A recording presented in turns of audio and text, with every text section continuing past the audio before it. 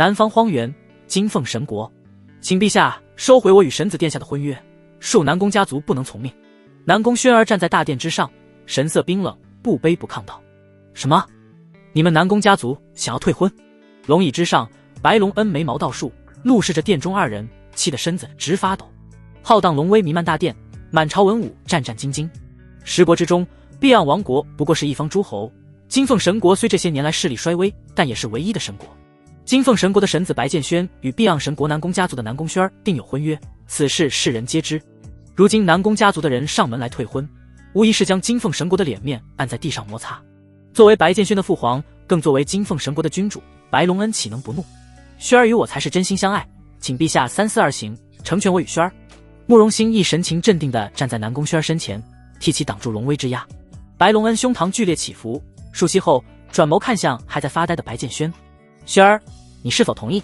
众人齐齐看向白剑轩，不会吧，真穿越到电视剧里面了？此时的白剑轩终于回过神来，逐渐接受了眼前的一切。他本来在家里看电视剧，眼前一阵白光闪烁后就穿越到了这里。白剑轩感到心累，穿越就算了，怎么还穿越到了一个废物神子身上，而且还是个悲催的大反派。在原著中，白剑轩一直苦苦追求南宫轩儿，但南宫轩儿喜欢的是慕容兴义，两人便一起来到金凤神国退婚。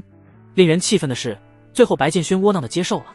按理来说，这段缘分该就此终止，谁知白剑轩是个十足的舔狗，退婚之后私下里还一直给南宫轩儿赠送修炼资源，这些资源最后全部被南宫轩儿给了慕容兴义，最终白剑轩被慕容兴义杀死。说起慕容兴义这个人，身负绝顶气运，背景极大，是这部电视剧中的挂逼主角。白剑轩，你可真是窝囊啊，白瞎了一身好天赋，全给慕容兴义做了嫁衣，最后还被夺舍了这混沌吞天体。混沌吞天体质极其强悍，可吞噬外界的气运及能量，且不会遭受任何反噬。可以说，只要白剑轩愿意，这个世界上没有人能在修炼速度上与其比肩。毕竟常人修炼的速度怎么可能比得过白剑轩吞噬外界能量来得快，更别提还有气运的增幅了。一想到这，白剑轩就气得牙根痒痒，原主真是白白浪费了这混沌吞天体。神子殿下，这婚约轩儿不想继续，请神子殿下劝陛下收回成命。南宫轩儿道：呵呵，退婚？你一个南宫家族的小丫头，也有资格忤逆我父皇的旨意？你是何居心？啪！白剑轩冷哼一声，走上前，高高抬起手掌，在南宫轩儿惊愕的目光中重重落了下去，声音清脆，在空旷大殿中久久回响。南宫轩儿白嫩的俏脸上出现5根鲜红的指印，火辣辣的疼你竟然打我！南宫轩儿懵了，虽说他一向看不上这个废物神子，但对方对自己的确是足够痴迷，这是如何下得去手的？这神子殿下竟然打了南宫轩儿一巴掌，他不是神子殿下的心头肉吗？前天还差我给南宫家族送去了5万上等灵石呢。多少？5万颗，大手笔啊！难道神子殿下移情别恋，不喜欢南宫轩儿了？众人满脸震惊。白剑轩，你干嘛？慕容兴一双眸几欲喷火，但碍于白龙恩在场，他也只得生生忍下这口恶气。本神子的名讳也是你可以直呼的，胆子可真是越来越大了。白剑轩冷哼一声道：好了，此事轩儿你来做抉择，若你不想接受退婚，朕便下令，南宫家族不敢不从。白龙恩声音冰冷道。白剑轩淡淡瞥了一眼南宫轩儿，双眸微眯。退婚之事暂且不论，你先把我以前送给你的那些灵石等修炼资源如数归还。说到归还修炼资源，南宫轩儿先是一愣，毕竟在他的认知中，你送给我的东西就是我的了，哪儿还有归还一说？既然是追求我，付出一切东西不是很正常的吗？毕竟接受礼物不等于是接受了白剑轩。对，就是这样的。那是你自愿送的，我凭什么还你？当初我又没逼着你送。南宫轩儿理直气壮地回道：你既要退婚，又不愿退还之前我送你的东西，你是一点亏都不愿意吃啊？什么好事儿都让你南宫轩儿占尽了是吗？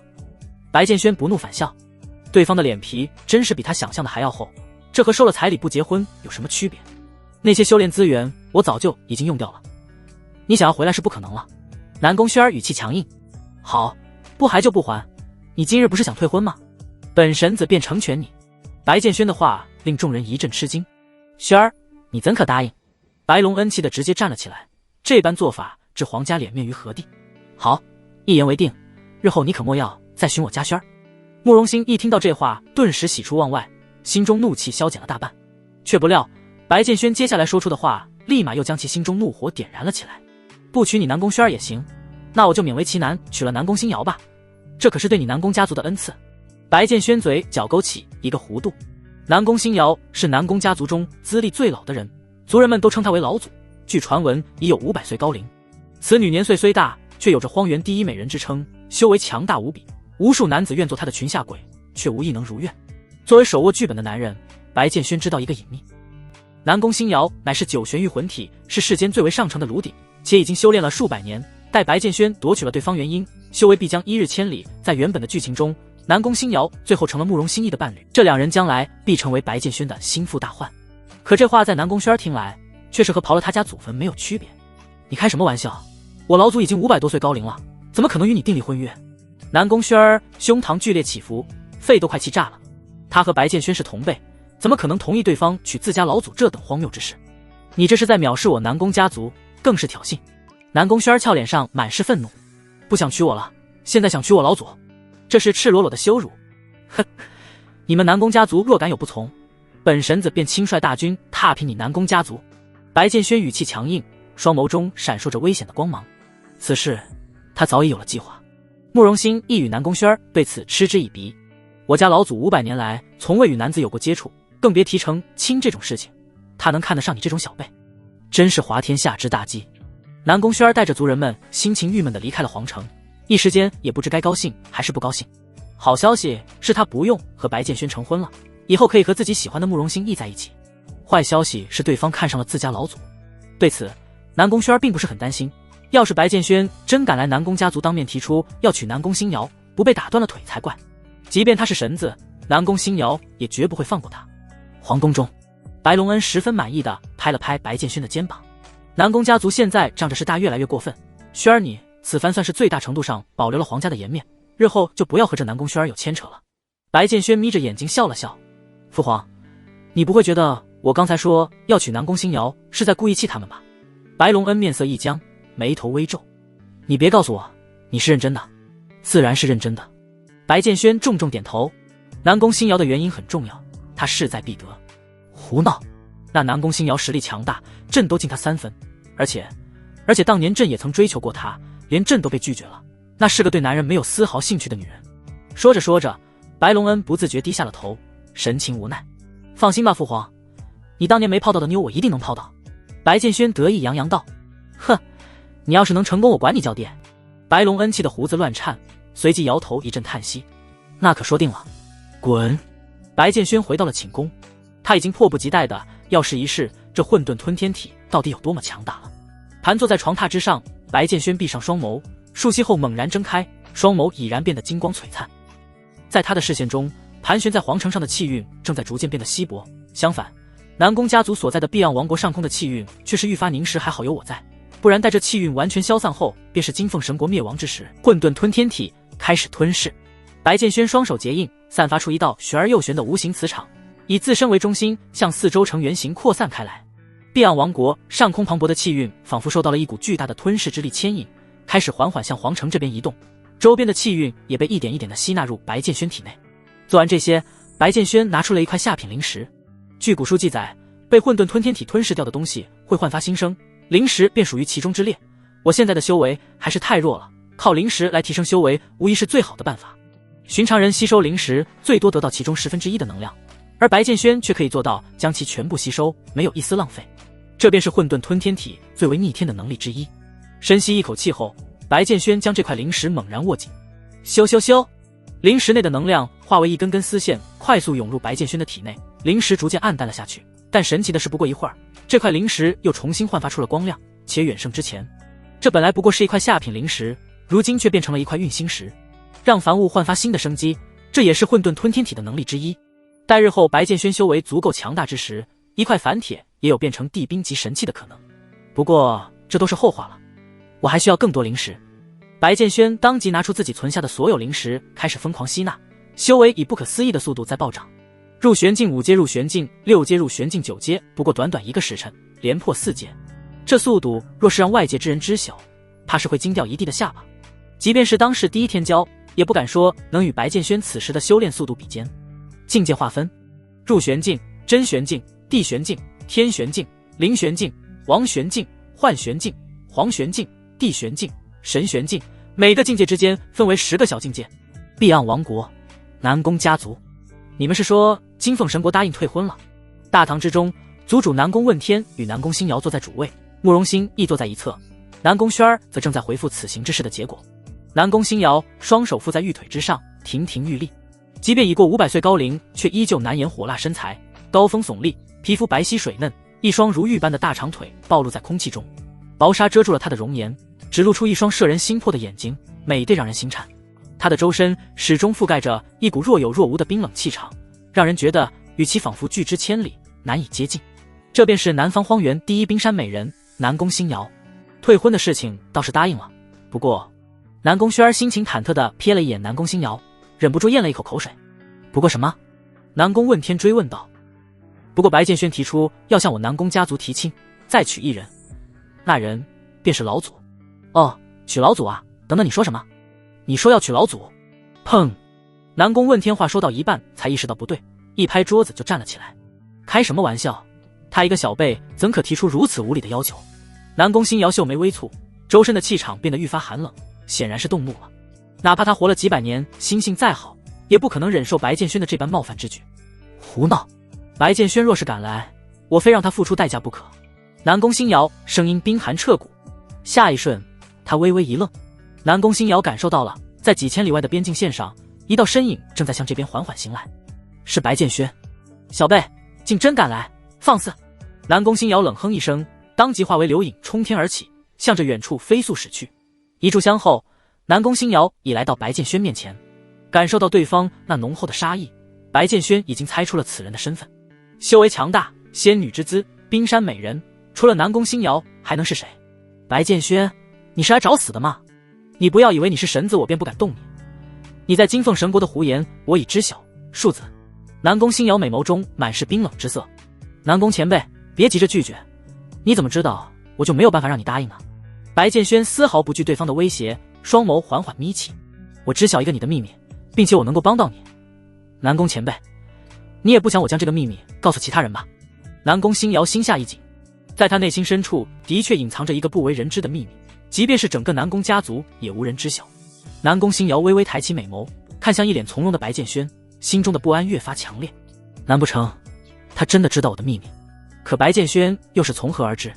南宫前辈，我知道你这辈子最大的愿望就是振兴南宫家族，当初为了南宫家族的气运能够更加旺盛，不惜耗费大量寿元为其夺取天地造化，代价则是要遭受极其强大的反噬之力，再加上你是九玄玉魂体，本就需遵循天道，做出此等有违天道之事，受到的反噬之力更加强烈。若我没猜错，你已经没有多少时日可活了，除非……说到这，白剑轩的眼眸微微眯起，语气愈发低沉。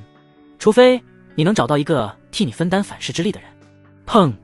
一向以冰山美人著称的南宫星瑶此时完全乱了阵脚，散发出的气息无比紊乱，看向白剑轩的眼神充满了惊愕。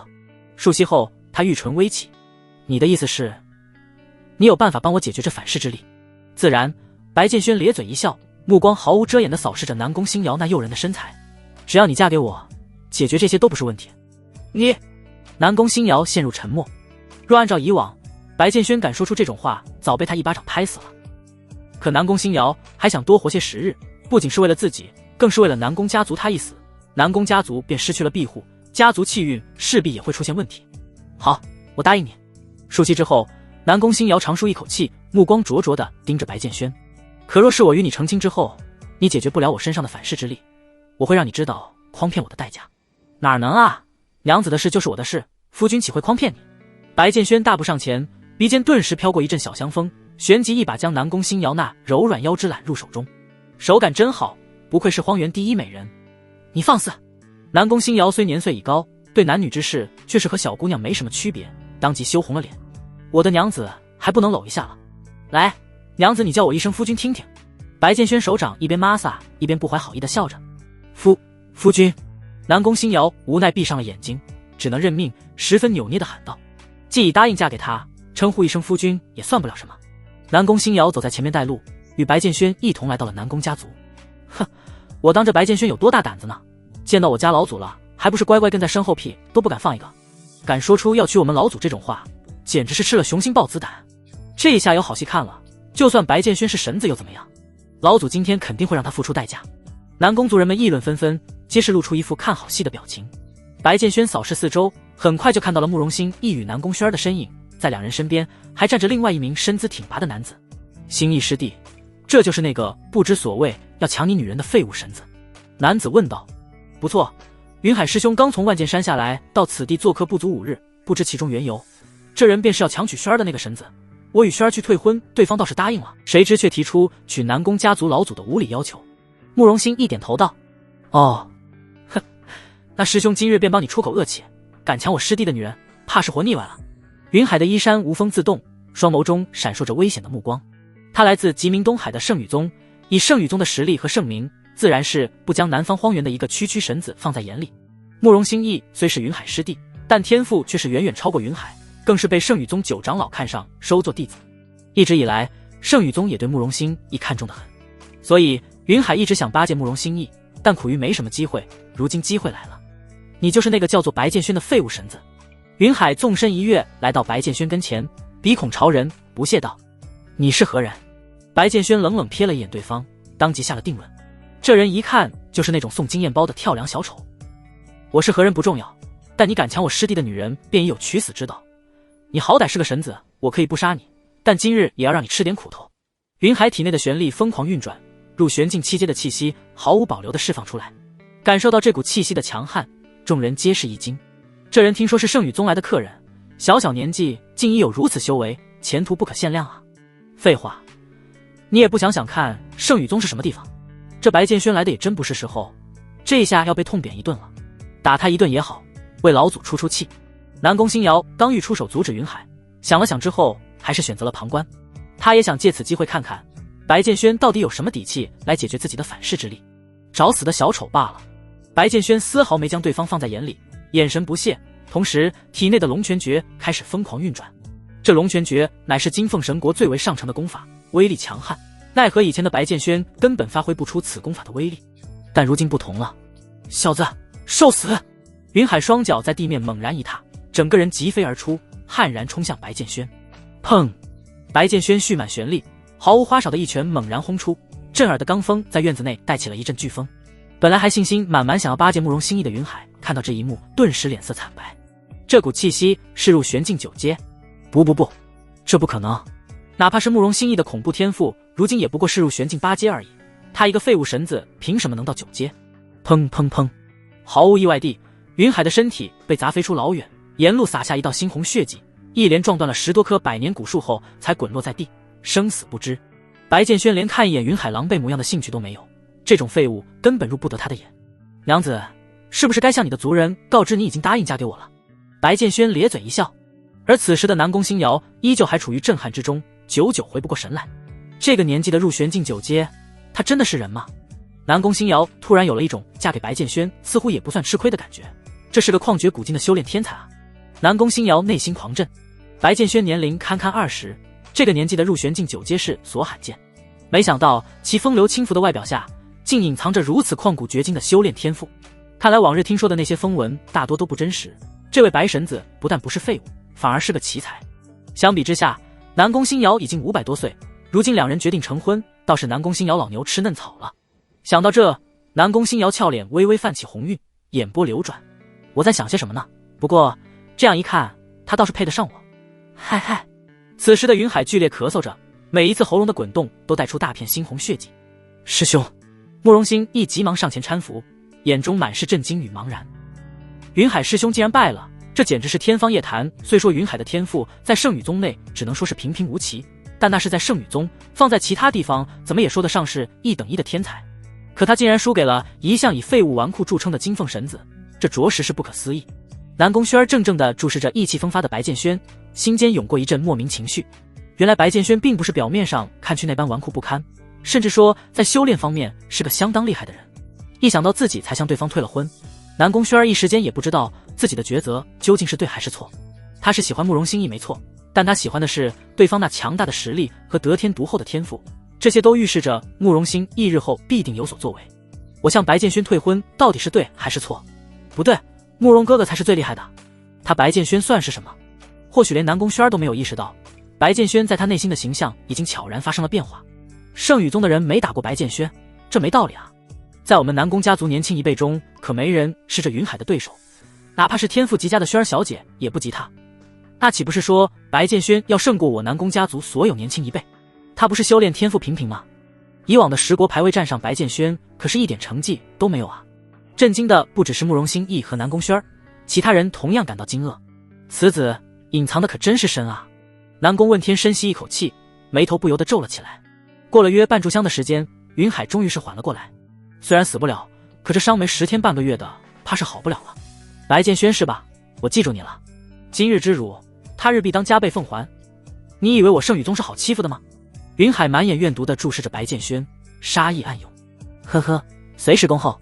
白剑轩眼眸微微眯起，这人暂时还不能杀，毕竟以金凤神国如今的实力，还抗衡不了圣羽宗这般庞然大物。不过既然结仇了，麻烦终究会上门，不过是时间问题罢了。白剑轩心中已定，找个机会定要灭了圣羽宗，以绝后患。云海再度撂下几句狠话后，便狼狈地离开了南宫家族。今日真是丢脸丢到姥姥家了。神子殿下，你不打招呼便来我南宫家，如今又打伤了我重要的客人，这样是不是有些失礼了？南宫问天音沉着脸道：这人我是顺带着教训一下，一条圣羽宗的狗也敢在本神子面前叫嚣，不值一提。但无事不登三宝殿，本神子今日来是向你南宫家族提亲的。南宫星瑶已经答应了嫁给我，你们南宫家族赶紧做准备吧，本神子明日便要在金凤殿成婚。白剑轩声音平淡，说出来的话却是惊掉了一地人的下巴。现场陷入久久的死寂，过了数息之后，众人才反应过来，纷纷瞪大眼睛看向南宫星瑶。这……南宫问天嘴唇哆嗦着，始终说不出一句完整的话来，但放大的瞳孔彰显着此时他内心的极度震惊。白剑轩刚才说老祖答应嫁给他了，几个菜啊喝成这样，不可能，这绝对是谣言。老祖当他太奶奶都够辈分了，怎么可能？众人还在议论之际，南宫星瑶红唇微起，淡淡道：神子殿下说的没错，即日起他便是我的夫君。全场再度寂静。南宫星瑶这句话就像是向燃烧旺盛的炭火中泼了一瓢冷水，所有的议论声戛然而止。白剑轩走到南宫轩儿面前，注视着对方那茫然惊愕的眼神，咧嘴一笑道：本神子说过会娶你家老祖，便一定会娶，本神子可有食言？南宫轩儿没有回答，依旧在怀疑人生中，打破他脑袋也想不明白，为何老祖会答应如此荒谬的事情。如此一来，那白剑轩不就一下从同辈之人变成了自己太太太爷爷？南宫轩儿，你不太懂事啊，见到你太太太爷爷也不打声招呼。白剑轩似是看穿了南宫轩儿心中的窘迫，故意调笑道。南宫轩儿憋红了脸，却是不知如何反驳。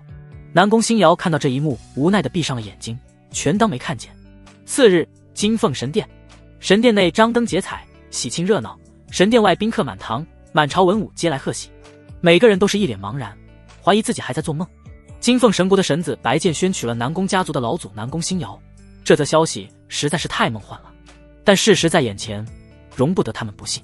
轩儿啊，老实说，朕一直以为你是闹着玩的，没想到真把南宫星瑶娶到手了。白龙恩喉咙狠狠滚动了一下，眼神复杂地注视着身穿大红衣袍的白剑轩。哼，父皇我早说过，您当年泡不到的妞我一定能泡到，现在是不是该您兑现承诺了？白剑轩满脸坏笑，就快把想让他父皇叫自己爹写在脸上了。那什么，朕去外面看看宾客们都到齐了没？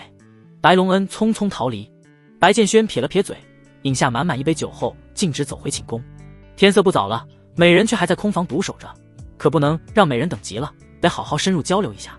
刚走进寝宫，耳边便传来南宫星瑶冰冷的声音：我已与你成亲，该告诉我到底要如何解决我体内的反噬之力了吧？今日的南宫星瑶穿着一身大红嫁衣，仪态万千，美艳无双，轻薄红帐掩盖之下更添几分诱惑，似水肌肤若隐若现，修长白腿如莲藕般白嫩，引人遐想连篇。尤其是那如冰山般拒人于千里之外的气质，更能引起男人的征服欲。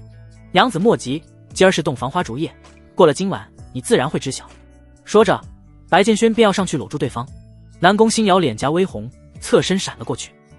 我不会与你有夫妻之实，劝你不要妄想，快些告诉我解决反噬之力的方法，不然我只当你是在诓骗我，至于后果你自当清楚。南宫星瑶秀眉微蹙，言语冰冷。白剑轩不慌不忙地整理了一下衣服，轻笑道：娘子，实话跟你说吧，我是混沌吞天体质，在这个世界上唯一能吸收天道反噬之力的也就只有我一人，你的反噬之力都被紧闭封存在体内，我不与你有夫妻之实，又如何解决这反噬之力呢？你竟是混沌吞天体！南宫星瑶震惊了好一会儿，旋即了然般点了点头。原来如此，我就一直好奇你如何有办法解决这反噬之力，原来你竟然是此等逆天体质，这也就不难解释你昨日所展现出的远超年龄的修为。既如此，那你就听话点。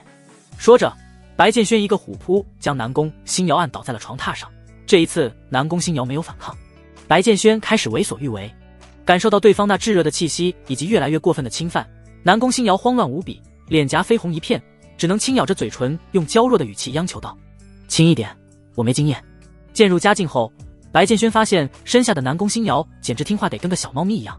果然，在冰山的女人也顶不住炙热的温暖啊！这一战长达1天1夜，混沌吞天体开始吞噬。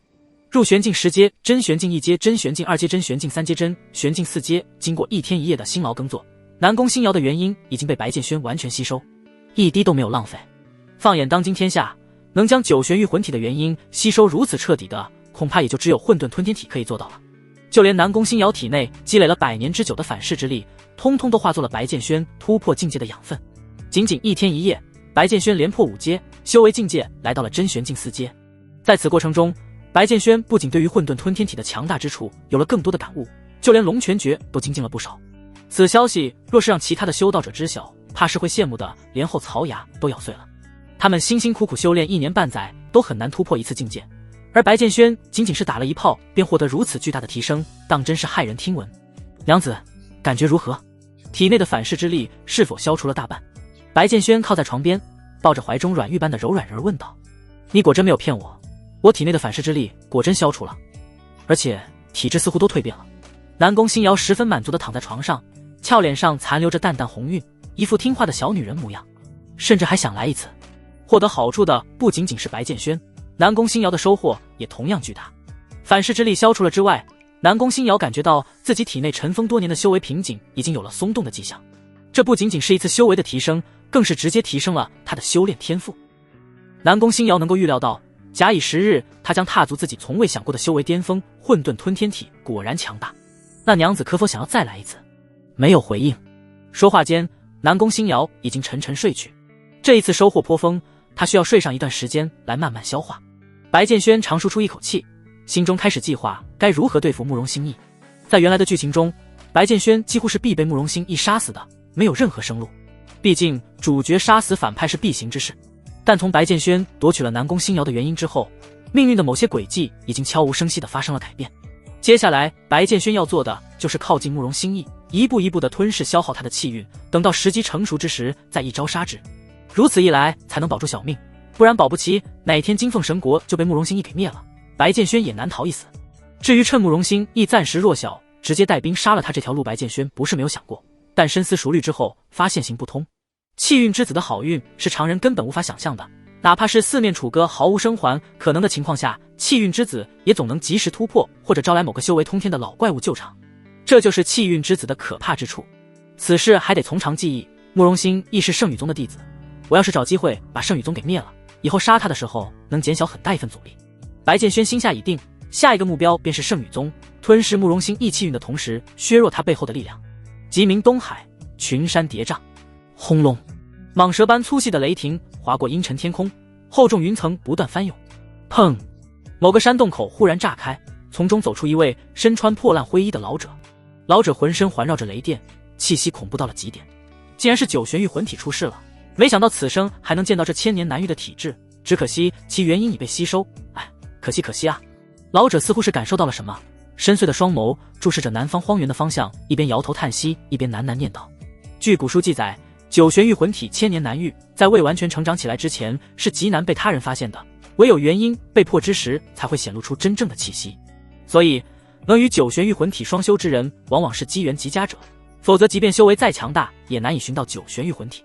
不过老者嘴角勾起一个弧度，虽没了元婴，但9玄玉魂体的拥有者依旧是世间罕有的炉鼎，若是将其夺来养上100年再下手，恐怕效果也不会比吸收元婴差到哪里去。哈哈哈哈！老者阴森的笑声在雷云之下回荡，令人不寒而栗。其他的老怪物可能也嗅到了，看来我得抓紧时间了，莫让其他道友夺走了这机缘。咻！顷刻间，老者化为一道迅猛雷光，急速冲向南方荒原的方向。碧盎神国，南宫家族。白剑轩跟随南宫星瑶和其他族人来到祠堂祭祀先祖，两人对着牌位躬身行礼。轩儿，去倒2杯茶来，其他人都散了吧。南宫星瑶吩咐道。是。众人纷纷散去，祠堂内只余白剑轩与南宫星瑶。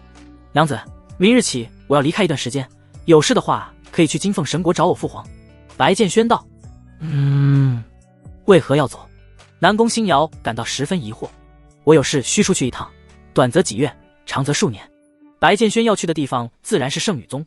他咧嘴一笑，随后从怀中拿出一个玉佩递了过去。娘子在家可要时刻思念夫君，这玉佩乃是我皇家祖传的，就当是信物。你日后想我的时候可以睹物思人。哼，谁会想你？南宫星瑶冷哼一声，眼神有些躲闪，虽没给好脸色，却也是将玉佩收下了，随后拿出一柄长剑递了过去。既已成了你的娘子，那我自当给你一件信物。此剑名叫青霜，是一件玄阶高级法器，一直常伴在我身旁，如今便送你了。法器分为天阶、地阶、玄阶、黄阶，剑身通体冰蓝，闪烁着刺眼青光，气息锋锐无比，一看便不是凡物。好剑，那我便收下了。白剑轩不由称赞道。早日回来，我体内的反噬之力还有残留，需要你来帮我。不用，以后我现在就能好好帮你。白剑轩走上前，趁南宫星瑶不注意，将其衣把烂在怀里，双手肆意侵犯着其隐秘领地，满手凝华玉香。你松手，这里可是祠堂。南宫星瑶像是投受惊的小鹿，俏脸羞红无比，全然没了往日冰山美人的冷淡仪态。此时的她恨不得狠狠咬白剑轩几口，胆子实在是太大了。大白天的，怎可在列祖列宗门前行此事？娘子，我就要出远门了，你可得珍惜这次机会。再说了，你体内的反噬之力还没消除干净啊。白剑轩可不管这里是哪里，行为也越来越放肆。当然，他也是想在去圣羽宗之前再精进一些修为，并不是单纯被下半身控制了。对，就是这样的。听到消除反噬之力，南宫星瑶也就没再挣扎了，任君采摘。不过一会儿，南宫星瑶身子渐渐软了下去，脸上的绯红越发明显。他已经彻底沦陷了，若是被人撞见怎么办？放心，没你的吩咐，谁敢强闯进来？正当两人行不轨之事时，门外某道正准备敲门进来送茶的身影忽的浑身一抖。南宫轩儿死死捂住自己的嘴巴，生怕叫出声来。他难以置信地听着祠堂内的暧昧动静，眼珠子都快掉到地上了。老祖他竟然在这里和白剑轩。南宫轩儿的信仰崩塌了，他想破脑袋也想不明白，白剑轩到底有什么魔力，能够将一向对所有人都冷冰冰的老祖吊成这样。可就算要，那啥也不能在祠堂啊，这成何体统？难不成里面的两人都有某种喜欢寻求刺激场景的癖好？南宫轩儿哪还敢送茶，逃也似的离开了次日。告别了南宫星瑶，白剑轩一路向东北方向走，来到一叫做千魂港的乱石嶙峋之地，暂且停下休息。算算时间，应该差不多了。白剑轩仰头看了一眼天色，一边啃着干粮，一边的喃道：他在等人。今日离开了南方荒原，前往圣羽宗的人不止他白剑轩一个，慕容欣亦与南宫轩儿也上路了。慕容欣一本就是圣羽宗弟子，南宫轩儿为了和其在一起，便也离开了家族，想要加入圣羽宗。按照原剧情，慕容欣亦在经过千魂港时会有一场大机缘。作为大反派，白剑轩岂能眼睁睁地看着慕容欣亦得到这场机缘？那不是给自己掘坟墓吗？于是他便早早出发，来到此地等候。所以来此地的目的有二：一是为了靠近慕容欣亦，暗中吞噬他的气运；二是搅了慕容欣亦的这场机缘。思忖间，远处地平线缓缓浮现出两道身影。白剑轩定睛看去，一男一女，不是慕容欣亦和南宫轩儿，还能是谁？恭候多时了。白剑轩嘴角勾起一个弧度，当即躲藏了起来，暗中观察。半炷香后，慕容哥哥，进圣羽宗的考核难不难啊？轩儿不像你天赋那么好，还不知道能不能通过。南宫轩儿情绪有些低落的呢喃道：轩儿莫要气馁，你是我心定之人，先不说你天赋绝佳，通过考核没什么大问题，退1万步，就算你没有通过，我也会想办法的。慕容欣亦十分自信地笑道。对于这一点，南宫轩儿倒是不怀疑，圣羽宗可是对慕容欣亦看重的很，简直是当圣子培养着的。那就拜托慕容哥哥了。南宫轩儿心情顿时好了不少。与此同时，躲在暗处观察着两人的白剑轩正在犹豫一件事情，要不要出手试试能不能杀掉慕容欣亦。南宫轩儿和慕容欣亦的修为加起来都到不了真玄境，而白剑轩已经是真玄境4阶的高手了。按理来说，优势在白剑轩这边，而且是压倒性的。可当白剑轩看到慕容欣一头顶那浓厚到几乎凝成实质的气运时，还是放弃了这个想法。明面上看，这两人今日死定了，实际上死的可能是白剑轩。还是不能意气用事，鬼知道他身后有没有跟着个绝世老怪物，或者戒指里藏着个修为通天的老爷爷之类的。白剑轩甩了甩脑袋，让自己清醒些，随后心中默念道：混沌吞天体，开始吞噬。刹那间，一根除了白剑轩其他人都看不到的金色丝线自其眉心射出，直奔慕容心意眉心而去。而中了招的慕容心意对此丝毫没有察觉，依旧在和南宫轩聊天。白剑轩旋律运转的同时，那磅礴的气运通过丝线一点一滴的无形输送了回来。正面硬刚如此大量的气运容易偷鸡不成蚀把米，因此白剑轩选择了稳妥的方法。只要慕容心意不离开自己太远，金丝线的吞噬就会一直持续，虽然速度慢了些，但长此以往，终有一天白剑轩会吞噬掉所有的气运，成为新的气运之子。这时南宫轩忽然怪叫一声：慕容哥哥，你看前面那是一只什么妖兽？慕容心意顺着他的视线看去，一只浑身浴血的白狐狸映入眼帘。看到这一幕，白剑轩顿时来了精神。截胡大机缘的时候到了。在原剧情中，慕容心意在追杀而来的仇家手中救下了这只狐狸，然后一人一狐成了伴侣，慕容心意也因此获得到了天大的机缘。至于这狐狸究竟是什么来历，白剑轩只有一些模糊的记忆，但想必来头不小，能成为气运之子的后宫，哪个又是来头小的？此时的小狐狸正步履蹒跚的艰难奔跑着，后腿渗出潺潺鲜血，行进速度越来越慢。小狐狸每前进一段距离便会回头望眼，眼眸中充满恐惧，似乎有什么东西正在追杀它。下一秒，小狐狸不慎被石头绊倒，再无前进的可能，只能趴在原地发出一声声不甘的悲吟。慕容心意和南宫轩早就注意到了这只小狐狸，两人对视一眼，相互点头后走上前，开始观察这只小狐狸。按理说，千魂港这种地方小动物妖兽众多，一只受伤的狐狸是非常常见的。但引人注目的是，这只狐狸长得实在是太漂亮了。它的尾巴竟是九彩之色，眉心处印刻着一块朱红色印记，浑身散发着高贵而妩媚的气息。受伤的狐狸见有人类靠近，当即呜呜呜地叫了起来，似乎是在寻求帮助，看上去可怜巴巴的。轩儿，我们救下它吧，这只狐妖应该血脉极佳，不然毛发不会这么漂亮。慕容心意道：我也是第一次见尾巴是九彩颜色的狐狸，实在是太罕见了。南宫轩也表示赞成。狐狸似乎知道自己即将获救，顿时一喜，但下一秒他像是感受到了什么，浑身毛发炸立。离那个狐狸远点，年轻人。不远处，三道黑影从天而降，虎视眈眈地注视着这边。来者是一头烈焰狮，一头闪电豹，一头金爪虎。三头妖兽眼神死死盯着小狐狸，眼中的贪婪与杀意几乎要凝成实质。你们三个好歹是妖兽中的高贵血脉，至于为难一只小狐狸吗？慕容心亦丝毫不惧，冷声喝道：这是我们妖族的事情，你们人类管不着。最后一次机会，交出狐狸，或者一起死。烈焰狮身上迸发出强劲的火焰，步步紧逼。那便来战吧。慕容心亦率先出击，当即和三头妖兽缠斗在了一起，惊人的气息不断从战场中央传来，引得周边走兽一阵惊愕。慕容哥哥小心！南宫轩焦急无比。慕容心意的实力虽然不弱，但对方可是三头妖兽，正所谓双拳难敌四手。一番交战下来，慕容心意很快便落入了下风。慕容哥哥，我来助你。南宫轩匆忙将小狐狸放置在一旁的草丛，随后加入到了战场之中。有了南宫轩的帮忙，慕容心意的压力明显小了一些。半炷香后，胜负仍未见分晓。哼，三个畜生，今日就是不为救下这狐狸，我也要将你们斩杀。慕容心意怒了，当即掏出一根金色长鞭，对着烈焰狮身上抽打而出。这金色长鞭是圣羽宗九长老赐予慕容心意的，乃是一件玄阶高级法器，由此可见慕容心意在九长老心中的地位何其之高。玄阶法器，烈焰狮惊了，当即想要闪躲。咻咻咻，恐怖的音爆自金色长鞭上传来，下一秒便将烈焰狮的后背打得皮开肉绽，甚至还附带着金色的火焰不断灼烧。大哥，闪电豹和金爪虎顿时一惊，他们万万没想到这个看似平平无奇的人类身上竟然有此等法器，看来今日是要栽跟头了。马德，撤！我们不是这家伙的对手。三头妖兽终于认怂了，当即向外围冲去。他们万万没想到追杀狐妖的过程中会遇到这么个硬茬子。暗中观察着这一切的白剑轩撇了撇嘴，我就知道挂逼主角身上法宝就是多。刚才白剑轩还在想慕容心意会不会被这三头妖兽撕碎，现在看来是不可能了。今日你们休想走，轩儿，我们追！慕容心一手中长边挥舞的虎虎生风，当即追杀而去。千魂港逐渐回归平静。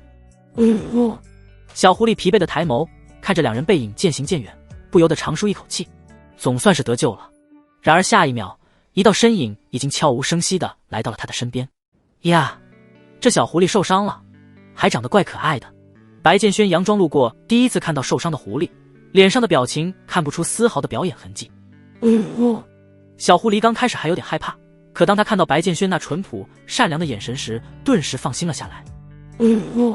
小狐狸不断轻嚎，舔着自己受伤的后腿，意有所指。看来伤得很重，我带你去疗伤吧，以后你就跟着我，当我的小宠物。白建轩抱起狐狸，便脚底生风地向远处走去，不敢有一丝耽搁。手慢无。小狐狸仰头注视着白建轩的脸庞，心说这人还怪好的，愿意施救，不像某些很坏的人类，看到狐狸就想杀了卖钱。一时间，小狐狸心中涌现出感激与劫后余生的喜悦。要是此时南宫兴一回来，看到这一幕，估计会气死。自己累死累活的和3头妖兽交战，稍不留神就会小命不保。结果白建轩这家伙躲在草丛里看了半天，一分力都没出，反而把小狐狸给抱走了，简直是没天理了。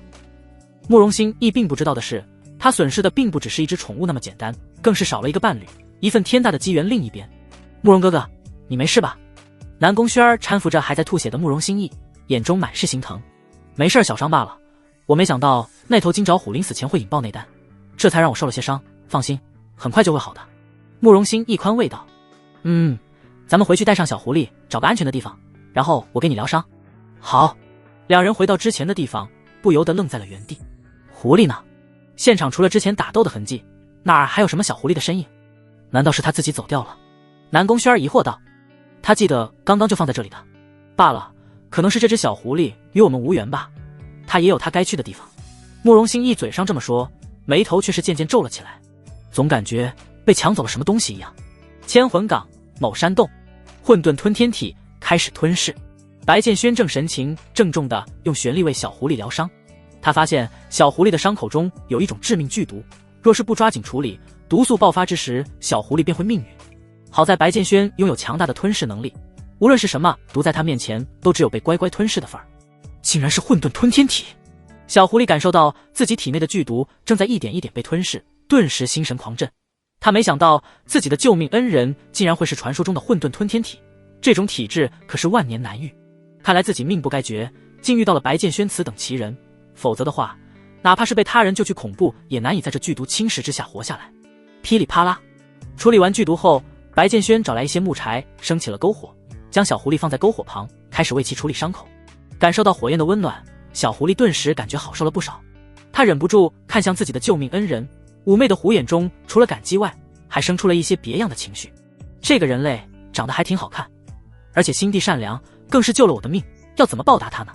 小狐狸心中这般思索着。你不要动，不会疼的，很快就好。白建轩小心翼翼地为其处理着伤口，生怕弄疼了小狐狸。小狐狸很听话，一动不动，任由白建轩抚摸。你伤得很重，看来寻常药物是对你没有效果的了，我的精血还是挺有用的，你吞服下吧。白建轩当即划破掌心，凝出一滴精血送到了小狐狸面前。小狐狸震惊了，几乎要感动地哭出来。他与白建轩不过是初次相识，一人一妖，非亲非故，白建轩却是愿意自损精血来为其疗伤，这是何等的善良。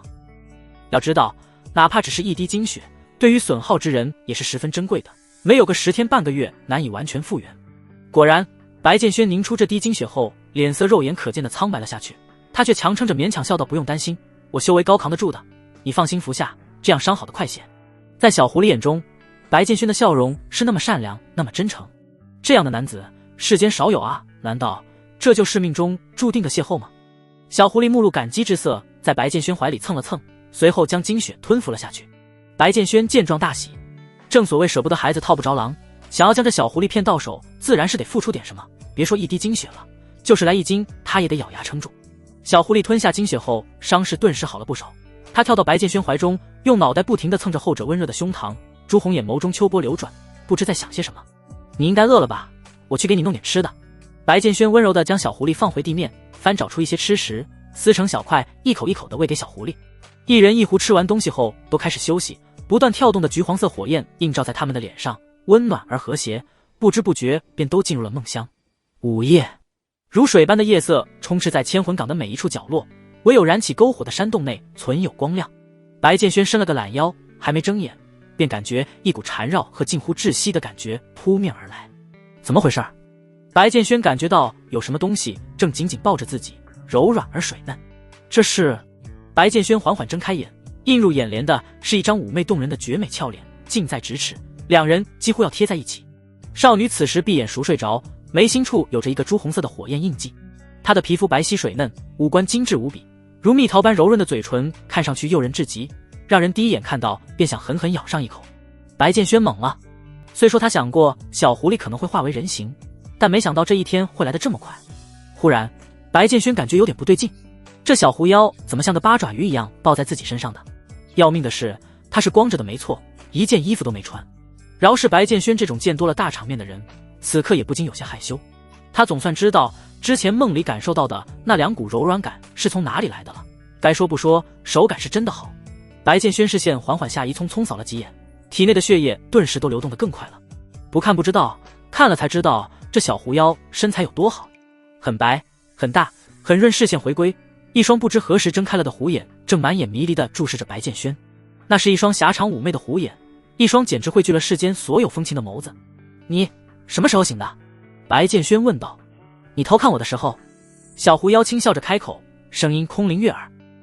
说话间，身后的9条虎尾微微晃动，随后将白建轩包裹得更加紧密了些。这9条尾巴分别对应着9种颜色，看上去华丽而高贵。你自己没穿衣服的，我可没偷看。白建轩辩解道。嘻嘻，你叫什么？小狐妖看上去很高兴，身体贴得更近了些，丝毫不在意白建轩触碰到了自己的私属领地。白建轩深吸一口气，他已经快把持不住了。这个小妖精简直是来吸阳气的。我叫灵儿，你救了我的命，我也不知道怎么报答你，索性便以身相许吧。你可不要以为我是很随便的狐妖，和你睡在一起可是我思考了好几个时辰才下决定的。我喜欢你的善良，更喜欢你这个人，日后你不仅是我的恩人，更是我的夫君，好吗？灵儿神色认真，眼眸中唯有真诚与爱意。白建轩佯装有些为难，面露思索之色。下一秒，灵儿柔软的红唇便已经吻了上来，主动而热烈。不许拒绝我，这可是我第一次向男人示好。白建轩不再反抗，当即和灵儿纠缠在了一起。人家姑娘都没穿衣服，和自己这样了，再装下去就不礼貌了。不得不说，灵儿无论是长相身材还是气质，都是世间少有，姿色甚至比南宫星瑶这位荒原第一美人还要强上几分。而且灵儿的血脉似乎极为高贵，这一点白建轩的混沌吞天体能够感受到。灵儿，你怕疼呢？你温柔一点。好，日后你便跟着我，我会一辈子对你好的。我信你。白建轩深吸一口气，在灵儿迷离的眸光中，混沌吞天体悄然开始运转。灵儿的来历定然不简单，原因自然是无比珍贵的，白建轩可舍不得浪费。慕容心意啊，慕容心意，这本是属于你的机缘，但现在归我了。一人一妖便开始在这山洞之中缠绵奋战，翻云覆雨。朝阳初升，晨曦将山洞内照耀得一片透亮，燃尽的木柴已经化为一堆灰烬，空气中弥漫着旖旎的暧昧气味。白建轩与灵儿一夜未睡，激战斗到了天亮，此时正在休息。这次的突破倒是比上次差了一些。白建轩抱着怀中软玉，轻声的喃道：之前吞噬南宫星瑶的原因时，修为直接从入玄境9阶突破到了真玄境4阶，而这次吞噬灵儿的原因却只突破了一个境界。是的，白建轩的修为境界已经突破到了真玄境5阶。对此，白建轩也觉得合理。修为越强，境界本就越难突破，再加上南宫星瑶已经修炼了数百年之久，其体内积攒的玄力可不是灵儿一个小姑娘可比的。白建轩深知贪多嚼不烂的道理，有时候提升太快反而会导致境界不稳固，慢慢突破也不失为一种好的修炼方式。更何况这修炼速度已经很快了，在几天时间内连破数阶境界达到真玄境5阶，这在其他修炼者眼中本就是天方夜谭的事情。这时灵儿睁开了眼睛。你醒了。灵儿已经苏醒过来，仅仅看一眼便会让人血脉喷张的火辣身材，此时已被一件轻薄白衫遮住，令人垂涎的春光暂时被隐藏了起来。醒了有一会儿了，轩哥哥，你住哪儿的？灵儿好奇道。白建轩并未隐瞒，而是将自己的身份一五一十地说了出来。哇，你竟然还是金凤神国的神子，好厉害！我果然没看错人。灵儿那妩媚动人的眼眸中满是崇拜与惊喜，旋即问道：那我们接下来是不是要去金凤神国？不，我要去一趟圣羽宗。灵儿，你先回金凤神国找一个叫做南宫星瑶的人，然后在金凤神国等我好吗？白建轩并不准备带着灵儿一同前往圣羽宗，原因很简单，他不想让慕容心意和灵儿有任何接触。可以，但是我可能在金凤神国待不了多久，到时候需要先回家一趟。说到回家，灵儿明亮的眸子顿时暗淡了一些，似乎是回忆起了一些不太好的事情。你的家在哪儿？白建轩趁机问道。离这里很远，我暂时不方便告诉你。不过你放心，等时机成熟了，我一定第一时间告知于你。灵儿一脸认真，拍着丰满的胸脯保证道。好。白剑轩并没有过多追问，心中其实已经有了大概猜测。轩哥哥，你准备什么时候启程去圣女宗？灵儿问道。白剑轩站起身，看了一眼山洞外的天色。就现在吧，我还得追上慕容心意他们。白剑轩与慕容心意之间的金丝线近乎透明，这说明两人之间已经隔着一段相当远的距离，得加快速度赶路了。白剑轩心中喃喃道：慕容心意，那是谁？灵儿满脸疑惑。白剑轩想了想，眼眸中闪过狡黠之色。那可是个超级大坏蛋，而且是我的大仇家。灵儿，你以后见到这个人一定要远离，万万不可和他有任何接触。看着白剑轩那认真无比的神色，灵儿重重点头。我知道了，连轩哥哥这么善良的人都觉得慕容心意是个超级坏的人，那他一定是。灵儿记住了，最好永远不要见到那个叫做慕容心意的人，不然一定为轩哥哥出这口恶气。看着灵儿认真的乖巧模样，白剑轩忍不住摸了摸他的脑袋。这就对了。与此同时，远在200余里外的慕容心意狠狠打了个喷嚏。怎么感觉有人在背后蛐蛐我？好了，灵儿，我该走了，你先回金凤神国吧，我很快会回来的，短则几月，长则数年。说罢，白剑轩俯身在灵儿嘴唇上落下一个吻，便欲转身离开。等一下，这个给你。灵儿急忙叫住白剑轩，手中光芒一闪，一块散发着古朴气息的令牌凭空浮现，随后递到了白剑轩手中。白剑轩眉毛一挑，开始认真观察起这块令牌。由一种难以辨别的古木制成，硬度极高，令牌正面印刻着一个大大的萧字，除了有一股极度古朴的腐朽气息外，似乎与普通的令牌并没有什么区别。这是什么？白剑轩疑惑道。这是我的家族令牌，我全名叫做萧灵儿。轩哥哥，你好好收着，可千万不要弄丢了，可以保平安的。灵儿笑嘻嘻地说道。好，我记住了。白剑轩认真点头，随后将这块令牌小心收了起来。轩哥哥，我等你回来。两人再度腻味了一阵，在灵儿不舍的目光下，白剑轩离开了山洞。待白剑轩的背影完全消失在地平线尽头后，灵儿恍若失神般坐回了早已燃尽的篝火旁。虽然只和白剑轩相处了短短1夜，但灵儿已经深深爱上了这个男人。现在白剑轩不仅是他的救命恩人，更是夫君。忽然，一股黑影自不远处窜出，朝着灵儿急速逼近。感受到那股熟悉的气息，灵儿缓缓起身，瞬间收起那只有在白剑轩面前才会露出的小女人模样，神情变得冰冷而威严，像极了统御天下的女帝。拜见圣女，属下救驾来迟，实在该死，请圣女责罚。黑影颤颤巍巍地跪下行礼，不敢抬头看灵儿一眼。你再来迟些，本圣女就被那几个妖族逆贼给杀死了。灵儿冰冷出声。属下该死，属下该死。黑影顿时被吓出满身冷汗，疯狂磕头求饶。眼前这位可是萧家唯一的传人，萧灵儿，未来将要继承妖皇之位，统领整个妖族的无上存在。萧家统领妖族已万年有余，从无一人敢不服。然而这几年却有几个家族不满萧家行事作风，隐隐有造反之事。前几日，几个胆大包天的妖族逆贼暗中给萧灵儿下毒，致使其变回了狐狸的原形，又派人挡住了所有护卫，这才有了萧灵儿被几个小妖追杀的一幕。圣女，您身上的堕神剧毒已经消除了。黑影感受了一番萧灵儿身上的气息，惊讶道：堕神剧毒可是世间奇毒，服用者不仅会现出原形，而且会被暂时封印所有玄力。圣女是如何自己解除掉的？有一人救了本圣女的命，这堕神剧毒也是她解除的。说到这时，萧灵儿的眼神变得温柔，脑袋中又浮现出了白剑轩的身影。要不是白剑轩是混沌吞天体，这剧毒根本不可能会被解除。能解除堕神剧毒，想必那位定是一位道行通天之人。圣女洪福齐天得此大能相救，当真是万幸。黑影长舒出一口气，庆幸圣女没有出什么事，不然她可就惨了。传本圣女令，严查那几个逆贼是哪一家族的，一旦查到，造反者杀无赦。这几年妖族动荡，是时候杀一批人给他们看看，这妖族还是萧家说了算的。萧灵儿吩咐道。是。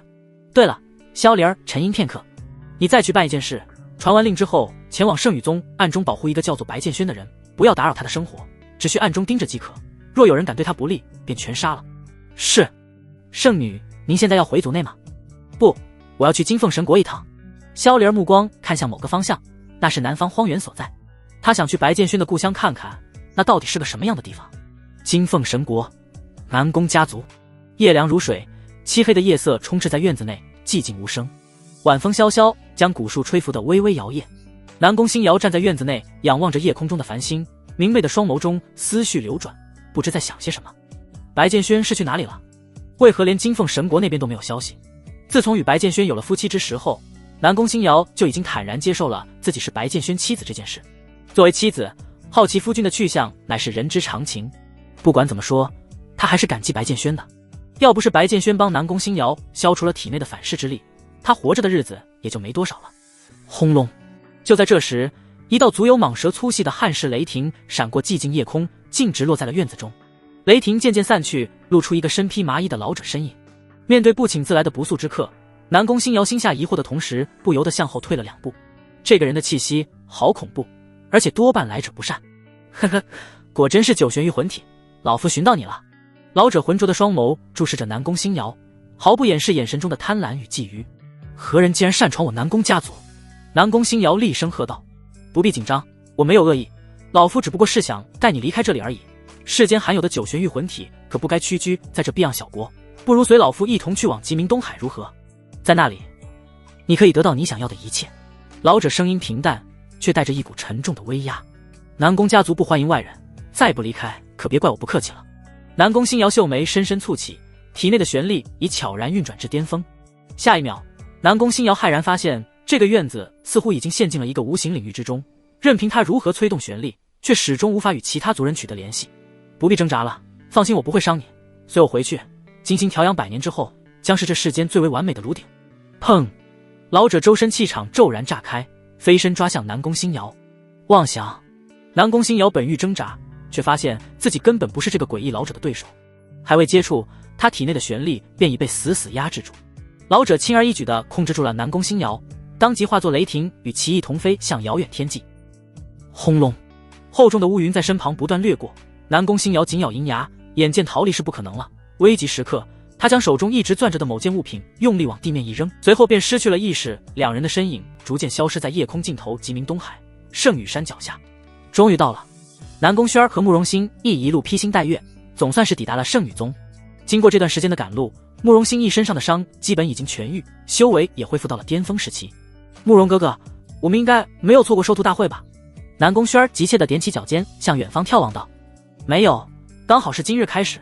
你看，那不就是圣羽宗的人吗？”慕容欣一手指前方道。在不远处，一道巨大的测灵石矗立在山脚下，前方是人满为患的修行者们，后方是统一身着青衫的圣羽宗弟子们。这些修行者们来此的目的只有一个，那就是通过灵根测试，加入他们梦寐以求的圣羽宗。圣羽宗的收徒大会每隔5年才有一次，这回我一定得好好把握机会。可拉倒吧，就你这修炼天分，顶多也就是个杂灵根，怎么可能入得了圣羽宗长老的法眼？哼，你还好意思笑话我呢？也不知道是谁连续参加了4届收徒大会也没进入圣羽宗，那能怪我吗？主要是圣羽宗挑选弟子的要求太高了，咱们这些人有90%都是通过不了的。修行者们相互交耳，或兴奋或紧张，有人自信满满，有人低垂头颅。于他们而言，只要能加入圣羽宗，那就算是祖坟冒青烟，一步踏上登天路了。肃静，排好队，一个一个来测灵石前测试灵根，若有合格者，长老自会告知。云海站在测灵石前，高声喝道。只不过此时云海的样子着实是有些狼狈，不仅脸上有着几道长疤还未消除，左边肩膀更是缠满了白布。一想到这，云海就恨得牙痒痒。该死的白剑轩，要不是那个家伙那日在南宫家族出手将其打伤，云海现在哪会是这副狼狈模样？可别让我再碰到你，否则我必让你后悔之前所做的一切。云海暗暗发誓道。师兄。这时慕容欣亦走了过来。师弟，你来了，轩儿小姐好久不见了，今日参加收徒大会可有信心？云海扬起笑脸向两人打招呼。自然。南宫轩儿颇有底气地回应道。师弟，今儿是九师叔坐镇，轩儿小姐马上就要成咱们师妹了。云海笑呵呵道。是吗？那可是太好了。慕容欣亦喜出望外。圣羽宗9长老正是慕容欣亦的师傅，有他在，南宫轩儿加入进来不成问题。这时云海忽然在人群中扫到了一个熟悉的身影。等等，那个人有点眼熟啊，怎么看着有点像是……云海双眸微眯，虽然像是想到了什么，眼睛猛地瞪大，大喝道：白剑轩！人群中，白剑轩见自己被识破了身份，索性就走了过来，笑道：哟，多日不见，你的伤倒是好得挺快的嘛。和灵儿分别之后，白剑轩快马加鞭来到了圣羽宗山脚下，到的时间甚至比慕容欣亦还要早一些。来到这里之后，偶然打听到这2日圣羽宗正在召开收徒大会，白剑轩心中顿时有了主意。要是能够加入圣羽宗，以后想灭掉圣宇宗将变得简单很多，而且还能暗中吞噬慕容心意的气运，还不都是你害的？你胆子可真够大的，竟然敢来圣宇宗！今日我非灭了你不可！来人，把这家伙给我围起来！仇人相见分外眼红，面对白剑轩的讥讽，云海当即红了眼，下令道：10多名圣宇宗弟子纷纷抽出佩剑，瞬间将白剑轩给围了起来。今日我便看你能跑到哪去！云海得意道：单挑打不过你，难不成我还群殴不过你吗？白剑轩，今日你死定了！白剑轩的到来让慕容心意感到一阵疑惑，一个神子不好好待在金凤神国，来到圣宇宗干嘛？南宫轩儿一看到白剑轩那张脸，就联想到了自己喊他太太太爷爷的场景，顿时别过脸去，全当没看见。但白剑轩却看向了南宫轩儿：南宫轩儿，我按照辈分可是你太太太爷爷，如今你祖宗我被围攻了，你是不是该来帮帮忙？处于包围中的白剑轩脸上不见丝毫慌张之色，嘴角反而露出一抹笑意。你……南宫轩儿又急又气，却不得不承认白剑轩已经与南宫星瑶完婚的事实。慕容心亦有些看不过去了，走上前问道：金凤神子，你来此事有何事吗？白剑轩瞥了一眼慕容心意，随后指向策灵石道：我问你，今日是圣宇宗的什么日子？今日是圣宇宗的收徒大会。慕容心意下意识脱口而出，随后突然顿住，像是想到了什么，惊愕道：你不会也是想测试灵根，加入圣宇宗吧？不错。白剑轩十分赞赏地点了点头，看来你还不算笨。休想！听到白剑轩竟然是来参加收徒大会的，云海当即怒骂道：你算什么东西，也有资格加入圣宇宗？你还是多想想待会儿要谁把你抬出去吧。所有人听令，给我上！住手！云海刚下令，忽然一道苍老而威严的声音快速逼近，当即喝停了众人。众人纷纷看去，只见一位仙风道骨眉发皆白的老者走了过来，面容愠怒。云海，发生了什么事？你难道不知今天是圣宇宗的大日子吗？怎可妄动厮杀？老者看了一眼场中情况，眉头顿时皱起，当即对着云海一顿呵斥。此人乃是圣宇宗九长老，也是今日收徒大会的主导者。见是九长老来了，众人纷纷行礼拜见。师父，见过九长老。慕容心一匆忙拉着南宫轩儿行礼。星夜，你刚回来，想必看到了这里发生了什么事，告诉为师。九长老问到这，还是让云海师兄说吧。慕容心一时语塞，毕竟白剑轩刚才啥也没干，就让人给围起来了，他真不知该如何开口，索性将难题丢给了云海。九长老又重新看向云海，那个九长老，此人与弟子在外有些过节，今日遇见了，所以就……云海底气不足，声音越来越小，到了最后甚至说不出话来了。面前这位九长老一向嫉恶如仇，是非分明，要是让他知道了当初是自己先招惹白剑轩的，今日一定是没好果子吃。混账！我要你好好主持收徒大会，你就是这么辜负我的信任的，让他人撞见了，恐怕还以为是我们圣宇宗欺凌弱小，以势压人。啪！九长老扬起手，一巴掌将云海抽得在原地转了个圈，力道算不上很大，但却给了云海适当的惩戒。众目睽睽之下，众人皆看清了这一幕，顿时哄笑一片。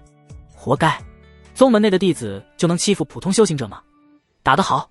早就听闻圣宇宗九长老一身正气，现在看来名不虚传啊。这个云海我以前遇见过，一脸趾高气扬的，我早看他不爽了，这一巴掌扇得真解气。众人纷纷叫好。弟子知错了。云海低头认错，眼底却是闪过怨毒之色。这个老家伙，你惩戒就惩戒，至于在这么多人面前扇我一巴掌吗？此事传出去后，我云海这张脸还要不要了？哎，圣宇宗如此大宗，没想到竟会在山脚下为难我一个普通修行者，以大欺小，当真是令人心寒。我本以为这是个充满了浩然正气的地方，现在看来也不过如此吗？一道不合时宜的叹息声响，众人循着声音看去，只见白剑轩正无奈摇头，一脸失望之色。白剑轩，你敢瞧不起我圣宇宗？云海被抽了一巴掌本就不爽得很，如今见白剑轩得了便宜，还卖乖顿时气不打一处来。住嘴！九长老现在恨不得撕碎云海的嘴，心中暗骂道：真是愚蠢，还看不出对方这是在故意挑茬子吗？今日这么多人在场，你越骂这人，反而对我圣宇宗的名声越不利。九长老整理了一番情绪，脸上浮现出和蔼笑意，沉吟道：这位小友能来参加我圣宇宗的收徒大会，我圣宇宗自然是欢迎至极，门下弟子教导不当实属惭愧，见谅见谅。旋即九长老对着那些还围着白剑轩的弟子们呵斥道：来者是客，你们就是这样待客的吗？给我散了！众人闻声纷纷收剑，不敢再围堵白剑轩。圣宇宗九长老当真名不虚传啊！白剑轩深深看了九长老一眼，心底却是高兴不起来。他倒希望圣宇宗的长老都是一群酒囊饭袋，以后灭起来容易得多。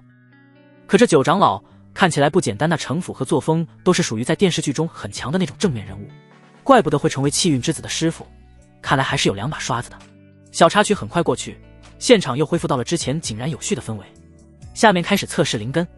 随着九长老宣告测试开始，众多修行者们纷纷排队开始测试。白剑轩独自走到队伍的最末端，暗自思忖道：说起来，我现在都还不知道自己是啥灵根。白剑轩只知道自己的体质十分逆天，但灵根这东西还真不太清楚。到时候可别是个杂灵根，可就丢人丢大发了，连加入圣宇宗的资格都没有。另一边，云海将慕容心一拉到一旁：师兄，你有何事？慕容心一疑惑道。云海深吸一口气，指了指白剑轩的方向，小声道：师弟，你可愿意帮师兄教训一下这家伙，出口恶气？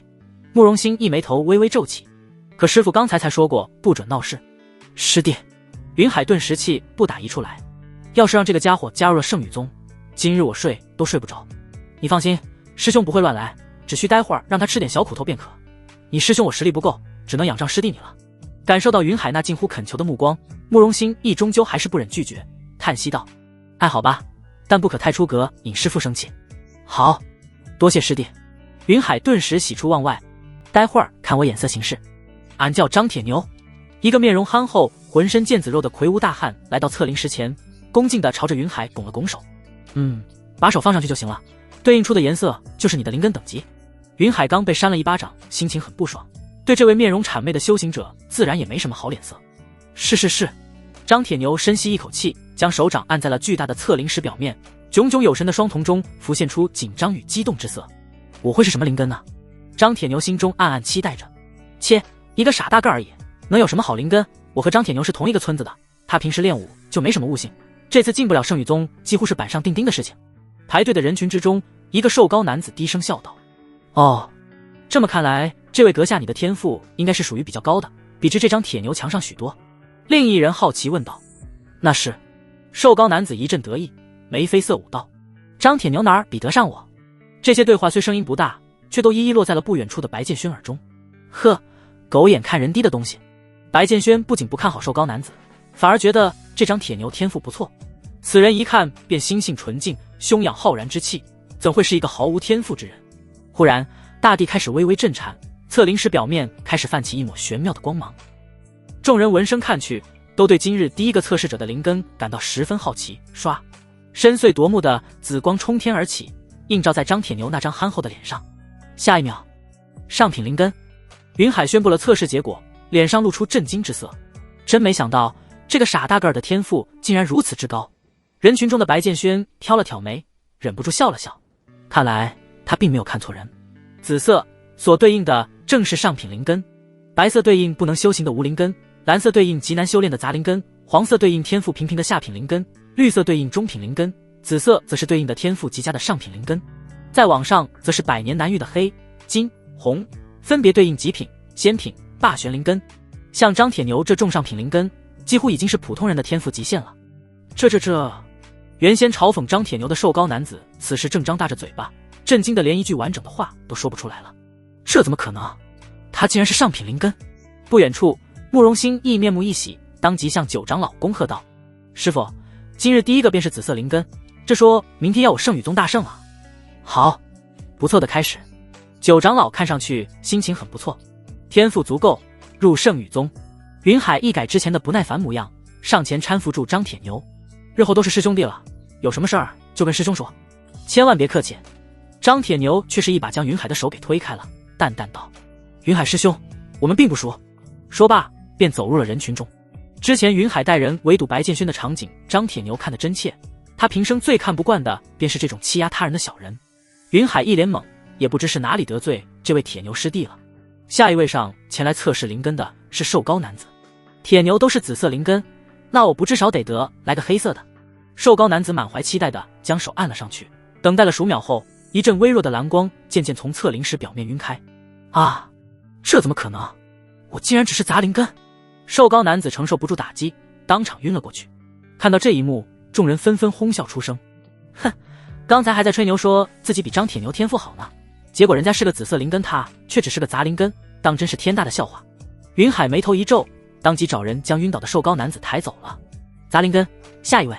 测试灵根如火如茶的进行着，其中不乏天赋极佳的普通修行者，但大多数都只是平平无奇的普通人。白剑轩看的甚至有些想打瞌睡，直到那道熟悉的身影走到了测灵石前。我一定可以的。南宫薰儿站在测灵石前，默默为自己打气道。不远处，慕容心亦正紧张地注视着这边，心中为南宫薰儿祈祷着。如果灵根太差的话，慕容心亦也不太方便将南宫薰儿安排进圣女宗。数息之后，唰，一道透彻的绿色光芒冲天而起，这也印证着南宫薰儿的灵根是中品灵根。中品灵根吗？倒是足够加入圣女宗了。南宫薰儿心中的石头总算是落了下来。师妹当真是好天赋，日后我便是你师兄了。云海笑呵呵道，日后还得师兄多加关照了。好说好说，下一个。白剑轩看了眼空荡荡的前方，当即向前迈一步来到了测灵石前。等了这么久，终于轮到自己了。你当真要测灵根？见轮到白剑轩了，云海的脸色顿时就黑了下来。白剑轩没有回应他，可就是他这般无视，顿时让云海更加恼怒。呵，你不要以为你是金凤神国的神子就一定能测出个好灵根，我劝你趁早滚回去，看到我慕容师弟了没有？云海指向慕容心意，我师弟可是千年难遇的极品灵根，你要是也能有个极品灵根，倒也算是给金凤神国长脸了。要只是个无灵根或者杂灵根，那今日你便是要将你金凤神国的脸面丢到姥姥家去，如此你还要继续吗？云海说了这么一大堆，意思很明确，要白剑轩知难而退。毕竟白剑轩的天赋直接关乎到金凤神国的脸面，由不得不重视。白剑轩依旧不回应，只是安静地注视着云海。你是不相信吗？云海还以为白剑轩是在怀疑慕容心意的天赋，当即冷哼一声，将慕容心意给拉了过来。师弟，给他看看你的天赋。慕容心意无奈摇头，毕竟答应过要帮云海出气，旋即将手放在了测灵石表面。嗡，震耳的嗡鸣自测灵石内响起，恐怖的旋律如潮水般涌出，顷刻间一道通天彻地的漆黑光芒拔地而起，直冲云霄。所有人都认出来了，那是代表着顶级修炼天赋的极品灵根。当真是修炼天才啊！早就听闻圣羽宗这2年出了一个天赋极其恐怖的妖孽，没想到竟就是这位。极品灵根那可是千年难得一见，圣羽宗当真是人才辈出。这个云海还真是不给人留情面，将慕容心意给请出来，那个兄台这下脸色要难看了。在场的修行者们无一不是面露震惊。如何，金凤神子，你要是觉得你的天赋能比得上我师弟，你就来测；要是觉得比不上，就趁早滚回你的金凤神国。我明确告诉你，圣羽宗不欢迎你。云海如同一条狗仗人势的恶犬，向白剑轩露出了丑陋而锋利的獠牙。这一次，白剑轩回答了。呵呵，白剑轩冷哼一声，不屑道：区区一个极品灵根而已，竟也让你震惊至此，看来你是真没见过什么世面。听到此话，云海先是一愣，数秒后忽然爆笑出声。哈哈哈哈！我这辈子当真是没听过这么好笑的笑话。神子殿下，你是不是常年当神子，把脑袋当糊涂了？竟然用区区2字来形容极品灵根，有本事你来觉醒出一个极品灵根试试啊！白神子面对白剑轩的不屑，一向自傲的慕容心意此时也感到不悦。在下虽从不自认高人一等，但在一众师兄弟中却也算得上是天赋上乘。神子殿下瞧不起我这极品灵根，那想必神子殿下至少是个仙品灵根吧？此言一出，围观众人纷纷摇头。开什么玩笑，极品灵根本就是难以的见，仙品灵根怎么可能轻易出现？这个白剑轩倒也真是有些狂妄过头了。虽说云海是在处处针对他，但说这种大话也着实连我都不信。什么时候极品灵根也能用区区来形容了？我做梦都想有个极品灵根。几乎所有人都不太看好白剑轩，除了张铁牛，这人如此冷静，感觉很厉害。张铁牛也看不透白剑轩，却有一种很强烈的直觉，这个人的灵根层次估计要出乎所有人的预料。你想看，那便让你看吧。面对云海的嘲笑，白剑轩不再废话，当即将手按在了测灵石之上。自己可是混沌吞天体质，灵根哪里有差的理由？当白剑轩自身玄力注入到测灵石内的那一刻起，恐怖的玄力波动震荡开来。轰隆，远处天际传来刺耳雷鸣，原本晴朗的天空忽然乌云密布，霎时间天地色变，异象突降，众人皆是一愣。什么情况？顷刻间，测灵石突然开始剧烈的晃动，一道浓郁到极致的夺目金光如天地之柱般耸入云霄。卧槽！在场的所有人顿时懵了，金色真是仙品灵根，他竟然有此天赋。南宫薰儿震惊地捂住嘴巴，双眸中满是不可置信。云海和慕容心亦面面相觑，一副见了鬼的模样。竟然真出现了仙品灵根！砰！九长老猛地站了起来，苍老的眼眸中满是震惊，恐怖的旋律波动瞬间炸开。然而还没结束，在众人惊愕的目光中，那道耀眼的金色光柱忽然变得暗淡，紧接着一抹如血般的朱红忽然乍现，像是落入9天的银河，通天彻地，光芒比之刚才强盛了100倍不止。众人眼前的世界变成了一片血红，恐怖的旋律如同井喷，久久不散。是传说中的霸玄灵根！九长老惊呼出声。很快，九长老眼眸中的震惊转变成了狂喜之色。他从未见过霸玄灵根，只在传闻中听过，此等天赋之人，若是加入了圣女宗，至少可保圣女宗在兴盛万年。九长老已经下定决心，一定要收这个白剑轩为徒，无论对方提出什么要求，他都答应。这，根据传说，血红色对应的是万年都难得一遇的霸玄灵根吧？正是啊，没想到有生之年能得见霸玄灵根，真是死而无憾了。可恶啊！我要是能觉醒霸玄灵根就好了。看来圣羽宗又要出一个划时代的人物了，或许用不了多久，圣羽宗在大陆的地位将再上一层楼。围观的众人痴痴地望着天空中那道血红巨柱，宛若失了魂魄。总算是没让我失望。白剑轩长舒出一口气，随后将手收了回来，血红光芒瞬间消失无踪。看着眼前还处在失神状态的慕容星逸和云海，白剑轩轻笑道：“真是让二位失望了。我的确不是仙品灵根，是霸玄灵根，如此二位可还满意？”你……云海喉咙滚动了半天，却是连一句完整的话都说不出来。这一次算是让对方把自己脸都给扇肿了。一想到先前自己在白剑轩面前那无比嚣张的模样，云海此时恨不得找个地缝钻进去。至于慕容星逸，早已被震惊得面无人色。他自幼天赋过人，从未有人能胜过他，因此心气极高，今日还是第一次败给他人。不过慕容星逸并不气馁，因为他明白自己身上有一样东西，是世间所有人都比不过自己的，那便是气运。在加入圣羽宗后，师父曾告诉过慕容星逸一个秘密：逸尘啊，你此生必将有所大成就。老宗主那日为你推算了一卦，你身上所背负的气运，常人难以想象，只需潜心修炼，他日必将一鸣惊人。但也不要过度自傲，木秀于林，风必摧之。你只要记着一句话，只要你想修炼，这世间无一人能追赶上你。这是九长老的原话。因此即便知道白剑轩的灵根比自己要强大很多，慕容星逸也坚信自己日后的成就必将大过白剑轩。然而慕容星逸不知道的是，他引以为傲的气运正被白剑轩悄无声息地吞噬着。这时九长老化为流光，急速来到白剑轩的面前，面色因为兴奋一脸潮红。当真是我圣羽宗之幸，天下之幸啊！白剑轩，你的天赋相当不错，我有心想收你为关门弟子，不知你可否愿意？面对九长老抛出的橄榄枝，白剑轩一点都不意外。霸玄灵根到哪儿不是被抢着要的？然而这话落在其他人耳朵里，却是差点眼冒绿光，当场羡慕致死。那可是圣羽宗九长老啊，此生要是能入他的门下，日后成就难以估量。别说当九长老的徒弟了，咱们就是当个普通弟子都费劲。这白剑轩当真是妖孽中的妖孽啊，天赋竟然如此之高。众人只恨自己不是白剑轩，能被圣羽宗九长老收为弟子，这可是常人难求的福分。但白剑轩却是在犹豫，做他弟子，那日后便能与慕容星逸日日相见，似乎也不错。只是我这样进圣羽宗是否太张扬了些？白剑轩觉得有些头疼。若成了九长老弟子，白剑轩便可名正言顺地待在慕容星逸身边，暗中吞噬其气运。可他此次是奔着灭亡圣羽宗来的，低调些行事似乎更方便些。白剑轩，你是不是以为我只是个圣羽宗九长老，无法帮助你走上修炼巅峰？你可千万不要这么想。实话跟你说，我虽只是排行老9，但除了宗主之外，我自认不弱于任何一位长老，你可要好生考虑。九长老看上去似乎很焦急，其他人看到这场景顿时一愣一愣的。一向威严超然的九长老何时这般低声下气过？也就是霸玄灵根出现了他才会这样，换做其他人决然没这待遇。呵呵，老九说大话可别闪了舌头，我又比你差吗？这时一道红雷般的冷哼声自上空传来，众人循声望去，只见一身穿白袍的老者正脚踏虚空，缓缓踱步而来。三长老，慕容星一看清来人，不由得感到一阵疑惑。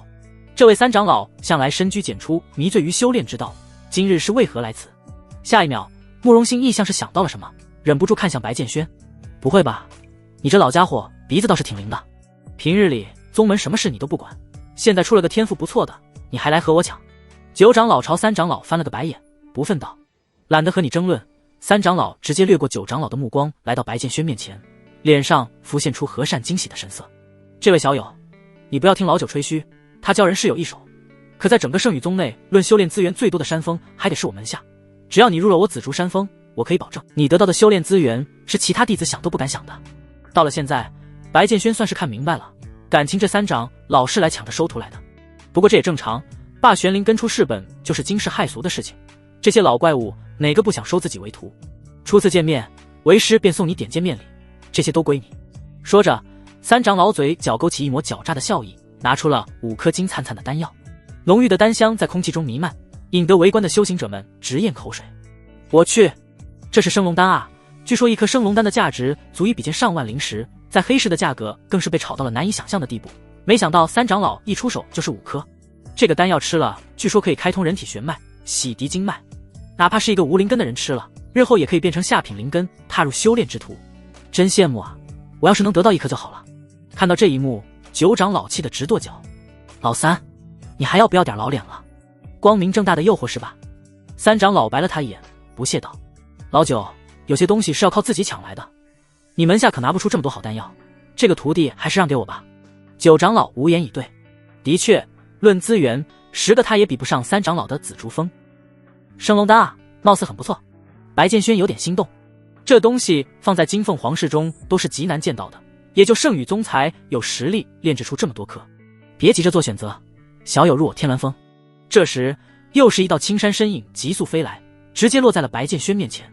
我乃圣宇宗5长老，门下女弟子是圣宇宗内最多的，你要想找个资质过人又漂亮的伴侣，入我天鸾峰绝对是不二之选啊！九长老和三长老的脸顿时就黑了下来。老五，你才是真的不要脸啊！连女弟子都是可以拿来吸引徒弟的筹码吗？5长老浑然不顾两人的骂骂咧咧。切，有本事你们也去招多点女弟子啊！3位长老你一言我一语，唾沫直飞，哪儿还有半点宗门长老的样子，就差没打起来了。周围的人看到这一幕，只感觉世界观都崩碎了。原来长老们也是可以平易近人的。好了，咱们这么争下去不是办法，再等一会儿来的长老会更多。我看不如让他自己做决定，咱们谁都不说话，如何？3长老忍不住出声制止道。好。5长老和9长老相互瞪了对方一眼，纷纷表示同意。3双眼睛死死盯着白剑轩，期待着他的回答。其他人也很好奇，白剑轩究竟会拜入谁的门下？白剑轩无奈地摸了摸脑袋，沉吟片刻，拱手道：承蒙3长老5长老青睐，但在下一开始其实就是奔着9长老才来圣宇宗的，所以我还是拜9长老为师吧。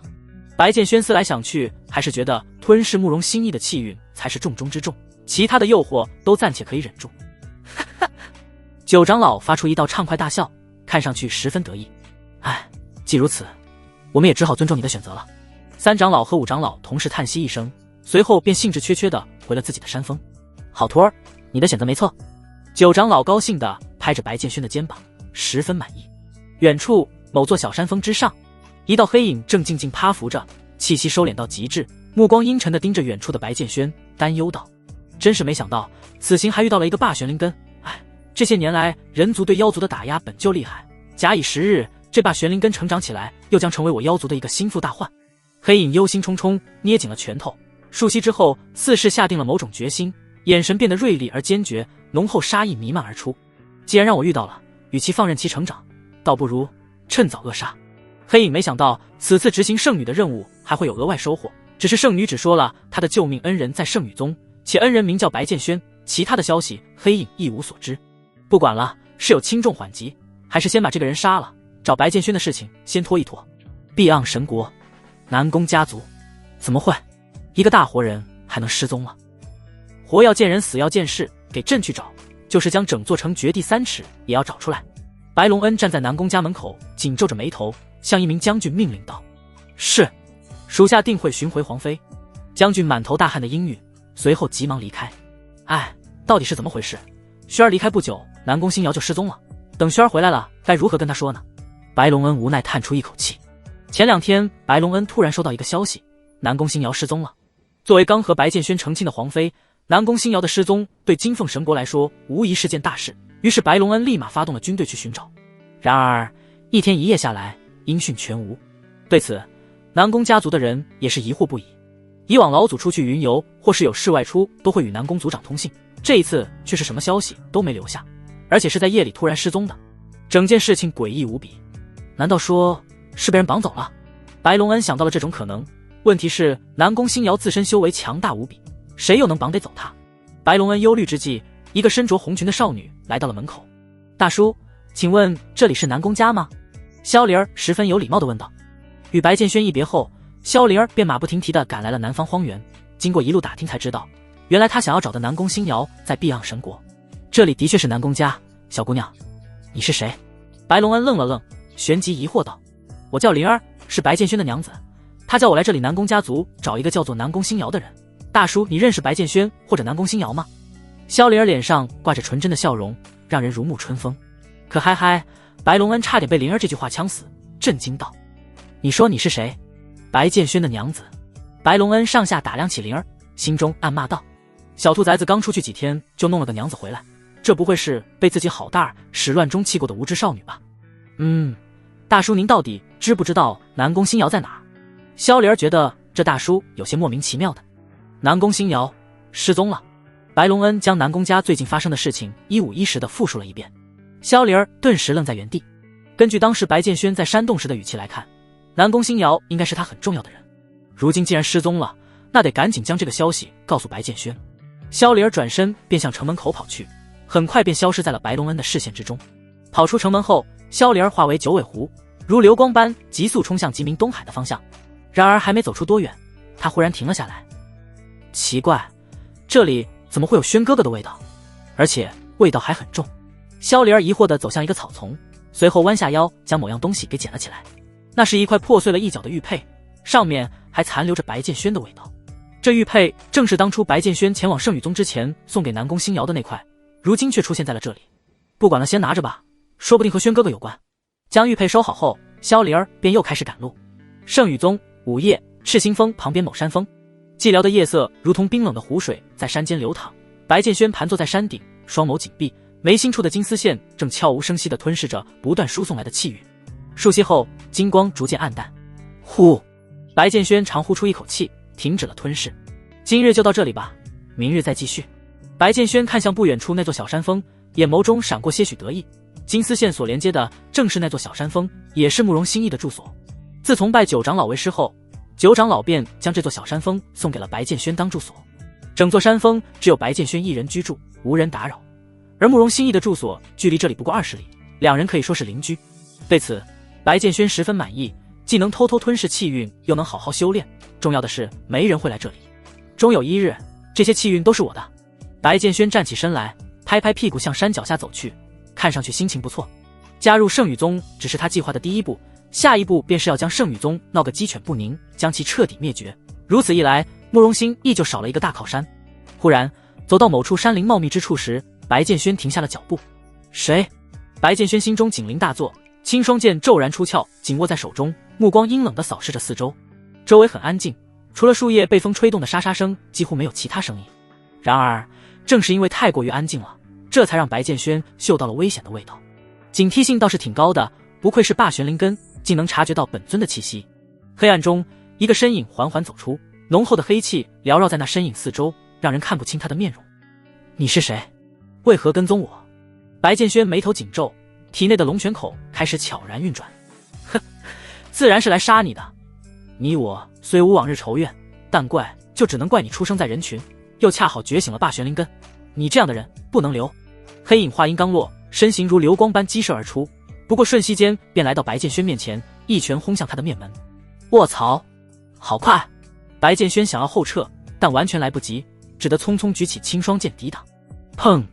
这一拳直接将白剑轩的护身玄力全部震散，轰退了20多丈远，口中吐出一道血剑。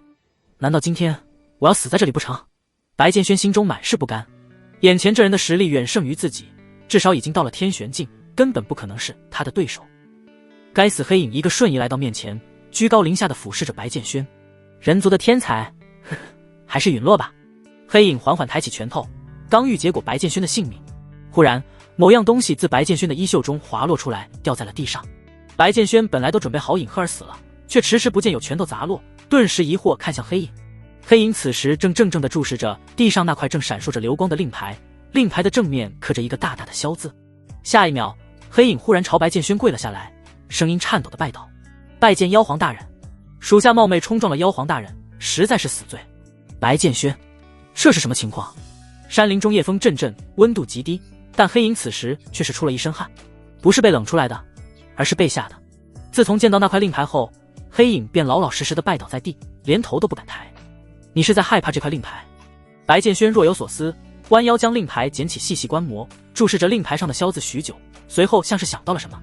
灵儿说过他姓萧，加之灵儿背景极深，这令牌上印刻着的萧字很可能代表着灵儿的家族势力，所以袭击自己的这人才会如此畏惧。果然啊，灵儿背后的势力大得吓人。在下斗胆一问，大人手中的妖皇令何处的来？黑影犹豫许久，咬咬牙问道。白剑轩微微挑了挑眉毛，沉吟片刻，故人赠予，说是可以保平安的。黑影顿时浑身一震，双眸猛地抬起，难以置信地看向白剑轩。敢问大人姓名？白剑轩。白剑轩如实回道。当这三个字落在黑影耳中时，只感觉天都塌了。好家伙，面前这位差点被自己杀了的男子，就是圣女的救命恩人，也是此次圣女宗之行他必须保护的人。我真该死啊！黑影简直要被自己蠢哭了，恨不得扇自己2个巴掌。今天要是把白剑轩杀了，等回到妖族圣女，非把自己给千刀万剐了不可。你在干什么？白剑轩一脸狐疑地注视着黑影，搞不懂对方一直在自言自语些什么。无事无事。黑影连忙摆手，若是让白剑轩知道了自己的想法，给圣女告一状，那还得了，必须想办法讨好一下他。见此令牌如见妖皇，大人日后有什么吩咐尽可言语，属下无有不遵。另外，其实属下是圣女派来保护您的，刚才之所以对您出手，其实是个意外。黑影哆哆嗦嗦地解释道。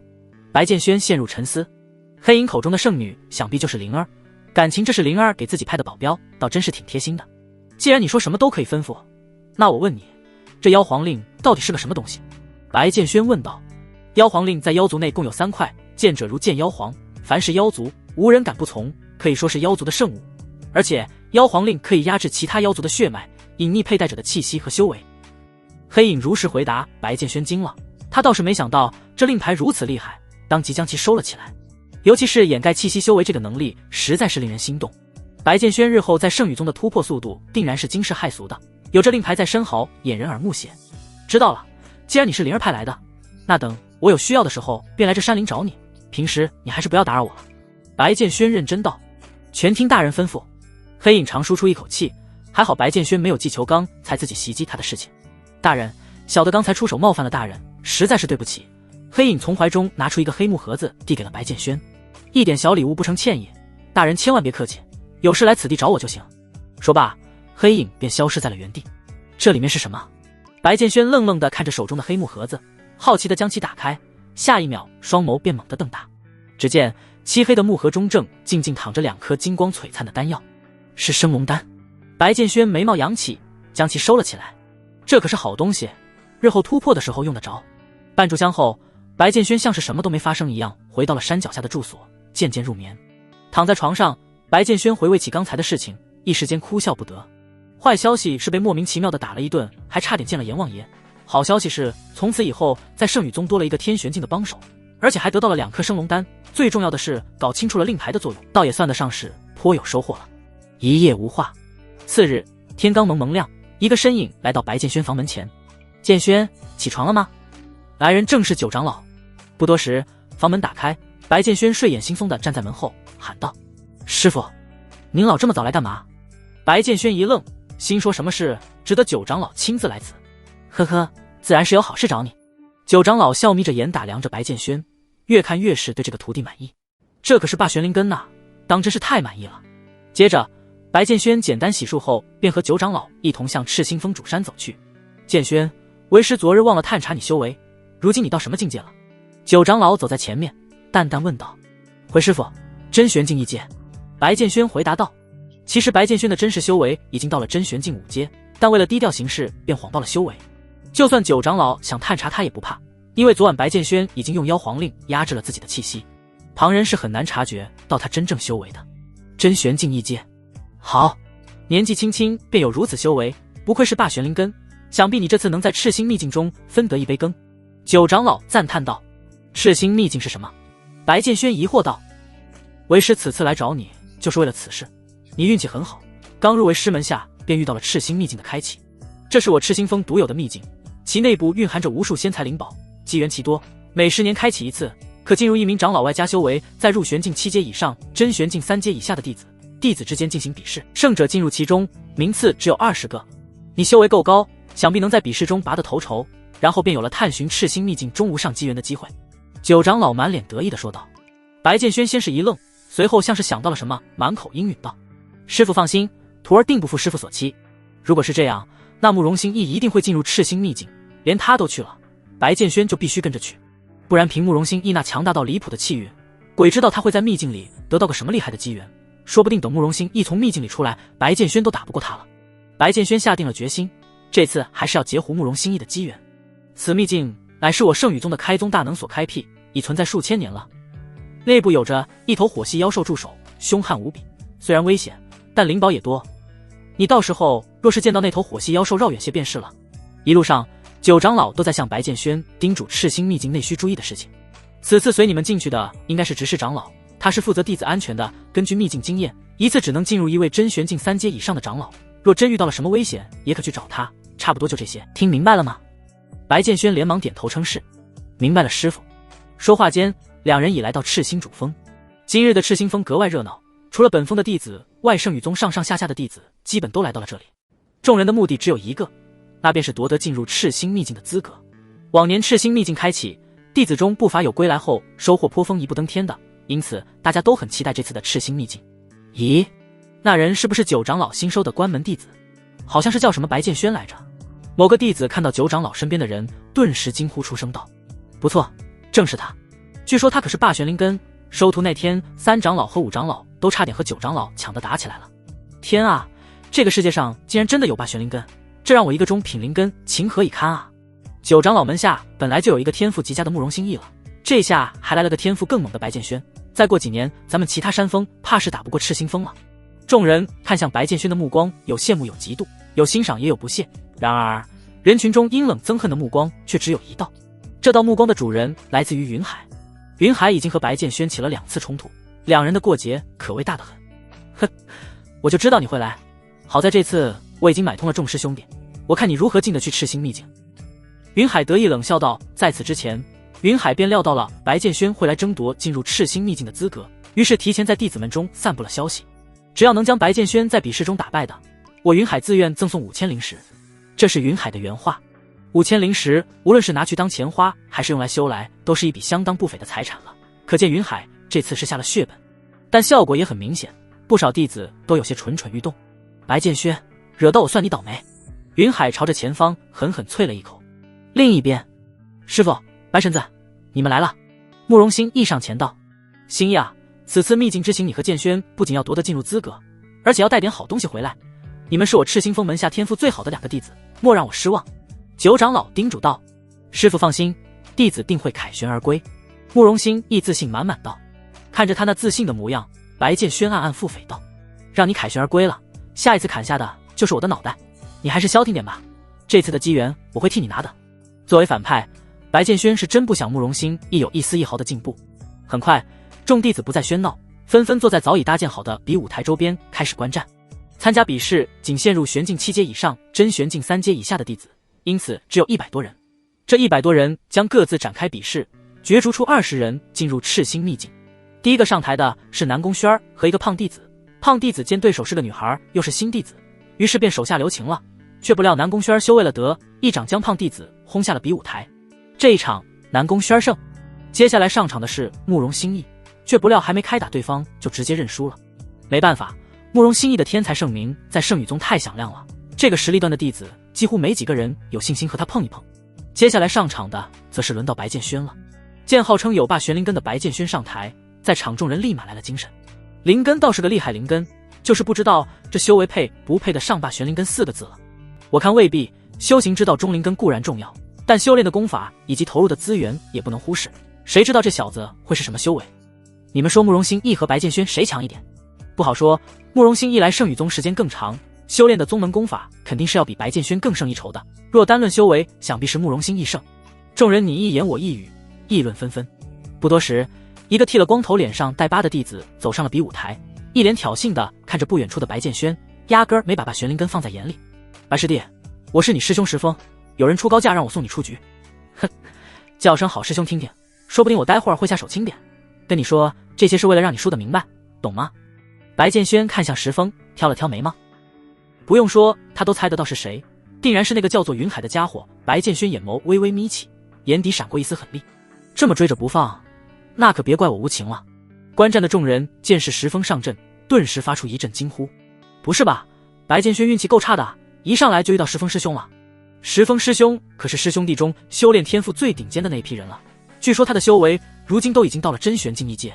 白剑轩这次怕是要栽跟头了，灵根再好也得有成长的时间，这个阶段还打不过石峰师兄很正常，过2年肯定就能打赢了。我之前和石峰师兄切磋过一次，给我揍的那叫一个惨。显然众人对石峰的实力都有一定了解，并且都怀有一定的敬畏之心。比武台上，你就这么有信心能让你的金主如愿？白剑轩不屑轻笑道。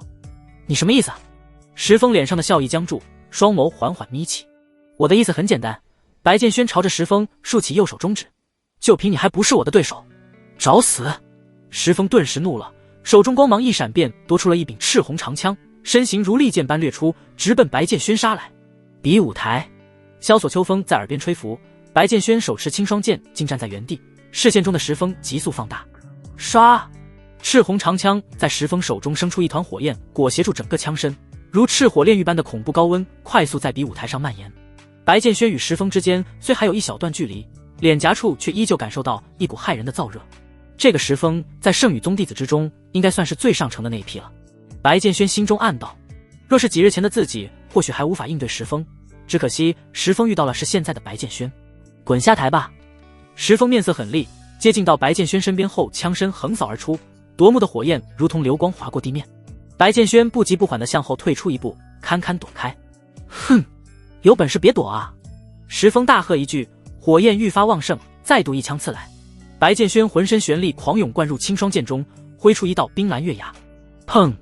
恐怖的高温与冰霜碰撞在一起，持续发出滋滋滋的融化声响。石峰惊骇地发现自己的手臂正在慢慢变得僵硬，恐怖的冰寒之力正在快速蚕食他的身体机能。好厉害的剑！石峰心下一惊，连忙拉开距离，额头渗出冷汗，再看向白剑轩时，眼神中多了一抹凝重。这股气息竟然也是真玄境一阶。石峰此话一出，众人皆是一惊。什么？白剑轩的修为也是真玄境一阶，竟然和石峰石头一样？不应该啊！石峰师兄在圣羽宗内日夜苦修，修为超出我们普通师兄弟一大截，白剑轩又是怎么做到的？刚加入圣羽宗，如此年纪便是真玄境一阶修为，前途不可限量啊！我本以为白剑轩最大的依仗不过是霸玄灵根，真没想到他的修为也如此之高。众人注视着比武台中那道傲然身影，忍不住吞咽了一口口水。世间竟有如此妖孽！白剑轩感受到周围人的目光，无奈摇摇头，心说：这还是我用妖皇令修改过的修为气息，若让你们看到我真正的境界，岂不是得惊掉你们的下巴？非是让这些弟子们知道，此时的白剑轩已经是真玄境5阶的高手，估计晚上觉都睡不着了。这基本是不可能存在的。九长老注视着白剑轩，沉吟片刻后看向慕容心意：心意，你要有压力了。白剑轩未来的成就不一定比你低，虽然你俩现在都是我的徒弟，但你的起点其实比他更高，可莫要懈怠了。慕容心意愣了愣，旋即点头，伸手摸了摸脖颈间的玉石吊坠，呼道：师父，我想释放全部修为，和白剑轩比试一番。九长老一惊，看向慕容心意的眼神有些不解。心意，白剑轩现在不是你的对手，在外人看来，你的修为不过是入玄境8阶，但那是你用法器压制过的气息，你的真正修为还是太过于晃眼了。只有九长老才知道自己这个弟子到底有多优秀，20出头的年纪却已经修炼到了真玄境2阶。无所谓了，反正师兄弟们迟早会知道我的真正修为的，我主要是想试一试，我比白神子高1阶的修为是否可以弥补灵根之间的差距。慕容心意眼神深邃，一脸傲然。唉，九长老无奈叹出一口气，随你吧，在同龄之中你一向没有遇到过对手，白剑轩的到来未尝对你不是一件好事，起码可以激励你一番。二人交谈之际，比武台上的战斗已经来到了白热化阶段。砰！白剑轩一剑挡住赤火长枪，随后另一只手猛然轰出，石峰发出一声闷哼，整个人被砸入地板之中，口吐鲜血。这怎么可能？石峰气喘吁吁的艰难起身，看向白剑轩的眼神充满了不解。你与我都是真玄境1境，为何我打不过你？刚才的交手中，石峰一丝一毫的便宜都没占到，反而被白剑轩给打伤了，这简直是天方夜谭。一样的修为境界差距怎么可能这么大？然而打死石峰都想不到，此刻站在他面前的白剑轩修为整整超出自己4阶，打不过是很正常的。结束吧。白剑轩低吟一声，手中青霜剑在空中划出一道凌厉斩击击射向石峰。啊！石峰发出一道惨叫，被直接轰下了比武台，掉入人群中昏死过去。看到这一幕，所有人都愣住了。不是，我寻思两人还有一番苦战呢，怎么感觉白剑轩赢得这么轻松啊？石峰师兄这就输了，白剑轩连衣角都没弄脏啊，这简直没道理。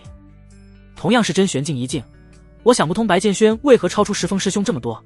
难道这就是霸轩灵根与普通灵根的差距吗？不光是灵根的差距，白剑轩的境界似乎比石峰师兄稳固得多，一招一式所催动出的玄力都要比石峰师兄强横许多。比武开始之前，只有极少数的人看好白剑轩，而且还是奔着霸玄灵根的威名。但现在，白剑轩用事实狠狠打了他们的脸。石峰他算个什么东西？这时，白剑轩缓缓转过身，抬起青霜剑，指向人群中的某道身影，冷哼道：“云海师兄，看来今日的比试让你失望了啊！你不是要出高价买我输吗？现在你的打手已经输掉比试，你要不要自己上来和我打一场？”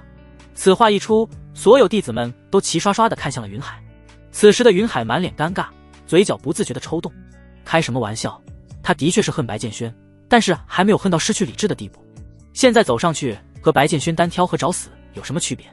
在南宫家族的时候，云海就被白剑轩暴揍过，那个时候打不过，现在就更打不过了。等等，白剑轩那时还只是真玄境9阶，现在怎么就到真玄境1阶了？如此短的时间内，白剑轩竟然就完成了进阶，这实在是有些太恐怖了。云海赶紧拒绝，然后脚底抹油跑了。白剑轩注视着云海的身影消失在视野尽头，嘴角忽然勾起一抹冰冷的笑意。很快这抹笑意消失，随后看向其他同门，还有谁要和我比试的？一圈问下来却是无人应答。原因很简单，石峰都输了，谁还有自信上台？白神子，我来挑战你。这时一道身影跳上比武台，手中金色长鞭指白剑轩，喝道。众人看向来人，顿时一惊，挑战者竟然是南宫兴义。你要和我打？白剑轩有点发愣，他本来是准备没人和自己打就直接回去的，没想到南宫兴义会跳出来。等等，这是不是一个对慕容兴义出手的好机会？之前白剑轩一直都忌惮慕容兴义身上的磅礴气运，所以就没有打草惊蛇。但现在是在比武，白剑轩便有了名正言顺向慕容兴义出手的机会。打死他肯定是不行，不然长老们不会放过自己，结局也是一个死字。但是缺个胳膊少个腿儿的无关紧要，大不了结束比试后就说自己没有控制好玄力导致失控了。对，就这么办。这下有好戏看了，这两个人都是9长老门下的得意弟子，而且又是新一届弟子中的最高天赋者，想必这场比试会很刺激。但是我怎么这场比试有点不对等啊？慕容兴义似乎是必输的结局。哦，为何？你们想啊，慕容兴义的修为只有入玄境8阶，但是白剑轩的境界已经到真玄境1阶了，这完全是一边倒的比试。众人恍然大悟，是啊，差点忘了这茬。然而比武台上的情形很快便有了变化。好，那我就不客气了，白神子，请指教。慕容兴一双眸中战意大盛，忽然抬起手，将脖颈处的玉石吊坠猛然扯断。顷刻间，一股极强的玄力喷薄而出，原本入玄境8阶的气息开始节节攀升。不过瞬息之间，慕容兴义的修为已然变成了真玄境2阶。什么？他竟然也隐藏了修为？白剑轩心中一惊，原来压制修为气息的不止自己一个人。好家伙，这慕容兴义隐藏的可真够深啊！气运之子果然不简单。嘶！观众的弟子们皆是发出一道吸冷气的声音，目光震撼到了极点。我的天啊，真玄境2阶！慕容兴义刚才扯下的吊坠，一定是一件用来压制气息的法器。我收回我之前说的话，这次的比试的确是一边倒，但占据优势的是慕容兴义。20岁真的能够修炼到真玄境2阶吗？这真的是人能做到的吗？我们还是小看了慕容兴义的天赋，妖孽果然是妖孽。人群中，南宫轩儿痴痴地望着比武台上意气风发的慕容兴义，眼中有小星星在闪烁。慕容哥哥真厉害！比武台上，白神子，接招吧！砰砰！慕容兴义不停甩动手中的金色长鞭，在空中甩出数声音爆，如同游蛇般的长鞭以一个极其刁钻的角度抽向白剑轩，威势骇人。来吧！白剑轩这一次也认真了，体内的龙泉诀不断运转，恐怖的玄力喷薄而出。唰！一剑斩出，与金色长鞭碰撞在一起，夺目火花四处溅射，碰撞声不绝于耳。两人的身影在场中不断缠斗又分开，数十个回合下来，谁也没有占到上风。事实上，白剑轩是完全可以压制慕容兴义的，毕竟他的真实修为是真玄境4阶。要不是为了掩盖真实修为，他早就一巴掌将慕容心意轰下台了。吃我一拳！慕容心意大喝一声，一记迅猛无比的轰拳裹挟着恐怖的旋力猛然砸向白剑轩。白剑轩眼眸一眯，心说好机会，吞噬！慕容心意这一拳被白剑轩一掌化解，附带的旋力如同泥牛入海般消失无踪。这种感觉就好像是白剑轩的手掌是一个可以吞噬旋力的黑洞，将所有力量都吞噬殆尽。这是怎么回事？正是这一愣神的功夫，让白剑轩找到了机会。一股淡淡的杀意自白剑轩眼眸中溢出，他体内的旋力疯狂运转凝聚，企图一剑斩杀慕容心意。此时的慕容心意还在愣神，若是结结实实的挨上这一剑，非死即伤。然而就在这时，不远处一道恐怖的气息忽然锁定住了白剑轩，似乎只要白剑轩敢挥出这一剑，那恐怖气息的主人便会立马出手将白剑轩抹杀。果然没那么容易啊！白剑轩倒是没有觉得意外，暗中有人保护慕容心意是正常的，毕竟他是气运之子。算了，暂时还是不能杀。这一剑挥出后，那人必当出手救人，到时候慕容心意死不死不知道，白剑轩大概率是得死在这里。白剑轩眼中的杀意快速散去，剑身翻转为横向，猛然拍在慕容心意胸口。噗！慕容心意身形倒飞而出，在空中喷洒出一道鲜血，直直坠下了比武台。暗处的那道气息忽然一怔，似乎是在愣神。他明明感觉到白剑轩就要下杀手了，为何只是将慕容心意拍飞了出去？难道是错觉？我去！慕容心意竟然被打败了！天啊，刚才发生了什么？为什么慕容心意会突然露出破绽？白剑轩这下可是完成了跨阶挑战，当真是天才妖孽啊！所有人都没有想到慕容心意竟然会输得如此轻易。刚才那到底是什么？竟然能吞噬我的玄力！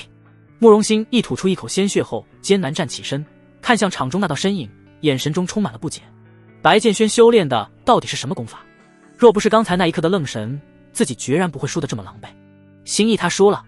九长老猛地站起身来，脸上写满了意外和不可置信。这……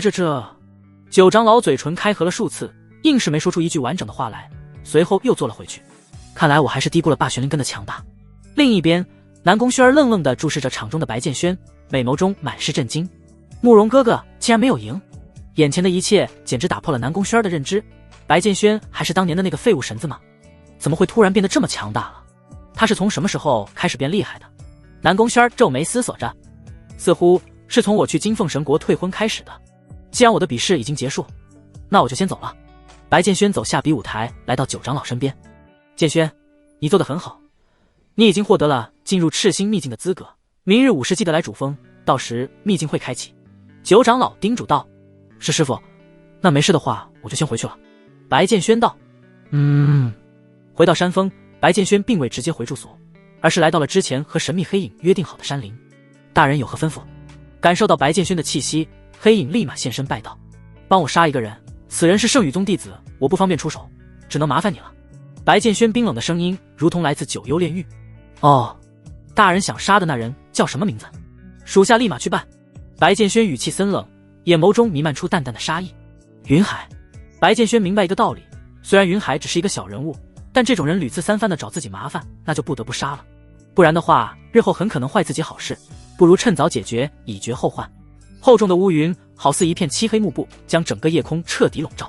弟子房内寂静无比，所有人都已陷入了熟睡之中。大半夜的怎么还尿急呢？烦死人！云海感到当下一阵急意袭来，急忙起身，匆匆披了件衣服便向门外跑去。明日就是赤星秘境开启的日子了，嘿嘿，到时候就有好戏看了。白剑轩啊白剑轩，这一次可是彻底惹恼我了。行走途中，云海低声念叨着这句话，神情愤怒无比。砰！这时云海忽然撞到了什么东西，发出一道闷哼声，旋即停下脚步。什么东西？云海吃痛地捂住额头，怒视前方。由于天色太暗的缘故，他只模糊地看见自己面前站着一个高大人影，面容无法看清。不是你谁啊？大半夜的站这儿干嘛？扮鬼吓人呢？云海还以为是和自己一样去茅房的师兄弟，自然是没有好脸色。那道黑影静静注视着云海，淡淡道：你最近是不是得罪了什么人？有人派我来取你狗命。听到取他的命，云海先是一愣，本就残剩无几的困意顿时被吓得全部消散。云海反应很快，当即飞速转过身欲向弟子房跑去，同时准备大喊。然而下一秒，砰！一道如铁般坚硬的手背重重击打在云海的背部，后者重重摔倒在地，面露痛苦之色，还未喊完的救命二字被硬生生打断，在地上不停抽搐，他的脊椎被打断了。你是白剑轩派来的？云海强忍痛苦，似是想到了什么，艰难出声道。要说最近和自己起冲突的，除了白剑轩之外，云海实在是想不到其他人了。黑影缓缓走到其跟前蹲下，冷哼道：大人的名字也是你这种杂碎可以直呼的。忽然黑影似乎闻到了一股尿骚味，随后像是意识到了什么，不禁面露嫌弃之色。这味道来自云海的下半身，此时的他因过度恐惧被直接吓得尿了裤子。丢人现眼，还是早些去死吧。黑影手掌抬起，狂暴的旋力在掌心凝聚，随后猛然拍向云海眉心。砰！云海不甘地闭上了眼睛，命脉彻底断绝，躯体渐渐在这道恐怖旋力的撕扯下化为了血水，缓缓融入土壤中。做完这些，黑影便缓缓退入到了黑暗中，仿佛从未来过这里。次日，赤心主峰，20几道身影围在一个山洞前，一个个面露兴奋之色，恨不得立马就冲进秘境里大展身手。这些人都是通过了笔试成功晋级的弟子，慕容心亦也在此行列。人群最前方，一个面容枯瘦的老者正静静地注视着荡漾着结界光晕的洞口，眼神深邃无比，似乎是在沉思些什么。此人乃是圣宇宗的执事长老，也是此次赤心秘境之行的带队人。这时几个弟子的讨论声传来：你们说我这次有没有可能找到传说中的龙须果？要是得到了那玩意儿，我感觉让我的天赋超过慕容师弟都不是不可能啊。切，你还是算了吧，龙须果这东西500年才结一次果，而且在秘境中极难寻找，咱们圣宇宗开宗以来也就只有3位师兄在赤心秘境中找到过这东西，你还指望能得到这个龙须果？我是不敢奢求的，不过它的效果的确是让我垂涎3尺，灵根升华、修为暴增都是附带的，最厉害的是可以大幅提升精神力，这是其他贤才都做不到的。想得到这东西看命，不是硬着头皮找能找到的。弟子们你一言我一语，皆是对那传说中的龙须果垂涎不已。哼，龙须果也是我此行的目的之一，只是长老苍老的眼眸中浮现出一抹贪婪之色。根据消息，只要找到那头火系妖兽，那事情就好办了。这时一道身影来到主峰，正是白剑轩。执事长老见白剑轩到来，随后又不着痕迹地瞥了一眼慕容心意的方向，嘴角勾起一个弧度，随后清了清嗓子喊道：人都到齐了吗？时间差不多了，大家都做好准备，我们很快开启秘境。长老，云海还没来呢。一名弟子说道。执事长老一愣，皱眉道：你们不是有人和云海住一个弟子房的吗？为何前来的时候不喊他一起？回长老，早上醒来的时间云海就不在弟子房了，我们还以为他提前来了这里，结果这里也没人。一名弟子回道。那不等他了。执事长老大手一挥，训斥道：没有规矩不成方圆，连秘境时间都能错过的人能干成什么大事？我们直接进去吧。对此弟子们无一人反驳，毕竟云海和他们也算不上关系多好。所有人记住，祖训规定过，进入秘境只能由一位长老带领。你们若是在秘境中遇到了什么无法解决的麻烦，可以来找我，其他时间你们自由探寻。探寻时间为5个时辰，5个时辰后无论是否有收获，都必须退出秘境。都听清楚了吗？执事长老神情严肃地叮嘱道。是。众人齐齐应允。5个时辰吗？倒也够了，我只需要紧跟着慕容心意就行，跟着他走，此行肯定能有大收获。白剑轩咂咂嘴，忍不住看向了正认真听嘱咐的慕容心意。或许是白剑轩骨子里就流着反派的血液，每次只要有机会能截胡慕容心意的机缘，白剑轩就感到兴奋无比。好了，大家准备进去。执事长老话音刚落，地面突然传来一阵震动，紧接着山洞口的结界散发出一道玄奥的旋力波动，一道传送门出现在众人视野中。弟子们早就迫不及待了，当即一脚踏入传送门中。众人只感觉眼前一黑，下一秒便来到了一片荒凉之地。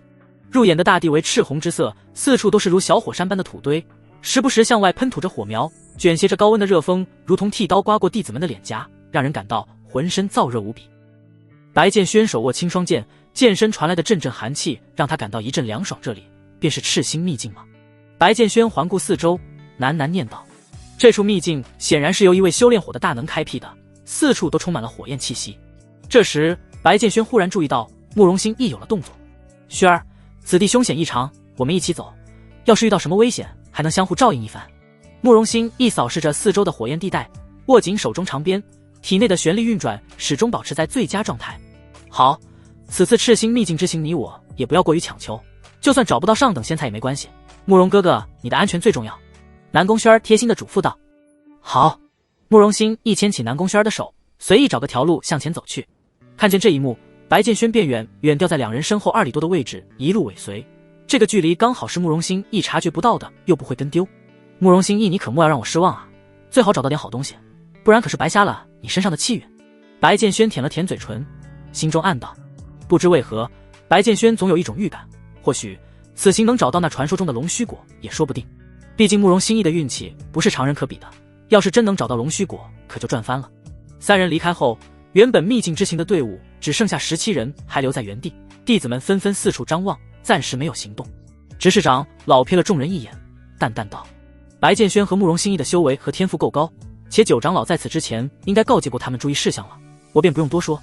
你们修为稍弱一些，在秘境中行事时要更加小心谨慎，遇到不可解决的麻烦便想办法通知我，明白吗？是。众弟子齐齐应声。不出1刻钟，10多个弟子接连离去，现场只剩最后3人，其中1人正是石峰。这3人悄咪咪来到执事长老身边，眉宇间透着难以抑制的兴奋，旋即低声道：长老，咱们进秘境前说的那事儿可还算数？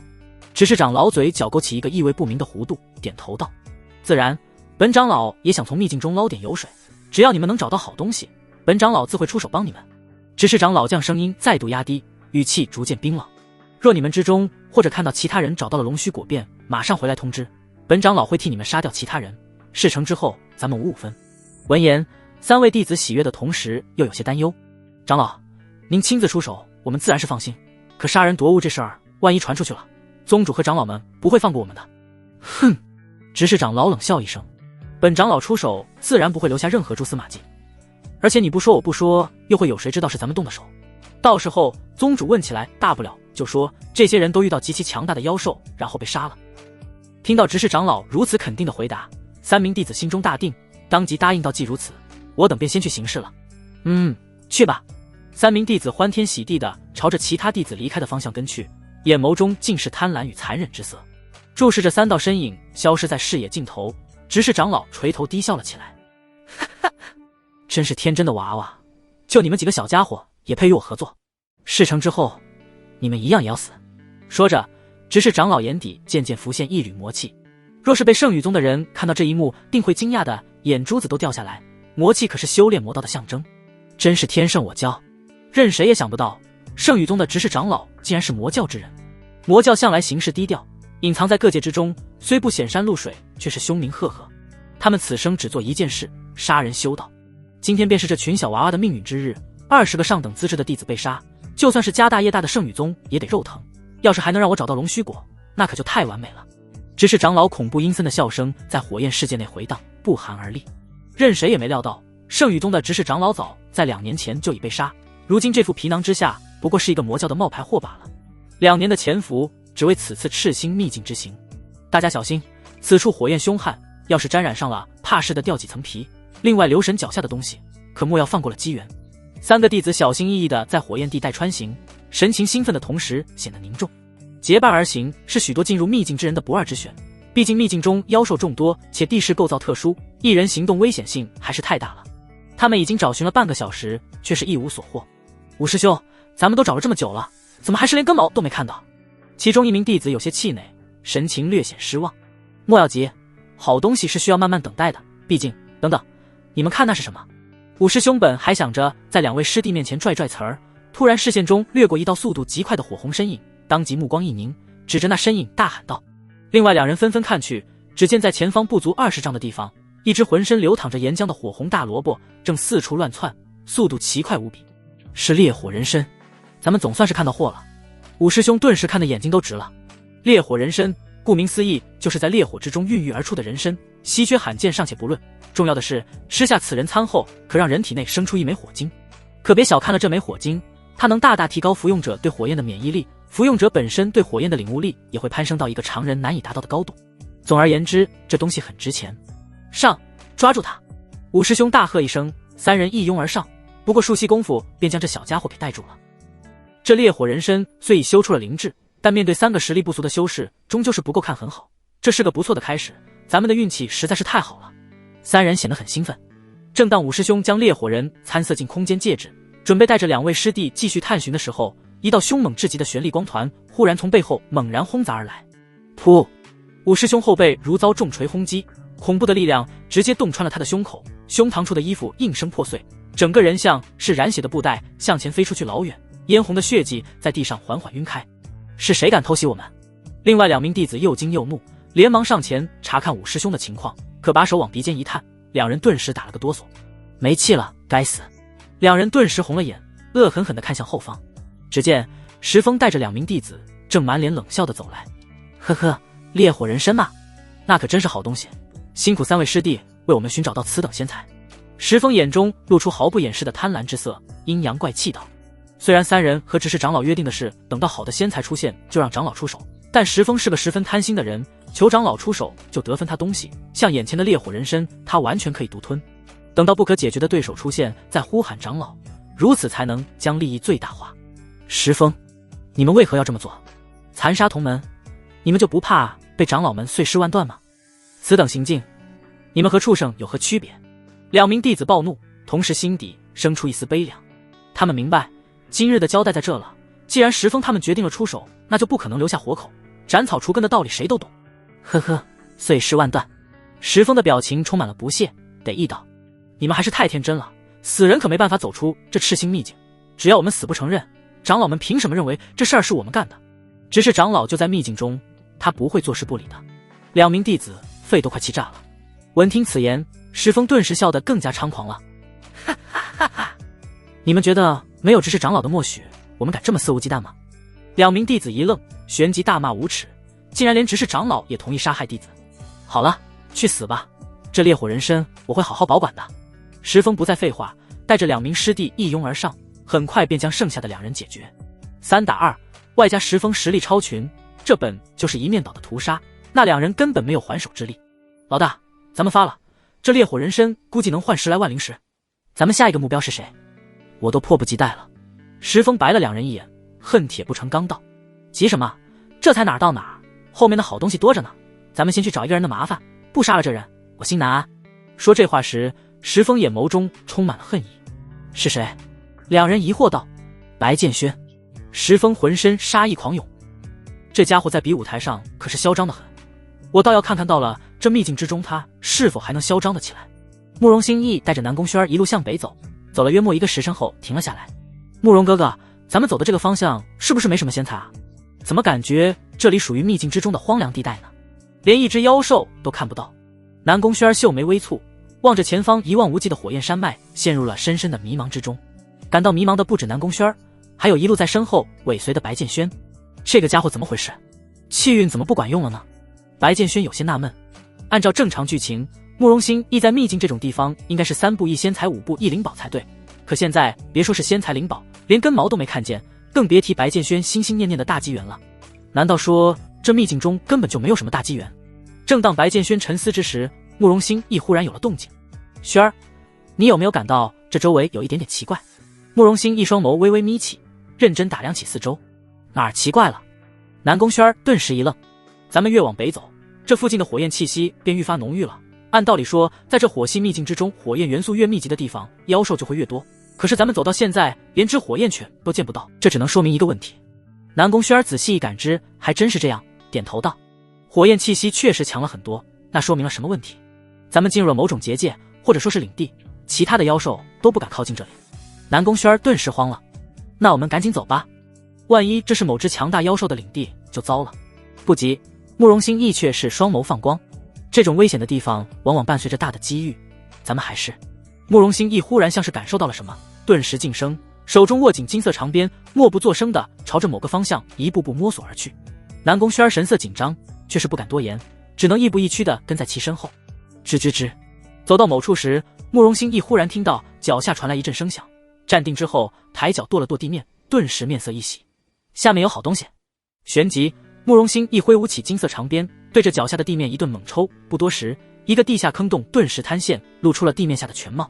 南宫轩看向坑洞内，顿时呆在原地，旋即大喜，是烈火人参。只见不大的坑洞内正拥挤地站着至少50多只已经修炼出灵智的烈火人参。这些小家伙被毁了家顿时满脸狰狞，十分不善地看向喜笑颜开的慕容新义，旋即又变得害怕起来。慕容新义也不客气，一只接一只的将他们全都给拔了出来，随后装进空间戒指，脸上难掩喜悦。咱们运气真是太好了，竟然能找到烈火人参的老窝。慕容哥哥真厉害。身后不远处的石头后面，白建轩看到这一幕，眼珠子都快瞪出来了，不是吧？这他妈也可以啊！不得不说，慕容心意的运气确实逆天，一只烈火人参都是极难遇到的仙材，他却一抓就是几十只，直接把人家老窝给倒了。白建轩甚至都怀疑，是不是整个赤星秘境内的烈火人参都聚集在这坑洞里了？难道说这就是慕容心意的大机缘了？白建轩有些犹豫，思考着要不要现在就出手。可是总感觉这还谈不上是大机缘，要不要再等等？这几十只烈火人参虽然罕见无比，但总觉得还稍微差了点意思。白建轩很清楚，此时若是出手，很可能打草惊蛇，后面可就没机会再出手了。于是他还是决定再静候一会儿。过了大约1炷香的时间，将所有烈火人参都装进空间戒指后，慕容心一当即准备带着南宫轩继续前行。就在这时，一道震天撼地的龙吟自远处天际传来，仿佛能穿透九霄，嘹亮无比。白建轩被吓了一大跳，仰头看去，顿时被惊出了一身冷汗。我靠，不会吧？只见一条浑身欲火的恐怖龙影在厚重云层中不断盘旋翻涌，隐若现，沉重如山岳般的威压瞬间覆盖在方圆10里内的火焰地带。不多时，一只龙头缓缓探出云层，直视向慕容心意，口吐人言，字字含怒，威震九幽。无耻人类，为何夺取本君后院仙材？这是一条体长超100米、浑身沐浴在烈焰中的巨龙，遮天蔽日的龙影覆盖大地，不断散发出令人心悸的恐怖龙威，令人望而生畏。看到这条赤龙的第一眼，白建轩毫不犹豫地撒丫子向后撤去，速度攀升到了极致。怎么可能？竟然会遇到一条赤龙！白建轩额角渗出一滴冷汗，心中暗骂的同时疯狂逃窜。得趁现在这条赤龙的注意力全在慕容心意和南宫轩儿身上时赶紧跑，不然等赤龙回过神来，白建轩就是想跑也跑不掉了。龙本就是妖族中的至强妖兽，更何况面前这条还是龙族血脉中的佼佼者赤龙。赤龙一怒，血溅千里。白建轩现在可没自信和这条赤龙对抗，被发现了就得送命。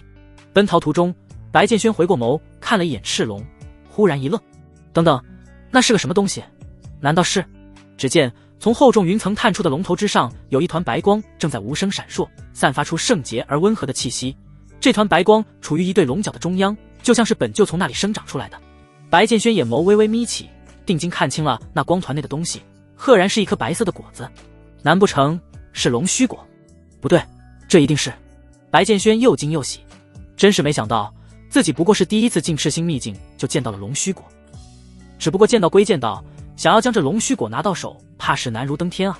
不说别的，这条赤龙都不是白建轩能对付的下一刻。白建轩似乎是想到了什么，难不成这龙须果就是慕容心意此行的大机缘？白建轩越想越觉得是这样。可问题是，慕容心意和南宫轩的修为不过是真玄之境，根本不是赤龙的一合之敌。白建轩绞尽脑汁也想不出慕容心意有哪怕一丁点的胜算。但这也正是气运之子的恐怖之处，哪怕表面上看去一丁点胜算都没有，但在出秘境之前，慕容心一定会有办法杀掉这条赤龙，夺下龙须果。白建轩坚信这一点，毕竟主角的故事都是这般离奇。算了，先撤远点看看情况再说，等机会到来时再抢慕容心意的机缘。白建轩足足逃出了20里地，这才松了口气，遥遥看去已只能看到模糊的龙影。呼，白建轩长长呼出一口气，心中开始思考对策。目前最好的办法就是等慕容心意将赤龙解决，然后自己再做渔翁半路杀出夺下龙须果。如此一来，这趟赤星秘境之行就算得上是完美了。白建轩正这般想着，忽然他目光猛然一凝，感到有3道气息正在向这边靠近，而且其中一道还有些熟悉。不多时，石峰带着2名弟子来到了白建轩所在之地。是你？白建轩眉头一挑，手掌缓缓按在了青霜剑之上。这石峰似乎来者不善啊。白师弟，师兄我总算是找到你了，你可是让我找的好苦啊，在这秘境中可还顺利？石峰对着白建轩咧嘴一笑，眼底流露出一丝隐晦的杀意。白建轩敏锐地捕捉到了这缕杀意，心中却是有些不解。石峰会找自己麻烦很正常，毕竟这家伙昨天在比武台上还被自己打得狼狈不已，在众多师兄弟长老面前丢了面子，怀恨在心也很正常。可为何会是杀意？就算石峰真能杀了自己，又能如何？这秘境中还有执事长老维护秩序，而且出了秘境后，圣宇宗也绝不会放过残害同门之人。除非白建轩脑海中闪过一个念头，眼眸渐渐眯起，除非执事长老默许了他们的做法，甚至还会主动帮他们欲盖弥彰。如此一来，在秘境中杀人夺宝也就不是什么大不了的事情了。白建轩仅仅是通过一缕微小杀意分析出了事情的实质，神色逐渐变得冰冷。不劳师兄挂念，此行还算是顺利，若无其他事，我便先告辞了。说罢，白剑轩便转身欲径直离开。然而2名弟子却迅速围了上来，挡住了白剑轩的去路。白师弟不要急着走，既然此行顺利，那想必是找到了不少好东西。石峰眼中的贪婪毫不掩饰地流露而出，有好东西就得分享。师兄我此行可是还没什么收获，你把东西分师兄一些可好？说是分享，但3人这般做法分明是准备强抢。哼！白剑轩目光逐渐变得不善，冷哼道：你真以为有执事长老给你们兜底就可以为所欲为了吗？我的东西你也敢抢，倒真是活腻了。闻听此言，石峰和另外2名弟子顿时一愣，面面相觑，脸上布满惊愕之色。你是怎么知道这件事情的？要知道，执事长老与石峰3人合作的事情仅限这4人知晓，并且他们不可能将此事传出，那白剑轩又是如何知晓的？一时间，石峰心中的杀意疯狂上冲。这白剑轩太可怕了，留不得。一点小伎俩而已，还真以为可以瞒天过海了。白剑轩满脸不屑，淡淡道：说实话，你们的算盘打得挺好，但不该和我作对，今天你们所有人都得死。哈哈哈哈！石峰3人先是一愣，旋即大笑出声。哈哈！白剑轩，你是失心疯了吧？也不看看我们这里有几个人？除了我之外，这2位师弟也都是入玄境巅峰修为。我承认你很强，但在我们3人面前还是不够看。白剑轩，乖乖把收集到的仙材和灵宝都交出来，如此一来还能留你个全尸，不然的话，休怪我们心狠手辣了。3人步步紧逼，纷纷运转玄力，契机锁定在白剑轩身上。一群蝼蚁罢了。白剑轩颇为不屑道：事到如今，只靠真玄境1阶的修为是解决不了问题了，既如此，是时候展现真正的境界了。白剑轩深吸一口气，当即撤去了妖皇令对修为的掩盖，狂暴的玄力疯狂涌出。下一秒，白剑轩的气息以不可思议的速度开始攀升。真玄境2阶，真玄境3阶，真玄境4阶，真玄境5阶。怎么可能？石峰3人顿时傻眼，发出尖锐爆鸣。吼！震心撼魂的龙吟响彻云霄，如同黄金灯笼般的巨眼直勾勾地盯着慕容心意，更准确的说是盯着他的空间戒指，因为那里面全是烈火人参。你的意思是，这烈火人参都是你的？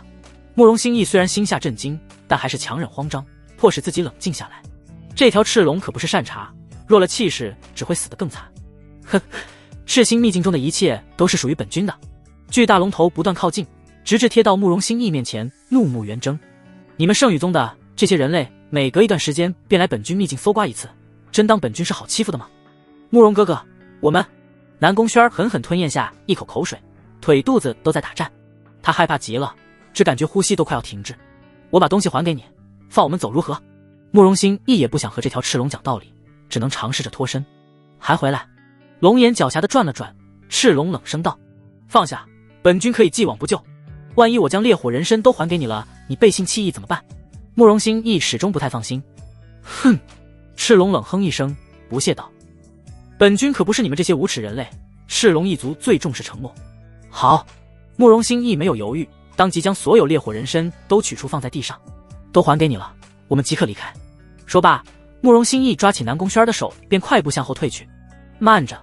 还没走出几步，赤龙愤怒的声音从身后传来：你什么意思啊？慕容心意转过身，不悦道：你刚才不是还说赤龙一族最重视承诺吗？现在还想对我们出手不成？赤龙直勾勾地盯着地上的烈火人参，细细数了一遍，忽然猛地抬起巨大龙头，怒视慕容心意：还有一只呢？本君共饲养了53只烈火人参，但这里却只有52只，无耻的人类，你竟敢私藏！慕容心意冷笑道：我就知道，妖兽的话终究不可信，将东西还给你了却，还要诬陷我们私藏。这烈火人参的数量，你自然是想说多少就是多少。赤龙眼神瞬间冷了下来。事实上，赤龙本不是故意找茬，烈火人参的数量的确是对不上，因为在此之前还有一只烈火人参逃了出去，数量对不上是正常的。找死！恐怖的龙威弥漫9天，赤龙昂起头颅，熊熊烈火以极快的速度自其口中吐出，径直轰向慕容心意所在的位置。不好，逃！慕容心意想都没想，拉起南宫轩的手快速闪开，这才堪堪躲开龙息。赤红火焰在大地翻卷，阵阵白烟在空气中弥漫，温度高得吓人。无耻人类，今日本君定然不会让你安然离开。赤龙鼻尖喷出2道火焰，二话不说就向前追去。沿途的妖兽看到这一幕，被吓得屎尿齐流，他们还是第一次见龙君发这么大的火。该死的家伙！慕容心意咬紧牙关，不顾一切的逃窜。其实他也和白剑轩一样，注意到了赤龙头上的龙须果，心中早已垂涎3尺。但别说拿到龙须果，现在能保住小命就不错了，自然是没心思去想如何夺得龙须果。另一边，赤红大地上，一道苍老身影正盘坐在虚空之中，双眸紧闭，似乎是在感受什么。忽然，吼！震耳龙吟自北方传来，执事长老猛然睁开双眼，目光如炬。终于出现了，这定是那头守护龙须果的赤龙发出的动静。执事长老眼中满是兴奋之色，他等这一天已经等了太久，也不知道是哪几个运气不好的小子撞见了这赤龙，嘿嘿嘿，倒是给我做了嫁衣。说着，执事长老从怀中掏出一块巴掌大小的冰蓝玉珠。冰蓝玉珠仿佛来自九幽冰原，哪怕在这极其燥热的赤星秘境中，依旧散发着恐怖的冰寒气息。仅仅是片刻，执事长老的手掌已然接满冰晶，该冰珠中的冰寒之力可见一斑。这颗极冰珠可是我花了大价钱买来的，就是为了镇压这赤龙片刻，但愿别让我失望。说到这，执事长老脸上露出一丝肉疼之色，这极冰珠只是一次性的，用过之后便会失去效用。不过一想到马上就能得到龙须果，他的心情又好了起来。话音落下，执事长老化为一道流光，直奔北方疾驰而去。砰砰砰，3道如同血带的身影狼狈地砸落在火焰地面上，潺潺鲜血流淌而出，浑身上下足有几10道血口。3人看向白剑轩的眼神中充满了惊愕，如见鬼神。不可能，这不可能！你在秘境外的时候，分明就只是真玄境1阶的修为，怎么可能一下突破至5阶？石峰宁愿这是一场噩梦，他只想快点醒来。眼前发生的一切可比噩梦可怕多了。不远处，白剑轩提着还在不断滴血的青霜剑一步步走来，眼中杀意暴涨。你这种蝼蚁自然是无法理解我的修炼之道，不是要抢我身上的仙财灵宝吗？我就站在这里，你抢得走吗？石峰喉咙剧烈滚动了一下，颤声道：你不能杀我，你杀了我们3个，等出了赤星秘境，圣羽宗不会放过你的，残杀同门是死罪。听到这话，白剑轩差点笑出声。石师兄，你还真是天真啊，你莫不会以为说出这些话我便会放过你吧？今日我若是被你杀了，你不也是在残杀同门吗？你不仁休怪我不义。再者说了，这里又没有其他人，我杀了你们又有谁会知道？你们喊吧，就算喊破喉咙也不会有人来救你们的。石峰3人顿时被吓得肝胆欲裂，双腿蹬着地面疯狂向后退去，神色惊恐到了极点。不，我不想死！一名弟子实在受不了了，一把将旁边的石峰给推了出去。白师弟，这都是石峰教唆我们的，你杀了他吧，今日之事我们万不会透露出去，只求你给我们一条生路。哦，白剑轩眉毛一挑，顿时起了点坏心思。好，既如此，那我给你们一个机会，你们2个现在给我把石峰宰了，我就考虑留你们活路，如何？闻言，石峰顿时暴怒。白剑轩，你休想挑拨！话只说到了一半，石峰便惊恐地看见2名师弟已经掏出匕首向自己扑了过来。师兄，人为财死，鸟为食亡，为了活命，师弟只能用你的命换一线生机了。到了地狱，可莫要怨师弟。那名弟子手持匕首，一瘸一拐地来到石峰跟前，满是血污的脸上浮现一抹狠色，匕首高高举起，所剩无几的玄力疯狂涌出。不，你们不要听白剑轩挑拨，我们3个一起上，有机会杀掉他的。石峰疯狂大喊，企图劝回2位师弟。我给你们的机会只有1次，若是杀不掉，那死的就是你们。站在一旁看好戏的白剑轩冷冷出声，宛若恶魔低语：我们知道，师兄得罪了。噗嗤，裹着霸道玄力的锋锐匕首狠狠刺进了石峰的胸膛，潺潺鲜血不断流淌而出。石峰眼眸中倒映出那么刺眼鲜红，不甘的同时更感到绝望愤怒。我做鬼也不会放过你们的。石峰口鼻不断溢出鲜血，倒在血泊中渐渐失去生机。见此一幕，另外2名弟子顿时面色一喜，急忙向白剑轩邀功。石峰死了，现在我们可以离开了吧？感受到2道满是希冀的目光向自己投来，白剑轩露出的却是冰冷的笑容。离开？我说过让你们离开了吗？斩草不除根，他日必食恶果，这点道理白剑轩还是明白的。至于之前对2人的承诺，白剑轩说的只是考虑放他俩离开，可没说过一定。你出尔反尔！2名弟子肺都快气炸了，当即红了眼。即便他们出手杀了石峰，白剑轩还是不肯放过他们。既如此，只能拼命了。杀了他！2柄匕首瞬间调转方向，直奔白剑轩刺去。死吧！白剑轩一声低语，手中青霜剑化为一道流光，飞速在2名弟子脖颈间掠过。2道血线缓缓浮现，潺潺鲜血顺着脖子不断向下流淌。2人的眼神逐渐变得灰暗而死寂，身躯倒地。空气中弥漫着血腥味，地面炽热的火焰将血水尽数蒸发。白剑轩走上前搜了一下三人的身，却是有了没想到的收获。烈火人参。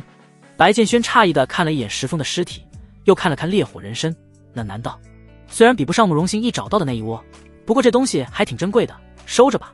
将烈火人参收好，白剑轩转身欲向北方行去。赤龙这会儿肯定还在追杀慕容心意和南宫轩儿，想到这白剑轩就感到兴奋。要是能借赤龙之手解决掉自己的心腹大患，那这趟秘境之行可就太值了。但白剑轩心里很清楚，慕容心意大概率不会命丧于此，气运之子手中肯定有保命手段，绝不会如此轻易陨落。白剑轩沉思之时，忽然身子一僵，一股极其强横的气息正在飞速向这边靠近，而白剑轩正好挡在了那人前进的正前方。不多时，执事长老来到白剑轩面前。是你？执事长老淡淡的瞥了一眼地上石峰三人的尸体，一下就猜到了事情经过，定是这三人想要抢东西不成，反倒被白剑轩诛杀了。当看到执事长老出现，白剑轩的心跳顿时漏了一拍，但很快他便调整好情绪，对着执事长老行了一礼，焦急道：执事长老，事情不是你看到的那样，是石峰他们三个想要抢我手中的烈火人参，甚至还要杀人灭口，为了活命弟子才迫不得已出手。白剑轩还没有蠢到直接和执事长老撕破脸，对方的修为比自己高出一大截，一旦开战丝毫胜算都没有。执事长老点了点头，神色淡然，看上去不是很在乎石峰三人的生死，而是转移话题道：石峰他们胆敢向同门出手，死有余辜，但眼下还有更重要的事情。白剑轩，我问你，刚才你可有看见一条赤龙在这边经过？他去哪个方向了？说这话时，执事长老眼中露出浓浓的贪婪、焦急而渴望，甚至都快压制不住体内狂涌的魔气了。白剑轩精准地捕捉到了对方的反应，思绪快速运转，很快便想到了执事长老此行的目的，原来是为了龙须果。不过这似乎也是个好机会，自己对付不了赤龙，说不准这执事长老有办法，到那时再做打算。白剑轩心中这般想着，当即回应道：弟子知道，刚才那条赤龙忽然降临，将弟子吓了一跳，此时正在追杀慕容心意他们。长老，我们快赶过去吧，不然慕容心意他们定会出事。好，你速速带路，可莫要让那赤龙伤了其他弟子的性命。执事长老一脸担忧状，看上去真是在担心弟子们的安危。但白剑轩心里清楚，这家伙就是想快点夺取龙须果罢了。两人各怀鬼胎的上路，向白剑轩记忆中赤龙离去的方向狂追而去。疾驰途中，执事长老忽然注意到了一件事情，此时白剑轩身上散发出的气息竟是真玄境5阶。要知道，昨日比试大会上白剑轩不过才真玄境1阶而已，仅仅1天时间怎么就突破至5阶了？白剑轩，你的修为是怎么回事？执事长老惊愕道。白剑轩心说坏了，刚才忘记用妖皇令将气息压制回去了。沉默片刻后，讪笑2声，低声道：长老，其实弟子早就是5阶了，但来圣羽宗之前，家父曾嘱咐过要低调些，木秀于林风必摧之，于是弟子便用法器将气息压制了。原来如此。执事长老了然点了点头，眼底却是浮现出一缕杀气。哼，如此年纪便有这般修为，那再过上几十年还得了。魔教一向和圣羽宗是死敌，他绝不允许这样的天才继续成长下去。执事长老已经下定决心，等找到龙须果之后，第一个要杀的就是这白剑轩。吼！一道震耳龙吟在前方响起，庞大的赤龙身躯出现在两人视线中。找到了！执事长老顿时眼眸一亮。此时慕容心义正无力地躺在赤红大地上，浑身浴血，伤痕累累。南宫轩儿也浑身是伤，直接昏死了过去，也不知气息是否还在。轩儿！慕容心一看到心爱的女人被赤龙伤成这样，顿时愤怒到了极点，猛地转过眸子，怒视赤龙，胸腔中的怒火姬欲焚天，怒喝道：赤龙，你当真以为我杀不了你吗？今日我定要你死！说罢，慕容心一从怀中掏出一块玉佩，握在手中，当即准备捏碎，这是他最后的保命手段。慕容心一紧盯着天空中那道巨大的龙影，死死攥紧玉佩，眼眸中杀意弥天。你是第一个逼我用玉佩的人，不，你连人都不是。传送石做的。赤龙不屑地俯视着慕容心意，看来你也有些来历，本君倒是很期待，你捏碎这块玉佩后会召唤出一个什么级别的强者呢？赤龙见多识广，自然知道这种传送玉佩只有极少数的大家族才会常备，大多数时候都是给后辈外出历练做保命使用的。只需捏碎，与慕容心意订立了契约的强者便会立刻出现在其身边。即便如此，赤龙也丝毫不惧。千钧一发之际，可算是让我找到你了，赤龙。一道大笑声由远及近，两道人影飞速来到，正是执事长老和白剑轩。执事长老紧盯着生长在赤龙头顶的龙须果，口水都快流下来了。他等这一天已经太久太久了。是长老。见执事长老到来，慕容心意如释重负般呼出一口气，当即将玉佩收起，背起还处于昏迷中的南宫轩，拖着残破身躯向外围跑去。剩下的事交给长老来处理便是。赤龙也没有追的打算，因为刚来的这个人类有些实力，等解决了这个人再去追那些小鱼小虾。人类，这里是本君领地，你们屡次三番扰本君清修，这一次本君定要惩戒你们。龙威滔天，响亮的龙吟在九霄荡开，威势骇人。赤龙缓缓张开嘴，恐怖的龙息不断汇聚，四周的火焰顿时燃烧得更加猛烈。你不走？执事长老瞥了一眼都快跑没影的慕容心意，又看向白剑轩，疑惑道：老实说，他不希望在收服赤龙的时候有其他人在场，此事必须慎重，要尽量避免变数。弟子与长老一起。白剑轩只是淡笑，看上去并不畏惧。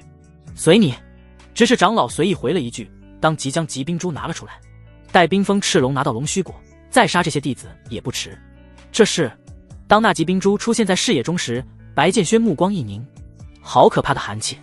即便是与执事长老隔着数个身位，那极致的寒气似乎都蔓延了过来，让人感到战栗。难道说，这就是执事长老用来对付赤龙的方法？赤龙，乖乖交出龙须果，可饶了你，不然休怪我出手狠辣了。执事长老喝道：贪婪的人类，不仅偷本君领地内的仙财灵宝，如今还盯上了龙须果，本君今日便要将你碎尸万段。龙有逆鳞，触之必死，这龙须果便是赤龙的逆鳞。冥顽不灵，看来这疾冰珠是省不下来了。执事长老有些肉疼地摇了摇头，下一刻猛然捏碎了那疾冰珠，霎时间犹如来自九幽冰原的极致寒气自破碎的疾冰珠之中狂涌而出，无数冰晶在空气中纷飞，执事长老脚下生出无数冰柱，向赤龙所在位置快速弥漫。卧槽！白剑轩顿时一惊，连忙身形后撤。好家伙，执事长老这手段未免太厉害了些。白剑轩感到一阵后怕，刚才要是再撤得慢些，怕是要直接变成冰雕。疾冰珠，赤龙的黄金龙瞳中罕见地浮现出一抹骇然之色，当即狼狈地调转身躯离开这里。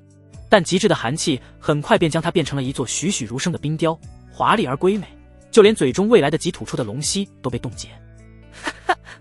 见此一幕，执事长老仰天大笑道：不枉我下血本买来这疾冰珠，威力果然不同凡响。下一刻，执事长老化作一道流光来到龙头之上，将那世人垂涎的龙须果给摘了下来，随后回到原来的位置。这便是龙须果。哼，当真是神物啊，光是感受到它的气息，我都觉得体内的玄力在疯狂涌动。白剑轩目光一凝，死死盯着龙须果，心中盘算着要怎么将其抢过来。下一刻，变故陡生。人类，将龙须果给本君放下。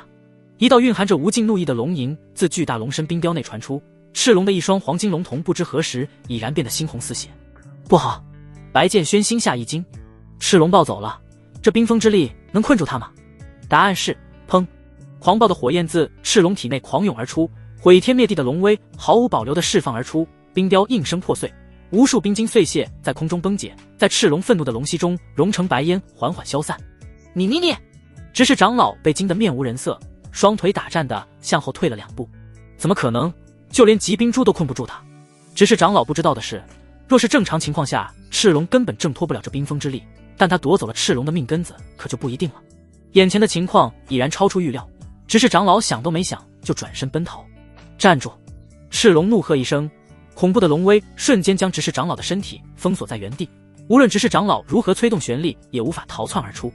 误会，都是误会，我只是想拿着龙须果观赏一番，现在就还你。执事长老彻底慌了，赤龙一怒血溅千里，可真不是说说的。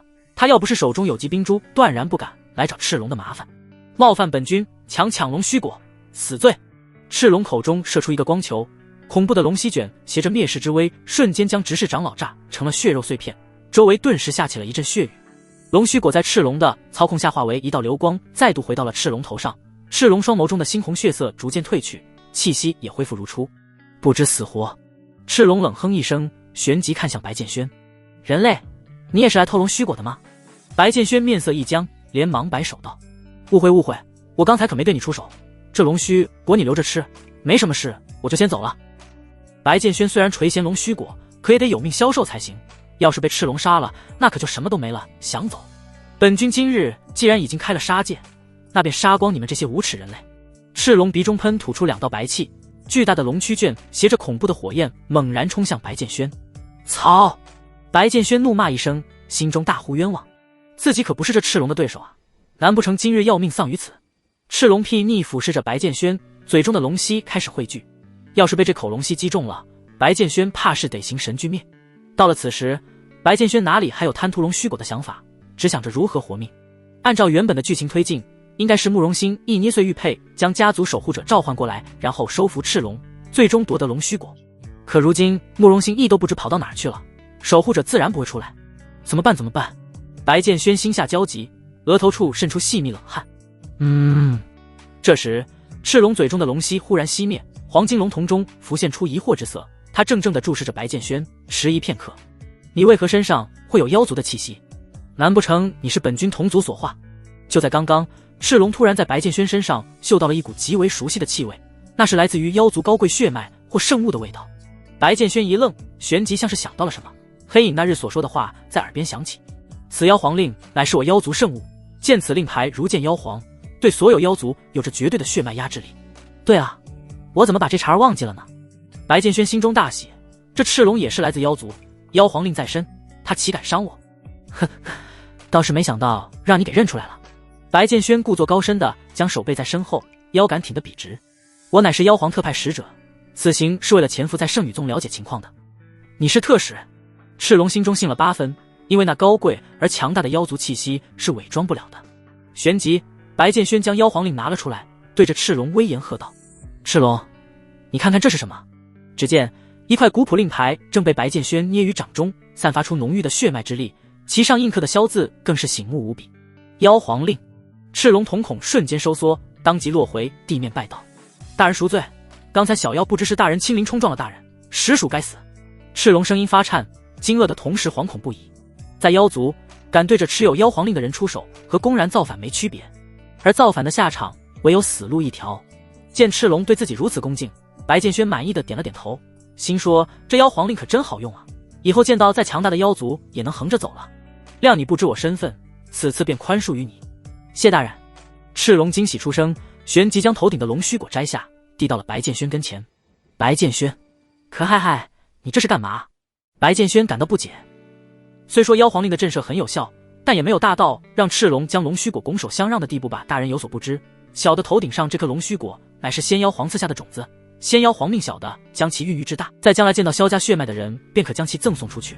大人既有妖皇令在身，那便有拿走这龙须果的资格。白剑轩整个人都愣住了，还有这好事儿？当真？小的岂敢妄言，自然是当真的。赤龙一脸谄媚道。白剑轩不知道的是，在整个妖族之中，3块妖皇令的拥有者只可能是萧家直系血脉，至少其他妖族都是这样认为的。赤龙献出龙须果，是因为他将白剑轩视作了萧家之人，其次就是想讨好白剑轩，刚才还准备杀了他来着。反正是要将龙须果交给妖族的，何不借此机会巴结一下白剑轩？白剑轩摸了摸鼻子，秉持着不要白不要的心理，将龙须果给拿了过来。既如此，那我便收下了。大人既是为了灭亡圣羽宗才来到此地，那小的自然是要尽一份力，日后但有吩咐，小的无所不从。赤龙一副表忠心的模样，看上去不像是装的，旋即又催道：今日这赤心秘境中又来了许多人类，大人您赶紧将这龙须果吃了吧，避免被那些贪婪的人类盯上。白剑轩沉吟片刻，重重点头：好，那我现在就开始炼化龙须果。赤龙，你来为我护法。赤龙说的没错，白剑轩若是带着龙须果出秘境，定会引起轩然大波，到时候想要低调行事也就不可能了，倒不如现在就将其炼化，一了百了。大人尽管放心，有小的在，无人敢来打扰。说罢，赤龙当即在四周布下守护结界，莫说是人，就连一只苍蝇都飞不进来。好，白剑轩当即盘膝坐下，目光灼灼地盯着龙须果，喃喃低念道：传说中的龙须果，可莫要让我失望啊！混沌吞天体开始吞噬。恐怖的吞噬之力自白剑轩体内狂涌而出，覆盖在龙须果表面，丝丝缕缕的白色火焰自龙须果之中析出，随后被白剑轩逐一吞噬。伴随着这些白色火焰被逐一炼化，龙须果的体型以肉眼可见的速度开始减小，不到半个时辰，一整颗龙须果已经被尽数吞噬。看到这一幕，赤龙的眼珠子都要掉到地上了。大人，您是如何做到的？白剑轩睁开眼，听到赤龙的话，不禁感到奇怪。这龙须果很难吸收吗？你为何这般问？赤龙疯狂摇头，语气震惊。吸收倒是不难，但一般人吸收这龙须果至少都得花上3天时间才可将其慢慢炼化，否则便会因承受不住龙须果内蕴含的巨大能量爆体而亡。大人，您却只用了半个时辰却安然无恙，这简直是天方夜谭。白剑轩顿时了然，原来赤龙震惊的是这个。不过这等骇人听闻的事情放在白剑轩身上，一切都显得那么的合理。只因他是混沌吞天体质，莫说是一颗龙须果，就是10颗100颗也算不了什么。此事是我的秘密，你不要多问。白剑轩语气变冷了些。赤龙也意识到自己的失言，当即拜道：小的一时说错了话，大人切莫生气。白剑轩点点头，喜滋滋地开始感受自己体内的变化。传说中的龙须果到底可以给自己带来多少修为增长呢？灵石沉入体内，探查一番后，白剑轩忽然皱起了眉毛。等等，为何这修为丝毫没有变化？白剑轩懵逼了，他的修为依旧是真玄境5阶，吸收了一颗龙须果，修为竟然一点长进都没有。白剑轩看向赤龙，狐疑道：你莫不是献了一颗假的龙须果给我？感受到白剑轩那质疑的目光，赤龙连忙解释道：大人误会了，这龙须果绝对是真的。那为何我吸收了体内的修为境界一点都没有松动？白剑轩皱着眉，一听是这个问题，赤龙先是一愣，旋即轻笑道：这龙须果的最有用的地方在于大幅提升精神力，而不是修为境界。这世上能提升修为的仙财灵宝多了去了，龙须果如此珍贵效用，自然不会那般平庸。大人不妨试着用精神力去感受一下四周。白剑轩一听觉得有理，当即闭上眼睛开始感受。霎时间，白剑轩精神狂振，以他的身体为原地，如烟海般磅礴的精神力铺天盖地地向四周快速扩散开来，方圆30里内的一切都在白剑轩脑海中快速成型，那种感觉就好像是身临其境般。白剑轩震惊了，他万万没想到自己的精神力竟然能散布到如此之远的距离。如果说之前白剑轩的精神力是一条小溪，那服用龙须果之后便已会成了一片汪洋，二者完全不是一个层级的。精神力提高对白剑轩的好处有很多，无论是修习功法还是参悟天道，都将更加手到拈来。且不说别的，光是这如同雷达般的精神力侦测就令白剑轩惊喜不已。相比之下，单纯的提升修为的确是太平庸了点。世间修道之人无数，但绝大数人都只想着如何提升修为，却没想过如何提高精神力。其中缘由不是他们不想，而是完全不可能。想要提升精神力的途径少之又少，除非找到龙须果这种传说中的灵材，不然就只能依靠修为突破后慢慢提升。见白剑轩面露笑意，赤龙补充道：若小的没看错，大人现在的修为应该是在真玄境5阶，但大人现在所拥有的精神力已经能和灵玄之境的人媲美了，大概是慧海境。这便是龙须果的强大之处。精神力境界划分：微竹、聚魂、慧海、无量、圆满、大圆满。白剑轩忍不住啧啧称赞，心道慕容心意的大机缘果然不简单。他抬头看了眼天色，此时已经日渐黄昏。这趟秘境之行即将结束，我要回圣羽宗继续潜伏了。但在此之前，赤龙我要再吩咐你一件事情。大人尽管讲，为了妖族，小的无有不从。赤龙兴奋道。白剑轩嘴角勾起一个弧度，淡淡道：我要你与我签订血契，日后你做我的坐骑。考虑到日后要和整个圣羽宗为敌，白剑轩只想多招些帮手。虽说现在赤龙对自己忠心耿耿，可那只是因为妖皇令，若有一天妖皇令不在了，赤龙还能对自己这么谄媚吗？答案自然是否定的。可赤龙要是签订了血契，成为白剑轩的坐骑，那便截然不同了。还有一个原因，那就是白剑轩实在觉得能收一条赤龙当坐骑实在是太拉风了。赤龙仅仅沉思了数秒，当即一口答应。大人的吩咐，小的自当应允。好。白剑轩也不废话，当即释出一滴精血，赤龙也同样照做，2滴精血在空中渐渐融汇，脚下生出一个血气阵法，随后某一刻，精血猛然融合在一起，再猛地分成2半，分别射入白剑轩和赤龙的眉心。至此，血气生效，白剑轩感受到灵魂之中多出了一道灵石，那是赤龙留下的。自此之后，一人一龙便有了灵魂上的联系。你就先在秘境之中待着，日后我有需求时自会唤你出秘境。是。赤龙点头称是。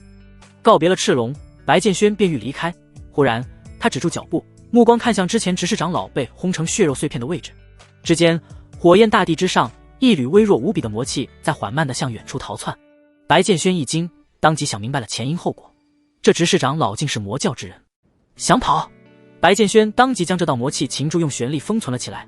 魔气疯狂挣扎，却是无可奈何，渐渐的也归于平静。白剑玄正愁着出了秘境不好向圣羽宗交代，有了这道魔气就好回话了。毕竟这次秘境之行死了不少弟子，执事长老也身亡。更要命的是，慕容心一看到了自己最后和执事长老一同对抗赤龙的场景，综合这些消息下来，白剑轩觉得就算圣宇宗认为是自己在秘境中捣鬼都不意外。最重要的是，白剑轩不想让别人知道自己得到了龙须果，有了这道魔气做凭证，便可省去不少麻烦。不继续在这秘境中多待，白剑轩当即踏入传送门之中国。圣宇宗秘境入口，一众长老弟子神情担忧地注视着入口，神情疑惑而不解。在他们前方，一众受伤弟子躺在地上，其中就包括慕容心意和南宫轩，此时还在昏迷之中。从赤龙手下逃出来之后，慕容心意半点探索秘境的欲望都没有了，于是立刻离开了秘境，刚出来就体力不支昏倒了。这一幕可把守在入口的弟子们吓傻了，当即将长老们给叫了过来，这才发生了眼前的这一幕。这到底是怎么回事？为何他们会受伤？听说刚才还有其他师兄也出来了，在秘境之中听到了巨大的龙吟声，想必慕容师弟便是因此受伤。依我看，要么遇到了极其强大的妖兽，要么就是有人在秘境中谋财害命。这话可不能乱说，虽说这样的事情以前发生过，但那都是多少年前的事儿了。再者说了，有执事长老在秘境之中执掌大局，又有谁敢做出伤害同门之事？众人你一言我一语，叽叽喳喳说个不停。这时秘境入口忽然又有了动静，众人顿时噤声，齐齐看向那道身影。长老！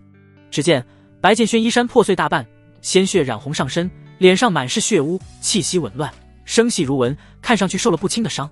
众人皆是一惊，白剑轩也受伤了。一时间，所有人都更加好奇，秘境之中到底发生了什么。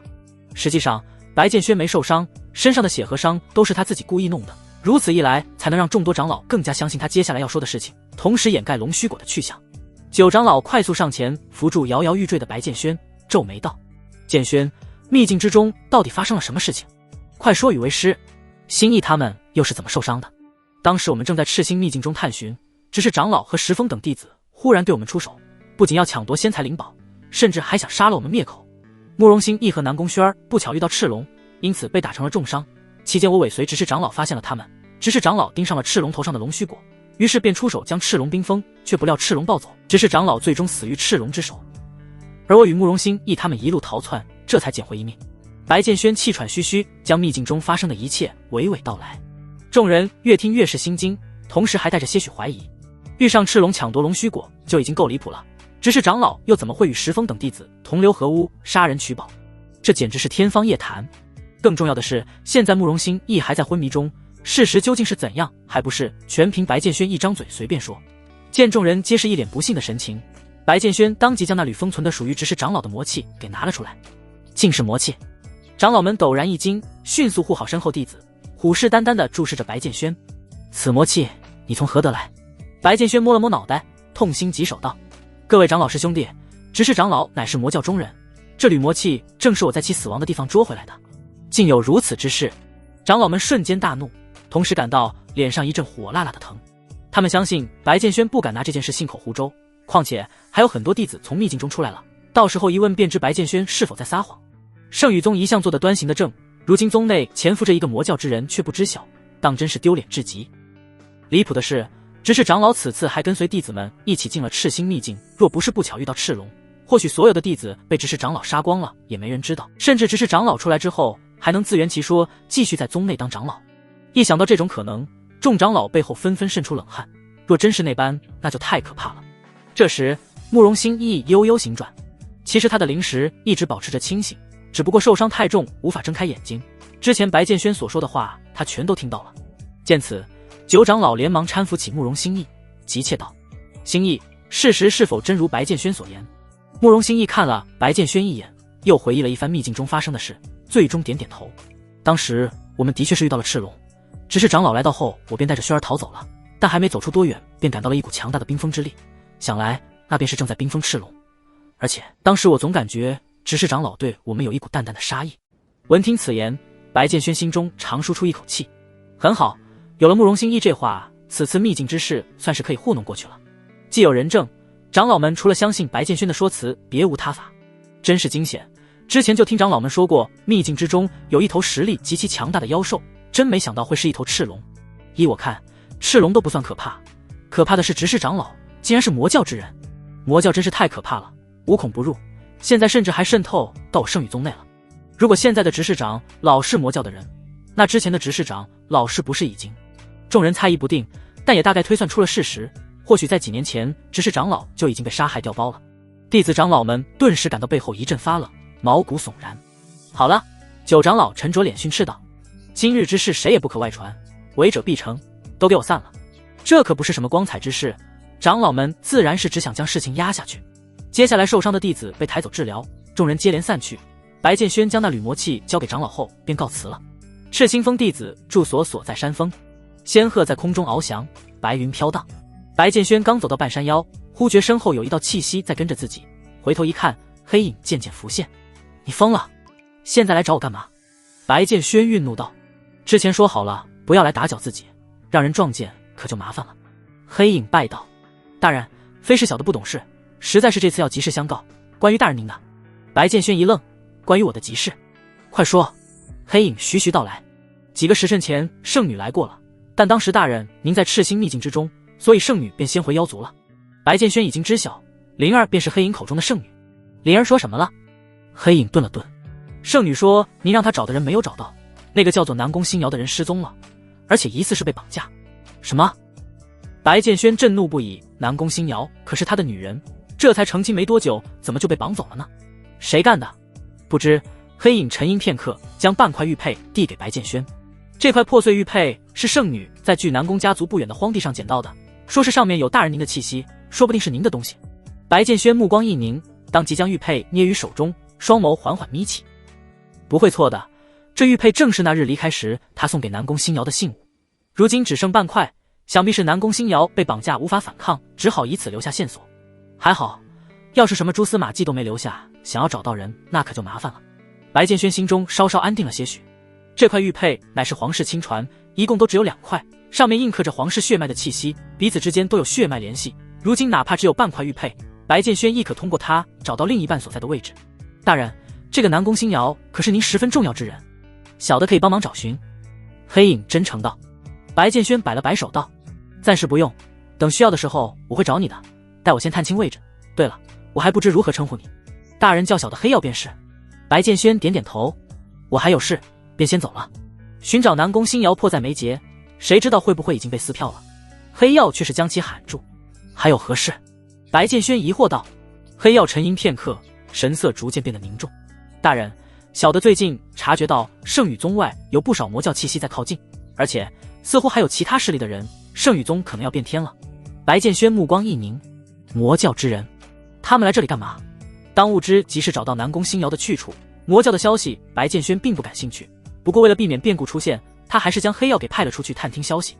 回到住所，白剑轩将门窗全部锁死，随后又在屋内布下一个结界，这才放心地盘膝坐下，将玉佩拿出。星瑶，我马上就能知道到底是谁向你出手了。白剑轩深吸一口气，体内的龙泉绝运转到极致，随后一股精纯的玄力猛然灌入玉佩之中，破损的玉佩发出强烈光芒，将整个屋子照得透亮。这便是金凤皇室传世玉佩的正确用法，也只有龙泉诀才能催动。不多时，一团极其隐晦的金光自玉佩内析出，随后升入空中。白剑轩死死盯着那光团，起身追了出去。令白剑轩感到震惊的是，这光团行进的路线竟然是一直在深入深羽宗。不到1刻钟，白剑轩已经完全走出了赤星峰，来到圣羽宗的后山。到了这里，白剑轩赶紧将光团收回玉佩之中，目光凝重地盯着后山的方向。他愤怒的同时疑惑不已，为何圣羽宗的人要抓南宫星瑶？白剑轩已经大致确定南宫星瑶就在后山的那几座山峰中的某处，但他现在继续前进，势必会被人发现异常。南宫家族在南方荒原，而圣羽宗是在极明东海，他俩根本没有结怨的可能性，那为何星瑶会得罪他们？白剑轩感到百思不得其解。某一刻，白剑轩眼眸一亮，想到了某种可能。九玄玉魂体，对，一定是这个原因，定是有人盯上了南宫星瑶的特殊特质，为了不惊动其他人，这才神不知鬼不觉地将南宫星瑶绑到了圣羽宗后山。只是会是谁干的呢？据白剑轩所知，所有长老甚至宗主都没有居住在后山，如今住在后山的会是谁？这时空中几道身影遇见路过，其中一人见白剑轩再次停留，不禁露出疑惑之色，当即御剑而下来到其面前：“你是白剑轩师弟？九长老新收的那个弟子？”那人疑惑道。白剑轩看向来人，一身弟子服饰，当即拱手道：“这位师兄，我正是白剑轩，你不好好在赤星峰待着，来这儿干嘛？这都快到后山了。”弟子皱眉道。白剑轩讪笑2声，摸了摸脑袋：“我初来乍到，对圣羽宗并不熟悉，于是便闲逛一番，走着走着就到这儿了。原来是这样。那弟子恍然。对了，师兄，白剑轩眼眸一转，这后山不也是咱们圣羽宗的地方吗？为何平日里没有弟子或者长老去那边？弟子一愣，旋即用十分古怪的眼神紧盯着白剑轩。你为何要打探这个？白剑轩脸上笑容一僵，心中在狂抽自己巴掌。怎么该问这个人？打探这些寻常弟子不知道的消息，本就容易引起怀疑。正当白剑轩后悔之时，那弟子忽的一笑：“哈，师弟别紧张，这也不是什么不能说的秘密，师兄告诉你便是。”白剑轩心中长舒出一口气。弟子凑到白剑轩耳边，低声道：“这后山啊，住着咱们圣羽宗的一位大能。”大能？白剑轩疑惑道：“是谁？”是老宗主，但是他并不是现宗主的父亲。当年老宗主练功走火入魔，新宗主为了咱们圣羽宗的未来，只好取代其位置，并且将其赶到了后山。这事儿始终不光彩，所以知道的弟子极少，宗主也没有安排长老弟子们住在后山，就是这个原因。白剑轩恍然，随后客气问了句：“感谢师兄告知，你们这是在干嘛呢？”“哦，我们还在搜查魔人的下落。这2天有个叫云海的弟子忽然失踪了，长老们怀疑是有其他魔人还潜藏在圣羽宗之中，所以叫我们多加搜查。”白剑轩心中冷笑，哪是什么魔教之人杀的他，凶手就站在你眼前。拜别了这名弟子，白剑轩皱眉开始沉思。此事急不得，圣羽宗的老宗主定然是个实力高深的老怪物，还得从长计议。圣羽宗外某山林中，一身穿破烂灰衣的干枯老者盘坐在地上，散发出一股枯萎而腐败的气息，丝丝缕缕的魔气自其周身各处升腾而起，令人望而生畏。在其四周还盘坐着几个魔人，但气息都稍逊着干枯老者一筹。那个家伙是否已经背叛了我教？干枯老者睁开满是褶皱的眼皮，声音沙哑而低沉，隐隐带有几分愠怒。回禀主教大人。一魔教弟子起身上前拜道：“副教为了龙须果已潜入圣羽宗2年，赤心秘境这2日已经关闭，他还没回来，那只能说明……”被称为主教的干枯老者接过他的话茬，淡淡道：“只能说明他要么已经拿到了龙须果，但是叛离了本教，要么就是已经死在赤心秘境中。”众人皆是沉默，显然都是这个看法。罢了，那个叛徒最好是已经死在了圣羽宗。主教冷哼一声：“此次分舵主下了死命令，咱们要想办法将圣羽宗屠灭。这些年来，圣羽宗实在是过于猖狂了，到那时连赤心秘境都将归于吾等手中，何愁没有龙须果？”主教圣明！众人齐声喝道。这时，一道强大气息快速逼近。枯手大人当真是自信啊，不如老道我也来助你一臂之力如何？一道手持拂尘的身影不知何时来到了山林之中，缓缓踱步而来。此人仙风道骨，一对白眉尤为惹眼。大胆！教众们纷纷拔出刀剑，不善看向来人。都住手！主教喝退众人，随后疑惑看向来人：“白眉道人，你不在白眉山好好修你的道，来拜访我魔教中人干嘛？你们这群伪君子和本教可算不上熟人啊！”说到这，主教眼中闪过一缕杀机。呵呵，白眉道人丝毫不慌，反而是轻笑道，双眸渐渐眯起：“你们魔教这阵子在圣羽宗山脚下徘徊，真当老朽察觉不到吗？老朽此行不是来找你们魔教麻烦的，大家目标一致，都是为了对付圣羽宗。”闻听此言，众人皆是一惊。要知道，白眉道人可是修正道的，算是魔教的心腹大敌。一个道人为何要帮魔教？沉吟片刻，主教发问：“理由，否则我不会信你。九玄玉魂体，这个理由够吗？如今他就在圣羽宗之中。”白眉道人眼中浮现一抹贪婪之色。主教顿时一惊，眼中难掩亚色，竟是九玄玉魂体。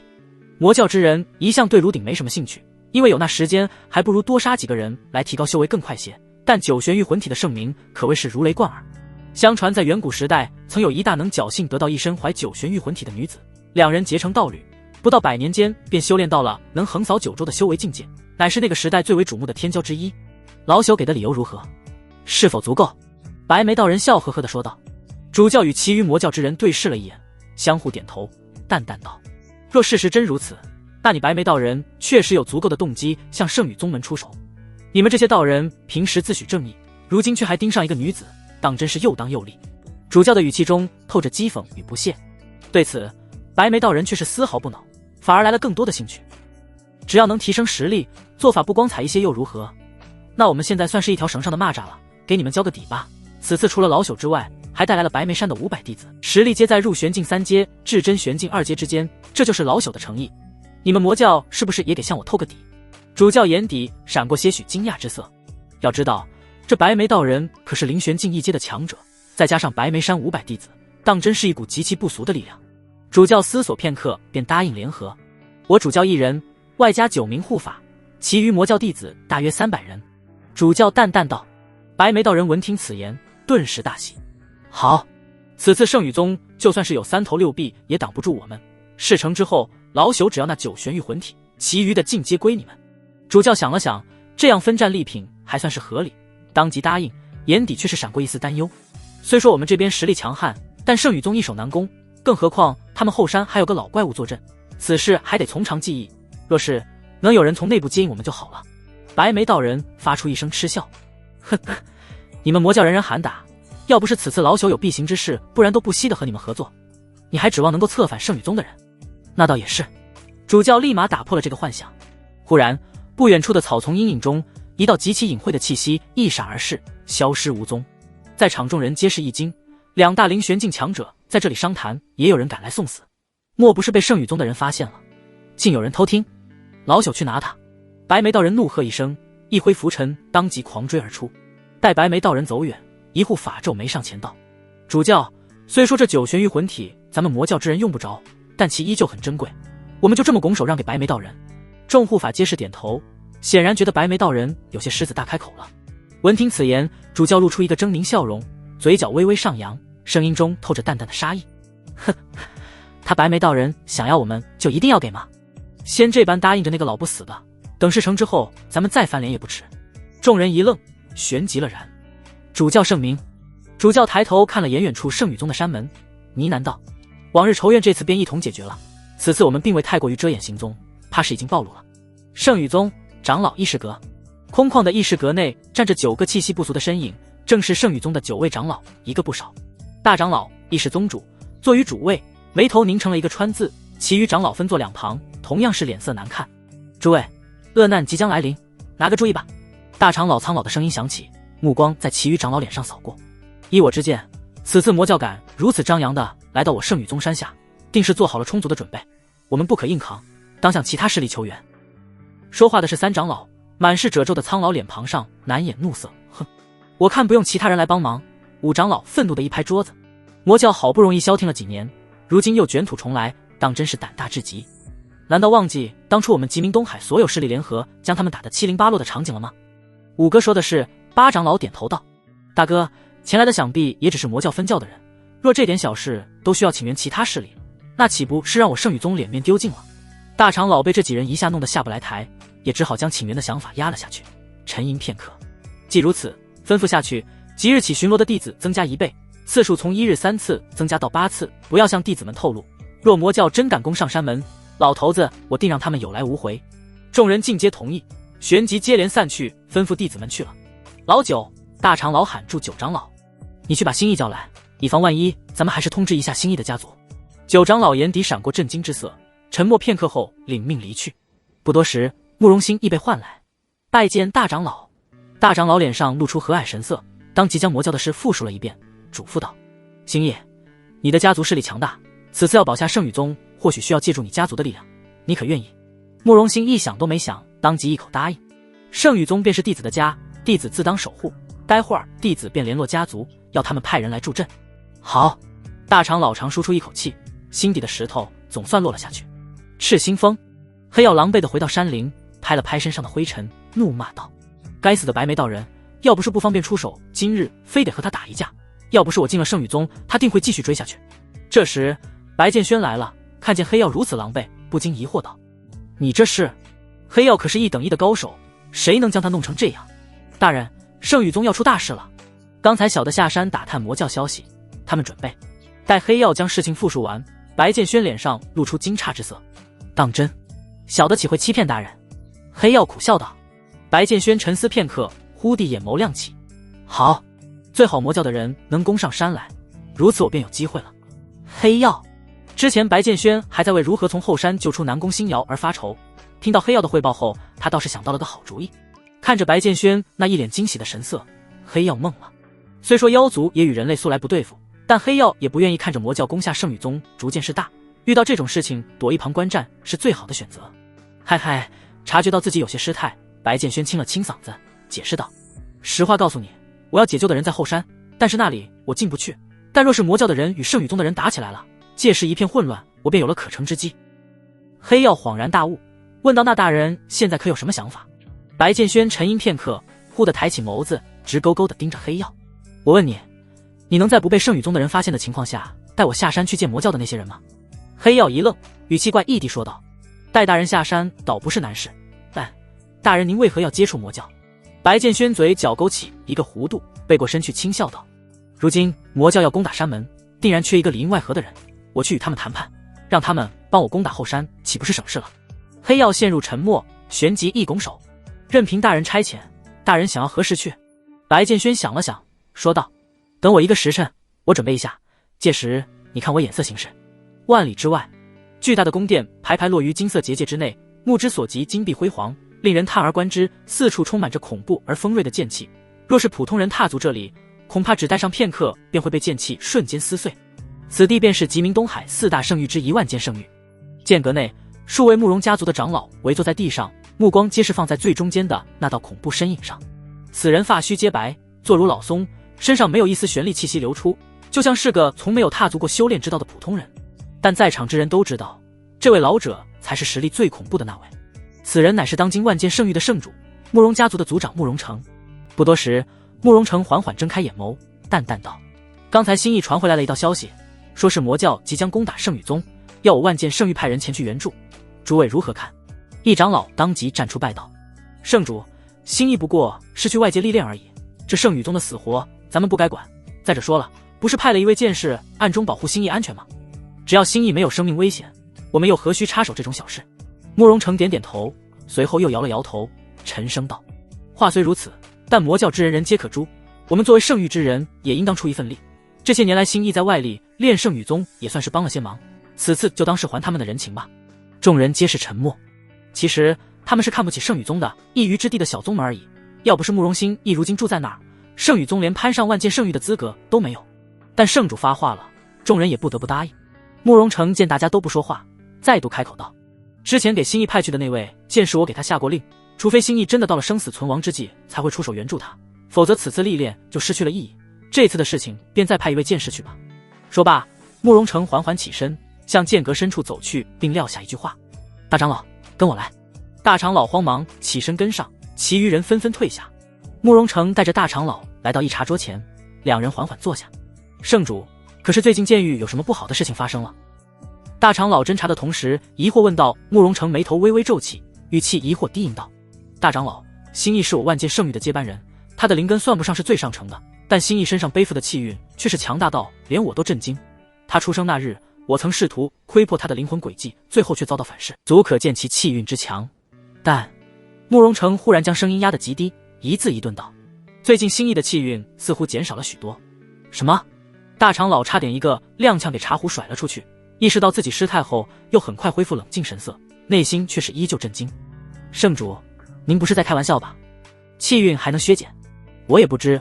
慕容成眉头越皱越深，但这不是个好兆头，或许与极明东海前段时间出世的霸玄灵根有关。此等天骄出世，分走一部分气运也是正常的。此次派剑士去圣羽宗记得找寻一下这人，若有机会便将其拉入我圣域。霸玄灵根的拥有者，即便是对上新义也是不遑多让。是，我记住了。大长老当即领命。纵然这两人乃是世间的顶尖强者，见识渊博，实力强悍，但打死两人也想不到慕容新义的气运其实是被白剑轩偷走了，更准确来说是吞噬。圣羽宗，两道黑影在山脊中快速飞掠，黑曜一路隐匿自己与白剑轩的行踪，这才安然下山，且没有被圣羽宗的人发现。黑曜依旧是浑身隐藏于黑影之中，看不清他的面容。白剑轩则是戴上了一顶斗笠，斗笠之下是一鬼脸面具，身形被宽大黑袍遮掩其中，散发出神秘而诡异的气息。大人，一会儿我们该怎么做？黑曜皱眉问道。要知道，他即将带白剑轩去的是魔人的驻扎地，而且那里还有白眉道人坐镇，反观自己这边就2人而已。若是打起来，估计够呛。不用担心，只要我们装得像他们不敢动手的，我已经用妖皇令篡改了气息，谈判的事情我来，你只需要在一旁保护我，合适的时候出手便可。好。黑曜点点头。不多时，两人落地，向黑曜记忆中的魔人驻扎地走去。驻扎地内，白眉老道，此次事成，你我便也算上是盟友了。日后遇到我魔教弟子了，可莫要为难。那是。只要得到了九玄玉魂体，我才懒得出山管你们这些魔教弟子。主教与白眉道人盘膝坐在酒桌前，相谈正欢。两人正喝得尽兴，忽然一道惨嚎声响起。与此同时，一道如同血带般的猩红身影被粗暴地扔了进来，将酒桌都给砸翻了。在场众人愣了愣，定睛看去，那竟是一具魔教弟子的尸体，顿时一惊，旋即大喊道：“敌袭！”白眉道人和主教肃然起身，体内玄力运转到极致，双眸死死地盯着不远处。该死的，难不成是圣宇宗得到消息，提前杀过来了？众人严阵以待，但片刻后，无论是主教还是白眉道人都傻眼了。只见两道身影正缓缓走来，只有2个人。众人面面相觑，营地内的气氛诡异而沉闷。主教和白眉道人未下达命令，众弟子也不敢向这2位不速之客出手。毕竟在此之前，已经有1名弟子被打成血袋扔了进来，可见来者实力不俗。主教阴冷的目光不断在白剑轩与黑曜身上扫过，心中惊骇莫名。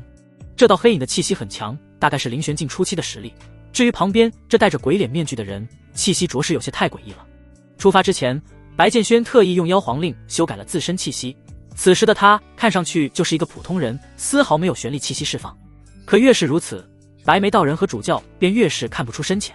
白眉道人向主教投去一个询问的眼神，来者不善，有可能是圣宇宗的人，要不要动手？主教心中再三思忖，摇了摇头后，同样回忆眼神。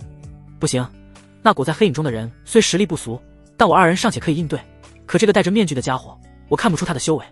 一般来说，对方不释放出任何气息，只有2种可能，要么对方就是一个没有修炼过的普通人，要么就是对方的修为远超自己。可一个没有修为的家伙，敢闯魔人大营吗？自然不敢。因此，主教和白眉道人更愿意相信白剑轩是一位至强者。而此时，白剑轩和黑曜则是慌的一批，生怕对方直接动手，打起来的话可就全露馅了。主教沉吟片刻，沉声道：“阁下为何强闯此地，还杀害我的手下？”闻听此言，黑曜心中暗松一口气，随后佯装冷漠，不屑道：“我家大人亲临，你的手下不懂事敢阻拦，我不过是给他一个教训罢了。”这一番话逼格十足。主教和白眉道人瞳孔微微收缩，他家大人，意思是面前这位灵玄境强者不过是旁边那位的手下。由此可见鬼脸人地位之尊崇，实力之高强。2人心中暗暗庆幸刚才没有直接动手，不然这位大人定会让他们吃点苦头。不必慌张。这时白剑轩没有丝毫感情的冰冷声音响起：“此行本尊是来找你们合作的，不会对魔教动手。”说着，白剑轩自顾自地走到酒桌旁，缓缓坐下，而黑曜则是毕恭毕敬地跟在白剑轩身后，犹如一个忠诚的奴仆。合作？主教双眸微微眯起，眼神中满是疑惑：“阁下要和我等合作什么？在我印象里，我似乎从未见过你。”白剑轩冷冷瞥了他一眼，眼神冷漠到了极致，如锋锐剑芒，让人不可直视。接着将妖皇令掏出，拍在了桌子上：“本尊来自妖族萧家。”这一句话落入众人耳中，犹如在平静湖面投入一块巨石，顿时激起千层浪花。阁下当真是萧家之人？白眉道人惊得下巴都快掉在地上了。他这一生云游天下，见多识广，萧家的盛名可谓是如雷贯耳。据传闻，萧家统领妖族已经数千年了，平时不显山露水，一旦出事便会闹出天大的动静。白眉道人又瞥了一眼桌子上的妖皇令，心下骇然，这令牌所散发出的气息不像是假的。白眉山道人拜见大人。白眉老道想都没想便拜了下去。见此，主教心中虽怀疑白剑轩，但保险起见也行了个礼。众弟子依葫芦画瓢拜倒一片。白剑轩冷冷扫了众人一眼，淡淡道：“起来吧，不必多礼。”黑曜看到这一幕，腰杆子都挺直了许多。萧家的名号当真是好用，自家大人也真是厉害。白剑轩沉吟片刻：“本尊知道你们要向圣宇宗动手，巧了，本尊也一直想做这件事。此次外出，本尊没带多少人，圣宇宗弟子众多，强者也不少。本尊想与你们合作，不知可否愿意？”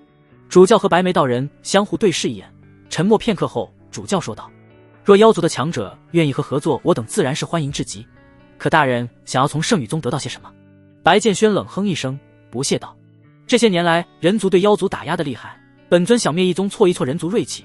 事成之后，圣宇宗内的东西我一概不要，你们自行取走便是。”闻听此言，在场众人皆是一喜，愿意派人帮忙，还什么都不要，这样的好事儿上哪儿去找？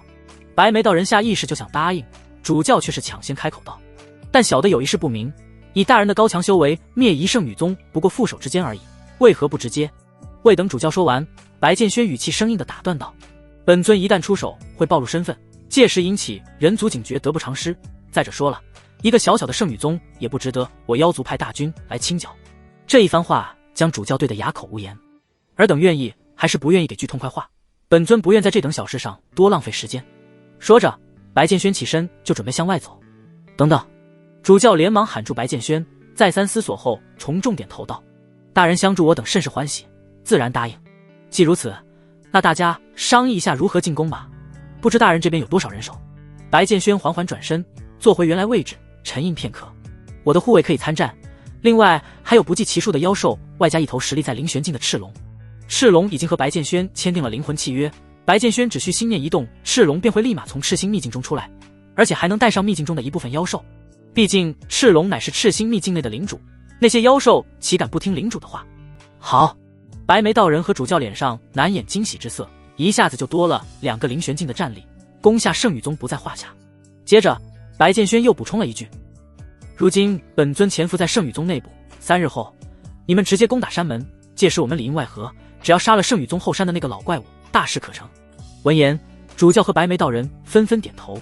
他们都知道圣女宗的老宗主还在世，此人可以说是圣女宗的最强战力，他便是此次计划最大的阻碍。既然你们答应了，那3日后直接行动，届时本尊会在圣女宗上空给你们消息。说罢，白剑轩起身扬长而去，黑曜紧跟在其身后。白眉道人和主教面面相觑，这人靠谱吗？白眉道人狐疑道。主教想了想，认真道：那块令牌不像是假的，萧家之人行事素来霸道，这2人应该是萧家的人，再加上这位大人恐怖的实力，我想他们没有诓骗我们的必要。白眉道人一想也是，当即欣喜起来，仰天笑道：此次我们3方联手，岂有落败之理？圣女宗，这次你们完蛋了。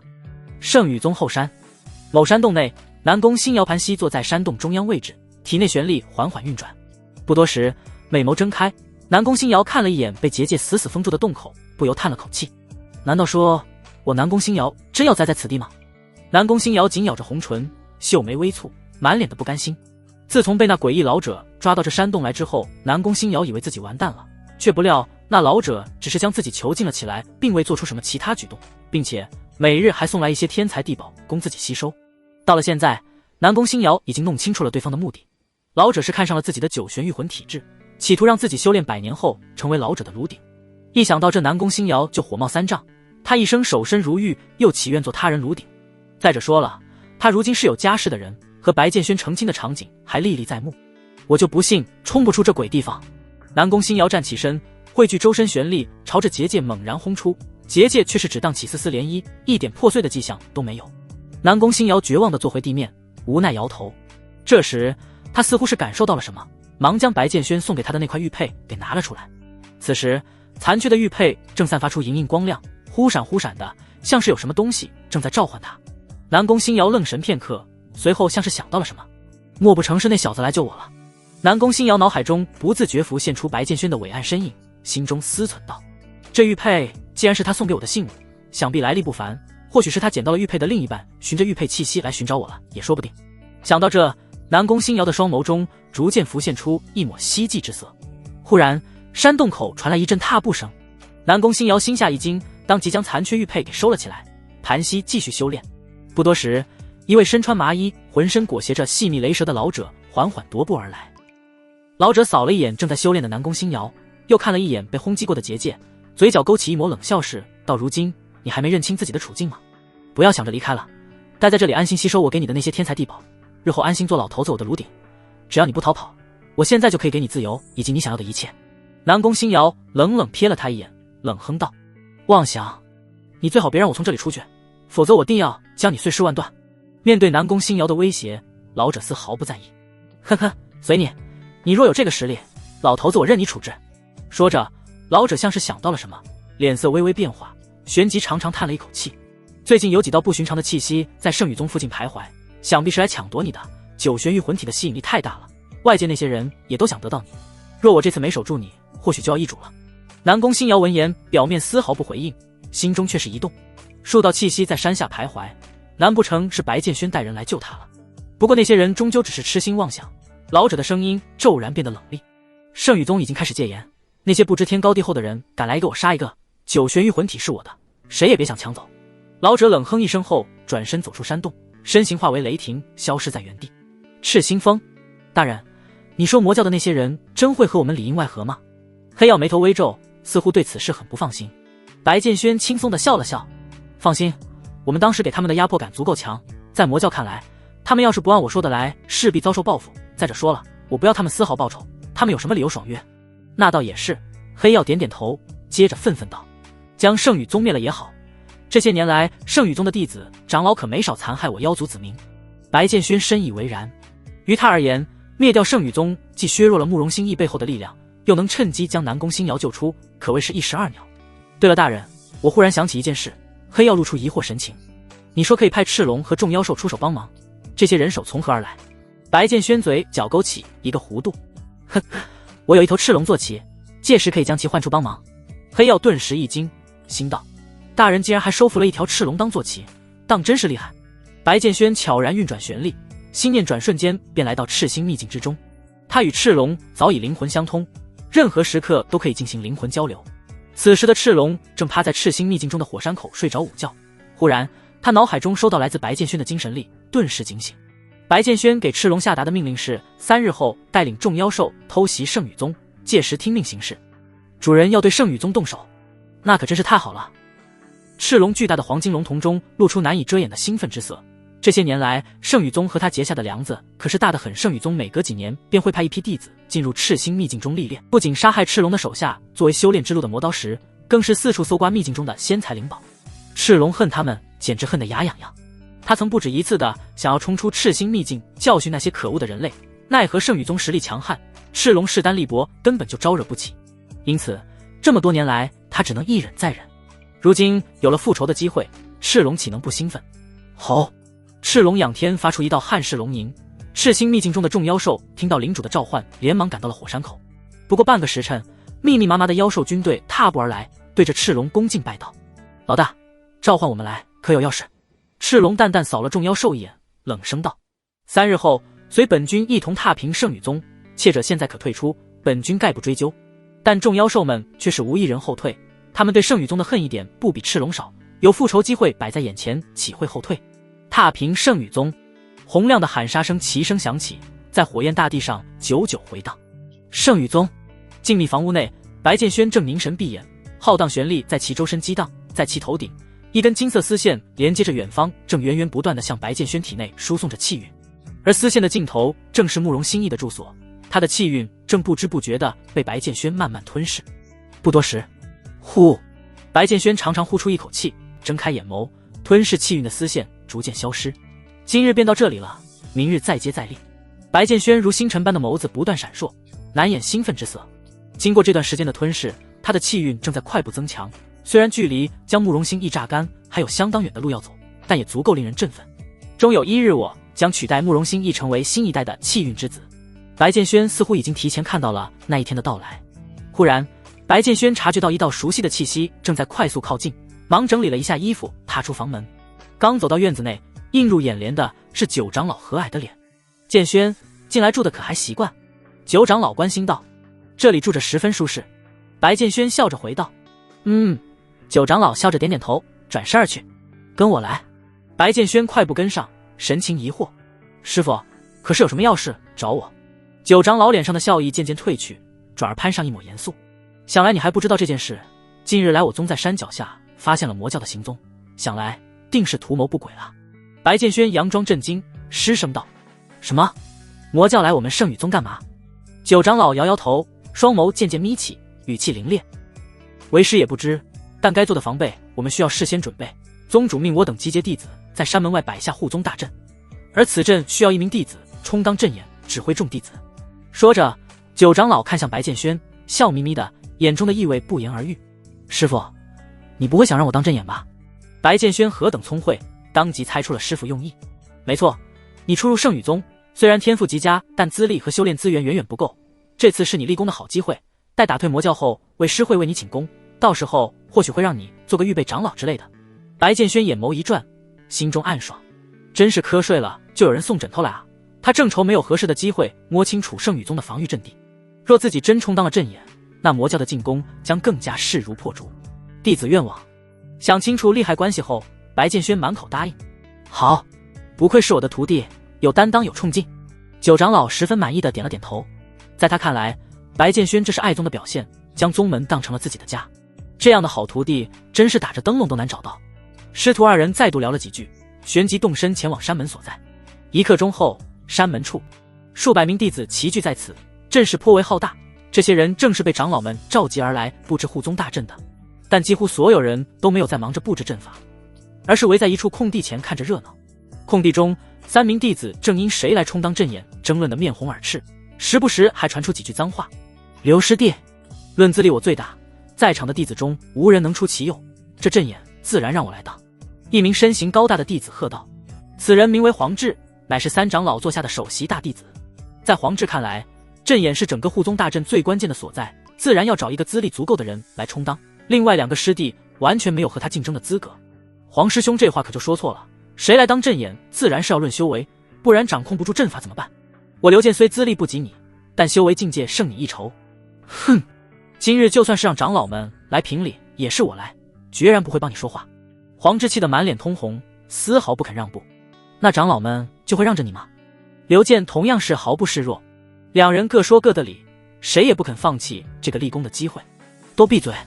另一名身长8尺魁梧4山岳的弟子大踏步向前，此人名叫程刚，手持一柄开山斧，凶神恶煞地喊道：争半天没完了是吧？娘们儿唧唧的，咱们3个直接来单挑，谁赢谁当阵眼。黄志和刘健一听，当即红了眼。好啊，谁怕谁？那待会儿可莫怪师弟我下手重。现场气氛逐渐变得冰冷，澎湃杀意自3人身上散发而出。可还未等3人打起来，九长老带着白剑轩来到此处，制止了这场闹剧。一见九长老来了，3人也不敢再放肆，杀意收敛。我记得给你们的命令是在此布阵，你们几个这是在干嘛？九长老面色不悦道。黄志率先回道：禀长老，我们这是在商量由谁来充当阵眼，所以这才……原来是这事儿。九长老指了指身旁的白剑轩，淡淡道：就由白剑轩来充当阵眼吧。剑轩，你来布置阵法。此言一出，黄志3人的脸瞬间僵硬，用难以置信的目光死死盯着白剑轩，无奈的同时又满是不服气。凭什么？3人心中疯狂呐喊。我们3个人争了半天，就差没打起来了，也没抢到这阵眼。以白剑轩一个新进宗的弟子，有什么资格充当阵眼？白剑轩乃是霸玄灵根，天赋异禀，九长老想要借此机会为自己弟子争取修炼资源，倒也正常。只是这么做似乎对3位师兄有些不公平，毕竟论资历论修为，他们都要强过白剑轩。九长老都发话了，不公平又能如何？我们这些做弟子的只能听命。众弟子低声议论着，这些话一字不差地落入了黄志3人耳中。3人面面相觑，充满愤怒的眼眸中默契地闪过一道隐晦眸光，谁也不想让白剑轩把这次立功的机会抢走。如果为什么问题，那就开始布置吧，毕竟魔人随时都可能出现。九长老，我不服。九长老话音刚落，黄志便出声将其打断。闻听此言，所有人顿时都看了过去。哦，你不同意让我当阵眼？白剑轩眼眸微微眯起，眼底隐晦地泛起一丝寒意。这次的阵眼他是势在必得，有人若敢挡路，那便杀。哼，白剑轩，我知道你天赋异禀，若是平时师兄我也就让着你一些，但今日这是不可能。黄志脸色渐渐冷了下来，语气低沉道：够了。九长老面露愠怒之色，用不容置疑的语气呵斥道：此次布置护宗阵法是大事，容不得半点马虎，你们不要好恭喜大。九长老本想用长老威信压下此事，但他终究是小瞧了众弟子立功心切的心情。九长老，若白剑轩确实比我们强，那我们无话可说，可他论资历论修为都不如我们，若仅仅因为白剑轩是您的弟子，恕弟子们不能从命。刘健直接回怼了过去，语气十分生硬。正是，除非让我们心服口服，不然弟子们断然不会让白剑轩接替阵眼。黄志也坚决不从。我也是。陈刚立马跟上。见此一幕，围观的弟子们顿时兴奋了起来，他们已经预料到有大乐子看了。九长老被这番话对得面红耳赤，却不知该如何反驳。他的确是有私心，可这种人尽皆知的私心一旦被说出来，就是另一回事了。好半晌，九长老才堪压住怒火，厉声道：那你们说，如果做才能让你们服气？黄志3人相互对视了一眼，旋即同时点头喊道：弟子们要和白剑轩比试，若他能胜过我们3人，弟子们无话可说。围观众人顿时一惊，比试的话是不是对白剑轩太不公平了？毕竟这3位师兄的修为都很高，刘健更是真玄境4阶的高手。听说这个白剑轩以前击败过石峰，可石峰和这3人完全不是一个层次的。我要是白剑轩的话，肯定会直接拒绝这次比试，明知必败的比试没必要答应，还能为九长老护住一些脸面。三位师兄真是势在必得啊！众人觉得白剑轩没有丝毫的机会，毕竟双方实力差距太大了。九长老的脸色风云变化，一阵青一阵白，旋即看向白剑轩：“你可有把握？”不知怎的，九长老对自己弟子总是有一种莫名的自信，白剑轩或许真能赢。闻言，白剑轩从容轻笑，没有回答九长老，而是抽出青霜剑走入空地，森寒目光扫过黄志三人面颊，不屑道：“若有胆量便站上来。”见此一幕，三人顿时大喜。黄志率先走出，拱手道：“师弟，请赐教。”说着，一股磅礴玄力自其体内迸发而出，沉重的威压瞬间覆盖整片空地，赫然是真玄境三阶的气息。弟子们顿时发出一道惊呼，目露惊诧之色。早就听说黄志师兄经过多年苦修，已经达到了真玄境2阶修为，没想到近日他竟更上一层楼。在我辈弟子中，黄志师兄当属一流。据说白剑轩师弟的修为乃是真玄境2阶，境界差距在此，白剑轩师弟还有打的必要吗？依我看没戏，跨阶挑战太难了。以白剑轩的天赋，在修炼上数年，未尝不能超越黄师兄，但现在还是为时过早了。师兄弟们觉得白剑轩基本没有获胜的机会，毕竟境界差距摆在那里。程刚和刘健露出轻蔑笑容，不屑的难道：“看来今日用不着我们出手了，今日定要将白剑轩这个不知天高地厚的小子教训。”空地中，白剑轩丝毫不惧，周身玄力疯狂暴涌，虽然是真玄境2阶的气息，但强度似乎并不比黄志弱上多少。黄志眼眸微眯，战意暴涨，率先提剑杀向白剑轩，长剑横扫，犹如一轮漆黑圆月，一往无前。小子，这一剑你可接不住！狂风暴涌，将白剑轩的长发吹得向后翻飞，犹如狂舞黑蛇，一双星眸疯狂闪烁，青霜剑不断散发出恐怖寒气，在白剑轩的挥动下，轰出一记力可劈苍穹的直斩。找死！砰砰砰，横扫对直斩，恐怖的气浪不断向四周炸去。原本以为胜券在握的黄志，脸色瞬间一僵，神色逐渐变得惊恐无比。他的横扫被撕碎了。是的，没有任何抗衡时间，便被撕得粉碎。这怎么可能？黄志无论如何也想不到，自己引以为傲的一击，在白剑轩面前竟会如此的脆弱。这还没完，是劈苍穹的直斩带着残余的冲劲继续冲击而来。黄志仓皇躲避，却还是被残波扫飞老远扑。黄志如断线的风筝般倒飞出数十丈远，口中猛然吐出一口鲜血，在空中留下狰狞血线。黄志！程刚和刘健顿时大惊，将即将砸落在地的黄志稳稳接住。黄师兄虽然修为不及你我，但实力也不俗，可白剑轩却……程刚的眼眸中满是不可置信之色。刘健没有说话，神色却是严肃无比。黄志胸膛不断上下起伏，口中不断吐出带有碎肉的血块，眼球死死突出，艰难挤出几个字：“这怎么可能？”话音落下，黄志直接昏死了过去。现场陷入一片死寂，众人的眼珠子几乎要掉到地上。黄志败了，且败得毫无颜面可言。仅仅是一回合，白剑轩就用势不可挡的一击将其击败。我不是在做梦吧？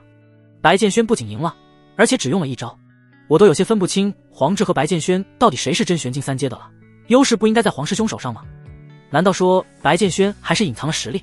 可不应该啊，他的气息依旧是真玄境2阶。只有一个可能了，那就是白剑轩拥有跨阶挑战的实力。众人恍然大悟，原来问题不出在境界上面，而是白剑轩发挥出的战力实在是太强了。剑轩竟然有如此实力，别说弟子们了，九长老此时都长大了嘴巴。九长老发现他对自己这个新收进门弟子的了解还是太少了。空地内，白剑轩冷冷看向程刚和刘健，轻蔑道：“你们还要来吗？”哼，白剑轩你莫要得意，真以为我们打不过你吗？比起黄师兄，我们两个的实力可要更强。程刚和刘健勃然大怒，乌合之众罢了。白剑轩十分不耐烦地举起剑，嘴角勾起一个弧度，淡淡道：“我没时间可以浪费，你们两个一起上吧。”什么？打2个？白剑轩怕是疯了吧？如果说之前白剑轩答应与黄志三人比试是对自身实力的绝对自信，可同时迎战程刚与刘健在众人看来就是十分自负且愚蠢的做法了。且不说同时应战，两人之中随便拧出来一个就比黄志修为更高。是的，程刚与刘健都是真玄境4阶的强者，白剑轩终究是太年轻了，少年心性啊，难不成以为能打败黄志师兄就天下无敌了？别说是白剑轩一个真玄境2阶的，就算是一个真玄境5阶的，也未必能同时战胜2个真玄境4阶，这般做法实属不理智啊！跨阶挑战何其之难，更别提是连跨2个境界，看来这次白剑轩定是充当不了阵眼了。自作孽不可活，话已经说出口了，覆水难收，落败的结局已经注定。弟子们或目露轻蔑，嘲笑着白剑轩的愚蠢想法，或摇头叹息。没想到天赋极佳的霸玄灵根拥有者是个夜郎自大的人，真是可惜了。众人不禁开始埋怨起上苍，凭啥这样蠢的人也能觉醒如此厉害的灵根？真不如把这个机会让给其他人。九长老本来看来白剑轩击败了黄志，还高高兴兴的，这下脸色瞬间就变了，上前拉住白剑轩，焦急低声道：“剑轩，你疯了！击败黄志就已经足够在你众师兄弟心中立威信了，此次阵眼非你莫属。就算有人不服师父，也可以用刚才的比试结果堵住悠悠众口。可现在你这番话说出来了，为师还怎么为你找补？”九长老有些生气，眉头深深皱起。白剑轩却是轻笑着拍了拍九长老的手臂，淡淡道：“师父放心，弟子若无绝对的把握，又岂敢同时迎战两人？师父你就把心放肚子里吧。”看着白剑轩自信而张扬的面孔，九长老深知劝不回来了，叹息一声后回到了原来位置。白剑轩，你未免太狂妄了。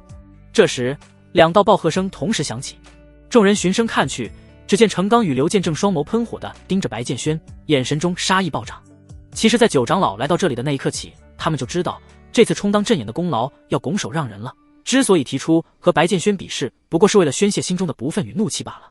可白剑轩这番话说出来，两人心中的想法顿时变了。娘的，这是赤裸裸的羞辱，简直是瞧不起我们啊！今儿说什么也要将白剑轩打得满地找牙不可，不让白剑轩吃点苦头，他怕是不知道天高地厚这4个字怎么写。你一个毛头小子也想一次性打2个，不用刘师兄出手，我一人足矣。等你能从我手下这柄开山斧下活下来再说大话。程刚紧攥着开山斧，直指白剑轩，森寒杀意毫无掩饰的狂涌而出。程师弟，不用你，我想亲自给这家伙一些教训。娘的，这辈子还没被人这般看不起过。刘健也是满腔怒火，手持一根八卦棍，大踏步走向白剑轩。我说了，不要浪费时间，2个人一起上。白剑轩冷冷道。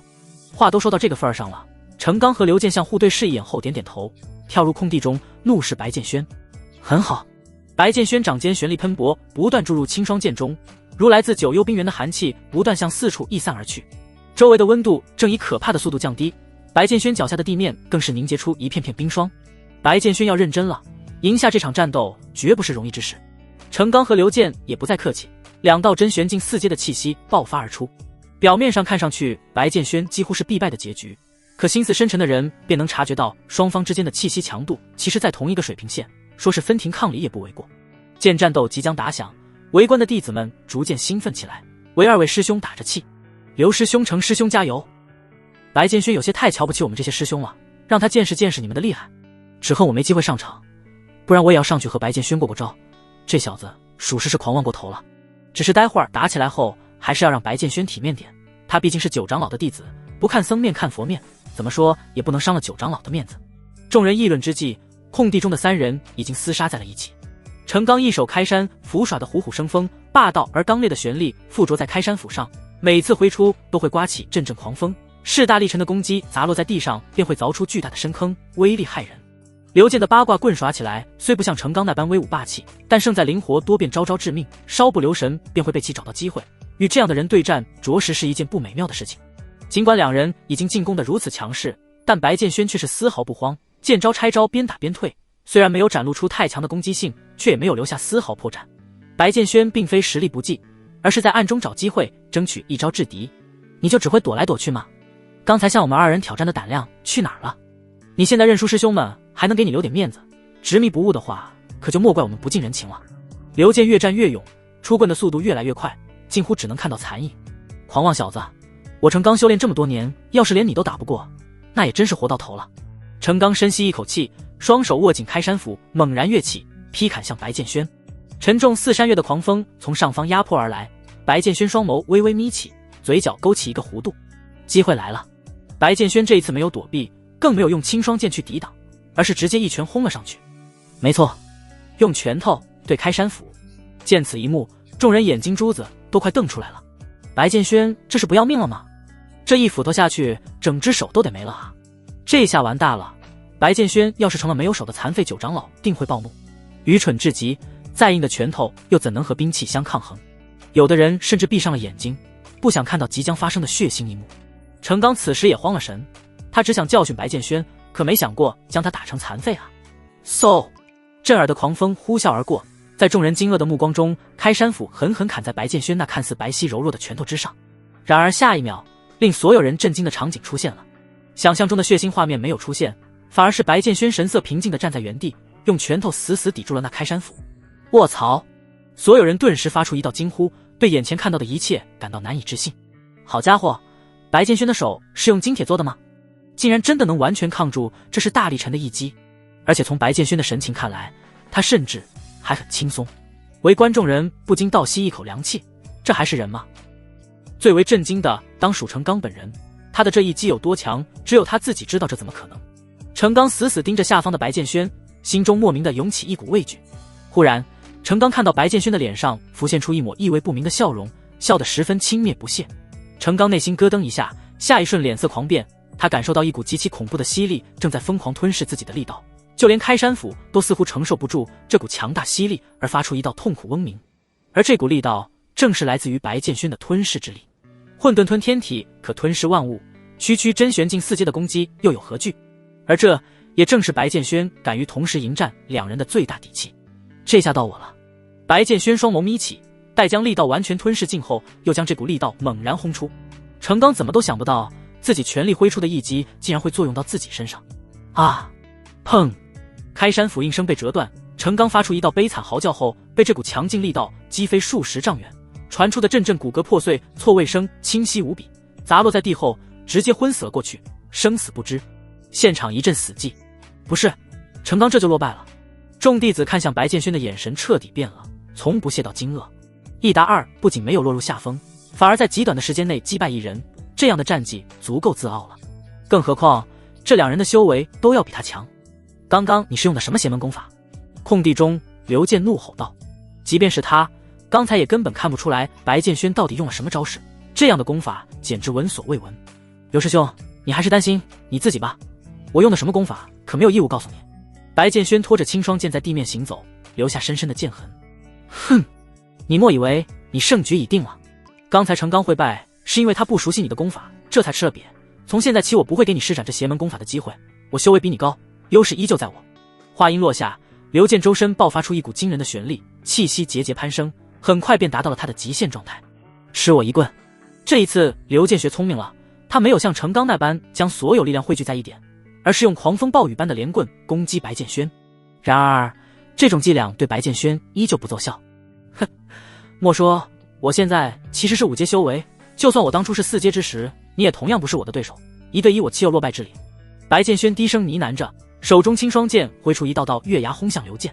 砰砰砰！刘健急忙招架，渐渐的有些力不从心了，心中不甘而绝望的怒吼道：为什么？他明明只是个真玄境2阶啊，凭什么玄力还要比我强？到了现在，刘健总算是搞清楚状况了，白剑轩的2阶修为并不是寻常2阶修为，强度可能已经能够媲美5阶的强度了。正当刘健愣神之际，一道锋利的剑芒自前方直刺而来，直奔面门。刘健来不及抵挡，顿时慌乱起来。然而那剑芒只是停留在其脖颈前1指处，便不再前进，只需寸进一步便可了解刘健的性命咕噜。刘健的喉咙剧烈滚动了一下，看向白剑轩的眼神充满了惊恐。还要继续吗？白剑轩冷冷道。继续？还继续个屁！刘健的眼神逐渐暗淡下去，无奈将八卦棍扔在了地上。我说了，即便是2打1，即便是修为压制，即便是师兄打师弟，可他们还是输了，输得明明白白，输得一塌涂地。围观众人久久无言，好半晌后才响起一阵抽吸冷气的声音。白剑轩赢了，我不是在做梦啊，他竟然真的赢了。程刚师兄被那诡异功法击败，还可以说是运气使然，可刚才刘健师兄是被完完全全的压制了。白剑轩到底是什么妖孽，竟然能以真玄境2阶修为战胜2名真玄境4阶强者？此事若是传出去，估计都不会有人信，实在是太过于离谱了。霸玄灵根竟然如此恐怖，看来我以前还是小瞧白剑轩了。跨阶之战困难无比，可对白剑轩来说却是如喝水般简单。白剑轩收剑回到九长老身边，风神俊朗的脸庞上荡起笑意。师父，徒弟没有给您丢脸吧？做得好！九长老激动的面色涨红，今天白剑轩可真是给他长脸了。他的弟子厉害，不就更说明自己教导有方吗？一想到这，九长老就高兴得不行。数息后，九长老收敛笑意，看向众弟子：你们要比试也比试了，剑轩也已经证明了他有当阵法眼的资格，现在还有谁不服气吗？若有不服者，可以尽管提出意见。话音落下，现场确实无一人回应。黄志三人都被打成那样了，还有谁不服？再说了，就算真不服，也没有人再敢当出头鸟。白剑轩实力太恐怖，在场弟子中怕是无人能与其抗衡。很好，见无人回应，九长老满意的点了点头，吩咐道：魔教今日出现次数越来越多，不日或许就会攻上圣女宗。既然没意见了，那大家就去布置阵法吧，一切听剑轩的安排。说罢，九长老独自离去，只留白剑轩在此的指挥。接下来的阵法布置进行得很顺利，几乎没有人捣乱。白剑轩不禁的难道，看来有的时候锋芒毕露一点未尝不是好事，有的人就是需要敲打才会老实听令。与此同时，千里之外一场激烈大战正在上演。千里之外，两道身影正急速赶往圣女宗的方向。圣女宗的安危关我妖族何事？让魔教和他们狗咬狗不好吗？其中一道伟岸的中年身影皱眉看向萧灵儿，语气中带着疑惑和不解。此人乃是萧家的一名护卫，名为萧彪。彪叔叔，黑曜昨日才传消息给我，魔教即将攻打圣女宗。虽说那些人的死活与我萧家无关，但我有一个很重要的人如今就在宗内，而且成了弟子，我恐他有闪失。萧灵儿脚下速度不减，反而愈发迅疾，眼眸中满是担忧。剑轩哥哥，我来救你了。萧彪很敏锐地捕捉到了萧灵儿眼底的那抹惊慌与担忧，心中顿时一惊。看来圣女这是动情了，不然绝不会这般焦急。既如此，那圣女宗内的那人也算是我萧家的人。我明白了。萧彪没有再多说什么，重重点头后继续向前疾奔。约莫过了半个时辰，忽然一道璀璨而锋锐的剑光划过天际，在萧灵儿二人头顶掠过。咦，那道气息好强，竟然和彪叔叔你不相上下。萧灵儿惊呼一声，紧盯着那道逐渐远去的剑影。萧彪注视着那道身影，旋即神色沉了下来，沉吟道：圣女，那人应该是万剑圣域的人，这股锋利的剑意也只有万剑圣域之人才会拥有，而且他赶往的方向似乎也是圣女宗。萧灵儿眼波流转，沉思片刻，难道说是圣女宗害怕魔教有备而来，所以向万剑圣域求援了？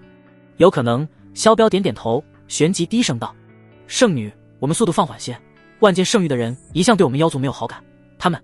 萧彪本想提醒一番，却是为时已晚，因为空中的那道剑影忽然停滞在空中，接着调转方向，急速向萧灵儿二人奔来，不多时便来到头顶上空。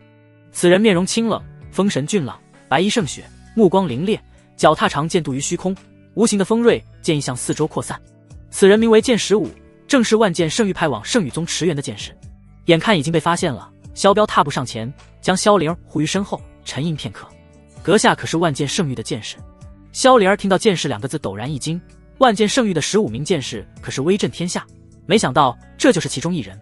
剑15冷冷注视着萧彪，并没有回答他的问题，冷冷道：没想到此行还能遇到妖族之人，倒是意外的收获。话音落下，剑15眼眸微微眯起，锋锐剑气狂涌，浓郁的杀意几乎要凝成实质。万剑圣域一向是打着斩妖除魔的旗号称霸一方，如今对妖族强者出手也不是什么稀奇的事。嗡，恐怖的剑鸣自剑身响起，剑15率先发难，凌空一剑斩向萧彪。万剑圣域的人竟这般不讲道理。萧彪顿时怒极：娘的，老子啥也没干，你上来就动手，不发威真当我是病猫啊？这里交给我。一把将萧灵儿推到战场边缘，旋即萧彪猛然前冲，恐怖的旋力迸发，与那恐怖剑气碰撞在一起。两人都是王玄境后期的强者，厮杀在一起后难分敌手。大地在震颤，恐怖的旋力波动将方圆20里内的鸟兽全都吓散，树木草地尽皆被掀翻，这股力量竟是萧家之人。剑15察觉到萧彪旋力中激荡的血脉之力，顿时感到一阵惊愕。萧家的人出事，莫不是有什么大图谋？想到这，剑15更加坚定了要将此人斩杀于此的决心，否则日后必将成为心腹大患。萧家的人可不是随时都能碰到的。砰砰砰，耳边不断传来旋力激烈碰撞的声响，萧灵儿心中愈发焦急。两个王玄境的人打起来，没有个3天3夜是不可能结束的。到那个时候，魔教说不定都已经踏平圣女宗了。萧灵儿担心白剑轩的安危，在原地焦急踱步。忽然，他咬了咬牙，手中光芒一闪，多出了一颗通体漆黑的铁球。虽炼制不易，但这个时候也不能小气行事了。萧灵儿将这颗黑铁球猛然掷出，转瞬间便来到剑15面前。一股极致的恐惧感毫无来由的从剑15心底升起，就连汗毛都根根倒竖了起来。那是来自强者对于死亡的敏锐感知，这东西很危险。剑15想要逃，却为时已晚。砰！漆黑铁球骤然炸开，其内储存的旋力如同压缩了数千倍般猛然释放而出，恐怖的冲击将剑15炸飞出数十丈远，在地上留下一道狰狞血迹，撞到了10多棵树木后才堪堪停下。彪叔叔，你没事吧？萧灵儿关心道。没事，我好得很。那个家伙这下怕是不好受了。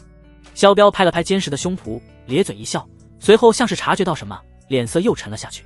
那家伙还没死。似乎是为了验证萧彪所说的话般，剑15摇摇晃晃地站了起来。此时的他嘴角挂着嫣红血迹，胸前被炸出一个硕大血洞，虽然看着令人心悸，却也算不上致命伤。剑士可不是那么好杀的。大意了，不能继续打下去，这般重伤状况下，我几乎是必败的结局。况且圣宇宗那儿还有任务，等办完事回到圣域，再向圣主禀告此事。剑15眼底闪过愤怒与憎恶之色，旋即化为剑影冲天而起，直奔圣宇宗而去。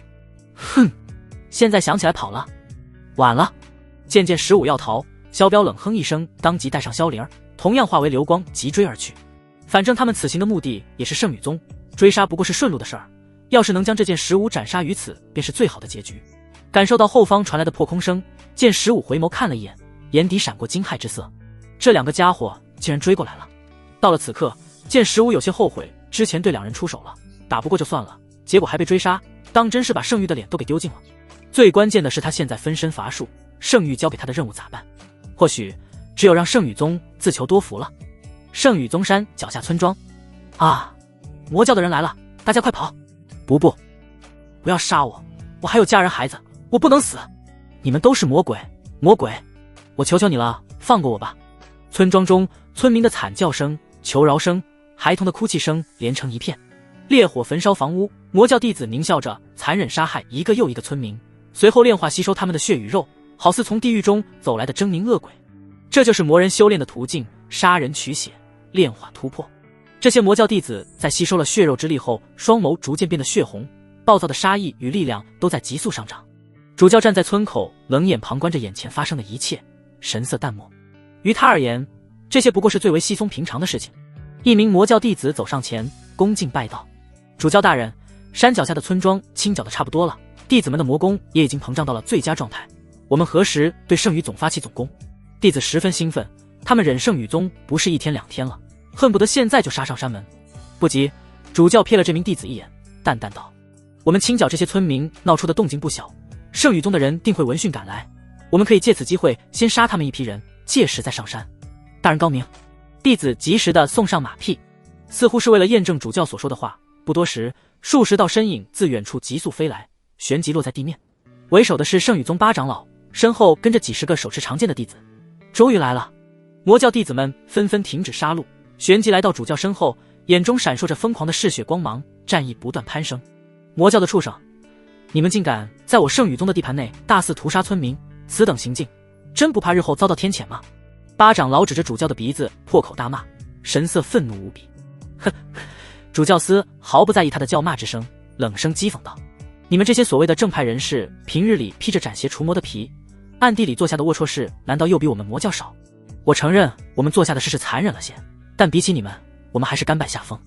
你！8长老被气得够呛，却是无言以对。圣宇宗的人平日里的确是欺男霸女，压榨百姓，但是从来没人敢当面拆穿，魔教的人却丝毫不给他们面子。最可恶的是，这些都是事实。任你巧舌如簧，今日我都要将你们这些魔教的畜生通通诛杀在此，以此告慰这些无辜百姓的在天之灵。8长老不想再争辩，当即号令众弟子出手杀敌。难不成还怕了你？主教眼眸眯起，冲天杀意迸发，恐怖的魔气在周身缭绕，看上去好似恶鬼。两拨人马不由分说的厮杀在一起，现场顿时喊杀声震天。但渐渐的，圣宇宗的弟子发现己方竟然落入了下风，不是他们弱，而是今日这些魔教弟子的状态似乎很奇怪。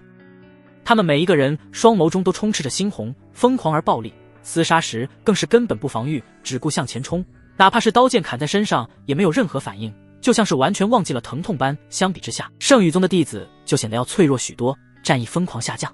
他们又怎么想得到，魔教弟子为了这一天已经准备了很久，在出发之前每个人都施用了禁书，以折损寿元的代价化来了这巅峰状态，不仅不畏疼痛，就连修为都要比平时高出一大截。正在和主教对战的8长老一阵心惊肉跳，被打得狼狈无比。主教乃是灵玄境修为，而8长老却不过是天玄境，后者根本不是对手。再加上禁术加持，8长老连还手的机会都没有。你们魔教的人真是丧心病狂！八长老疯狂咆哮：“呵呵，谢谢你的夸奖，给我去死吧！”主教大喝一声，手中权杖猛然拍向八长老胸口。八长老口中吐出殷红鲜血，脸色骤变：“撤退！”弟子们听到撤退命令，内心顿时松了一口气，所有人立马向山门处撤去。众弟子听令，一个不留。主教岂会让他们安然离开？当即带着弟子追了上去。正在疲于逃命的八长老回眸看了一眼，见魔教的人果然跟上来了，嘴角勾起一抹阴谋得逞的笑意，总算是上当了。其实八长老之所以下山，都是为了引诱，不然的话，他断不会只带着几十名弟子出战。只要魔教的人敢跟上来，提前在山门外布置好的护宗大阵就会让他们有来无回。不多时，八长老带着众弟子狼狈地回到了山门处。留守山门的七长老、九长老和众弟子见八长老如此狼狈，心中顿时一惊，连忙上前：“没事吧？怎么伤得这么重？”七长老皱眉道。白剑轩站在九长老身边，看到此情形，不禁眉毛一挑。那个主教竟然这么强吗？将八长老打成这熊样，不碍事，这些伤都不致命。八长老笑着抹了抹嘴角的血迹，接着瞥了一眼山下的方向，得意道：“那群畜生上当了，休走！”八长老话音刚落，主教的暴喝声自不远处传来，众魔教弟子纷纷落地，与圣宇宗的弟子两阵对立。白剑轩一眼便注意到了主教那张熟悉的狰狞面孔，但主教根本没认出白剑轩就是那日的鬼脸人。主教也决然不会想到，自己里应外合的人竟然会是充当护宗大阵阵眼的人。哈哈哈哈！这时，主教阴森的狂笑声响起，嘴角勾起一个森然弧度。多少年了，总算是到了和你们圣宇宗算总账的时候。今日我魔教众人便要踏平此地。闻听此言，圣宇宗的人皆是面露愤怒之色。当真是狂妄！我圣宇宗千年基业，岂是你小小魔教能够撼动的？今日必让你们这些魔教的畜生有来无回！魔教之人当真是愚蠢，陷入包围了还不知道，待会儿护宗大阵开启，你们怕是怎么死的都不知道。众弟子群情愤慨。九长老看向白剑轩，神色凝重：“剑轩，是时候开启大阵了。”白剑轩点点头，深吸一口气劲，直走到众人身前。当看到白剑轩出现在眼前时，主教心中没来由的浮现一抹熟悉感，这个人好像在哪里见过。主教紧盯着白剑轩，沉思了许久，却也没想出到底是在哪里见过这人，只不过觉得身形和气息有些熟悉。但很快他便将此事抛之脑后，因为圣宇宗的数百名弟子已经快速集结，开启护宗大阵。主教，莫不成这就是圣宇宗的护宗大阵？一名魔教弟子惊呼道。圣宇宗的护宗大阵威力强悍无比，魔教弟子对此阵法一向畏惧。主教眉头微微皱起，脸色彻底阴沉了下来。不管内应何时出手，他们也不能将希望全盘托在那鬼脸人身上。在鬼脸人出手之前，他们还需顶住所有敌人。传我令，全力冲杀阵眼，绝对不能让阵法完全开始运转，不然想要攻进去就难了。主教高高举起权杖，狰狞的脸庞冷厉而恐怖，低沉的声音传到每一个魔教弟子的耳中：“杀！”魔教弟子纷纷抽出刀剑，一股脑杀向白剑轩。只需杀了充当阵眼之人，此阵便可破之。浩荡魔威迎面冲来，整片天空似乎都因滔天魔气而变得暗沉几分，肃杀之气越来越浓郁。七长老神色凝重地注视着前方，眼眸中饱含怒意，喝道：“我们三长老去对付那个主教，他的修为很高，弟子们挡不住，其他的交由弟子们处理，务必守住大阵，绝不能让他们靠近阵眼，只需坚持片刻，大阵方可完全开启。届时便是魔人的葬身之时。”是。无数弟子飞身杀出，很快和冲杀而来的魔教弟子厮杀在一起。霎时间，喊杀声、惨叫声、鲜血狂飙声连成一片，空气中逐渐弥漫起浓郁而刺鼻的血腥味，现场惨烈无比。到我们出手了！三位长老目标明确，飞身杀向主教。主教眼眸微微眯起，却是丝毫不慌，滔天魔气狂涌而出。即便是一打三他也不怕，不过是3个天玄境的长老而已，毕竟主教可是灵玄境的强者。既然你们要来送死，那我也就不客气了。我奉劝你们还是自我了断，这样至少还能得个全尸，否则待会儿便是尸骨无存，死无葬身之地。主教阴恻恻的笑声在天际回荡，听得3位长老肝火直冒。娘的，圣宇宗自从建宗以来还没遇到过如此猖狂的对手，今日算是领教了。魔教邪人，你有取死之道。3位长老周身玄力狂涌，疯狂轰击在主教身上。然而修为境界的差距是很难靠数量来弥补的，几十个回合下来，即便是3打1也是颓势尽显。3个老不死的，你们根本不是我的对手，速速投降臣服于我魔教，或许本教能网开一面收纳你们。主教一边挥舞权杖进攻，一边摧毁着三长老的心理防线，语气中充满了不屑与嘲弄。哼，待护宗大阵开启之时，希望你还能如此嚣张。九长老气得胡子乱颤，冷哼一声后，抬手就是2记玄力重拳。正在指挥众弟子开启大阵的白剑轩紧盯着场中局势，心中不禁暗暗为魔教捏了一把汗。虽然说暂时来看魔教是优势，可圣宇宗这边才出动了3位长老啊，其余长老还不知道猫在哪里呢。再者说了，护宗大阵也即将开启，就算白剑轩要放水，多少也得演一下，总不能直接摆烂。要是魔教实力不济，根本杀不进后山，那白剑轩灭亡圣宇宗救出南宫星瑶的计划也就彻底落空了。沉思之际，白剑轩脚下的大地已然开始绘制出了大阵纹路，且光芒愈发璀璨，最多再等半炷香时间，大阵便会完全开启。白剑轩心下一动，悄咪咪放缓了玄力输出，以此来拖延大阵开启。而这时，场中局势忽然有了变化，500名白眉山弟子忽然杀上山顶，加入到了攻打山门的战场中，与魔教弟子一同屠杀圣宇宗弟子。不好，他们有援军！该死的，这不是白眉山的弟子吗？他们疯了吗？竟然和魔教的人同流合污！娘的，你们白眉山是不是一个个都堕魔了？今日攻打我圣宇宗，你们必将被正道所唾弃！别杀我，别杀我！圣宇宗的弟子们战意顿时降至冰点，且战且退，四处逃窜的同时，又对白眉山的人感到十分愤怒。这群人竟敢背叛正道！前些日子，长老们只探查到了有魔教气息在山脚下徘徊，却没有察觉白眉山的人也在。这一步倒是失算了。老鬼，我来助你！天空传来一道朗朗大笑声，一双眉洁白的道人手持拂尘沙向圣宇宗3位长老。砰！恐怖的旋律自拂尘上散发而出，柔软的拂尘此刻如同是钢针般坚硬，仅仅一击便将3位长老轰出数丈远。噗！本就在山下受了伤的8长老此刻再度吐出一口鲜血，看向白眉道人的眼神中充满了不解。白眉，你这是何意？魔教的人给了你什么好处，竟然让你堕入魔道？不仅是8长老，7长老和9长老也懵了。闻听此言，白眉道人轻笑一声，眼眸渐渐眯起。不，老朽并没有堕魔，只不过想来你们圣宇宗取一样老朽想要的东西而已，魔教刚好也要对付你们，老朽不过是与他们合作罢了。混账！圣宇宗上至长老下至弟子，纷纷对白眉道人这种做派感到不耻，这种人妄为正道之人。见此一幕，白剑轩喃喃自语道：谁是正谁是邪，岂又说得明白，不过是阵营对立罢了。如今我做的一切也是反派才会做的事，可为了不被气运之子抹除，我也不得不这么做。今日不灭圣宇宗，他日我必成他慕容心意的刀下亡魂。白剑轩不再多想，闭上眼眸，开始凝神控制大阵。此刻护宗大阵已然完全开启。嗡！霎时间，大地开始疯狂震动，一股惊人的气息拔地而起，震慑众人。由众弟子合力组成的护宗大阵，其内部蕴含着磅礴玄力，此刻正闪烁着嫣红耀眼的光芒，恐怖的杀机瞬间汇聚在那些魔教弟子身上。感受到这股令人心悸的气息，白眉道人和主教的眉头顿时一皱，心中暗叫不妙，这下要出事了。见大阵即将开启，狼狈无比的3位长老顿时面色一喜，重新有了嚣张的底气。7长老指着白眉道人鼻子骂道：大阵已成，今日你们都将丧命于此。白眉老道，你会为你自己错误的选择付出代价。剑轩，杀！7长老下令，白剑轩只得顺从，当即对着某处正在厮杀的战场凌空一指。砰！源源不断的玄力从众弟子脚下的大阵汇聚到白剑轩身上，随后自其指尖激射而出，携带着极致杀机的恐怖光束瞬间跨越100丈距离，轰击在魔教弟子身上。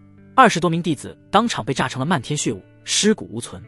看到这一幕，魔教与白眉山的其他弟子顿时被吓得退后几分，脸庞上难掩惊骇之色。仅仅是大阵的普通一击便带走了20多名弟子的性命，这护宗大阵的威力未免太恐怖了些。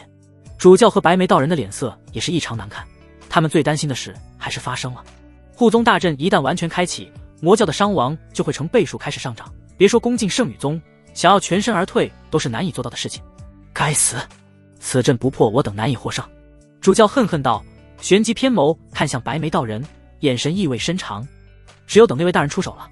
白眉道人深吸一口气，脑海中不由得浮现出鬼脸人的身影。如今他们也只能祈祷那位来自萧家的大人不是在耍他们，而是真的会在某个时刻出手相助。两人思索之际，一股冰冷杀意快速袭来。主教和白眉道人顿时一惊，纷纷抬头看向前方，只见一道蕴含着无尽杀机的玄力光束正以不可思议的速度激射而来。嗖！两人吓得一阵心脏狂跳，将速度提升到极致，这才堪堪躲开了这一击。好险，这玩意儿威力不俗，刚才要是被命中了，起码得弄个血洞出来。白眉道人心有余悸道。三位长老见此情形，顿时大笑出声，如同注视着跳梁小丑般看着魔教之人抱头鼠窜。嗖嗖嗖，护宗大阵每亮起一次，其射出的光束便会带走数名魔教弟子的性命，别说继续冲杀了，能在战场中保下性命都已实在是不容易。剑轩师弟做得好，阵法控制的这般娴熟，不愧是九长老的高徒。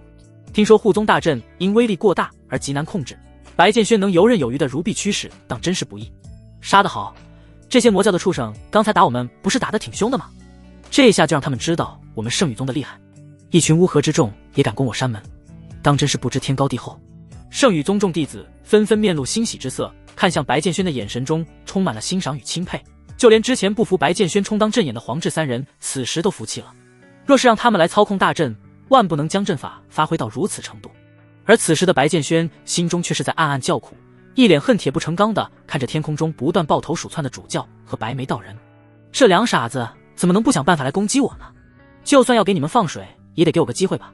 白剑轩怕自己再杀下去，魔教这点人手就被自己霍霍完了，到时候别说杀掉后山那个老怪物，怕是山门都踏不进去。魔教的伤亡快速增加，终于主教彻底恼了。白眉，我来顶住这些人，你去把阵眼弄掉，能搞定吗？主教愤愤道。那位大人迟迟不出手，主教也不指望他了，还是得自己想办法破局。可以一试，不然今天都得交代在这里。白眉道人重重点头。好。主教大喝一声，周身魔气忽然猛烈燃烧起来，气息节节攀升，接着在众人骇然的目光中冲在最前面，挡住了大阵所有光束攻击，径直杀向三位长老。不好，他要拼命了。三位长老顿时一惊，脸色立马阴沉了下来。灵玄境强者的反扑可是很恐怖的，一个不注意便会死在对方手上。白眉道人深吸一口气，手持浮尘镜直冲向了白剑轩所在的阵眼位置。他知道主教即便是使用秘术也抵挡不了这大阵多久，自己必须抓紧时间。轰！白眉道人毕其功于一役，恐怖的旋力直奔白剑轩轰击而去，威势震天。这一击极强，哪怕是让三位长老中的任何一位来接着招，都必是神魂俱灭的下场。但若是用来对付大阵，实则差了点意思。呵呵，白眉道人未免也太天真了，汇聚了我圣羽宗数百名弟子力量结成的大阵，岂是他一人可以攻破的？剑轩师弟不会有丝毫损伤。白眉道人这是狗急跳墙了，他们是知道自己再不拼命就没有活路了。于大阵而言，不过是无关痛痒的攻击罢了，不值得一提。众弟子对此嗤之以鼻，甚至都懒得去阻挡。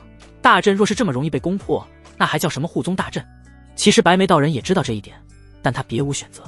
然而白剑轩看到这一幕却是狂喜，等了这么久，自己表演的机会终于来了。砰！恐怖的旋力重重轰击在白剑轩身前的结界之上，荡起漫天烟尘，众人视线顿时被阻挡。待烟尘逐渐散去，众人看清白剑轩时，不禁愣在原地。只见破损成碎片的结界内，白剑轩上身的衣衫已经被轰成了碎布，嘴角缓缓溢出一缕鲜血。接着，噗！白剑轩猛然吐出一大口鲜血，双腿不稳倒在了地上，眼神中充满震惊，面色痛苦的大喝道：“是咒术！”此言一出，众人尽皆愕然。娘的，白眉道人竟然修成了此等强大的咒术！刚才那看似无法攻破阵眼的一击时，则力量比我们想象的强得多。大意了，如今阵眼被破，阵法也就会很快散去，我们该怎么办？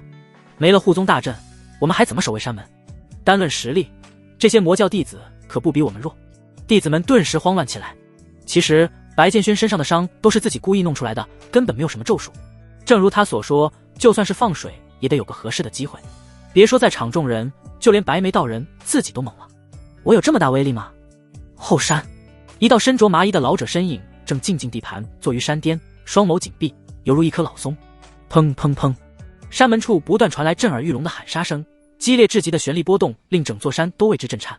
看来此次魔教的人准备得相当充分。老者缓缓睁开眼，看向山门方向，眼眸中闪过一丝担忧。他很清楚今日的来犯之敌是为何而来，但现在还不是出手的时候。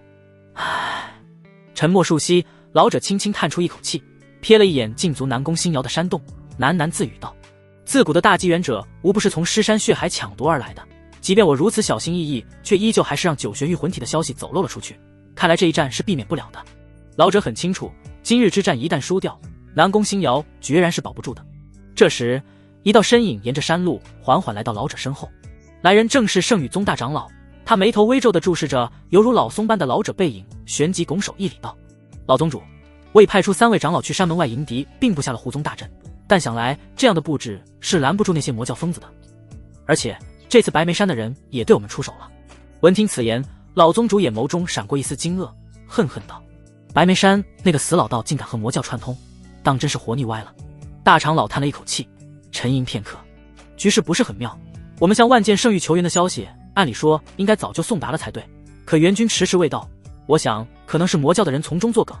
此次魔教准备得很充分，我圣宇宗不一定抵挡得住，届时还请老宗主出手。”老宗主缓缓起身，嘴唇张合半天也没说出一句话来。他一旦出手，山洞这边谁来守？可要是不加入战斗，圣宇宗千年基业很可能毁于一旦。沉思许久后，老宗主长呼出一口气，对着大长老不耐烦地挥挥手道：“你先退下吧，若连你亲自出手也镇压不住魔教之人时，我自当会来援助。”有了这话，大长老顿时安心了不少。虽然他很好奇这阵子老宗主一直在守护后山的什么东西，但只要老宗主愿意在关键时刻出手便可，后山的真相道也没那么重要了。既如此，那我先去抵挡魔教了。说罢，大长老转瞬间化为流光，消失在天际，直奔山门。山门，嗡！阵眼被破，白剑轩身受重伤，脚下的护宗大阵光芒开始忽明忽暗的闪烁，终于在恍惚了数息后彻底熄灭。护宗大阵没了，布置了一天一夜的大阵就这么轻而易举的没了。看到这一幕，白剑轩心中长舒出一口气。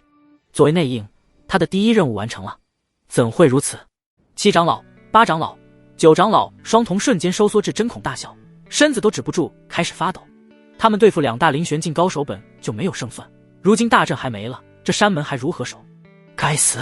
看来我们太高估大阵的防御力量了，没有料到还有咒术这种攻击。9长老捶胸顿足，一脸悔恨，早知道就该多做些准备了。哎，时也命也，看来今日我圣宇宗室有一场恶战了，即便是护宗大阵也庇佑不了我们。7长老频频摇头。剑轩，9长老朝白剑轩焦急喝道：“咒术威力非同小可，你立即撤离战场，待战斗结束后，为师自会来替你解除这咒术。”白剑轩可是霸玄灵根，与慕容兴一说是圣宇宗的未来也不为过，将来成就不可限量。今日他若是因为咒术死在了这里，那圣宇宗才是真的亏大发了。白剑轩正愁着怎么脱离战场呢，听到9长老这话，不由得一喜，连忙装出重伤的痛苦表情离开了此地。至于慕容兴义，众长老一开始就没让他参加战斗，毕竟慕容兴义背靠万剑圣域，若是他有个闪失，即便是圣宇宗也担待不起。哈哈哈哈！见大阵被破，主教脸上笑意更盛，双眸中杀意狂涨。众弟子听令，给我杀光这些人！主教本来只是想让白眉道人试试破阵，心中不抱有太大期望，没想到竟然真成功了。是。魔教弟子们没了对大阵的畏惧，于是将刚才的怨气一股脑全撒在了圣宇宗弟子的身上，猛烈的进攻犹如狂风骤雨。娘的，你们圣宇宗的人刚才不是很狂吗？现在攻守一行了，今日我便要炼化你们所有人的血肉，乖乖化为我提升修为的养分吧！杀！将他们统统杀光，一个不留。在魔教弟子与白眉山弟子们的冲杀之下，圣宇宗的弟子顿时乱了阵脚，被杀得逃之夭夭，压根儿没有还手的机会。不多时，山门便被彻底攻破，魔教弟子们开始杀往宗门内部。霎时间，惨嚎声、喊杀声几乎要将整座山岳都震碎，在空荡山谷间久久回荡。原本平静的山脉，此时已完全沦为了血斗场，嫣红的鲜血于山间流淌，散发出刺鼻的浓厚血腥味。看到这一幕，3位长老急得团团转。大长老他们怎么还不来？8长老一边应付着白眉道人的攻势，一边咆哮道：“去死！”主教和白眉道人疯狂攻击，一招一式都是奔着要害取得。3位长老顿时遍体鳞伤，苦不堪言。忽然，天际间浮现6道流光，急速奔向战场。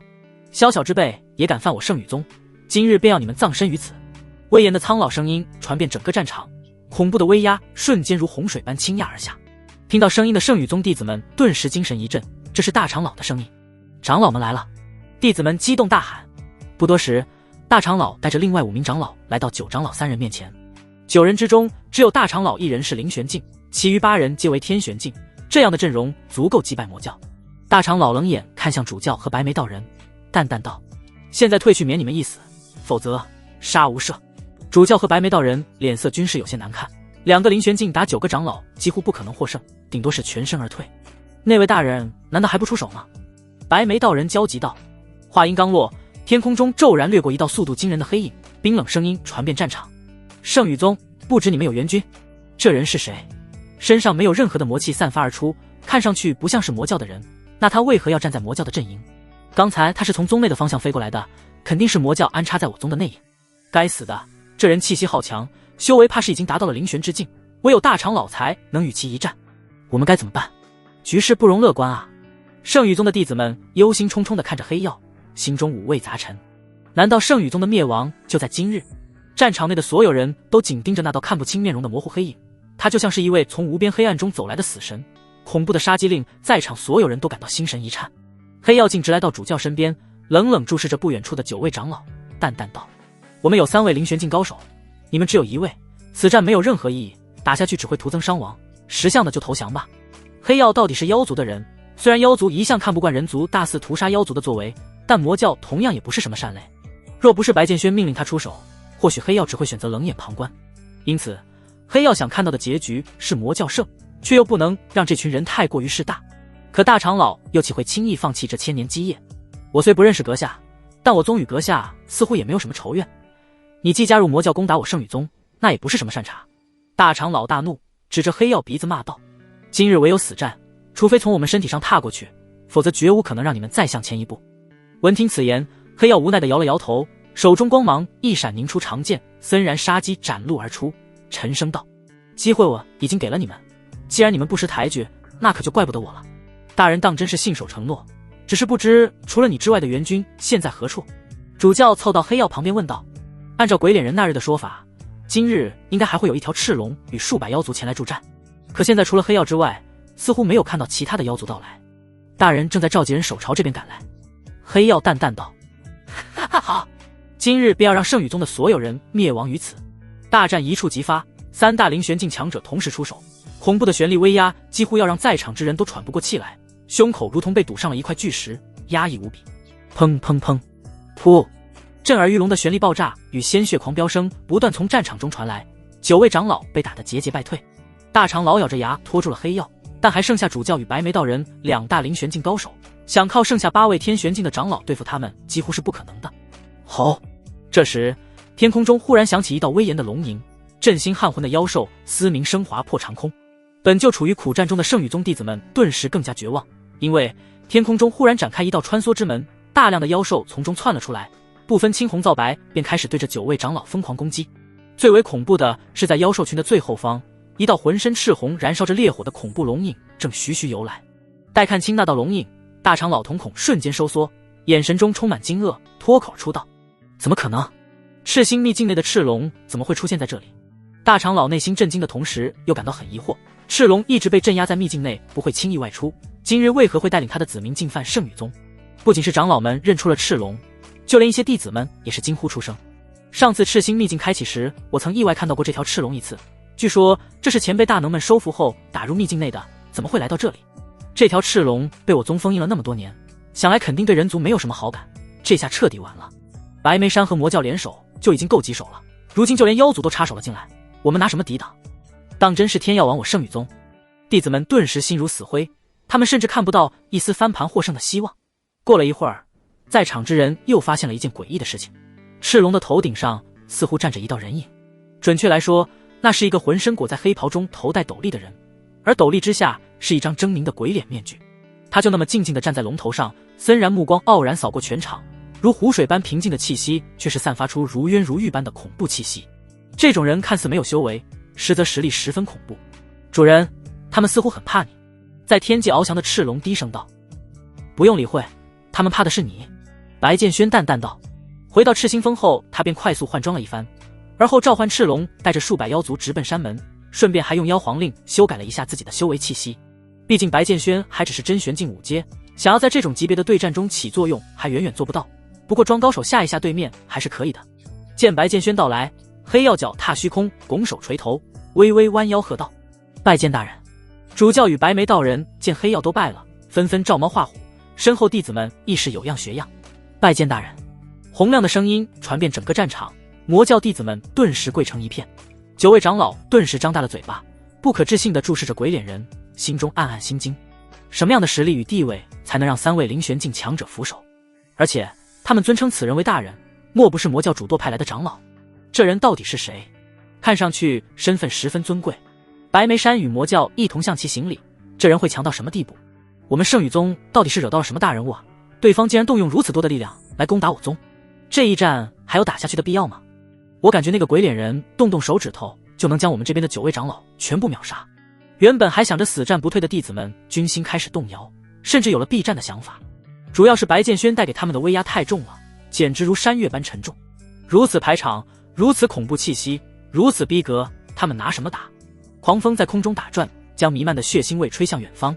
战场内所有人默契地保持着沉默，等待双方最强者下达最终决战的命令。9位长老目光灼灼地注视着对面，心中一阵哀叹。大长老，今日我们怕是要栽了。9长老长长呼出一口气，痛心疾首道：对方有3名灵玄境强者在，而且还有一头实力强悍的赤龙。反观我们这边，仅有2长老和大长老能抗衡灵玄境强者，而且2长老还只是天玄境巅峰，我们其余7人根本对付不了剩下的敌人。况且那个戴着鬼脸面具的人气息太过于恐怖。众长老心如死灰，战意全无。连长老们都尚且如此，弟子们更是感到绝望无比。然而大长老却是冷哼一声：我圣宇宗千年基业岂能如此轻易的毁于一旦？别忘了我们还有老宗主在呢。这话倒是提醒了众人。是啊，老宗主可是灵玄境8阶的强者，若是他能加入战场，圣宇宗或许还能拼上一拼。只是老宗主当年是被驱赶下位的，他真能不计前嫌出山吗？大长老神色平静，音调忽然拔高几分，对着天空大喝道：老宗主，难道你真的忍心看着圣宇宗就此走向灭亡吗？此时还不现身，更待何时？这倒立喝声携带着深厚的旋律，传播出数十里远。唉，天空中忽然传来一道苍老的叹息，声音中充满了无奈。忽然一道汉式雷霆划过天际，数不清的细密雷蛇汇聚在一起，最终化为一道身穿麻衣的老者身影。来者正是老宗主。老头子，我只想好好待在后山，但圣宇宗危在旦夕，如今也由不得我了。老宗主再度一声长叹。弟子们看到老宗主前来助战，眼眸中顿时泛起希冀。太好了，这下我们有和魔教那群畜生拼杀的底气了。他娘的，这些该死的魔人不知杀了我们多少师兄弟，请老宗主出手灭掉来犯之敌。早就听闻我圣宇宗的第一强者其实是在后山闭关的老宗主，其实力已经达到灵玄境后期。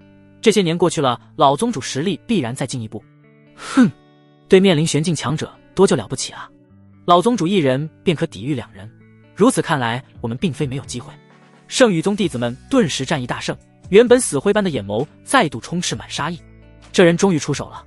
赤龙头顶上，白剑轩隐于鬼脸面具后的双眸微微眯起，神色也不禁凝重了几分。此番交战，他最终的目的就是杀了这位老宗主。为此不惜与魔教合作，布下如此大局，能不能成功就在此一举了。灵玄境8阶嘛，倒是很棘手，不过双方战力倒也算是势均力敌。黑曜喃喃道：他乃是灵玄境5阶修为，加上赤龙未必不能抵挡住老宗主。白眉道人冷冷注视着老宗主，眼眸中泛着金光。9玄玉魂体就在这老不死的手上，杀了他9玄玉魂体就属于我了。这一刻起，如果除开狐假虎威的白剑轩外，双方战力基本持平。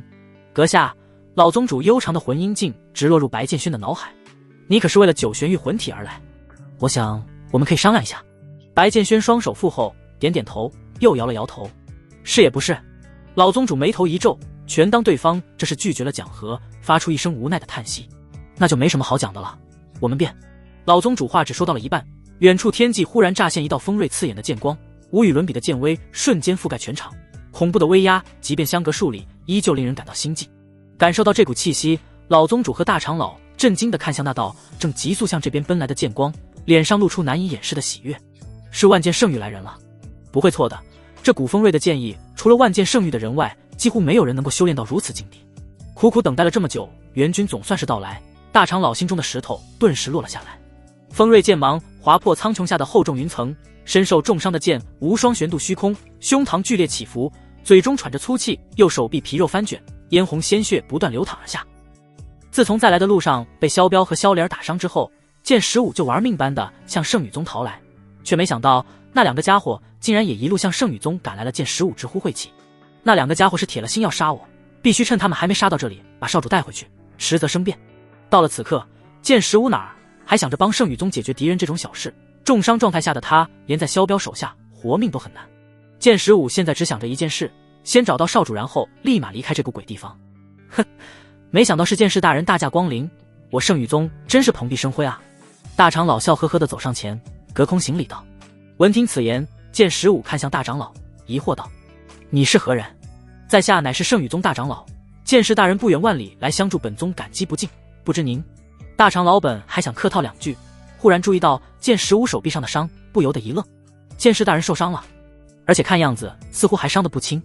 一时间，大长老疑惑不已，谁有那么大本事能把剑士大人伤成这样？要知道，万剑圣域的15剑士威震天下，修为最低的都是王玄境，如此恐怖的实力，谁能与其匹敌？不要废话，慕容心意在哪里？剑石武冷冷打断了大长老接下来要说的话，他可没时间在这客套。大长老再度愣住，看了一眼犹如血肉炼狱般的战场，又看了眼气息紊乱的剑石武，心中忽然涌起一股不好的预感，颤声道：“剑士大人，您此行不是来帮圣宇宗抵挡魔教的吗？我问你，慕容心意在哪里？”剑士的声音骤然冷了下来，似有似无的凌冽杀机溢散而出。在赤星峰弟子房。嗖！大长老话音刚落，剑石武便化作剑光冲向了赤星峰所在。圣宇宗所有的人都陷入久久的沉默，感到一阵懵逼。好消息是援军来了，坏消息是援军又走了。这特么援军不是白来了吗？嗖！三道如疾风般的身影快速掠过大地，向远离圣宇宗的方向疾驰而去。剑石武神色凝重，时不时回眸向后方看一眼，似乎是在警惕什么东西追上来。慕容心义和南宫轩儿一脸猛地跟在身后，有些摸不着头脑。两人本被长老们安排在宗门避战，只听到山门外喊杀声震天，接着剑石武忽然就闯了进来，不由分说将慕容心义和南宫轩儿都带走了。心义哥，他是谁啊？南宫轩儿凑到慕容心义耳边低声问了一句，看向剑石武的眼神中充满了惊愕。这个人好强。轩儿，其实有一件事我一直没有向你坦白。慕容心义犹豫了许久，还是决定坦诚相待。其实我来自于万剑圣域，这位是圣域的15名剑士之一，名为剑石武，我称呼他为15叔。南宫轩儿满脸惊愕，他以前的确想过慕容心义到底是来自于哪个大势力，却从来不敢往圣域那方面想，毕竟那是超然普通势力的存在。不管你来自于哪里，我都会跟着你的。我知道你不是在故意骗我。南宫轩儿心中越发觉得自己选对了人。就目前的情况来看，慕容心义绝对是万剑圣域中十分重要的人，说不定是某个长老之子，或者是少主。跟了这样的人，他南宫轩儿这辈子值了。慕容心义点点头，随后看向剑石武。石武叔，你身上的伤是怎么回事？慕容心义感到很奇怪，万剑圣域15剑士个个实力强悍，以他们的修为丹拧出一个来，都能在大部分地方横着走，谁能打伤15叔？闻听此言，剑石武平静的脸庞上浮现一抹愤恨。路上遇到了比较棘手的敌人，我不小心中招了。听完剑石武的经历，慕容心亦陷入久久的沉默，眉头深深皱起，许久后才凝重开口：妖族萧家重现世间，这可不是个好兆头。若是他们的话，的确是有伤到15叔你的可能。不错，剑石武脸色沉了几分，冷声道：我一路被他们追杀至圣宇宗，哪儿还管得上帮忙这种事，只想带着你赶紧远离这里。石武叔，你送我和轩儿回碧阳神国吧，我的历练远远还没有结束，不能如此轻易的就回到圣域。再过段时间，南方荒原将举行10国排位战，我之前答应了碧阳神国的君主替他们出战，我想那会是一次很不错的历练。慕容心义语气十分坚定。剑石武十分诧异的看了他一眼，犹豫片刻后点了点头。好，一切小心，反正还有你13叔跟着你呢。说罢，剑石武立马调转方向，直奔碧阳神国而去。圣宇宗人呢？跑哪儿去了？喂，你们有没有看到一个手臂受伤但气息很强的人？他是个修剑的。萧彪站于虚空中朝众人喝道，沉重的威压如同一块巨石堵在所有人心口，压得人喘不过气来。萧灵儿秀眉微蹙，清冷眸光不断地扫过在场之人的脸颊，却始终没有看到白剑轩的身影，不禁感到疑惑。咦，剑轩哥哥去哪儿了？剑石武离去还不到半刻钟，萧彪便带着萧灵儿杀到了此地，却没料到剑石武早已离开了此地。在场众人纷纷向这两人投去诧异的目光，无论是圣宇宗还是魔教的人都一脸懵逼，这特么谁啊？但有一件事可以确定，萧彪很强，强到可以一巴掌拍死在场的所有人，其气息丝毫不弱于刚刚离开的剑石武，能与剑士修为相匹敌，此人来历定然不俗。众人皆是这般想到。拜剑圣，小姐。黑曜来到萧灵儿面前，为了不暴露身份，于是便改了称呼。黑曜，剑轩哥哥在哪儿呢？我怎么没看到他？萧离儿焦急道。他带着萧彪披星戴月的赶过来，就是为了保护白剑轩，可千万不能出示了阿大人没事，只不过用令牌修改了气息，他现在戴着面具呢。黑曜朝着赤龙所在的方向指了指。萧彪听到令牌2个字，不禁心神一颤，眉头微微皱起，脸上难掩惊愕之色，旋即看向鬼脸人，喃喃道：那个人手中竟有妖皇令。萧离儿喜出望外，直接飞到赤龙头顶，上来就是一个熊抱，像是只八爪鱼似的挂在白剑轩身上，将白剑轩的脸狠狠埋进2团雪白柔软之中。白剑轩只感到一阵奶香扑鼻，浑身充血的同时差点被闷死。灵儿，你怎么会来这里？你不是说要先回妖族一趟吗？白剑轩从软玉香甜中移开脸颊，疑惑道：当然是来救你的，魔教的人可是残忍的很。萧离儿理所当然道：辛苦你了，赶这么远的路。白剑轩十分感动，为了你，我愿意。萧离儿笑靥如花，在场众人，合着我们哥这儿杀得要死要活的，你俩还秀上恩爱了，这场合合适吗？大长老实在是忍不了了，上前一步道：你们到底是什么人？大长老现在只觉得一个头2个大，今日之战掺和进来的人太多了，先是魔教攻山，又是白眉山的人前来助阵魔教，长老齐出后又不得已请出老宗主，接着赤龙又带着数百妖兽不知道从哪儿冒了出来，如今万剑圣域的援军前脚刚走，又来了2个来历不明的人，而且其中那个中年男子气息强度甚至不弱于剑士。被大长老打破气氛，萧离儿非常不高兴，美眸顿时冷了下来，淡淡道：彪叔叔。萧彪瞬间心灵神鬼，凌空抽出一记耳光，啪！清脆的耳光声响起，大长老只感觉眼前光芒一闪，接着一阵恍惚间，自己就被拍飞出了数十丈远，在空中留下一道狰狞血迹。众人顿时呆愣当场，一巴掌拍飞大长老，这是何等恐怖的实力！要知道，大长老那可是一名名副其实的灵玄境强者啊！主教和白眉道人见此一幕，顿时大喜，真没想到那位大人还带来了如此强的帮手。可接下来他们很快就笑不出来了。只见萧彪缓缓转过身，冷冷注视着主教，直盯着主教浑身发毛，心间忽然升起一股不妙的预感。你们笑什么？难不成以为我是来帮你们的？萧彪声音冰冷，凌冽杀机一散而出。他是一向看不惯人族不假，可对于魔教之人萧彪也相当痛恨。什么时候魔教的虫子也敢跳出来在阳光地下晃悠了？萧彪每踏出一步，天色便会暗下几分，凌冽如刀锋般的骇人气息步步逼近，气势沉重如山岳，令人感到心悸。主教和白眉道人神色惊恐，面面相觑，一时间也不知道到底是哪里惹到了这位大能。大人，我们是您的帮手啊！主教急中生智，连忙朝白剑轩求救。白眉道人也反应过来，匆忙对着萧彪拱手道：这位前辈应该是有所误会，我们白眉山是和那位戴面具的大人一同来讨伐圣羽宗，我们应该是同盟才对。同盟？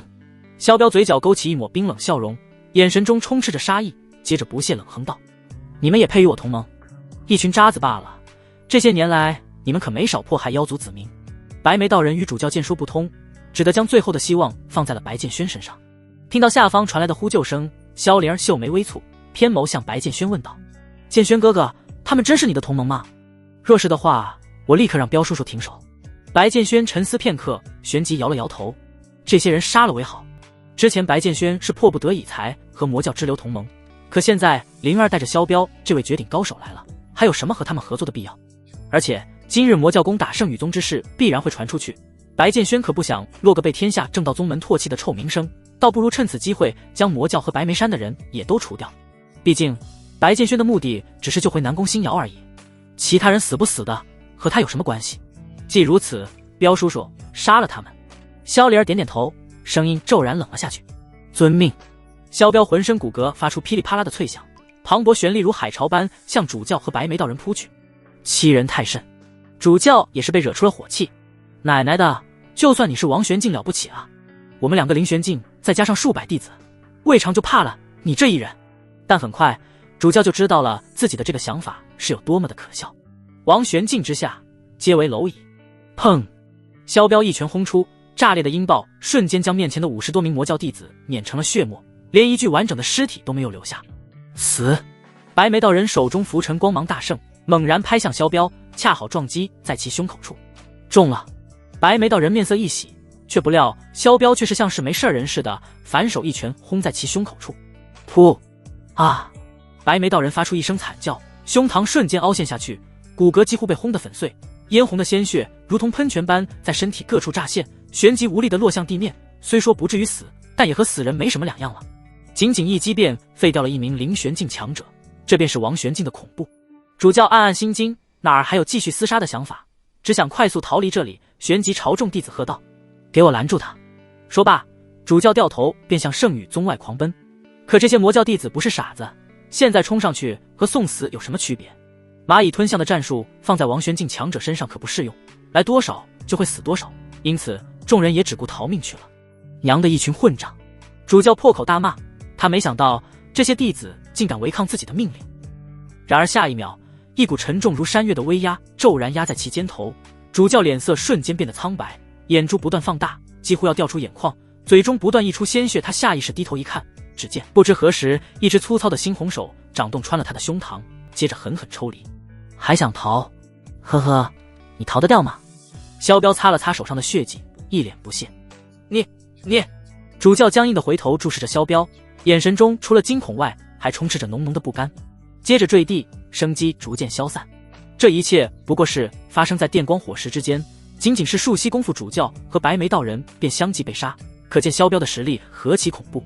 领头的都没了，那些魔教弟子和白眉山弟子们哪儿还有士气继续作战，纷纷四散逃命，但很快又被后方追来的黑曜和妖兽一一杀死，血流成河。萧彪向前踏出一步，接着便来到赤龙头顶，犹豫片刻后，还是向白剑轩拱手行了一礼。白剑轩受宠若惊，连忙扶住对面。前辈不必如此，晚辈惶恐。一路来的时候，圣女都跟我说过大致的经过了。你要救的人在哪儿？我去带他出来，这里是是非之地，不宜久留。见萧彪愿意帮忙，白剑轩不由得大喜。在后山，我要找的人被圣女宗的人囚禁起来了。闻听此言，萧彪顿时怒了。虚伪的人族，一向打着正道旗号于世间立足的圣女宗，竟做出囚禁他人的丑事，哼，没一个好东西。萧彪本就对圣女宗印象不好，这下更是彻底点燃了他的火气，二话不说便向9位长老冲杀而去。黑曜紧随其后加入战场，众妖兽旋即发起冲杀。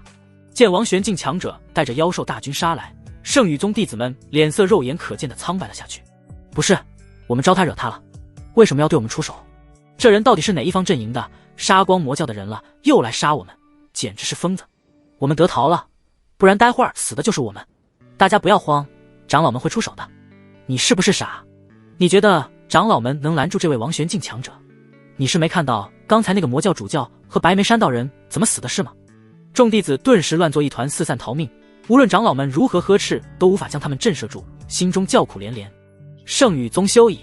老宗主眉头几乎要拧在一起，长长叹出一口气。他明白，今日过后，世上再无圣女宗之名了。看来我得先行离开了，只有带走9玄玉魂体，100年之后才有重建圣女宗的可能。老宗主目光坚定，也不管惨叫连连的弟子和长老们，一转头直奔后山急速飞去。如今局势混乱，正是溜走的好时机。老宗主脚下生风，连向后方看一眼的勇气都没有，只顾狂奔。然而这一幕还是被白剑轩看在了眼里。想跑？白剑轩眼眸微眯起，对脚下赤龙喝道：“追上那个老头！”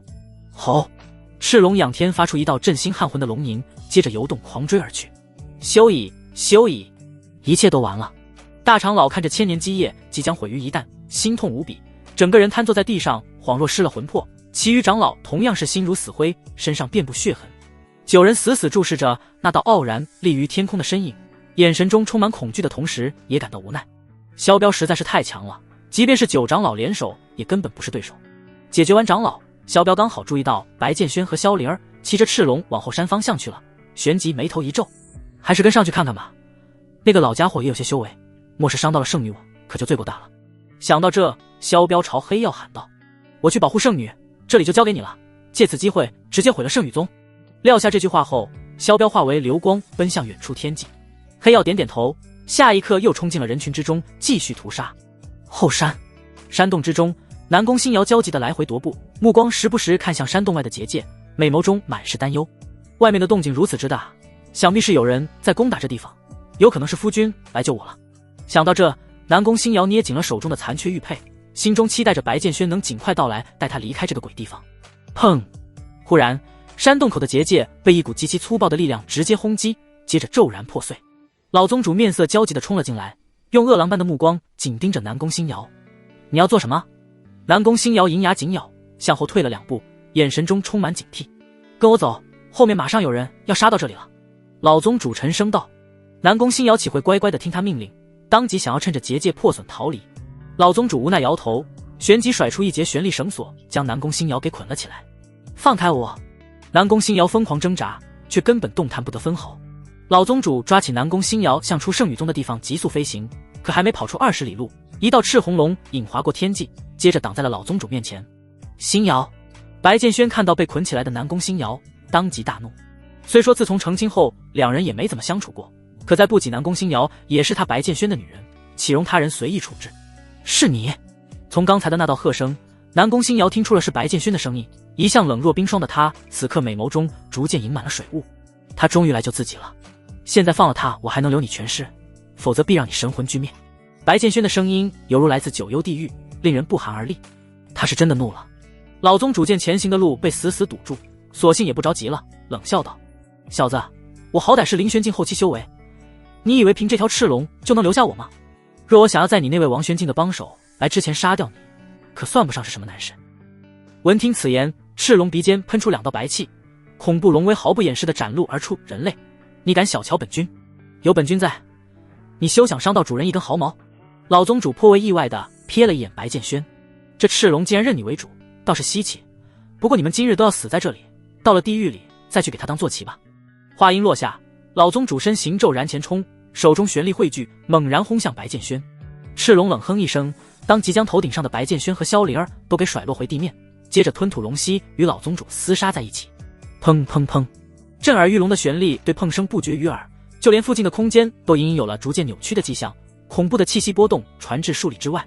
赤龙的实力比之老宗主要稍逊一些，但想要拖住他还是绰绰有余的，毕竟妖族的躯体强度比之人族要强上太多，这些差距可以缩小一些修为上的差距。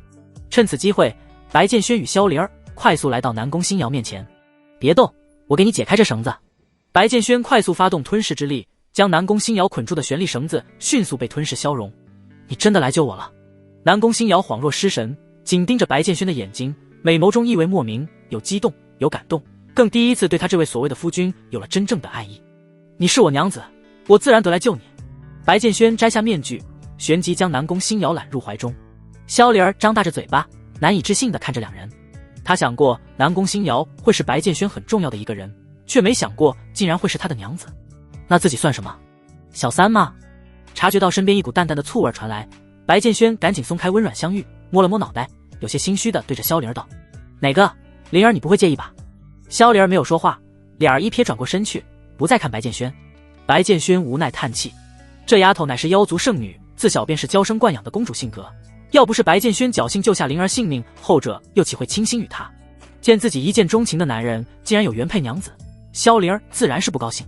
白剑轩正想着怎么哄一下萧灵儿时，天空中忽然一道雷霆乍现，三人纷纷抬头，只见萧彪不知何时来到了这里。老宗主被吓得面色一白，当即想要化作雷霆逃离这里。这次你跑不掉了。萧彪屈指为剑横扫斩出，恐怖的剑威可贯穿苍穹，瞬间将老宗主的身体斩成了两半。老宗主怎么都没有想到自己会死得这般憋屈，连一点还手之力都没有。更可恨的是，他好不容易找到的九玄玉魂体被夺走了。生机消散之际，老宗主最后瞥了一眼白剑轩，眼眸中满是恶毒与嫉妒。凭什么拥有九玄玉魂体的女子能够倾心于他？然而这些想法只是持续了2息时间，尸体落地之时，老宗主彻底死去。至此，圣羽宗被灭门。白剑轩心中长舒一口气，感到十分兴奋。圣羽宗没了，慕容信义背后的势力便少了一份力量，终有一日，这个气运之子会栽在自己手里。老宗主身亡，9大长老相继战死，圣羽宗弟子们便没有了继续待在这里的理由，纷纷散伙下山去了。先前攻上山的魔教弟子与白眉山弟子们死伤殆尽，鲜血几乎要将整座圣羽山染成血河。山脚下，圣女，你真的不和我回去吗？族内那边我怕是不好回去啊。萧彪笑容僵硬，十分无奈地注视着众人。萧灵儿一撇脑袋，旋即向白剑轩身边凑得更近了些。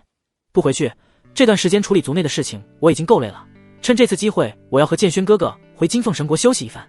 萧彪无奈摇摇头，心中直呼白剑轩这小子真是好本事，竟然能将圣女吃得死死的。但圣女的安全还是需要有人守护，于是萧彪看向了黑曜。既如此，那我只好先回去了。你一定要保护好圣女的安全，还有这位白神子殿下，要是出了什么差错，唯你是问。黑曜当即一拱手，严肃道：“您放心，小的定然竭力而为。”好，既如此，白神子、圣女殿下，我先走了。话音落下，萧彪的身形化为流光冲天而起，消失在天际。圣女，灵儿，你的身份？南宫星瑶目露惊诧之色。她是妖族圣女，此事不可外传。白剑轩替萧灵儿回答道：“竟是如此。”南宫星瑶十分震惊，没想到萧灵儿的身份竟然会如此尊贵。我们现在去哪里？沉默片刻，白剑轩问道：“你先送我回碧昂王国吧，我消失这么久，族内定然掀起了轩然大波，有很多事还需要我去处理。等族内稳定下来后，我再去找你。”南宫星瑶淡淡道：“好。”白剑轩点点头，旋即又看向萧灵儿：“你没意见吧？你去哪儿我去哪儿，能有什么意见？”萧灵儿笑嘻嘻的，活像一个天真烂漫的小女孩。到了此刻，萧灵儿已经接受了白剑轩有南宫星瑶这么一位娘子的事实。男人风流不假，却也印证了这个男人是有本事的。而且灵儿还是后来之人，自然是没有生气的必要。既如此，那我们便启程吧。白剑轩招来赤龙，三人就这么坐在赤龙头顶。吼！赤龙发出一道高亢龙吟，飞向九霄，速度奇快。黑曜默默地融入了黑暗之中，远远吊在赤龙后方。毕竟他只需要暗中保护众人安全，属实是没必要一同行走。松软云层在身旁飘过，仙鹤与赤龙腾飞云霄，卷起阵阵狂风。对了，星瑶，你说圣羽宗没了慕容星亦还会回到南宫家族吗？白剑轩呼道。这是他一直忧虑的问题，如今与慕容星亦距离过远，根本无法吞噬气运，搞清楚后者去了哪里是当前最重要的事情。圣羽宗内了，慕容星亦会不会回到自己家族内？白剑轩心中这般想到。你问这个干嘛？南宫星瑶诧异地看了一眼白剑轩。没什么，问问而已。白剑轩咧嘴一笑。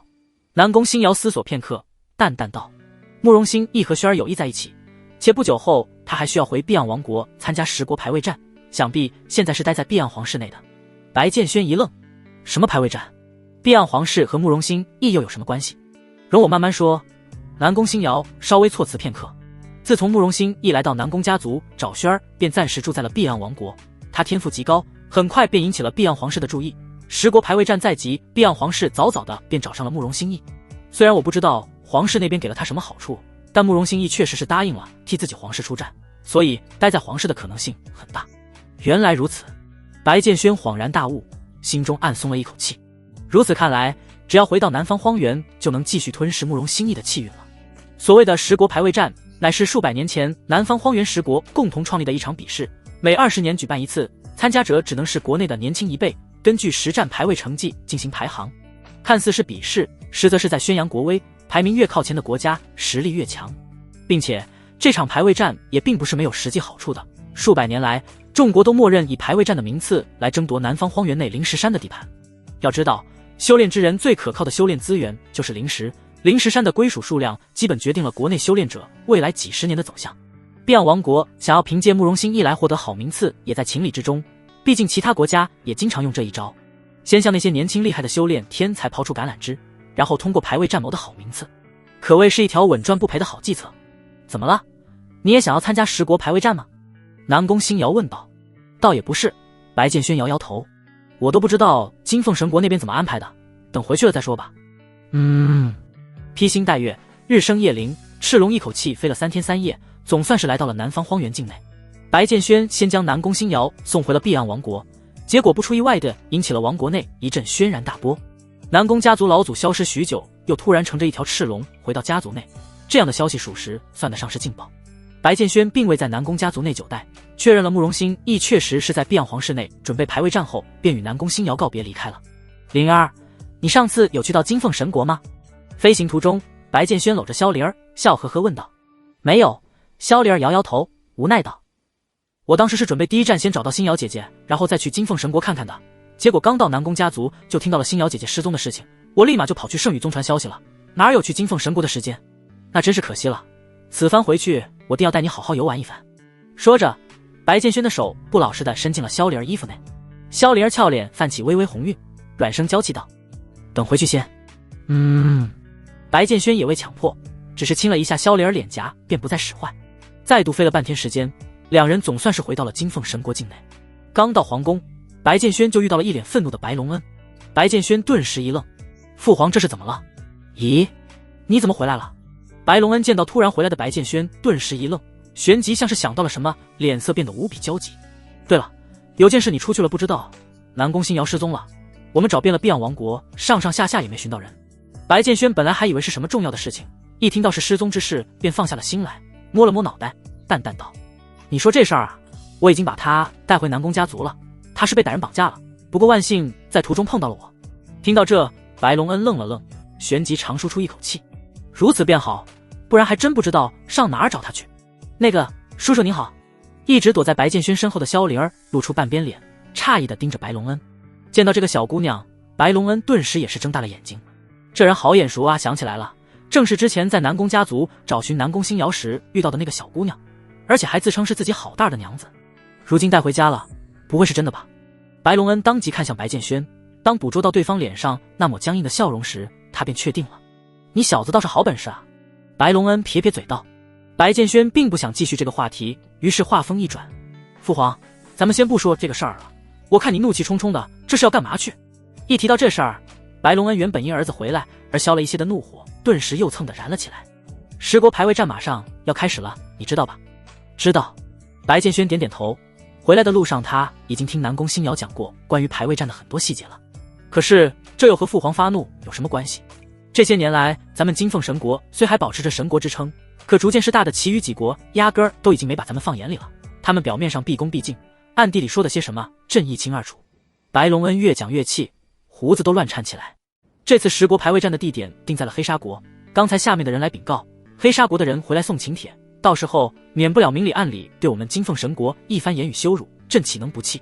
说着，白龙恩怒气逐渐消弭，无奈长叹一口气，倒真是年月变了，哪怕只是倒转200年，其他几国哪敢和我金凤皇室如此说话？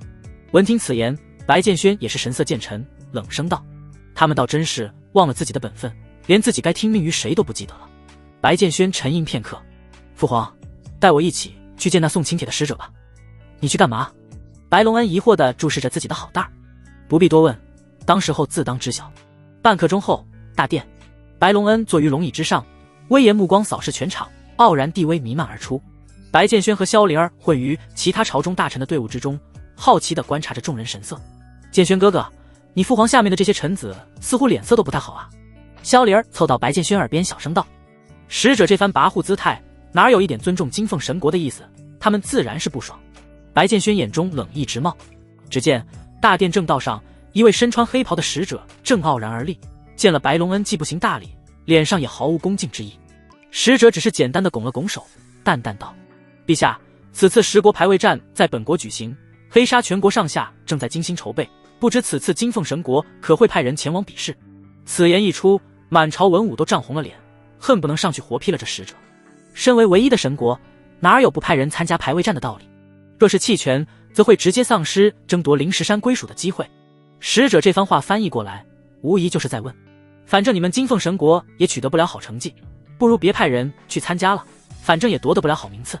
尽管这层意思很隐晦，但身为一国之君的白龙恩怎会听不出来？白龙恩双眸缓缓眯起，冷笑道：哼，朕不派人去，那这天下的灵石山还有我们金凤皇室一份吗？面对白龙恩的威胁提问，使者却是丝毫没有慌乱，反而隐隐还有些得意。陛下，灵石山一向以排位战的名次来定夺，反正金凤神国前几届都没取得什么好名次，以小的拙见来看，不参加应该也能分到最后一名的奖品。你……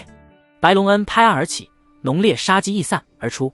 这已经不是尊不尊重的问题了，使者简直就是没把整个金凤神国放在眼里。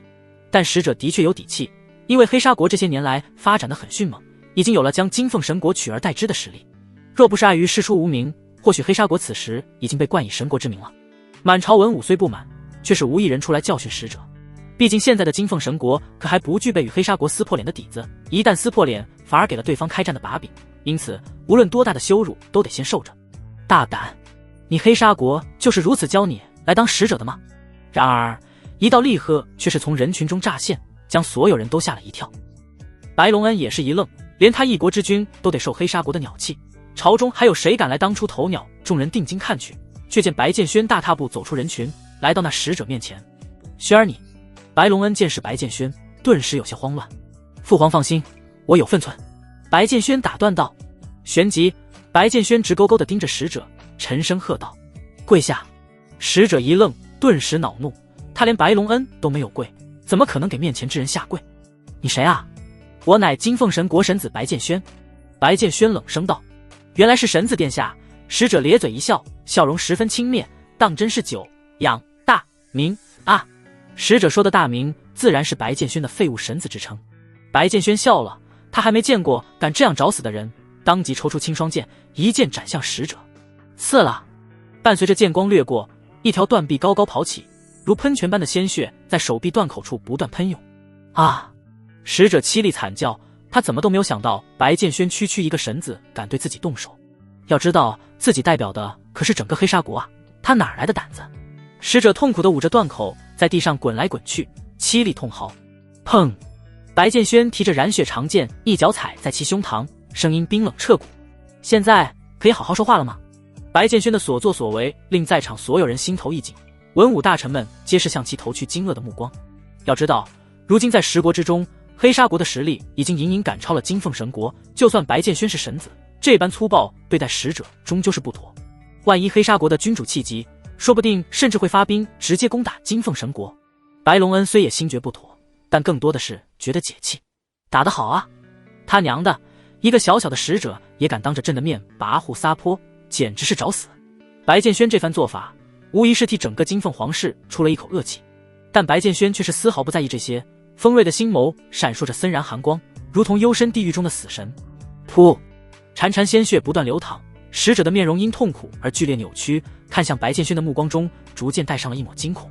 神子殿下，刚才多有冒犯，是小的无礼了。使者有些害怕，终究是低下了头，将之前的嚣张气焰收敛了回去。面前这人简直就是个疯子，彻头彻尾的疯子。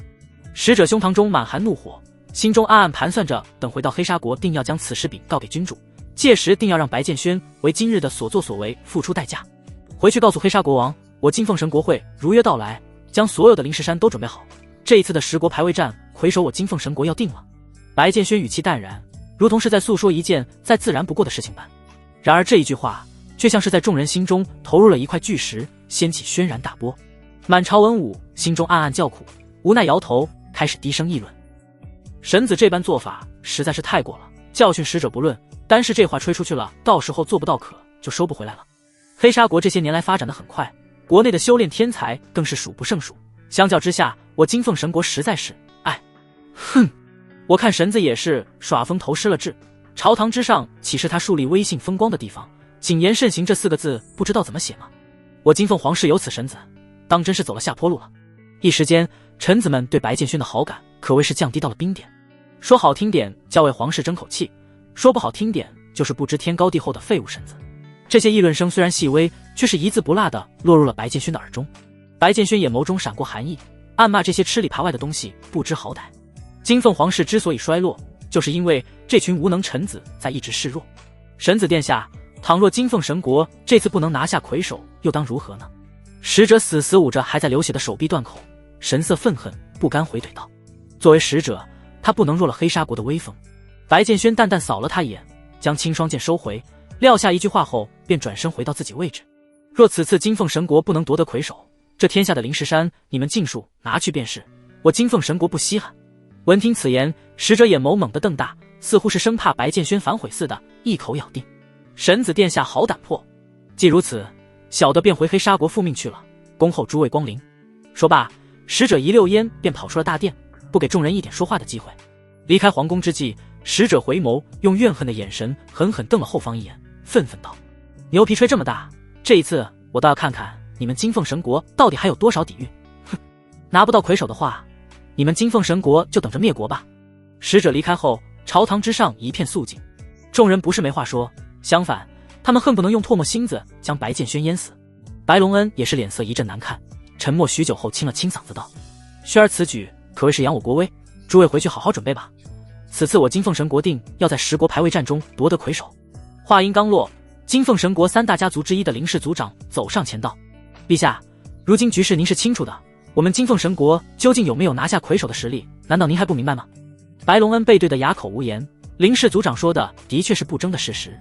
接着林氏族长又将矛头对准了白剑轩：神子殿下，你刚才那番言语可谓是将整个金凤神国都拖入了无底深渊。灵石山是说放弃就能放弃的吗？往届排位战中，我们即便夺不了好成绩，起码还能分得一些。如今你倒好，连最后一点修炼资源都要拱手让人，当真是可笑。白剑轩打量了一番林氏族长，不急不缓道：“我出战夺得魁首不就是了，何来这么多废话？”众人一惊，娘的，这话太狂了！可你狂也要有本事才能狂啊！林氏族长被气得够呛，冷哼道：“哼，话已经说出去了，我林氏一族第一个不答应皇室出战，此番还是由我林氏一族派人出战为好，否则真是会让他人笑掉大牙。”说罢，林氏族长一甩袖袍，气愤地离开了朝堂。接着又有2位族长走出队伍，分别是3大家族中的公孙家族和段氏一族。陛下，我等也是这个意思，此番皇室便是不要插手了，我们来便可。说罢，2人同样是拂袖离去。白龙恩脸色一阵白一阵紫，却早已习惯了这些修炼大族不将皇室放眼里的日常。这个世界就是如此，武力为尊，没有实力，即便是皇室也没有丝毫颜面可存。退朝之后，白龙恩将白剑轩拉到书房，一脸无奈：“轩儿，今日你怎该在朝堂之上夸下如此海口？你应当知道，夺得魁首对我金凤皇室来说是根本不可能的事情。”白剑轩淡笑道：“父皇不用慌张，我既然敢夸下海口，那自然就会出战，若拿不到第一，任凭处置。”白龙恩依旧是摇头，压低了声音道：“即便你有实力去参战，可3大家族的人会同意让你去吗？”白剑轩一愣，疑惑道：“皇室出战还要征得他们同意？”唉，白龙恩长叹一口气，无奈道：“这些事你不太了解，我可以告诉你的是，如果你想代表金凤神国出战，那你就必须得到3大家族的认可，否则绝无参战的可能。3大家族在我金凤神国内的势力就是如此庞大，你可明白？”白剑轩心神一震，眉头不自觉皱了起来。事情似乎比他想象的要更复杂。书房内，父子俩沉默许久，如何才能征得他们的同意？白剑轩皱眉问道：“此次10国排位战，他是势在必得，一来是为了整个金凤神国，二来是因为慕容兴义也会参加此次排位战。”虽然白剑轩并不清楚慕容兴义在此次排位战上是否会遇到大机缘，但就算没有，在比武台上挫一挫他的锐气，也不失为一种好选择。朕想想，白龙恩眉头凝成了川字，沉思良久，缓缓道：“这些年来，3大家族对皇室越来越不满，且逐渐势大。或许他们已经有了篡位之心，只是碍于某些原因不好立马出手。3大家族一向同气连枝，想在朝堂上说服他们不可能。你若想达到目的，唯有逐一击破。”逐一击破？白剑轩喃喃念道：“怎么个击破法？”一上门将他们家的天骄全部打败，这是唯一可行的方法，没有更强的出战人选，自然只能让你出战。白龙恩眼眸中满是担忧。可3大家族中的天骄都十分厉害，林氏一族的灵剑修得一手好剑道，在金凤神国有君子剑之称。公孙家的小女儿公孙玲脾气火爆，不知多少挑战者惨死在了他的长鞭之下。段氏家族的段龙更是一个极度痴迷修炼的武痴，都不太好对付。好，我知道了。得到基本讯息后，白剑轩立马起身走向书房外。“你去干嘛？”白龙恩疑惑道。“上门打人。”白剑轩的背影已消失不见，只有4个字远远传来：“唉，难啊。”白龙恩摇头叹气。金凤神国，公孙家族院子内，唰，砰砰，一道身着紧致红衣、身材火辣的倩影正在宽阔的院落中挥舞着长鞭，舞得虎虎生风。每一道长鞭甩出地面，便会被摩擦出刺木火星，浑厚殷实的旋律气息不断波动，看得陪在周围服侍的下人一阵心惊胆战。下人们都清楚，这位公孙小姐可是个暴脾气，有时候练鞭法练得高兴了，甚至会随机抽几个下人。因此，小姐练兵时在一旁陪侍是一份苦差。但该说不说，公孙林的修为天赋的确是高，号称是公孙家族200年不世出的天才。这样的人有狂妄的资本。不错，这套鞭法已经越来越娴熟了。公孙林耍得有些累了，当即停下来歇息，美眸微微眯起，开始在下人们身上打转，似乎是在挑选自己的猎物。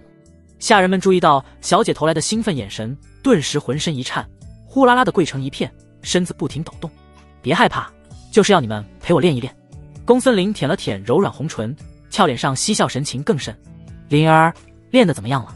这时，一道中气十足的声音传来，众人循声望去，只见公孙族长正笑意盈盈地踏步而来。下人们顿时感动得快哭出来了。族长来了，刚好可以免他们一顿皮肉之苦。“爹！”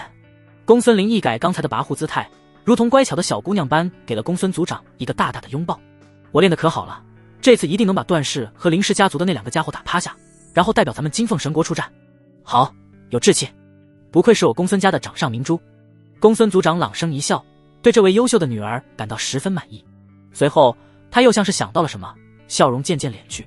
对了，今儿在朝堂上发生了一件大事，我想皇室那边后续可能会来和我们商谈。接着公孙族长便将在朝堂上发生的事情复述了一遍。公孙林顿时大怒，气愤道：那个白剑轩自己废物就算了，为什么还要拖整个金凤神国下水？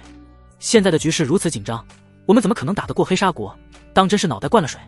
公孙林从不妄自菲薄，但也决然没有信心能够在10国排位战中夺得魁首地，即便是进入前5都算是祖宗烧高香了。的确，公孙族长深以为然，轻笑道：散朝之后，陛下定会训斥神子，想必待会儿白剑轩便会上门来给3大家族一一赔罪，然后祈求我们出手保住金凤神国的颜面。哼，逞一时口舌之快，最终还是要他人来擦屁股。金凤皇室出了这么1号废物神子，也算是彻底到头了。公孙林顿时坏笑起来：爹，要是那家伙真上门赔罪，可不要轻易答应，先让他吃吃苦头，再答应出战。你这丫头！父女俩正聊得开心，一个仆人急匆匆地跑了过来：家主，有贵宾来访，说是要找您。哦，公孙族长心下一动，隐隐猜到了些什么。可是神子来了。仆人顿时愣在原地。正是，家主您是怎么知道的？公孙族长没有回应，大笑2声后朝会客堂口行去。灵儿你也来，让你也看看神子殿下卑躬屈膝赔罪的姿态。1刻钟后，会客堂，白剑轩一脸淡然地坐在主位，丝毫没有做客的意思。这个老家伙算盘倒是打得好，晾了我这么久还不来接见，显然是想羞辱于我。白剑轩眼眸微微眯起，连连冷笑。对于这位公孙族长的小心思，他可是清楚得很。不多时，公孙族长走了进来，公孙林紧随其后。踏进大门，公孙族长也没有行礼的意思，反而是看到坐在主位的白剑轩，脸上露出错愕神色。这家伙不是来赔罪的吗？为何还敢一屁股坐在主位？着实是有些不懂规矩了。公孙族长，见到本神子也不行礼吗？白剑轩声音沉下些许。公孙林和公孙族长疑惑地对视一眼，愣神片刻后，公孙族长还是微微躬身行了一礼。可公孙林却还是一脸高傲地站在原地，看向白剑轩的眼神中透出毫不掩饰的轻蔑，甚至带着愤怒。神子殿下，你这是上门来赔罪该有的姿态吗？公孙林秀眉蹙起，一点也不给白剑轩面子。你是何人？白剑轩并未回应，而是话锋一转：本姑娘是公孙林。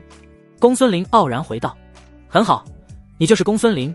白剑轩嘴角勾起一个冰冷的弧度：找的就是你。公孙林双腿修长，身材火辣，外貌也算得上是上乘之流，再加上过人的修炼天赋，这样的女子在金凤神国的年轻一辈中也是鹤立鸡群。但从这女子的言行举止来看，想必是个性格极为泼辣之人，想要打服她势必要费一番功夫。白剑轩心中这般想到。神子殿下，公孙族长皱着眉开口道，语气十分不悦：你此番上门究竟是为了什么？不知怎的，公孙族长突然觉得白剑轩今日有些来者不善，怎么看也不像是上门来赔罪的。可公孙族长打破脑袋也想不明白，如今的金凤皇室除了求助于3大家族在10国排位战上取得名次，还能怎样应对？等等，这小子不会是想……公孙族长忽然内心咯噔一下，旋即想到了某种可能，这小子不会是想自己出战吧？不，绝对不可能！白剑轩一个废物神子，有什么资格代表皇室出战？白剑轩在金凤神国的风评的确不好，修为天赋更是不高，至少在世人眼中是这样的。此番上门只为一件事，那就是想和公孙林小姐比试一番。若我胜出，这次10国排位战，公孙家族便不再插手。白剑轩开门见山，神色平淡，丝毫没有顾虑。什么？你真的想要代表金凤神国参加排位战？尽管内心已经有了些准备，可当白剑轩真正说出口时，还是带给了公孙族长不小的震撼。公孙族长不禁暗暗冷笑，看向白剑轩的眼眸逐渐不善。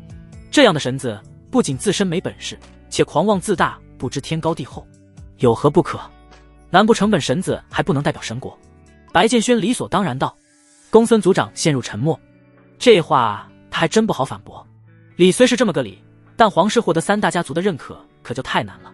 公孙族长沉默着不吭声，一旁的公孙林忍不住跳了出来，秀眉蹙起，冷声道：白剑轩，你未免有些太自大了，如今金凤神国是什么情况，你还不清楚吗？在朝堂之上，你将金凤神国拖进了水，如今还想来扯后腿，你这个神子可真是官、姓、国、氏啊！最后几个字公孙林声音格外重，语气阴阳。闻听此言，白建轩都忍不住乐了。这个女子的脾气当真是火辣，发起火来竟然直接称呼自己的全名了，连神子殿下都不喊了。沉吟片刻，白建轩淡淡道：废话我不多说，只问公孙小姐一句，你是否愿意和我比试一番？公孙族长没说话，而是看向了公孙林，将选择权都交给了自家的宝贝女儿。他十分清楚自家女儿有多优秀，决然不是一个白建轩能打败的。白建轩此番做法无异于搬起石头砸自己的脚，甚至皇室都会受到他的牵连。好大的口气！公孙林连连冷笑，看向白建轩的眼神中充满了不屑，傲然道：好，既然你这么想体会一下被痛扁的滋味，那我就成全你。就算你是神子，今天我也要让你狠狠长个教训。白建轩心中一喜，只要答应比试，那后面的事情就好办多了。那我若是赢了，就如我之前所说，公孙家族不再插手十国排位战之事。公孙族长，你看如何？白建轩看向公孙族长，毕竟他才是当真公孙家族真正的话事人。行，既然你有这个底气，那我也想今日好好见识一番神子的疯子，看你如何打败灵儿。那要是你输了呢？公孙林忽然插嘴，眼神咄咄逼人。我输了任凭处置，你有什么要求尽管说。白建轩随意的摆了摆手，丝毫不在意。毕竟自己就不可能输，你输了的话就不许再提排位战之事，以后皇室也不准插手。另外你还要围着我家宅院学狗爬3圈，以后见到本姑娘都要叫生姑奶奶。公孙林秀眉舒展，旋即坏笑了起来。他几乎已经看到白建轩学狗爬的场景了。灵儿，不可无礼！公孙族长呵斥道。虽说他也看不上白建轩，但对方好歹是个神子，这样的比试赌注未免有些太羞辱人了。白建轩一代神子，难不成真的去学狗爬？如果真那样了，估计白龙恩能气的发疯，直接发兵清剿3大家族都不为过。爹，你不必帮他说话，堂堂神子，我想不会连这点赌注都不敢接吧？我还以为神子殿下是一个玩得起的人呢。公孙林还是想好好整白建轩一顿，旋即开启了捧杀模式。白建轩都快听乐了，好家伙，还会用激将法呢！他若不答应，便是玩不起，不敢下赌注；若是答应了，便着了公孙林的道。公孙林这手算盘打的是真的响，可白建轩最愿做的就是明知山有虎，偏向虎山行。我可以答应，但这样的话赌注就有些不公平了，我得再加点赌注。就如你所说的，反过来，你若是输了，就跟着本神子去皇宫学狗爬3圈，且以后见到本神子了就要喊一声爷爷，如何？好，一言为定。公孙林想都没想便满口答应了。在他看来，无论赌注多大多小都无所谓，反正自己是必赢的。灵儿，你……公孙族长有心阻止，却没敢在公孙林答应前开口，心中顿时有些担忧。诚然，公孙林的实力足够，可白建轩的自信又是从何而来？万一灵儿真输了，那公孙家族以后就得颜面扫地了。我在想些什么？灵儿怎么可能会输给白建轩这个废物神子？公孙族长心中一个机灵，接着猛摇头，赶紧将先前不切实际的想法甩出了脑袋。白建轩能赢个屁！就算灵儿只用70%功力，也足以将白建轩打得找不着北，何来落败一说？公孙族长思索之际，白建轩已经站起了身，撂下一句话后走向院子内。既如此，那便请吧，公孙小姐，咱俩找个宽敞点的地方比试。好。公孙林美眸中战意大盛，刚想跟上，公孙族长却是一把拉住了他，嘱咐道：灵儿，不可大意，白建轩可能会使诈，他若无一点准备，不可能答应得如此干脆。公孙林感到有些无语，爹，你未免有些太谨慎了，凭女儿的实力能把白建轩打得找不着北，放心吧。说罢，公孙林如一阵风般冲了出去。公孙族长心中暗暗嘀咕，可千万不要出岔子了，不然今儿这脸可就丢大发了。半刻钟后，院落内的比武台已经挤满了人。白建轩身姿傲然，看上去风神俊朗，在微风吹拂下更显卓越风姿。公孙林站在对面，一手长鞭甩得噼啪作响，时不时在地面上抽出刺目火星，眼眸中战意不断上涨，神色逐渐兴奋了起来。前来围观的都是公孙家闻讯赶来的族人和下人们，皆用好奇的目光扫视着场内。自家小姐和当今神子对打，这可是难得看到的热闹。尤其是那些下人们，眼眸中更是闪烁着期待的目光。你们说白神子有没有可能将小姐狠狠打一顿？嘘，这话你也敢说？不知道谨言慎行4个字怎么写吗？要是让小姐听到了，小姐非剥了你的皮不可。谁让小姐平时欺负我们的？说实话，我倒还真希望白神子赢。别幻想了，白神子的废物之名还不够响亮吗？金凤神国的人都知道，白神子是个只会风流快活的草包，你还指望他能打赢咱们家小姐？哎，也是，小姐虽说脾气火爆，但天赋也是真的高，白神子没有丝毫的机会赢。下人们一时感到十分无奈，他们又想让白建轩替自己出口恶气，又恨白建轩是个草包，根本打不赢公孙林。不仅下人们不看好白建轩，其他的族人们同样如此。什么时候白建轩也能和林妹比试了？当真是笑话，这和自取其辱有什么区别？谁说不是呢？林妹最近修为长进得很快，已经快摸到真玄之境的门槛了，实力可以说只比真玄境一阶稍逊一筹。这样的实力，放眼整个金凤神国，也就只有林家和段家的那两小子能比肩了。灵儿狠狠揍他，让大家见识见识你的厉害。这些话一一落入白建轩耳中，不由得感到好笑。一个连真玄境都还未完全踏入的小姑娘，也想打赢自己。白建轩有自信，即便是自断双臂，也能将公孙林狠狠按在地上摩擦。这时，公孙林喝道：“我公孙家兵器众多，你挑选一件趁手的兵器和我打吧，我就用鞭子了。”公孙林甩了甩长鞭，体内玄力开始无声运转。白建轩看了一眼兵器架上的兵器，旋即摇摇头：“这些兵器不适合我。”接着，白建轩弯腰在地上捡起一根小树枝，当做长剑指向公孙林：“我便用这个和你对打吧。”白建轩甚至没想过拿出青霜剑来，公孙林还不配。见白建轩选择的竟然只是一个小树枝，公孙林顿时恼怒。他一向自视甚高，何时受过如此羞辱，也顾不上客气了，当即怒骂道：“白建轩，你混蛋！老娘今天非把你揍得满地找牙不可！”围观的族人们也是十分气愤，纷纷攥紧双拳。白建轩此举和羞辱了整个公孙家族没有区别，太狂妄了！白神子不是得了失心疯吧？一根树枝能当什么兵器？哼，出风头也不找个好时候，偏偏惹了小姐生气。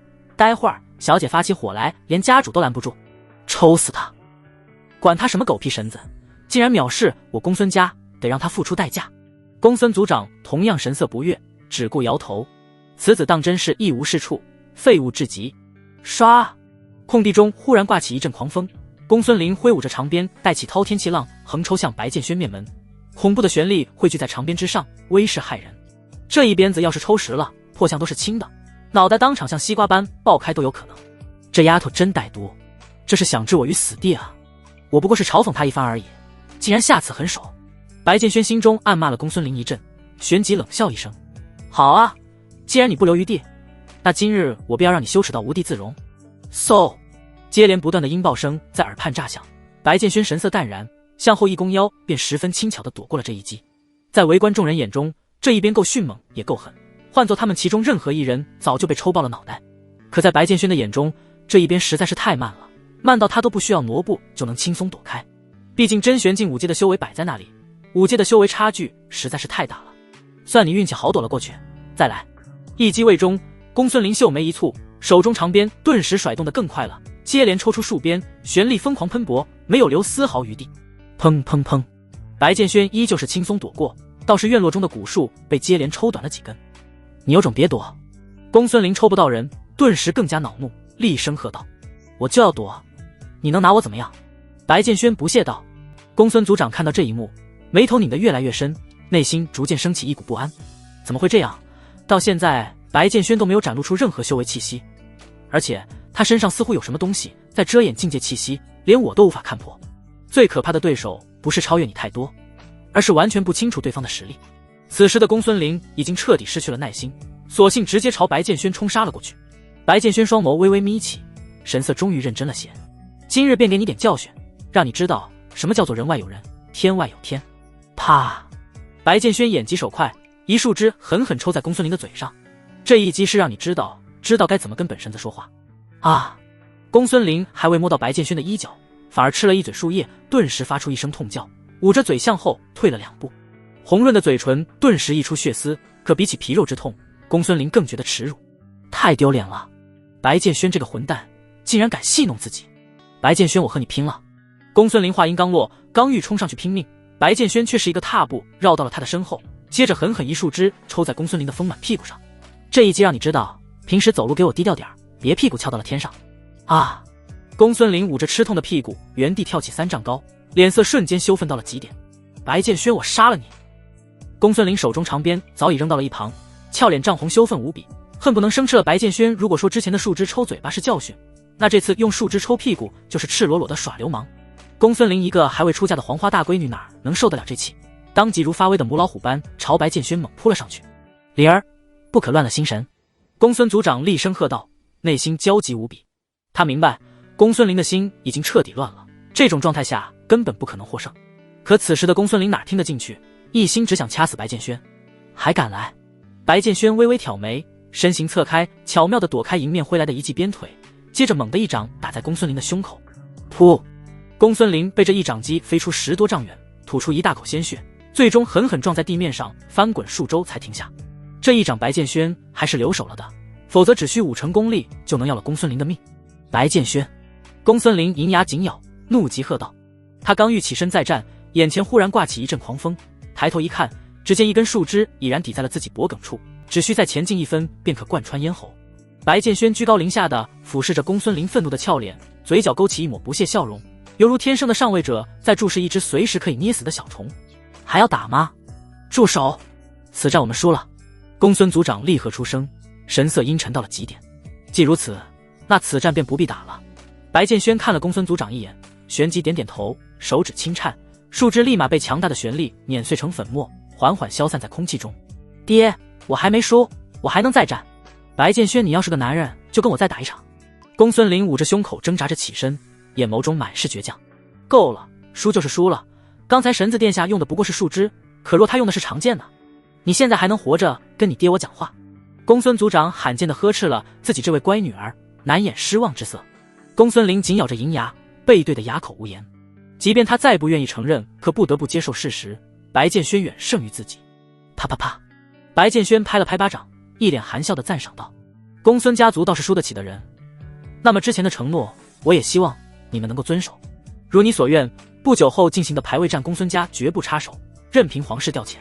公孙族长撂下这句话后，便离开了此地，背影无神而落寞。下人们目瞪口呆地注视着白剑轩，如同见了鬼一般。这还是咱们熟知的那位神子殿下吗？怎么和传闻中完全不一样啊？神子殿下刚才打败小姐，甚至没有用任何的功法，就连玄力都没怎么动用，这还是人吗？我原本以为小姐就是这个世界上真正的天之骄子了，没想到神子殿下才是我金凤神国年轻一辈中的顶尖。难道说神子殿下以前都是装的？他背地里实际是一个刻苦修炼、算计天下的枭雄。下人们震惊之余议论得很起劲，这时却听旁边传来一声娇喝：给老娘滚！公孙林怒视着下人们，眼神骇人。下人们顿时被吼得一个机灵，跑得屁滚尿流。公孙林一把抹去嘴角血迹，气冲冲地来到白剑轩面前，愤愤道：今日是我技不如人，我承认了，但我下次一定会打败你的。撂下这句话后，公孙林就欲回去修炼，白剑轩却是喊住了他：站住！在我公孙家，你风头也出够了，甚至用树枝抽了本小姐的屁股，你还想怎样羞辱我？公孙林回过头，倔强地瞪着白剑轩，美眸中泪水在打转，似乎下一秒就会委屈地哭出来。白剑轩微微一愣，倒是没想到这丫头受委屈了还会哭鼻子，沉吟片刻。你是不是忘记了你输的赌注？莫不是要抵赖吧？公孙林像是回想起了什么，愣神片刻后当即慌了神。让他公孙林围着皇宫血狗爬3圈，以后见到白剑轩还要喊爷爷，那还不如杀了他来的痛快。之前公孙林痛快答应，是因为他觉得自己根本输不了，哪料到会有这么一天。想起来了就好，走吧，本神子想回皇宫遛狗去了。白剑轩坏笑一阵，旋即一把拉起公孙林直奔皇宫。半刻钟后，皇宫宫墙外，爬吧，本神子会监督你爬完的。大名鼎鼎的公孙小姐却要成为本神子的狗，当真是有趣。白剑轩脸上露出淡淡笑容，一副看热闹的模样。公孙林站在白剑轩身边，娇躯微微发颤，眼神中再无之前的高傲与野性，反而像是一头受惊了的小鹿。那个可以不爬吗？公孙林美眸中再度涌起泪花，模样楚楚可怜，试图让白剑轩怜香惜玉一下。绝无可能，赶紧爬，你爬不下去，本神子就帮你趴下去。白剑轩神色一冷，呵斥道：他就是要借此机会好好羞辱一下公孙家族，以此挫3大家族的锐气。眼见卖惨不成，公孙林几乎感到绝望。爬是不可能爬的，这实在是太耻辱了，否则他宁愿去死。沉默许久，白剑轩都看得有些烦了，刚想上去帮他一把。那个，公孙林声音颤抖，俏脸羞红到了极点。我陪你一夜，你放过我这次行吗？连带着其他赌注也一笔勾销。白剑轩，你……白剑轩这下确实是被整懵逼了。好家伙，公孙林的面子甚至比他的清白还要值钱吗？不过白剑轩很快也就明悟了，对于这种性格火辣的女子，他们最为看重的就是自身实力与尊严。学狗爬的确是比死还难受。见白剑轩用怪异的眼神注视着自己，公孙林脸颊顿时更红了，如同熟透了的苹果，低声道：你别这么看我，我不是你想象的那种随便女子，原因尚在，不信你可以检查。而且我长得也不丑，身材也不差，你不至于拒绝我吧？老实说，白建轩从未想过事情会发展成现在这样。公孙琳身材的确火辣，长得也很漂亮，要是带回去当一夜春宵的玩物，肯定是非常不错的一次体验。金凤神国大名鼎鼎的公孙小姐，无数男人心中的冰山女神，如今在白建轩面前却是如同一朵随时可以采摘的花，甚至还是求着暖床，这种感觉挺刺激的。眼见白建轩迟迟不答应，公孙琳火爆脾气顿时又上来了，恼怒道：难不成你还看不上本小姐？你知道追我的男人都从这里排到城墙外了吗？白建轩淡淡注视着他，沉吟片刻：你不必陪我一夜，当我半年丫鬟吧。之前的赌注一笔勾销，在半年时间内你不能违抗我的任何命令，如若不然，我定让你围着整个皇城学狗爬3圈。啊！公孙琳没想到是这个结果，十分狐疑地看着白建轩：你说的任何命令，不会也包括暖床吧？本神子不是那种人，放心，不会逼迫你的。白建轩感到十分无语。好，那一言为定。公孙琳几乎没怎么想就答应了，又能抵消赌注，又能保住清白，给白建轩当半年丫鬟算不了什么。那我什么时候开始？公孙琳问道。现在。白建轩挑了挑眉毛，日后在本神子面前要和丫鬟一样自称贱婢，见了本神子要行主仆之礼，懂了吗？公孙琳刚想反驳，可看到白建轩那恶狠狠的目光时，又不得不将话咽了下去。本小贱婢知道了。这才对。白建轩满意的点了点头。夜凉如水，萧索夜风吹过皇宫，回应他的唯有寂静。请功。建轩哥哥，外面的那个女子是谁啊？房间内，萧灵儿依偎在白建轩怀里，贪婪地吮吸着他的味道，旋即停下来，疑惑地瞥了眼窗外的那道倩影。是我新收的丫鬟，你日后若是有什么事，也可以吩咐她。她叫公孙琳，是公孙家族的千金。白建轩搂抱着萧灵儿纤细柔软的腰肢，淡淡笑道：一个大家族的千金，为什么要来给你当丫鬟？你不会是看上人家了，所以想把她骗过来给你暖床吧？萧灵儿有些不悦，嘟着嘴道：当然不是。白建轩一脸正直，明日我得带她去一趟林家，到时候派得上用场。放心，我只要有你暖床就够了。白建轩手脚开始不老实，坏笑着往萧灵儿衣服里伸，拨弄的萧灵儿俏脸羞红。不多时，两人便开始发出一阵让人脸红心跳的声音，房间中弥漫着旖旎的气味。房内的动静并不小，这些声音全都落入了守在门外的公孙琳耳中。公孙琳听到这声音，不禁联想到了白建轩在床上放纵的画面，不禁也羞红了脸。她一个黄花大闺女哪经历过这些，心脏扑通扑通的直跳。呼！公孙琳深吸一口气，强迫自己不去听这些声音，可脑海中还是不断浮现出那些男女纵情的场面，不禁嘟囔道：白建轩这个禽兽，就会欺负漂亮女人，不过听着动静，他那方面应该很厉害吧。接着公孙琳赶紧掐了自己大腿一把。我在想些什么呢？做丫鬟的第一夜，公孙琳感到十分煎熬。次日，林氏家族大堂内，林氏家族的家主和公孙族长相对而坐。公孙老弟，你是说白建轩其实并没有传闻中那般废物，反而是个绝世天才？林家主一脸震惊，甚至都不敢相信这是从公孙族长口中说出来的话。唉，公孙族长长叹一口气，我虽也不愿相信，但昨日的确是这个情况。或许白建轩是用某种方法使诈了，但我没瞧出来。林家主陷入久久的沉默。刷刷刷，堂外的院子中不断传来阵阵破空声。林家少主林剑正在练习剑术，剑法凌厉而卓绝，颇有几分剑仙之姿。哪怕是我林剑，难道也不是他对手？林家主还是不愿相信，忍不住问道：那我也不清楚了。公孙族长眉头拧在一起，神色严肃。但我要嘱咐你一件事情，若是白建轩上门，千万不要接受他的挑战。我公孙家已经输掉了赌注，不能再插手排位战之事，但你林家和段家只要不松口，白建轩就拿我们一点办法都没有。这是我能做到的极限了，希望林家主不要意气用事。好，我知道了。白建轩上门无论如何闹腾，我都不会让林剑和他比试的。林家主沉思片刻后重重点头。到时候就算他白建轩真是个修炼天才，也拿我们一点办法都没有。既如此，那我就放心了，先行告辞。公孙族长当即放心了许多，起身告辞离去。接着林家主将正在练剑的林剑给叫进来，嘱咐了一番。林剑眉头微皱，不服道：父亲，我未必不是那白建轩的对手，兴许他昨日打败灵儿只是运气好，或者是用了禁术。别胡闹！林家主语气沉重，管他运气也好，禁术也罢，你不答应比试就万事无忧，不要逞一时之快误了大事。孩儿明白了。林剑无奈点头，眼底却是闪过一丝怒意。他自幼爱慕于公孙琳，是对方为自己一生必娶之人，用情至深，两大家族都十分熟知。如今自己心爱的女人被白剑轩打败，林健心里怎么都不是个滋味。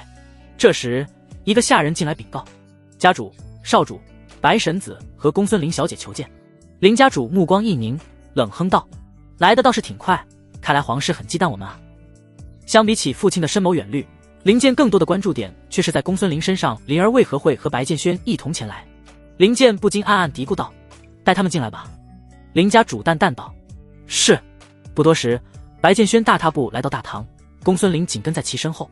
灵儿，你来了。见到公孙林，林健乐得跟个傻小子一样，甚至忘了跟白剑轩行礼，只顾着给心爱的女人打招呼。可公孙林却是瞥了一眼白剑轩的神色，旋即直接掠过林健，待白剑轩入座后站在其身后。主人都还没说话，他一个丫鬟岂敢擅自回话？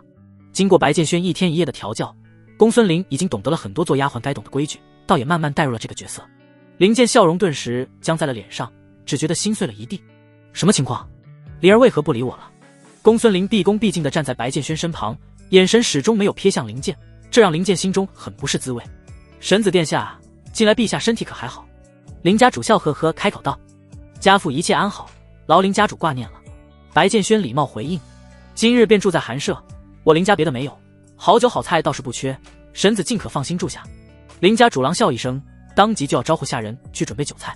白剑轩端起茶杯，轻轻抿了一口，手指不断摩挲着茶杯外壁，眼睛微微眯起，心中暗道：公孙家已经听命于皇室，这一点林家绝对已经知晓。既然已经知道我的来意，林家主却是只字不提这事儿，看来是想将事情搪塞过去了。白剑轩隐隐已经猜到了林家的意图，沉吟片刻开口道：林家主，酒菜就不必准备了，本神子今日登门是有要事，我们还是先把吃喝的事情放一旁吧。既然林家不愿提起比试的事情，那白剑轩就主动出击。瞧我这老糊涂了，神子殿下日理万机，亲自登门定是有要事，不知是什么事情需要与我林家商议。林家主揣着明白装糊涂，就是不将事情说破。老狐狸，你还以为你跑得掉吗？白剑轩暗骂了一句，沉吟片刻。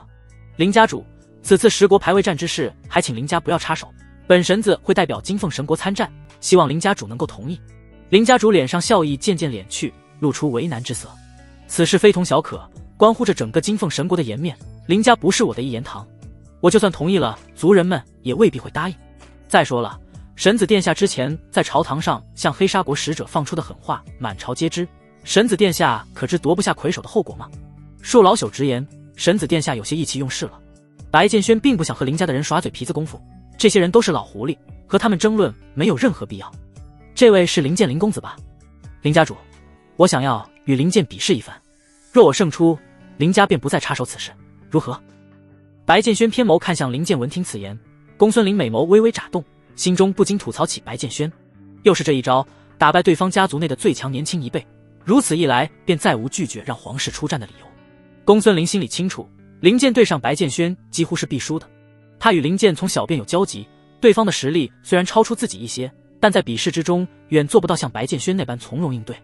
白剑轩的实力深不可测。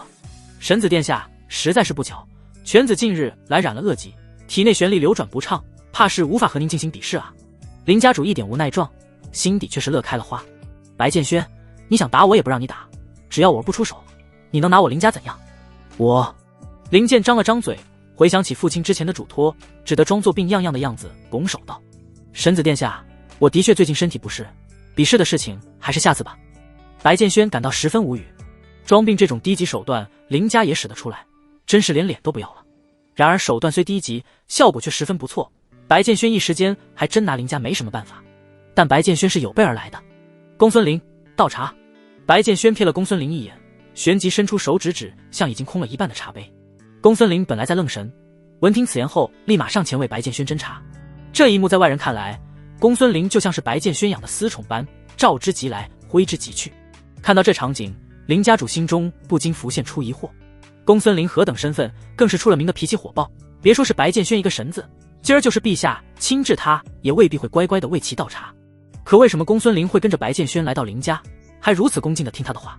等等，林家主忽然想到一件事情，公孙家输了，比试后公孙林便跟着白剑轩上门了，莫非那场比试的赌注就是公孙林这个人？林家主暗暗心惊，公孙老兄啊，你未免玩的也太大了点。相比起林家主的心细如发，林健始终是少年心性，看到自己心爱的女人被白建轩这般使唤，心中的怒火几乎要直窜天灵盖。林健胸膛剧烈起伏，眼神在两人之间不断扫视。他想不通啊，灵儿为何这般做？白建轩注意到林健难看到堪比猪肝的神色，淡淡一笑，挥了挥手道：“林公子这般看着本神子，莫不是茶杯也空了？灵儿，去为林公子也斟一杯茶。”在接触三大家族之前，白建轩从白龙恩口中探听到一个十分重要的消息：林家少主林健倾心于公孙家的千金，并且是那种几乎丧失理智的喜欢。这是一个致命的弱点，同样也是今日白建轩带公孙林一同前来林家的原因。白建轩眼眸几乎眯成一道线，冷冷注视着林健：“不答应比试，那我就让你丧失理智，主动找我拼命。”是。公孙林应了一声，旋即来到林健身前为其斟茶。林健呼吸急促，眼神中充满疑惑，似乎是在问灵儿，这到底是怎么回事？公孙林回了他一个不咸不淡的眼神，刚欲回到白建轩身边，身后一只手却突然拉住了他的手：“灵儿，你为何会跟着神子殿下？”林健忍不了了，他必须问个明白。公孙林本就对林健无男女之情，以前的传闻也都只是林健单方面的倾心而已，更何况现在的他还是白建轩的丫鬟，这般被人拉着，算得上是很失态了。林公子请松手，我现在是神子殿下的贴身丫鬟。公孙林实话实说。什么？林健突然从座位上站起来，眼珠子都快瞪出来了，俊朗脸庞上布满震惊之色。丫鬟？这怎么可能？以公孙林高贵的身份，他何至于进宫给一个废物神子做丫鬟？林健这个舔狗顿时觉得天都塌了，心爱的女人成了神子的丫鬟，而且白建轩还是出了名的风流禽兽。一想到这，林健几乎要晕倒过去。公孙林不会已经被白建轩给那个了吧？林家主之前便猜到了一些，但如今亲耳听到，仍感震惊无比。他没想到公孙家竟然玩得这么大，还真把家里的掌上明珠输给白建轩做丫鬟了。但林家主终究只是震惊而已，可反观林健却是肺都快气炸了。不，我不能接受！林健内心疯狂咆哮，怒意已然攀升至顶点。此时他也顾不上什么礼节了，恶狠狠地瞪向白建轩，眼球布满血丝，声音颤抖：“敢问神子殿下，公孙小姐为何会成为您的丫鬟？”林家主心中一凛，赶忙给儿子打眼色。林健却是全装没看到，死死盯着白建轩：“林公子，本神子收个丫鬟，应该不必向你禀告吧？灵儿，你过来。”白建轩向公孙林招了招手，后者立马来到身前，给本神子捏捏肩。是。公孙林已经猜到了白建轩此番用意，犹豫片刻后，柔软双手还是摸到了白建轩肩部，开始轻轻揉捏起来。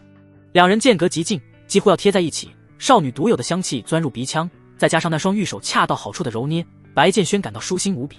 他是舒服了，林健此时却是比死了还难受。咔嚓，林健紧咬着牙关，嘴中不断传出碎裂之声，缕缕鲜血从嘴角不断溢出，他的牙齿被自己硬生生咬碎了。林健追求了公孙林这么久都没得手，白建轩这个废物凭什么享受公孙林的捏肩服务？不。林健沉默许久，沙哑开口道：“神子殿下，公孙小姐是否已经委身于你？”这一次林健的脸色苍白的可怕，眼神中更是渐渐涌起道杀意。哦。白建轩轻佻地笑了笑，漫不经心道：“看来林公子倒是挺在意公孙小姐的嘛。不过她到底只是我的丫鬟，有没有委身于本神子，不过是本神子一念之间的事情。女人嘛，玩过了再找就是。林公子，你要是喜欢公孙林，本神子可以将她送给你一晚上。”听到这话，身后的公孙林十分不悦地皱起了眉头，悄咪咪在白建轩脖子后狠狠掐了一把，心中恨恨道：“本小姐现在要不是在你屋檐下低头做人，就凭你这番话，我非得剁了你的命根子不可。”但公孙林心里也清楚，白建轩说这些都只是为了激怒林健而已，并无真正羞辱自己的意图，索性也就没揭穿他。公孙林渐渐发现，越是与白建轩接触，便能越感受到他的不凡，与传闻中的废物神子形象简直是判若两人。无论是修炼天赋还是心机城府，无不是年轻一辈中一骑绝尘的存在。砰！岂有此理！林健一拳打碎身旁的桌子，大堂内顿时碎屑飞溅，接着仰天大喊，字字含恨，看向白建轩的眼神像是在看杀父仇人。自己心爱的女人被白建轩糟蹋了，林健要是还能保持理智，那就不算个男人了。林公子，你这是什么意思？是对本神子有些不满吗？白建轩神色渐渐冷了下来，声音低沉，隐隐带着威胁之意，然而内心却是在狂喜。娘的，激将法击了这么久，终于上当了。神子殿下莫误会，犬子这事，林家主心说坏了，这样下去要误大事。接着焦急上前，刚欲找补几句，却听林健喝道：“白建轩，我要和你单挑。”林健双眸已然变成了一片血红，周身旋力紊乱，处在随时暴走的边缘。你若能胜，我任你处置；你若输了，就给我放了灵儿。今日你必须答应，否则我必和你拼命。看到这一幕，公孙林略微愣神，他倒是没想到林剑会为了自己不惜和神子翻脸。旋即又摇了摇头，真心倒是真心，但公孙林实在对林剑没有任何男女之间的想法。好，白剑轩猛地起身，淡淡道：本神子给你这个机会，若你赢了，公孙林你可以带走；若本神子胜了，你们林家便不能再插手排位战之事，可敢来赌一场？呵！林剑冷哼一声，双眸中杀意暴涨。有什么不敢？你明知我喜欢灵儿，却还如此羞辱于我。我知道你是为了激怒我，但恭喜你，我的确怒了。不可！林家主顿时有些慌了，可不能答应和白剑轩比试啊！爹，你若不答应，我即刻便自刎归天。林剑也是豁出去了，直接以性命相要挟。哎！林家主嘴唇张合半天，沉默许久，最终还是无奈叹出一口气，对几人挥了挥手。罢了，此事我答应了，你们去比试吧。相比起排位战之事，还是自己儿子的性命比较重要。答应比试了，起码有获胜的可能。林剑要是自杀了，那整个林家都将完蛋。半刻钟后，林家比武场，闻讯赶来的林家族人们早已将比武场围了个水泄不通，看向场中那两道身影，目光错愕无比。神子殿下怎么突然要和林剑比试？这不是以卵击石吗？哼，可别小看了神子，昨日神子还在公孙家击败了公孙林呢。不可能吧？公孙林何等天骄，岂会败于一个草包神子？你们说会不会是神子偷摸使用了某种禁术，强行提高的自身实力？还别说，真有可能。反正我是不信神子的实力会突然暴涨。接着，有知情人又窜到人群中，将之前在大堂内发生的事情大概讲了一遍。公孙林现在成了神子殿下的贴身丫鬟，林剑为了给公孙林出头，这才要和神子比试的。我当时刚好路过大堂，便偷听了一会儿。众人感到震惊无比，旋即纷纷向白剑轩投去羡慕的眼神。公孙林长得这么好看，身材也够辣，他要是当了我的丫鬟，我估计连房间都不会出，整日与他纵情岂不快哉？这身材我看着都流口水，神子肯定也没忍住，有可能公孙林都已经被玩坏了，真羡慕神子啊！呵呵，就你们一群癞蛤蟆也想得到公孙林呢？神子有这个本事，你们有吗？众人一阵沉默，他们的确没这个本事。与此同时，比武场中的气氛已经降至冰点。林剑死死盯着白剑轩，浑厚玄力疯狂暴涌，双眸盈满恨意。白剑轩，我今日要让你抬着走出林家大院！周身玄力不断翻卷，林剑处于玄力风暴中央，锋锐剑气不断上冲，气势逼人。其展现出的气息强度赫然是真玄境一阶。这等修为境界，在年轻一辈中，就算是放眼整个金凤神国，也找不出几个人来。族人们看到这一幕，顿时感到一阵心惊。少主的修为竟然又精进了，我记得上个月他还没突破至真玄境，短时间内竟然又有如此进步，实力真是可怕。三大家族中的3位天骄之中，少主的实力怕是已经超越另外2人了吧？据说公孙小姐还未正式踏入真玄境，段家的那位公子就不太清楚了。不过就算踏入了真玄境，也决然没有达到一阶水准。我林家的修炼天才就是厉害，力压其余2大家族。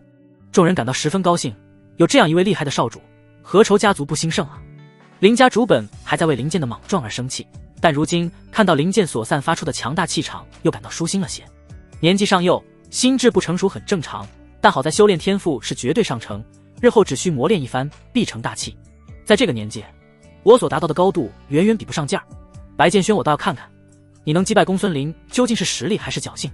林家主脸上逐渐展露出笑意，如此强大的林剑，就算面对被公孙家吹上天了的白剑轩，未尝就没有击败对方的可能。反观场中，唯二神色较为平淡的，就只有公孙林和白剑轩了。真玄境一阶吗？在我辈之中的却算得上是优秀，但在白剑轩面前还是不够看。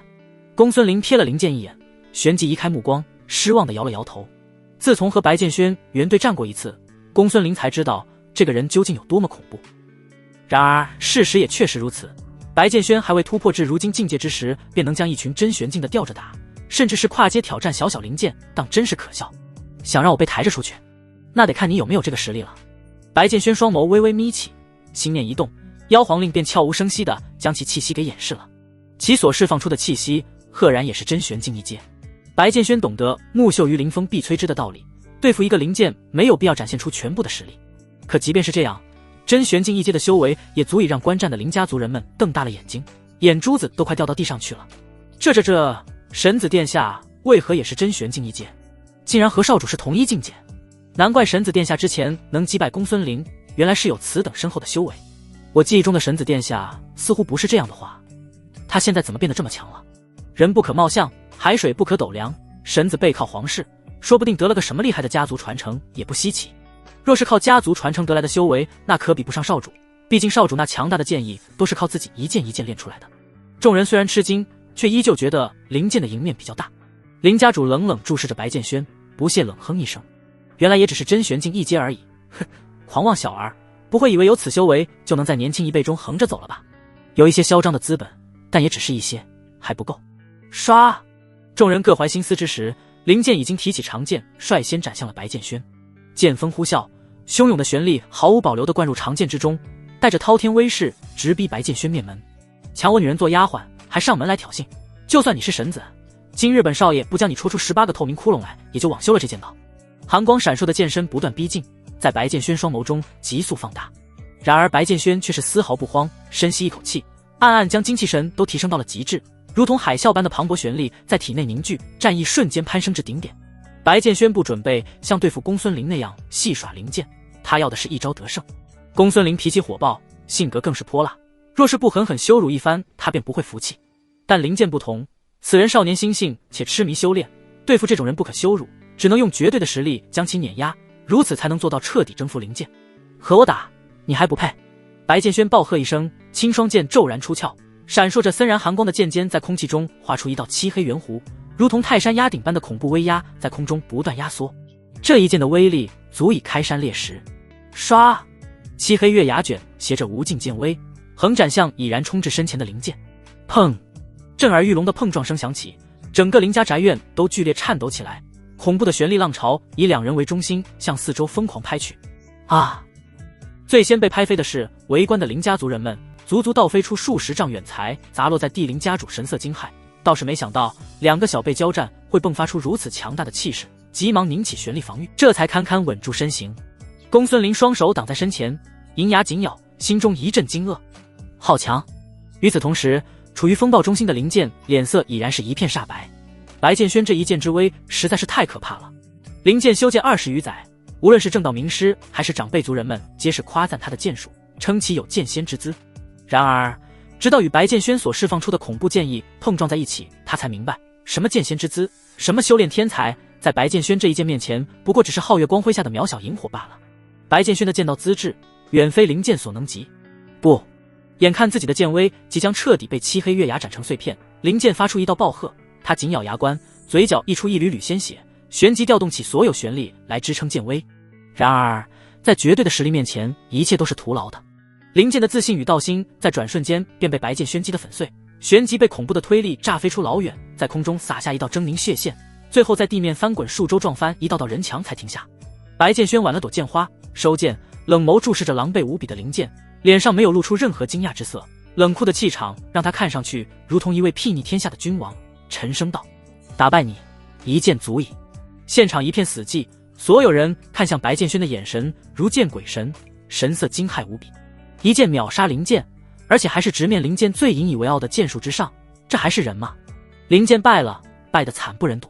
别说与白剑轩周旋一二，就连让白剑轩挥出第二剑的资格都没有。而且众人隐隐能够察觉到，这并不是白剑轩的全部实力，因为那一剑虽然气势骇人，但并没有到动用全部全力的地步。即便如此，依旧是一剑败敌。你的剑意为何如此之强？灵剑挣扎着直起半边身子，原本英俊的脸盘上此刻已是血糊一片，看上去极为骇人。他的眼神十分平静，再无之前的愤恨，更无不甘心。如果对方只是比你稍强一些，即便输了还可以追赶，可在一个实力断层式超出自己的存在面前，不甘心只不过是3个可笑的字眼罢了。正因清楚这一点，所以灵剑此时心中已然一片死灰。败了也就意味着公孙陵再也不能回到自己身边，他将永远属于白剑轩。无论白剑轩要如何对待自己心爱的女人，灵剑也无法改变什么。你的剑太弱了。白剑轩冷冷回应道。好，我明白了，这场比试我输了，排位战之事你看着办吧，林家不再插手。灵剑垂下头颅，拖着浑身是伤的身体落寞地离开了这里，甚至都没有看公孙陵一眼。直到灵剑的背影完全消失在视野中，众人才堪堪回过神来，旋即纷纷倒吸一口凉气。少主竟然败了，而且输得一败涂地，神子殿下竟然这么强，不敢想象被誉为林家数百年难试出天才的少主，在神子殿下面前竟然如此不堪一击。刚才那剑实在太强了，那极致的恐怖剑威太吓人了，我隔着这么远都能感到长剑中蕴含的冰冷杀意，这简直与传闻中的神子判若两人，根本不是一个水平线的。众人议论之际，都没注意到有一个人的脸色格外的难看，这人便是林家主。哎，这下不好向公孙老兄交代了。林家主发出一道无奈叹息，神色渐渐变得苍白。公孙族长早已叮嘱过他不要比试，即便如此，林家还是上了当，当真是不该。旋即，林家主又愤恨地瞥了白剑轩一眼，暗骂道：“此子城府极深，手段更是阴险至极。明知我儿倾心与公孙林，还利用此点。哎，三大家族算是完了。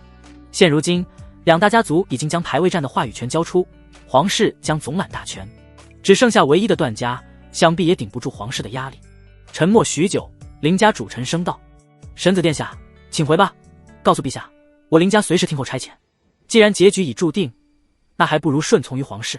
好，希望林家能信守承诺。”见目的达到，白剑轩脸庞上露出一抹轻松笑意，旋即带着公孙林向院门外走去。待行出10多里远，公孙林忽然停住脚步：“怎么不走了？有何事？”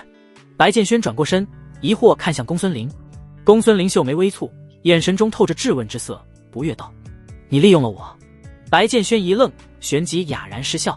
原来公孙林是在纠结这个事儿。白剑轩这个事儿确实做得不地道，既要利用人家，却又不提前告知。此事算我劝你一个人情，日后若有需求，尽管找我提。白剑轩神色严肃了几分，给出一个承诺：“我不需要你欠我人情，但我非常不爽这种被蒙在鼓里还被当枪使的感觉。”公孙林气愤地跺了跺脚，旋即犹如生气的小姑娘般向前走去。“站住！”白剑轩冷声喝道。公孙林犹豫片刻，还是顿住脚步：“你要知道，你现在是我的丫鬟，半年之内请把你的小姐脾气给收起来。”白剑轩淡淡道：“无耻！”公孙林愤愤道：“要不是先前输了赌注，他现在真恨不能狠狠抽白剑轩2个耳光。”公孙林越想越气，还是忍不住质问道：“你先前在林家说的那番话，不就是说我的清白已经被你夺去了吗？我可还没出嫁，你让我以后在这皇城如何做人？”白剑轩沉思片刻，试探着说道：“要不我娶你做妾，给你名分如何？这样你也就不吃亏了。”公孙林脸色瞬间羞红无比：“滚！流氓！”两人一边拌嘴，一边向皇宫行去。白剑轩忽然觉得调戏这丫头也挺有意思的，虽然性格火辣了点儿，但就是这样的女子才够劲。刚回到寝殿门口，白剑轩便看到萧灵儿急匆匆地走了过来。什么事情这么慌慌张张的？白剑轩一把拉住萧灵儿的手，旋即将柔软身躯拥入怀中。这一幕看得公孙林又羞又愤，白眼简直要翻上天了。你两恩爱的时候就不能背着点人吗？剑轩哥哥，有人来皇宫找你了。白剑轩一愣：“何人？”那人自称是段家的人，说是找你有要事相商。萧灵儿回应道。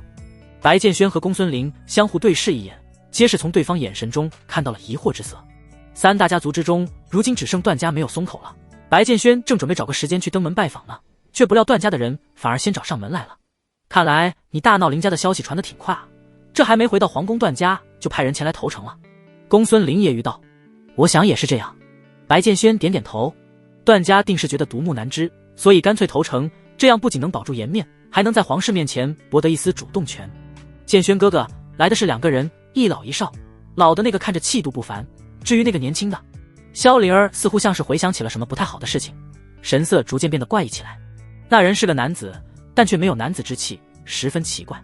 闻听此言，白剑轩一时间有些摸不着头脑，是个男人却没有男子之气，怎么感觉这些消息和投诚2字没有丝毫关系呢？不管，既然来人了，先去见见。白剑轩拍板道。旋即，白剑轩带着2女快步向宫内行去。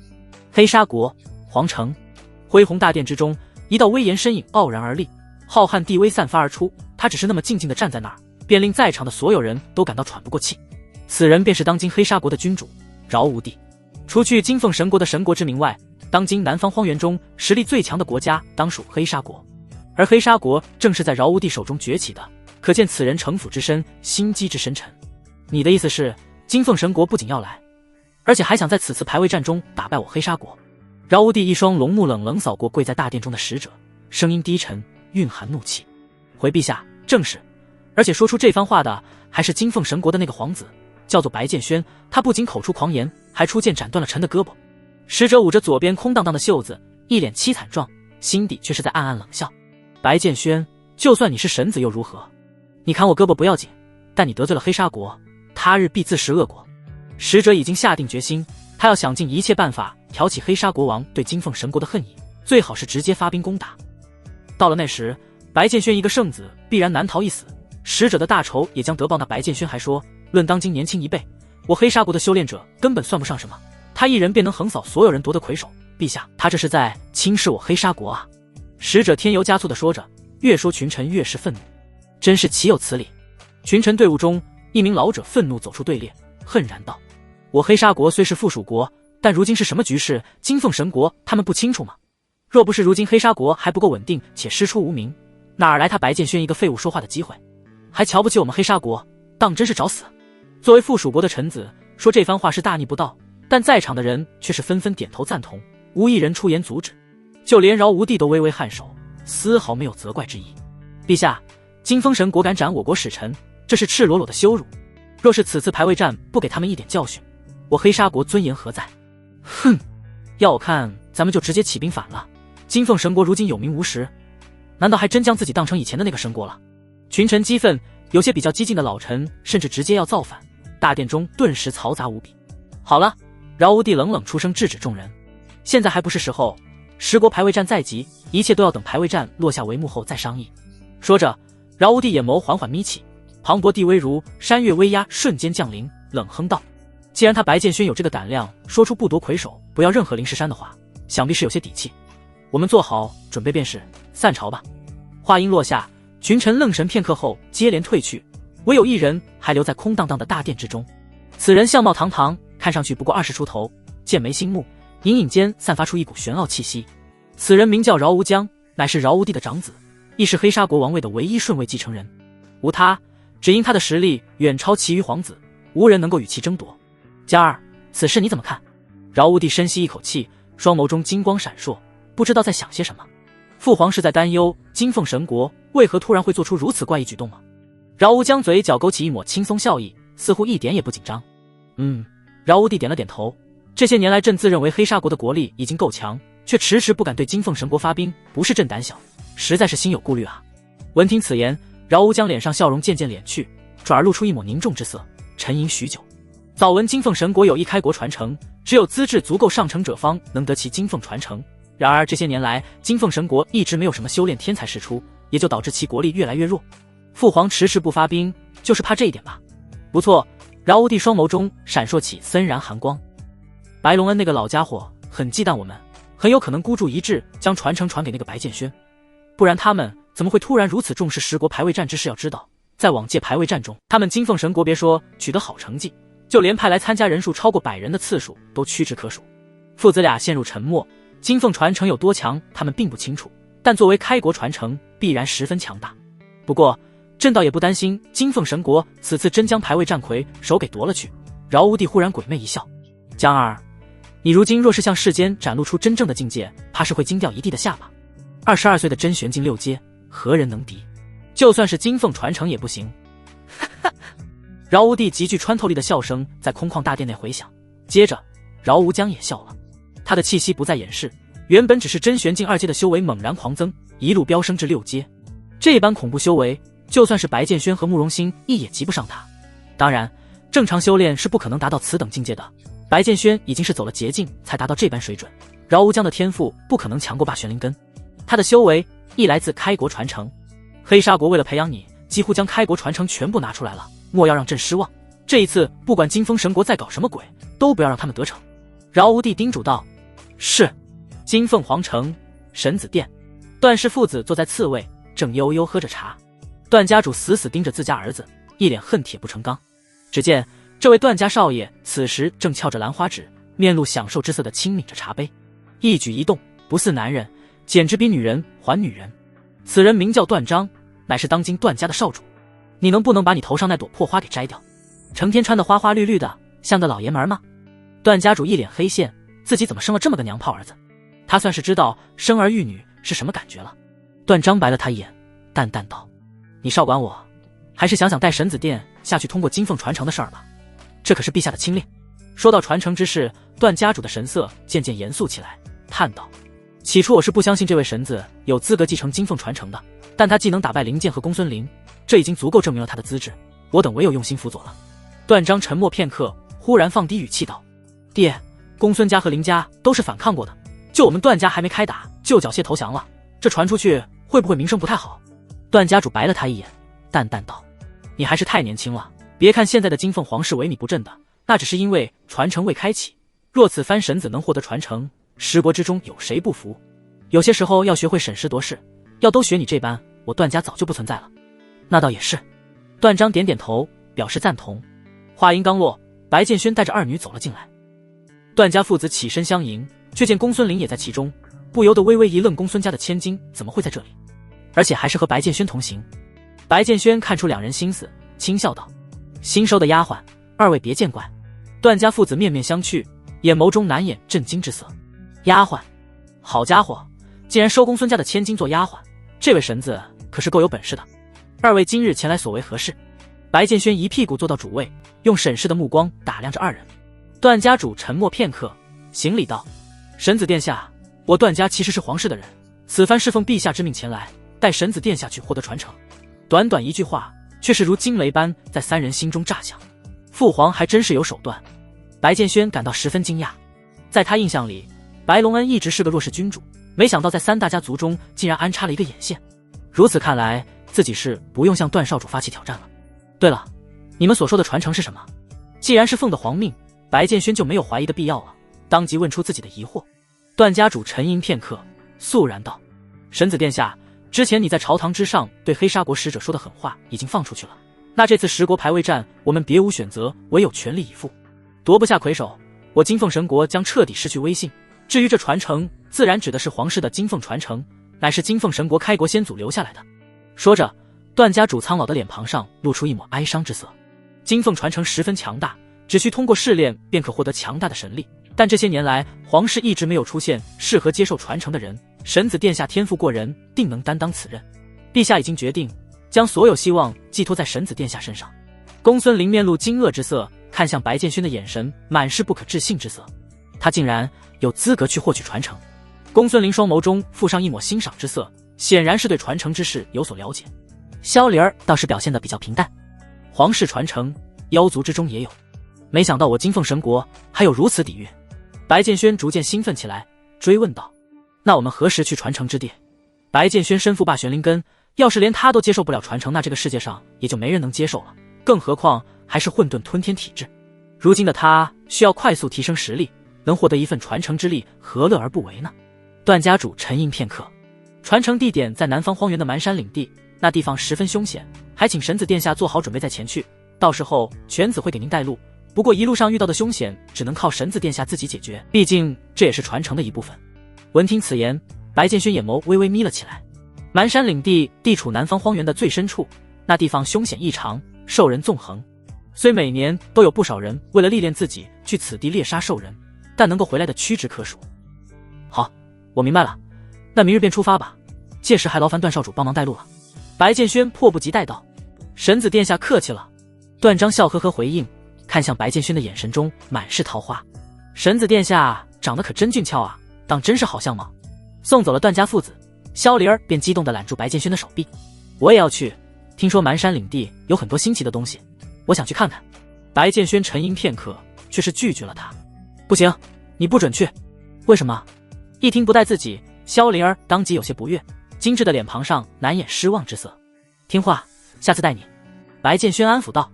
萧离儿身份尊贵，怎能陪自己去此等凶险之地？要是出了点闪失，白建轩把裤子赔了也逃不脱干系。接着，白建轩看向公孙林：“你跟我去，你应该对传承之地有了解，到时候还能给我带路，段家少主不可深信。”“我……”公孙林满脸意外，沉默片刻，旋即点点头：“知道了。”碧昂神国皇室练武场，砰砰砰，一道俊逸身影在练武场快速穿行，手中长鞭挥出阵阵金光，空气中不断传出音爆之声。慕容心意缓缓停住，收起长鞭，长呼出一口气。经过这段时间的苦练，慕容心意的实力又精进了几分。十国排位战快到了，我得抓紧时间。慕容心意遥望着远处云端，喃喃自语：若能夺得十国排位战魁首，对于慕容心意来说将会是一次很好的历练。他背景显赫，不缺修炼资源，唯独缺少历练，这也是慕容心意暂时离开万剑圣域的原因。啪啪啪！这时，一位身穿龙袍的中年男人拍着巴掌走了过来，嘴中叫好道：“不愧是你啊，修为精进速度简直令人咂舌，朕没看错你。来人正是碧昂神国的君主碧承天。”陛下。慕容心一看清来人，当即行礼。按理来说，这样的实力足以在10国排位战中夺得头筹，但还不够。不如这样，我碧昂神国赠与慕容小友一份礼物如何？慕容心意微微异动。什么礼物？碧承天双眸缓缓眯起，淡淡开口道：“我碧昂神国的开国传承，只要慕容小友愿意，随时可奉送给你。接受传承的地点就在蛮山领地。”蛮山领地，苍凉的沟壑山脉绵延数千里，兽人与妖兽四处可见，空气中弥漫着浓厚的血腥味。成群的秃鹫与乌鸦聚在腐烂白骨上，时而振翅高飞，来到某处空地啃食腐肉。相传，蛮山领地是古时一位大能开辟而成，其本意是用来供兽人们生活，但修炼者们逐渐盯上了此地，一批接一批的来此历练，久而久之，蛮山领地几乎成为了死神之地。在这里，血腥斗争、杀人夺宝、激烈厮杀随处可见。啊！不，放过我，我立马走，我立马离开这里，还不行吗？别杀我！蛮山领地的入口处，一个男子正遍体鳞伤地躺在冰冷的地面上，眼神惊恐地注视着眼前几只兽人，不断求饶他本是来此历练，却不料遇上数只兽人，厮杀一番后便逐渐敌不过了，这才落此下场。浑身泛着绿光、面容狰狞丑陋的兽人们一脸贪婪地注视着该男子，锋利的獠牙上沾满鲜血，口水一团一团地往下滴落。人类犯我蛮山领地，你是真不想活了？刚好大爷们今日还没吃饱，你到大爷肚子里再去忏悔吧。兽人们发出一道欢愉的尖笑，旋即开始大快朵颐，不断从男子身上撕下大块血肉。不过数息，男子便已被啃食成了白骨。人类的味道就是好，回山洞吧，明天再接着教训这些人类。兽人们满足地提起长矛，欲转身向山脉内部走去，这时却见远处一道少年身影缓缓行来，竟然还有来送死的。兽人们相互对视一眼，深邃的双眸中幽绿光芒如同晃动的烛火不断闪烁。那道少年身影径直来到兽人们身前不远处，顿住脚步，瞥了一眼旁边还沾着鲜血的白骨，眉头微微皱起，厌恶道：“又死了一个，明明实力不够，为何要来此历练呢？”自从来到蛮山领地，这已经是他看到的第3起惨案了。慕容心意微微摇头，旋即重新看向几只兽人，一群畜生竟以人肉为食，你们是自我了断，还是我来动手？兽人们一听这话，旋即哈哈大笑起来。小子，就凭你，像你这样自负的人类，大爷们都不知道吃了多少个了。我们刷！兽人的话只说到了一半，忽然眼前金光闪过，金色长鞭散发着强烈金芒，已然来到面前，刮起阵阵音爆。啊！那兽人发出一声惨叫，整个头颅便如西瓜般爆开，逐渐失去生机。其他的兽人看到这一幕，先是愣了愣，旋即狰狞脸庞上露出惊恐神色。不好，这个人类很强，赶紧跑！这些兽人不过是入玄境5阶左右的修为，加一块也不是慕容心意的一合之敌。兽人们四散奔跑，然而慕容心意却是没有放过他们的意思，接连挥出几鞭，无情收割着生命。做完这一切，慕容心意抬头看向不远处的山脉入口，深吸一口气。走了这么远，终于快要进去了，也不知这传承之地究竟在领地内的何处。说着，慕容心意从怀中掏出一颗半个手掌大小的水蓝色珠子，珠子光芒闪烁，似乎是在指引方向。这是碧昂神国君主给慕容心意的传承之珠，只要有此物在，慕容心意就能进入碧昂传承之地，但前提是能够在这凶险无比的蛮山领地中穿行。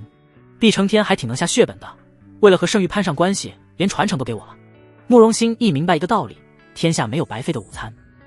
但上古传承极为稀有，哪怕是对慕容心意也有极大的吸引力，所以他答应了碧承天在原地驻足片刻。慕容心意收起长鞭，重新向前方走去。随着逐渐进入入口，四周的村庄变得越来越稀少，就连人影都很难见到。忽然，前方传来一阵惨叫，夹杂着妇人的哭泣声。慕容心意定睛看去，待看清情况后，脸色逐渐沉了下来，眼眸中闪烁起一阵冰冷眸光。这次不是兽人在作乱，而是人。不远处的空地中，你们不是修士吗？为何要这般对我？我求求你们放过我，不要抢我的东西。一位妇人此时正楚楚可怜地躺在地上，用那孱弱的身躯死死护住胸前的包袱，眼眸中泪光闪烁。少废话，你这包袱里肯定有好东西，不叫出来的话，我们就做了你。在妇人面前，3个男子正凶神恶煞地注视着他，其中一人高声喝道：“大哥，我看这小娘们儿长得也挺好看的，不如咱们那啥了她，荒郊野岭的怪刺激。”另一人眼眸微眯，顿时起了坏心思，一脸猥琐的提议道：“行啊，听到没小娘们儿？不交出东西，那我们就玩玩你的身子也行，看你这小骚样，玩起来肯定很爽。”闻听此言，妇人脸色瞬间变得苍白，死死捂住胸口，疯狂向后退去。算了，灵完不灵，还是直接上了他，待会儿他舒服起来就会听话的。三个男子坏笑着走上前，在妇人胸前抬手一撕，小片衣衫瞬间被撕碎，顿时春光乍泄。啊！妇人疯狂尖叫，住手！忽然一道身影从天而降，真玄境3阶的修为毫无掩饰地迸发而出。慕容兴义护住身后的妇人，举起长鞭指向三男子冷声道：“在我下定主意杀你们之前，赶紧滚！”竟然是真玄境3阶。三男子面露惊愕之色，没有想到半路杀出个程咬金，而是还是此等高修为。犹豫片刻，三人只得将糟蹋妇人的想法压了下去，愤愤道：“好，算你厉害，你英雄救美，我们不是你对手，认栽！”说罢，三人头也不回地离开了此地，生怕慕容兴一追杀过来。眼见得救，妇人感激涕零，一个劲儿地道着谢：“大嫂不用客气，还是少到这地方来，受人危险，人也危险。”慕容兴一摆摆手：“不如去我家吃顿饭吧，我要好好感谢恩人您。”妇人用手掩住胸前春光，真诚道：“这……”慕容兴一刚想拒绝，妇人继续道：“恩人，若不是你，我今日不仅没了清白，说不准还会丢了性命。吃顿饭让我报下恩，我也心里舒坦点。”犹豫许久，慕容兴一点点头：“那好吧，你一个人回去也不安全，我送你。大嫂你住哪儿？”“那真是谢谢你了，隔这儿不远，跟我来。”妇人十分激动，赶紧给慕容兴一领路。两人就这么一路闲聊着，向西方的一个村庄走去。远处的一块巨石后，三双眼眸缓缓浮现，注视着慕容兴一离开的方向。其中一人窃喜道：“嘿嘿，还是老大你靠谱，咱们这办法百试百灵，今儿又有货上钩了。”“哼，我看那人就是看上小寡妇的美色了，不过只要上钩就行，跟上去，准备动手。”老大低笑一阵，旋即带着另外两人尾随而去。两人行了半刻钟，来到一草屋内，此处荒凉，附近几乎没几户人家。妇人十分热情，进屋后便开始为慕容兴一沏茶做饭。“少侠，刚才真是谢谢你，你要是没及时出现的话，那伙人还指不定要怎么对待我。我能遇到你，真是运气太好了。”妇人十分感激，眼眸中满是庆幸与喜悦。路过顺手而为罢了。慕容兴一简单打量了一番屋内，虽然简陋狭小，却很干净，一看就是经常收拾的样子。旋即，慕容兴一抿了一口茶，看了眼窗外，疑惑道：“大嫂，此地人烟稀少，兽人们也可能会来到此地，为何还要住在这里呢？搬去一个安全的地方不好吗？”闻言，妇人长叹一口气，无奈笑了笑：“少侠，我也想搬走啊，可哪有那么容易？我家祖祖辈辈都住在这里，我也是靠在蛮山岭地内捡灵石采摘草药为生，离开了这里又怎么生存得下去？那些兽人们倒是从来没来过，今日还是第一次遇到那般不讲道理的修炼者。”原来如此。慕容兴一点点头，表示理解。家家有本难念的经，妇人不愿搬离此处，也是有她的难处。不多时，热气腾腾的饭菜便被端上了桌。多谢了。慕容兴一肚子的确也有些饿了，当即端起饭碗准备开吃，却见妇人只是一脸笑意地盯着自己看，也不准备吃饭。“大嫂你不吃吗？”慕容兴一疑惑道：“我出门前吃过了，不饿，这是特地为少侠你做的，多吃点。”妇人轻笑道：“那我也不客气了。”慕容兴一当即夹起一筷子菜送入口中，开始大口吃饭。不得不说，肚子饿的情况下，哪怕是吃这种粗茶淡饭也是格外的香。慕容兴一吃着吃着，忽然觉得脑袋有点晕，眼前的世界逐渐开始天旋地转。“大嫂，我怎么感觉你的屋子好像斜过来了？”慕容兴一双眸中逐渐浮现一抹恍惚之色，接着越来越晕，筷子直接掉到地上，发出啪嗒声响。视线中，妇人依旧保持着笑容，却笑意越来越浓，旋即娇笑出声：“少侠，可能是我做的饭太好吃了，你多吃点就不晕了，咯咯喽。”到了此刻，慕容兴亦就算是头猪也察觉出不对了，当即伸手想去取腰间长鞭。他艰难地站起身来，手却软绵无力，移动分毫都十分困难，接着便整个人一头栽倒在了桌子上，眼前逐渐变得一片漆黑，彻底昏睡了过去。见此一幕，妇人低笑一声：“倒是个俊弟弟，修为也高，但很可惜，就算你是真玄境的强者，吃下这麻魂散后也撑不过3秒。”这时门被推开，三道身影缓步走进屋内。若此时慕容兴义此时还醒着，他定能认出这三人正是之前自己赶走的要欺负妇人的3个男子。显然妇人和这3个男子都是一伙的。为首男子瞥了一眼趴在桌子上的慕容新义，旋即咧嘴一笑，干得不错，一下就把这小子拿下了。这种小子最容易上当，心思过于单纯。接着4人便开始在慕容新义身上开始一阵摸索。老大，这鞭子是件玄阶的灵器，一人咂舌道。众人顿时兴奋起来，大声叫好，竟然有此等收获，这下发了。老大，你看这是啥？妇人从慕容新义怀中搜出一颗水蓝色的珠子，放在掌心打量了片刻，脸上露出疑惑神色。老大接过珠子，看了半天也没看出什么特别之处，索性直接扔给了妇人。管他是什么，卖出去应该也值几个钱，都先收着吧。那这小子咋办？一人问道。老大低笑一声，咧嘴道：老规矩，卖给兽人吧，这小子修为很高，那些兽人会愿意出高价的。你们现在就去办，等回来了我们继续去蹲人。好。另外2名男子点点头，当即将慕容新义扛起朝门外走去。你之前演的挺像啊，来，再给我演一遍。屋内只剩为首男子和妇人，男子坏笑一声，一把将妇人胸前衣衫全部撕开，大片春光顿时暴露在空气中。你刚才演得不错，我今天好好奖励一下你。男子手掌极为不老实，开始在妇人身上上下其手。你真坏，对我轻一点，日后我还要为你们做事呢，坏掉了怎么办？妇人神色潮红，很快便开始决堤泄洪，玉具还迎着和男子缠在一起，房间中逐渐充满旖旎的味道。放心，我会好好联系你的，只要你听话，少不了你好处。次日，领地入口处，2道身影缓缓行来。这就是蛮山领地吗？当真是荒凉无比，血腥味也很重。公孙林遥望了一眼前方的苍凉大地，不禁咂舌道：你认路吗？白剑轩问道。段章不是给了你传承之珠吗？把它拿出来。公孙林指了指白剑轩的包袱。白剑轩点点头，旋即将一颗纯金色的珠子给取了出来，传承之珠不断闪烁，好似金黄圆月。段章将2人送至蛮山领地界内后，便将此珠给了白剑轩，然后回金凤神国去了，剩下的路只能让2人自己走。出门在外，你就不用自称剑臂什么的了，称呼我也直接叫名字，这样可以避免很多麻烦。白剑轩将传承之珠收好，说道：知道了。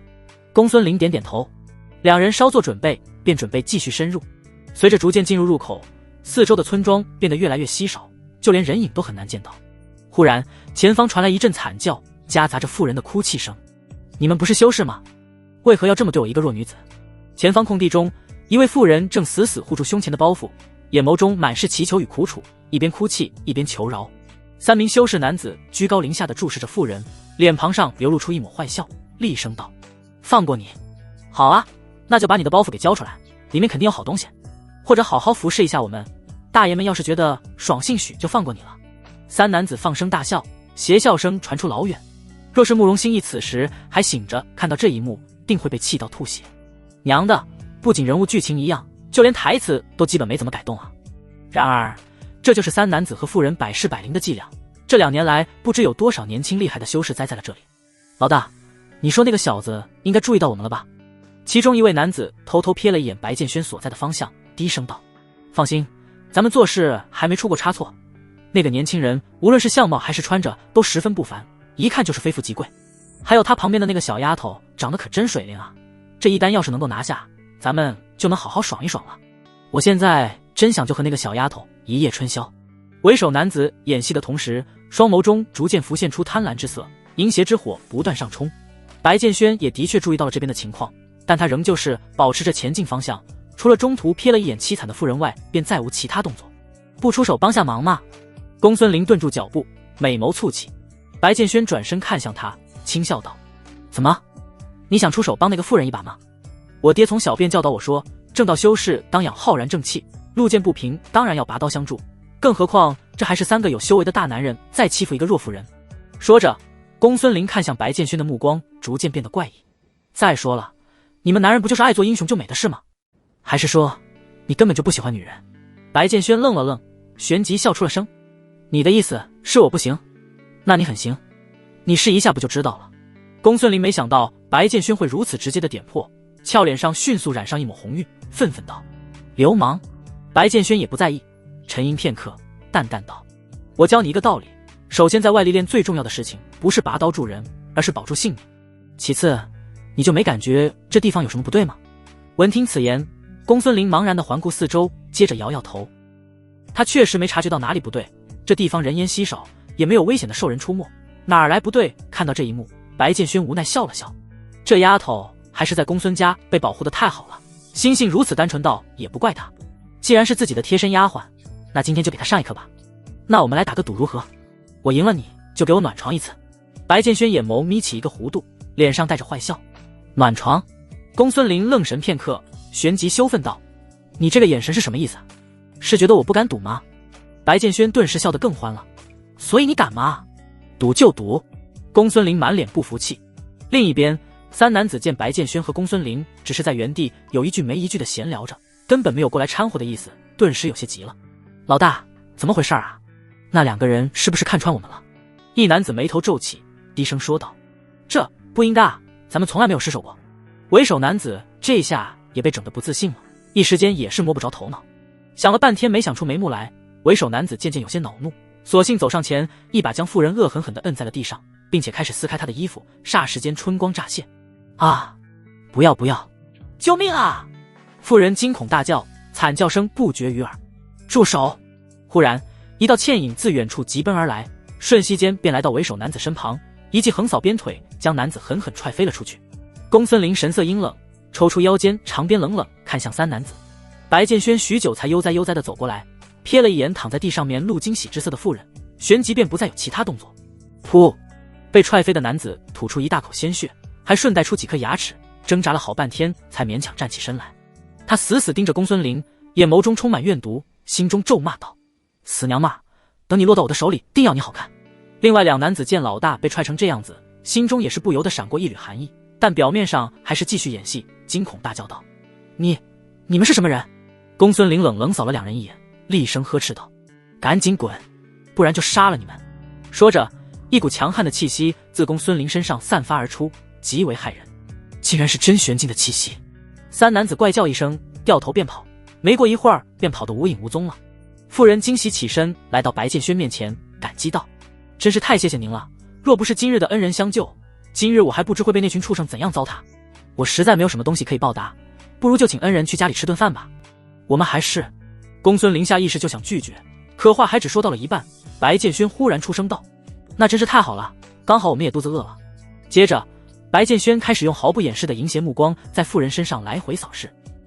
不过大嫂，你有一句话说的不对，大嫂你还是长得挺漂亮的，身上怎么会没有能报答的东西呢？闻听此言，妇人不禁一愣，旋即装出不好意思的神色，欲拒还迎道：恩人这话说的，我一个小妇人哪来什么姿色？不过若是恩人能看中我，未尝不能。哈哈哈哈！那便带路吧。白建轩哈哈大笑，满脸欢愉之色。看到这一幕，公孙林眉头不禁皱了起来。白建轩在搞什么？他不是说在外力练性命最重要吗？那为何又要接受妇人的邀约，甚至还要出言调戏？这属实有些反常。白建轩和妇人已经向前方走去，公孙林也只好跟上。他倒要看看白建轩究竟是看出哪里不对了。妇人如同之前般将白建轩二人带进了草屋，随后开始沏茶烧饭，就连说的话都一模一样。公孙林有一搭没一搭地回着妇人的话，白建轩则是在草屋内踱步闲逛，丝毫没有搭话的意思。当走到最深处的房间时，白建轩忽然顿住脚步。这个气息，不会吧？白建轩脸上罕见地露出惊愕之色，眼眸中满是不可置信。他甚至觉得刚才感受到的是幻觉。不信邪的白建轩再次凝神感受了一番，神色越发凝重。他怎么会来这里？白建轩百思不得其解。恩人，该吃饭了。思索之际，妇人的喊声传来。白建轩回眸深深看了一眼那房间，旋即回到了吃饭的地方。5道飘着热气的菜肴被端上桌，此时已经饿了很久的公孙林顿时食指大动。白建轩瞥了眼菜肴，旋即又看向一脸笑意的妇人，丝毫没有动筷子的意思。妇人脸上笑意渐渐僵住，十分不自然地说道：你们怎么不吃啊？是嫌弃我的手艺不好吗？公孙林眼见情况不对，当即也懂了白建轩的意思，放下筷子看向妇人。这菜里可能有毒。若是平时，公孙林或许不会察觉到这一点，但事先有白建轩的提醒，他便很快意识到了这一点。妇人渐渐有些慌了，双手都不自觉搅在一起。他知道可能露馅了，但也没有别的办法。以往也有个别警觉的修士会察觉到饭菜里有毒，这时躲在外面的3人便会突然发起突袭。但对于公孙林这种修为远超己方的人，这种方法就不适用了。恩人，你们都这样看着我干嘛？妇人壮着胆子道。大嫂，白建轩指了指菜肴，淡淡道：你这菜里面不会放毒了吧？屋内的气氛一下变得紧张起来，气温都似乎降低了许多，令人感觉如坠冰窖。恩人，你这是什么话？我这菜里当然。唰！妇人的话只说到了一半，白剑轩手中忽然闪过金光，青霜剑骤然出鞘，横在了妇人脖颈处。再给你最后一次机会，好好说。白剑轩显然已经失去了耐心，声音变得无比冰冷。妇人被吓坏了，不敢吭声。白剑轩也懒得废话，当即将饭菜强行塞进了妇人嘴里。妇人疯狂挣扎，但白剑轩的力气又岂是他能撼动的？不多时，妇人昏倒在地。看到这一幕，公孙林猛然起身，惊讶地瞪大了眼睛，看向白剑轩的美眸中满是不可置信。你到底是怎么看出来的？公孙林以为自己之前已经足够高估白剑轩了，却没想到最终还是低估了。至少在警觉性这一方面，他远不如白剑轩。白剑轩收回青霜剑，淡淡道：蛮山领地人烟稀少，兽人横行，能在此地生活的只有两种人，一种是足够强且足够胆大来此地历练的修士，还有一种就是在此地靠劫掠诓骗他人为生的恶贼。显然这个妇人手无缚鸡之力，属于后者。之前出现的那3个男子也是他的同伙。公孙林听得一愣一愣的，还是不服气道：就凭这些？白剑轩白了他一眼，就算这妇人真是普通人，我们在此地也不要多管闲事，否则会死得很快。撂下这句话，白剑轩转身走向最里面的房间，接着十分粗暴地将其衣角踹开。公孙林不知道白剑轩突然去房间干嘛，当即好奇地跟了上去。只见白剑轩正握着一根金色长鞭，细细观摩着，面露思索之色。在其身旁的床榻上还有着一个大包袱，和我一样的兵器，而且好像还是玄阶的。公孙林面露惊讶之色，要知道玄阶的鞭子可不好找。白剑轩掂量了一会儿这鞭子，旋即将其扔给了公孙林。这鞭子是我一个老熟人的，你先拿着用吧，做本神子的丫鬟还是有很多好处的。白剑轩对慕容心意的金色长鞭实在是太熟悉了，即便之前只是在门外感受到了这股熟悉的气息，当即联想到了慕容心意的武器。真没想到那个家伙竟然也来了蛮山领地，看来他的运气不太好，不仅遇到了这群恶贼，而且还中招了。白剑轩直接笑出了声，这么简单的计谋都能上当，真不知道慕容心意是怎么当上气运之子的，这会儿还指不定被这群人卖到哪个地方去了。等等，笑着笑着，白剑轩突然笑不出来了。慕容心意为什么要来蛮山领地？他气运通天，不会是来此地获取大机缘的吧？白剑轩越想越觉得有可能，旋即皱眉开始思索，此地有什么机缘是值得慕容心意特地来一趟的？蛮山领地内的最大机缘，难道是传承？对啊，不止金凤神国有传承，碧昂神国也有传承。碧承天那个家伙肯定是为了攀关系，就将皇室传承赠送给了慕容心意。如此一来，这次慕容心意还能在10国排位战上为碧昂神国争取到足够的利益。想明白这一切后，白剑轩眼眸渐渐眯起。那这次无论如何也不能让慕容心意得到这传承，否则日后定会变得更加难以对付。白剑轩下定决心，一定要截胡来了慕容心意的传承。接着他像是想到了什么，猛然转过头，抓起大包袱开始疯狂翻找。你在找什么东西？还一直自言自语。公孙林看得一头雾水，而此时白剑轩已经停止了翻找动作，因为他找到了自己想要的东西。只见一颗水蓝色的传承之珠正静静躺在白剑轩掌心，闪烁着强烈光芒。果真在这里！白剑轩大喜过望，好家伙，这群贼人也真是厉害，竟然连慕容心意的传承之珠都给抢过来了，当真是帮了自己的大忙。公孙林看着白剑轩手中突然又多出了一颗传承之珠，美眸瞬间瞪大。你这又是哪里来的？怎么会又有一颗传承之珠？白剑轩没时间回复他，赶紧收好传承之珠，旋即起身向门外走去。走，去找传承之地，在此之前先把门外等着的几只老鼠给解决了。草屋外5里处，老大，时间差不多了，咱们该进去收获了。一间嘴猴腮的男子蹲在巨石后面，百无聊赖地擦拭着佩剑，旋即看向草屋方向。不要急，这2人修为很高，需要的时间应该会更长一些，咱们耐心等待。为首男子淡定地摇了摇头，嘴角却是在漏风。公孙林那一脚踹得实在是太狠了，几颗牙齿都飞了出去，现在嘴巴四处漏。一想到这，为首男子就恨得牙痒痒。该死的女人，待会儿让我抓到你了，非得把你绑在椅子上玩个3天3夜不可，否则难解我心头之恨。老大，咱们不再前进一些吗？以往都是隔5里路就够了，这次却隔了10里，是不是太谨慎了些？另一男子皱眉道：我说了，小心为妙，对这种修为高的修士要格外慎重。为首男子耐心地教导着2人，丝毫没有察觉到2道身影已经悄然逼近巨石。你们在商量些什么？能不能让我也听听？突然冒出的声音将3男子吓了一跳，当即循声看去，接着像是见了鬼般尖叫出声。白建轩那种洋溢着轻松笑容的俊朗脸庞近在咫尺，公孙林则是站在旁边冷冷扫视着三人。该死的恶贼！就是因为他们公孙林才会和白建轩打赌，如今还欠了白建轩一次暖床。一想到这，公孙林的俏脸开始微微泛红。他应该是开玩笑的吧，不至于真的缠我身子。公孙林心中这般想着。你们怎么会出现在这里？三男子着急忙慌地拉开距离，额角渗出冷汗，心中震撼到了极点。他们的警惕性一向很高，面前这两人是如何神不知鬼不觉来到身边的？最可怕的是，三男子一点都没有察觉到。等等，如果他们在这里的话，那妇人是不是已经为首？男子顿时慌了，看来妇人已经被这两人干掉，计谋被彻底识破。你们是不是觉得我们现在应该被蒙汗药弄倒在饭桌上，而不是在这里？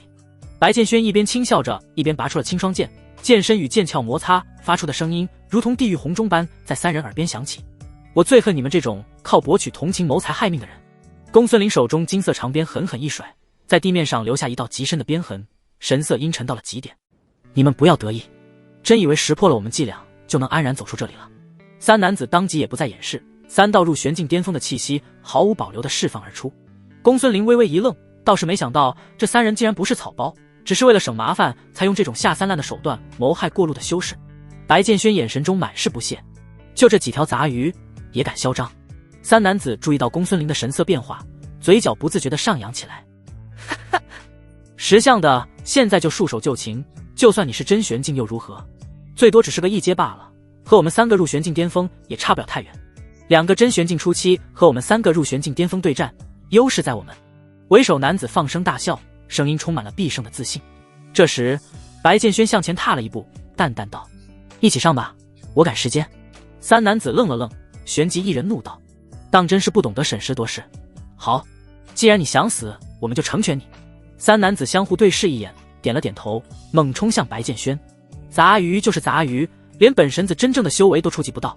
唰，青霜剑骤然出鞘，锋锐的剑光仿佛要撕裂空间，只是一瞬间便将三男子拦腰斩成了6段。三男子眼球死死突出，眼前发生的一切令他们感到难以置信。一招秒杀3个入玄境巅峰的修士，这是何等恐怖的实力！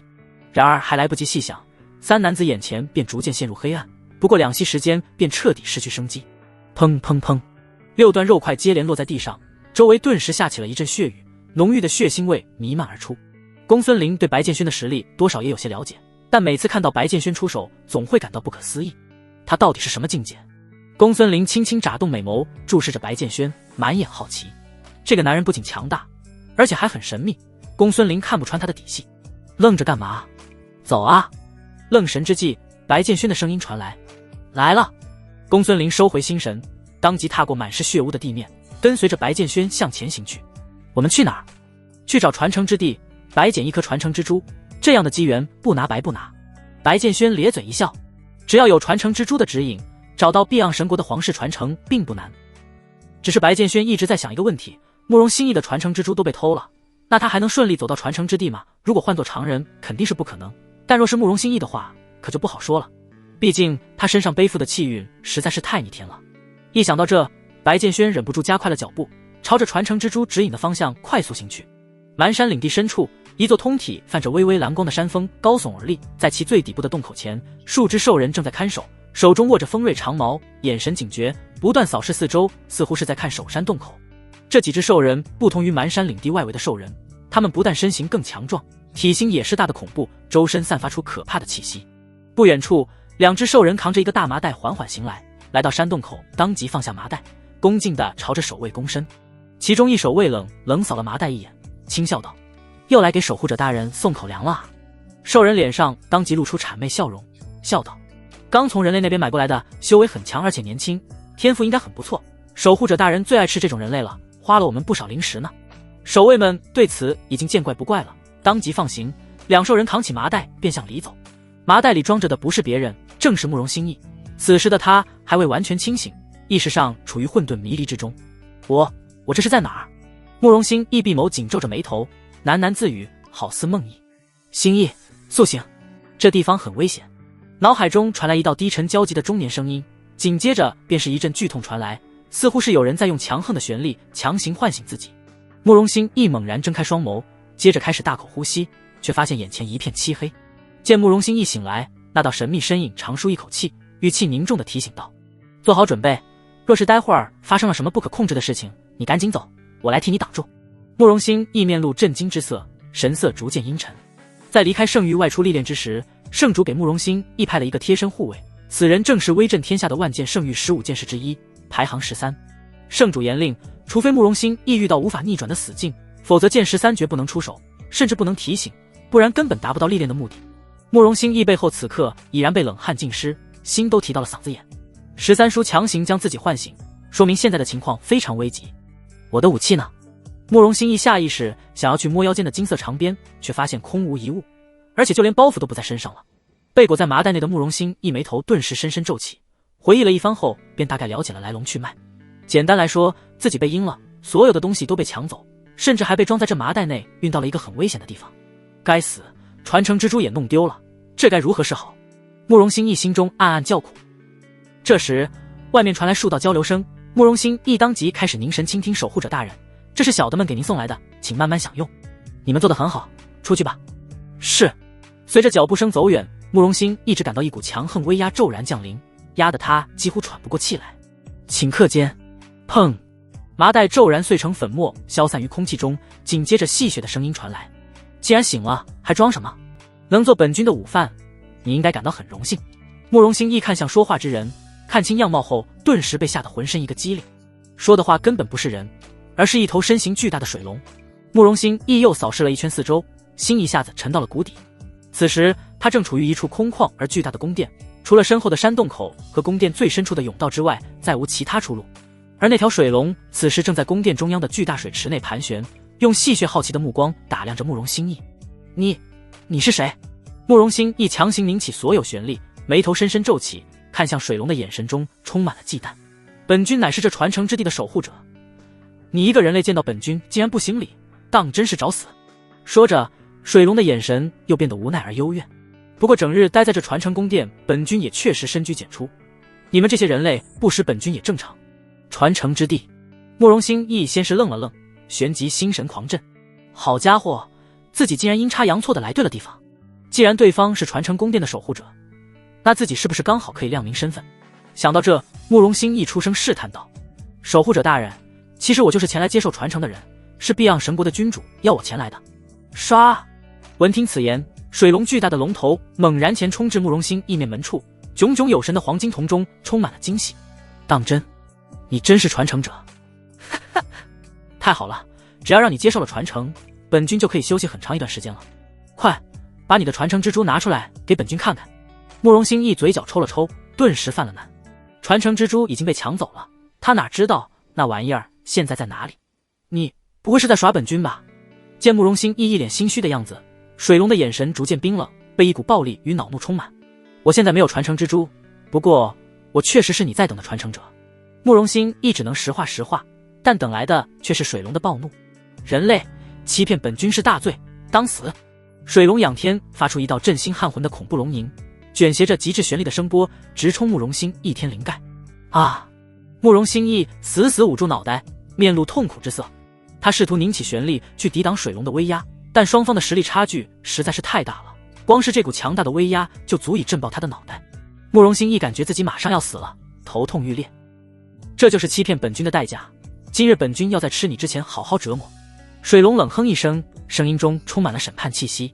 畜生，休伤我小主！宫殿中，一道身影瞬间跨过100丈距离，极致锋锐的恐怖剑气瞬间挥出，直斩向水龙的巨大身躯。吼！水龙猝不及防之下被这一剑斩中，仰天发出痛苦厉笑，躯体上顿时出现一道极深的剑痕，闪烁着水蓝色光芒的鲜血不断溢出。何人敢偷袭本君？水龙瞬间暴怒，狰狞恐怖的龙瞳死死盯着那道手持长剑的中年身影。来人正是剑13。有剑13的及时救场，慕容兴亦这才没有被震爆脑袋。好险，差点就死了。慕容兴亦心中一阵后怕，胸膛剧烈起伏着。刚才他可真是在阎王殿走了一遭，这水龙太可怕了。兴义，剑13声音凝重，离开这里，13叔替你挡住他。可13叔你怎么办？慕容兴亦十分担忧。放心，只要我想走，这畜生还留不住我。你离开了我，才能放开手脚。剑13强装硬气，心底却是在暗暗叫苦。龙族的躯体强度比之人类超出太多，这这水龙和他修为相当，综合实力极强。剑13没有胜过他的把握，除非燃烧精血献祭10载修为，尝试一剑封喉才有可能。好，慕容兴一点点头，转身便欲向洞口跑去。剑13却是喊住了他：去那个甬道，山洞口的那几只兽人实力不俗，你不是他们对手。闻听此言，慕容兴一当即掉头直奔甬道。水龙平静地注视着慕容兴一跑入甬道，丝毫没有阻拦的意思。他知道剑13一定不会让自己过去的，要想杀那个逃跑的人类，就得把眼前这个使剑的家伙给杀了。慕容兴亦已经离开，剑13顿感压力倍减，重新看向水龙。森寒沙一字剑身疯狂涌出，他厉声喝道：畜生，便让我来领教一下，你们龙族到底有什么过人之处？今日此剑斩龙！漆黑甬道中伸手不见五指，不断传出有人在其中奔跑的踩踏声以及粗重的喘气声。慕容兴义根本不敢停歇，每向前跑上几步就要回头看一眼，生怕水龙追上来。但幸运的是，别说水龙，连一只兽人的身影都没见到。即便如此，慕容兴义还是感到担忧不已，也不知13叔是不是那水龙的对手。慕容兴义眉头紧皱，喃喃自语道：他没想到在南方荒原一隅偏僻之地也能有此等厉害的传承守护者，之前倒真是小瞧万剑圣域之外的世界了。圣主曾说过，万剑圣域之外依旧高手如云，切莫小看了那些散修之地。到了此刻，慕容兴义才真正明白了外出历练的意义，当真是受益匪浅。心中这般思索着，慕容兴义忽觉眼前十分刺眼，抬头看去，原来已经跑到了甬道尽头。终于出来了！慕容兴义神色逐渐兴奋起来，当即一步踏出甬道。然而下一秒，他却被一股十分强大的无形力量死死压制在了原地，就连手臂都无法抬起，只能保持踏出甬道的姿势定在原地。慕容兴义愕然，这是怎么回事？慕容兴义尝试去移动，却惊讶地发现连体内的玄力都无法凝聚起来。他只好放弃这种念头，开始环视四周。这依旧是一个宫殿，但广阔程度足足是外面宫殿的3倍。紧接着，一道苍老空灵的女声在慕容兴义脑海中响起：年轻人，你为何来到此地？慕容兴义愣了愣，旋即了然，这应该是传承之地遗留下的古神遗留灵石。他沉吟片刻，喊道：晚辈是为了接受传承而来。慕容兴义坚定的声音在宫殿内回荡，苍老空灵的女声却是话锋一转：本神未从你身上感受到传承之珠的存在，不可通过第一条传承之路，但你既能通过水龙守护的传承神殿来到这里，足见你气运之强，满足开启第2条传承之路的条件。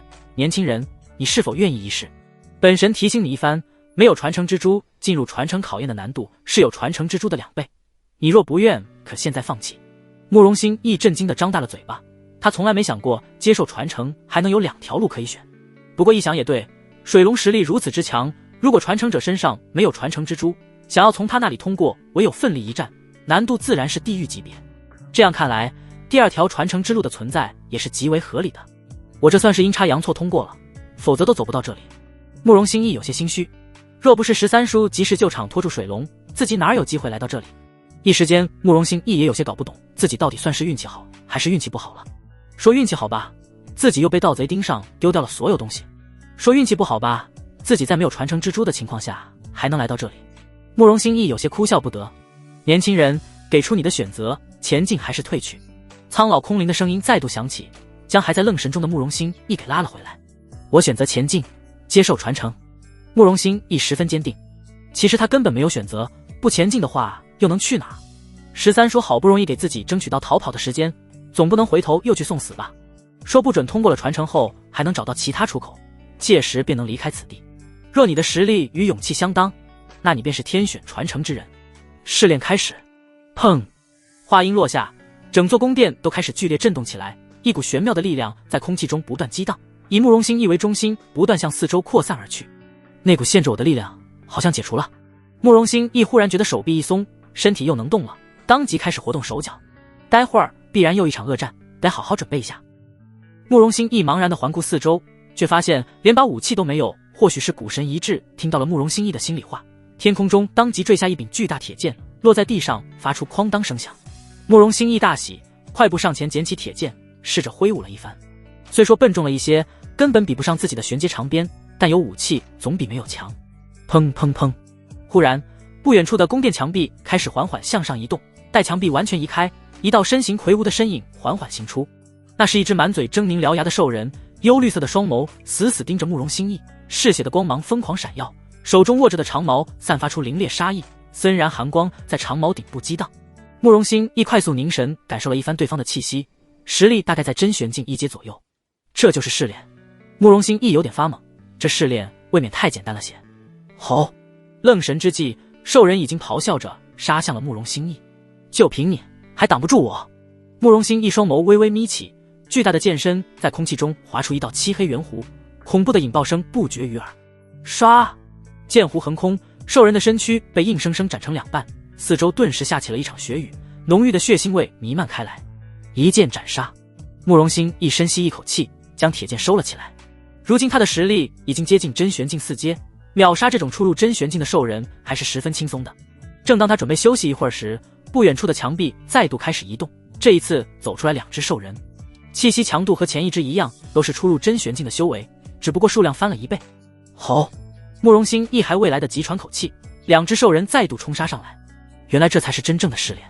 慕容心意算是懂了，这试炼的实质是不断斩杀兽人，随着时间的延长，数量会逐渐增加。不容多想，兽人已然跃至面门前，慕容心意顿时与2兽人厮杀在了一起。不过数息时间，2只兽人再度被斩杀。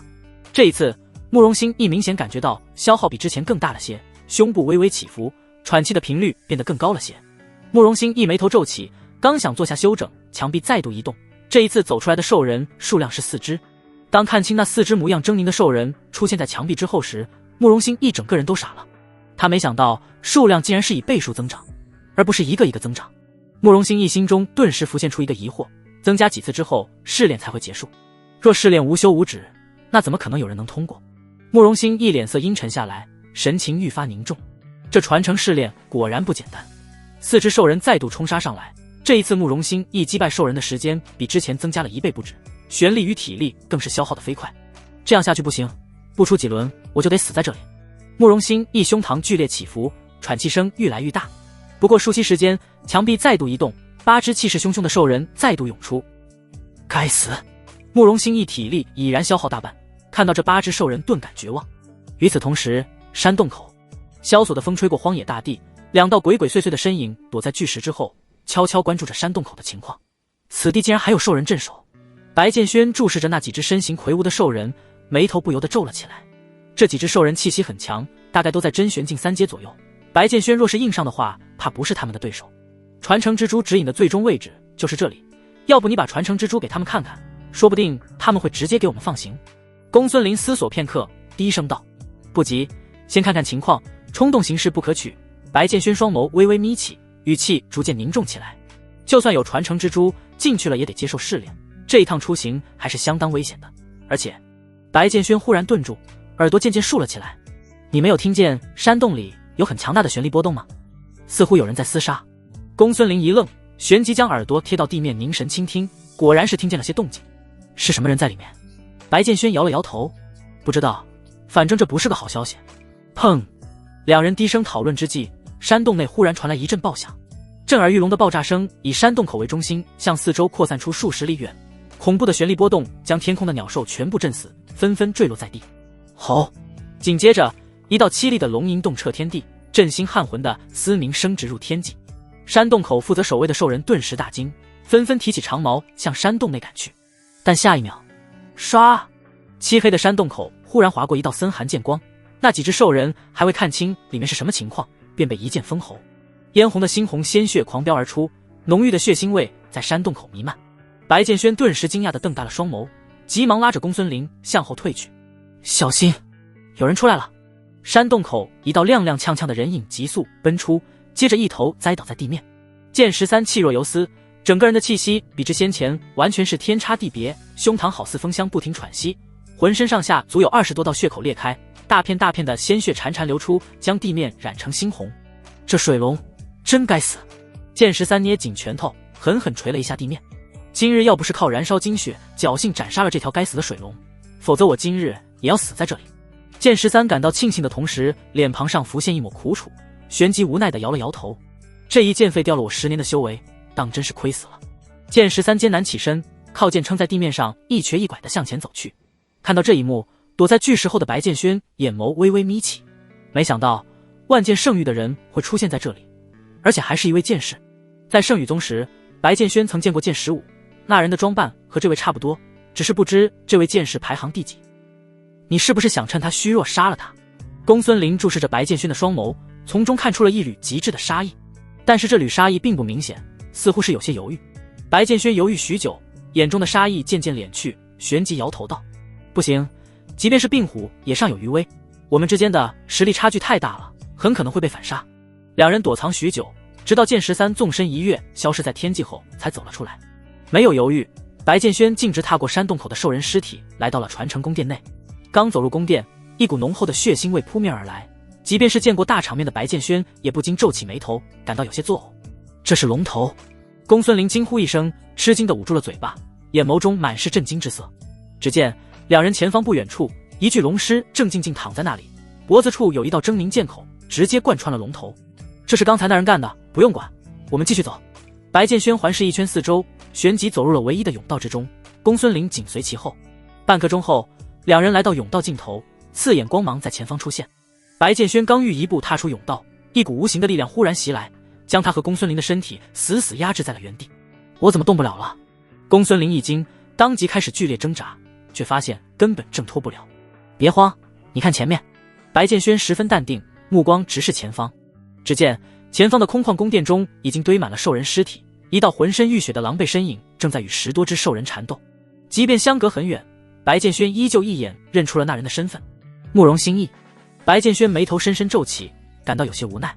慕容心意的气运还是太强了，即便没有传承之珠且被人阴了的情况下，也能来到传承之地。想必之前那条斩杀水龙的剑士，也就是暗中保护他的那个人了。等等，剑士重伤逃离，现在慕容心意身边就没有守护者了，这是杀他的好机会啊！白剑轩还得记在圣宇宗和慕容心一比试时的场景，当时若不是剑士暗中释放杀机威胁，或许慕容心一早就成了一具尸体。想到这，白剑轩嘴角勾起一个危险的弧度，双眸中杀意狂涨。但现在有一个问题，我怎样才能自由行动？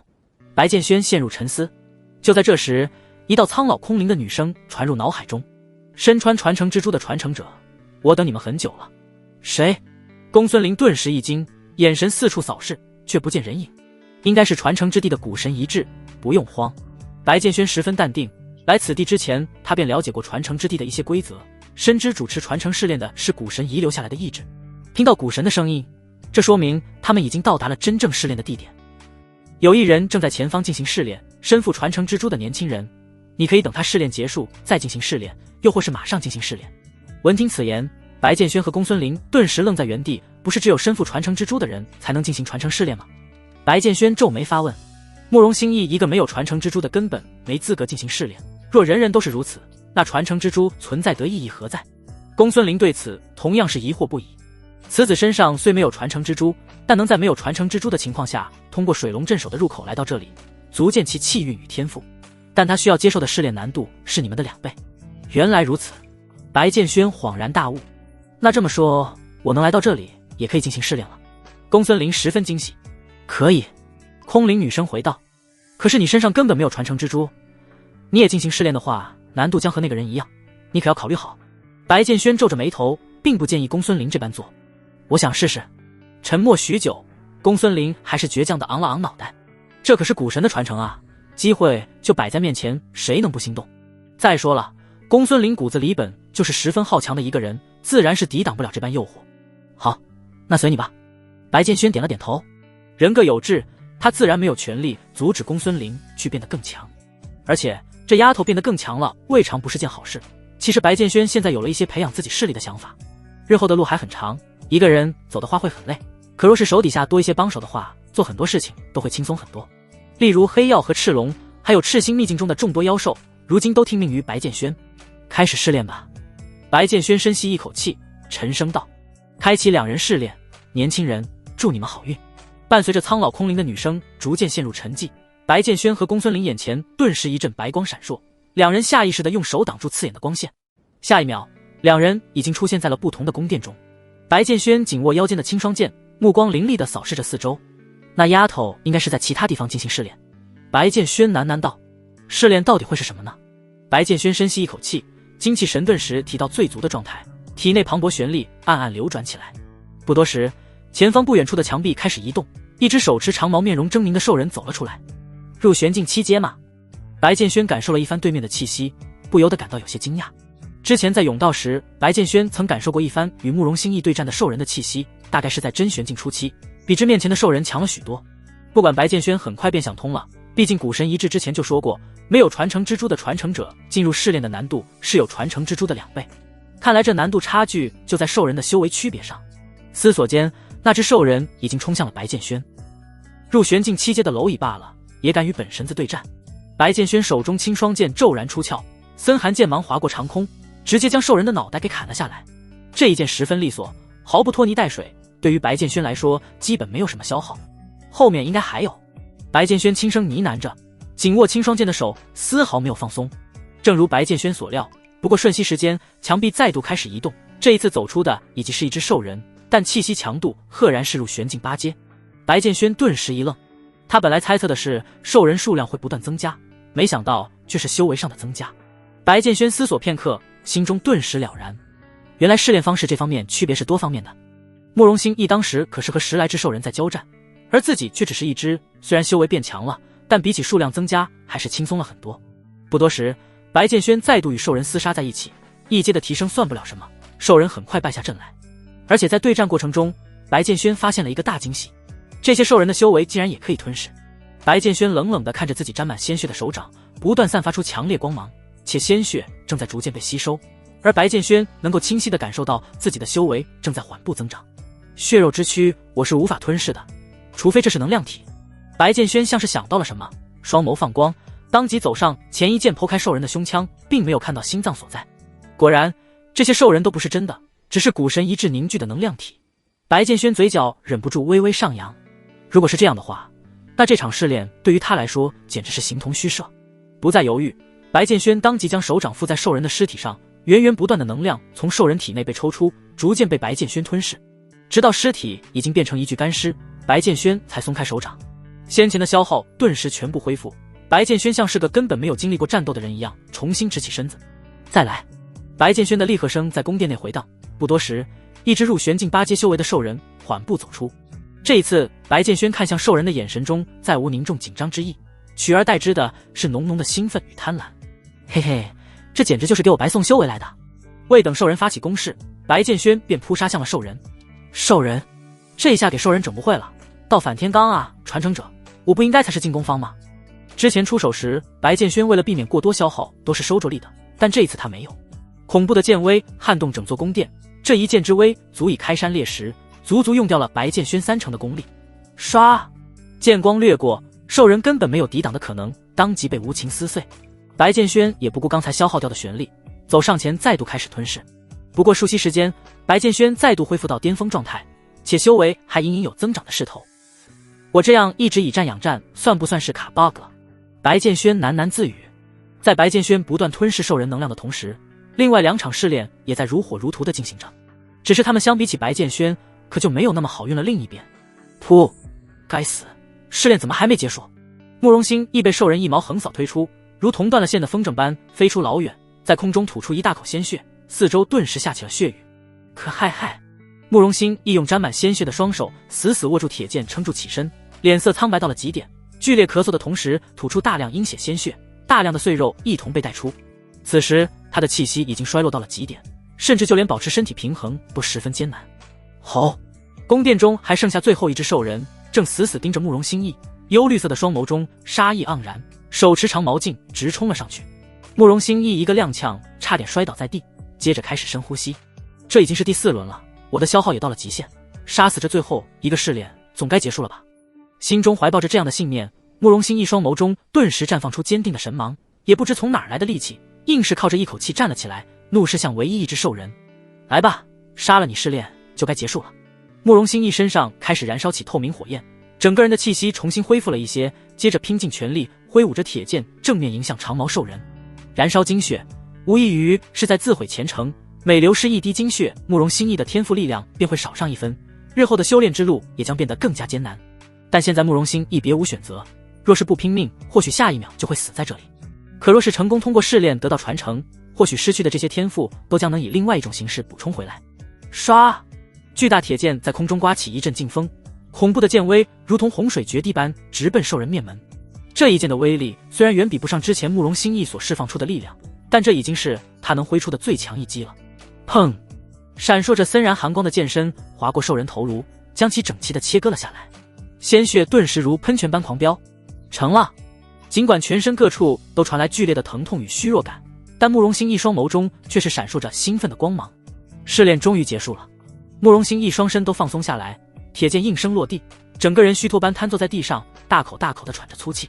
原来这才叫历练，倒是有巨大收获。慕容心意在笑，他自然自己经过此次试炼后，性格会更加坚韧，自身的潜力也将会被发掘得更加彻底。笑了约有10息时间，慕容心意脸上的笑意渐渐僵在了脸上。等等，既然试炼已经结束，古神一致为何还不现身？又或者是将自己传送到接受传承的地方？但慕容心意想象的这些事都没有发生，他渐渐有些慌了。前辈，我已经杀死了所有兽人，是不是已经通过试炼了？现在我可以接受传承了吧？慕容心意扯着嗓子大喊，空旷的宫殿内回声不断，然而却是无人回应他。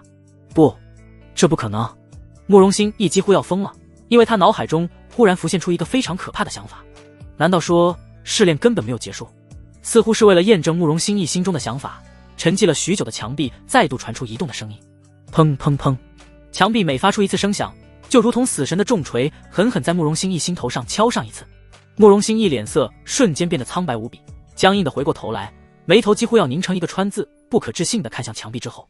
只见墙壁之后赫然站着16道手持长矛的兽人身影，散发出无比恐怖的威压。慕容心一人都傻了，身躯都不自觉颤抖起来。试炼竟然还有第5轮！截至目前，慕容心意已经杀了15只兽人，哪怕只是如此，他也已经精疲力尽。而现在他需要再杀16只，这几乎是不可能完成的试炼。慕容心意几乎绝望，最可怕的是，鬼知道过了这轮还有没有下一轮？难道说这场试炼是无休止的吗？如果还有下一轮，那就是32只。难道我慕容心意今日就要命运于此？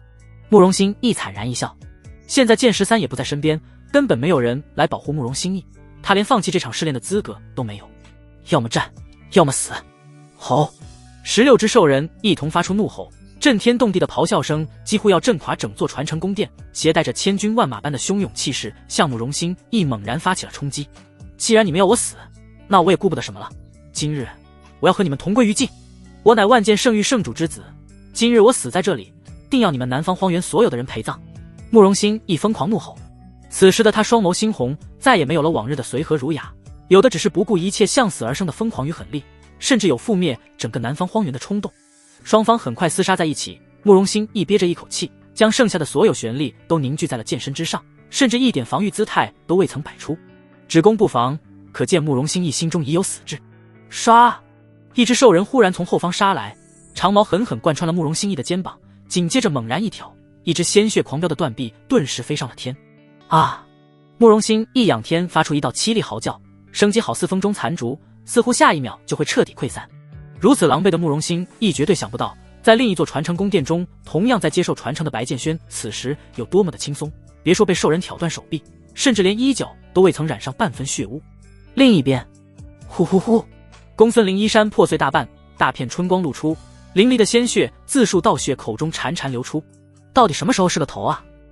公孙林俏脸上满是痛苦之色，各处传来的疼痛感令他咬紧了牙关，香汗淋漓。他已经进行到了试炼第3轮，刚刚斩杀完了4只兽人，但有一点与另外令人不同，公孙林对战的兽人都是入玄境5阶的修为。尽管如此，他还是感到十分吃力。不多时，墙壁再度移动，这一次是8道兽人身影走出。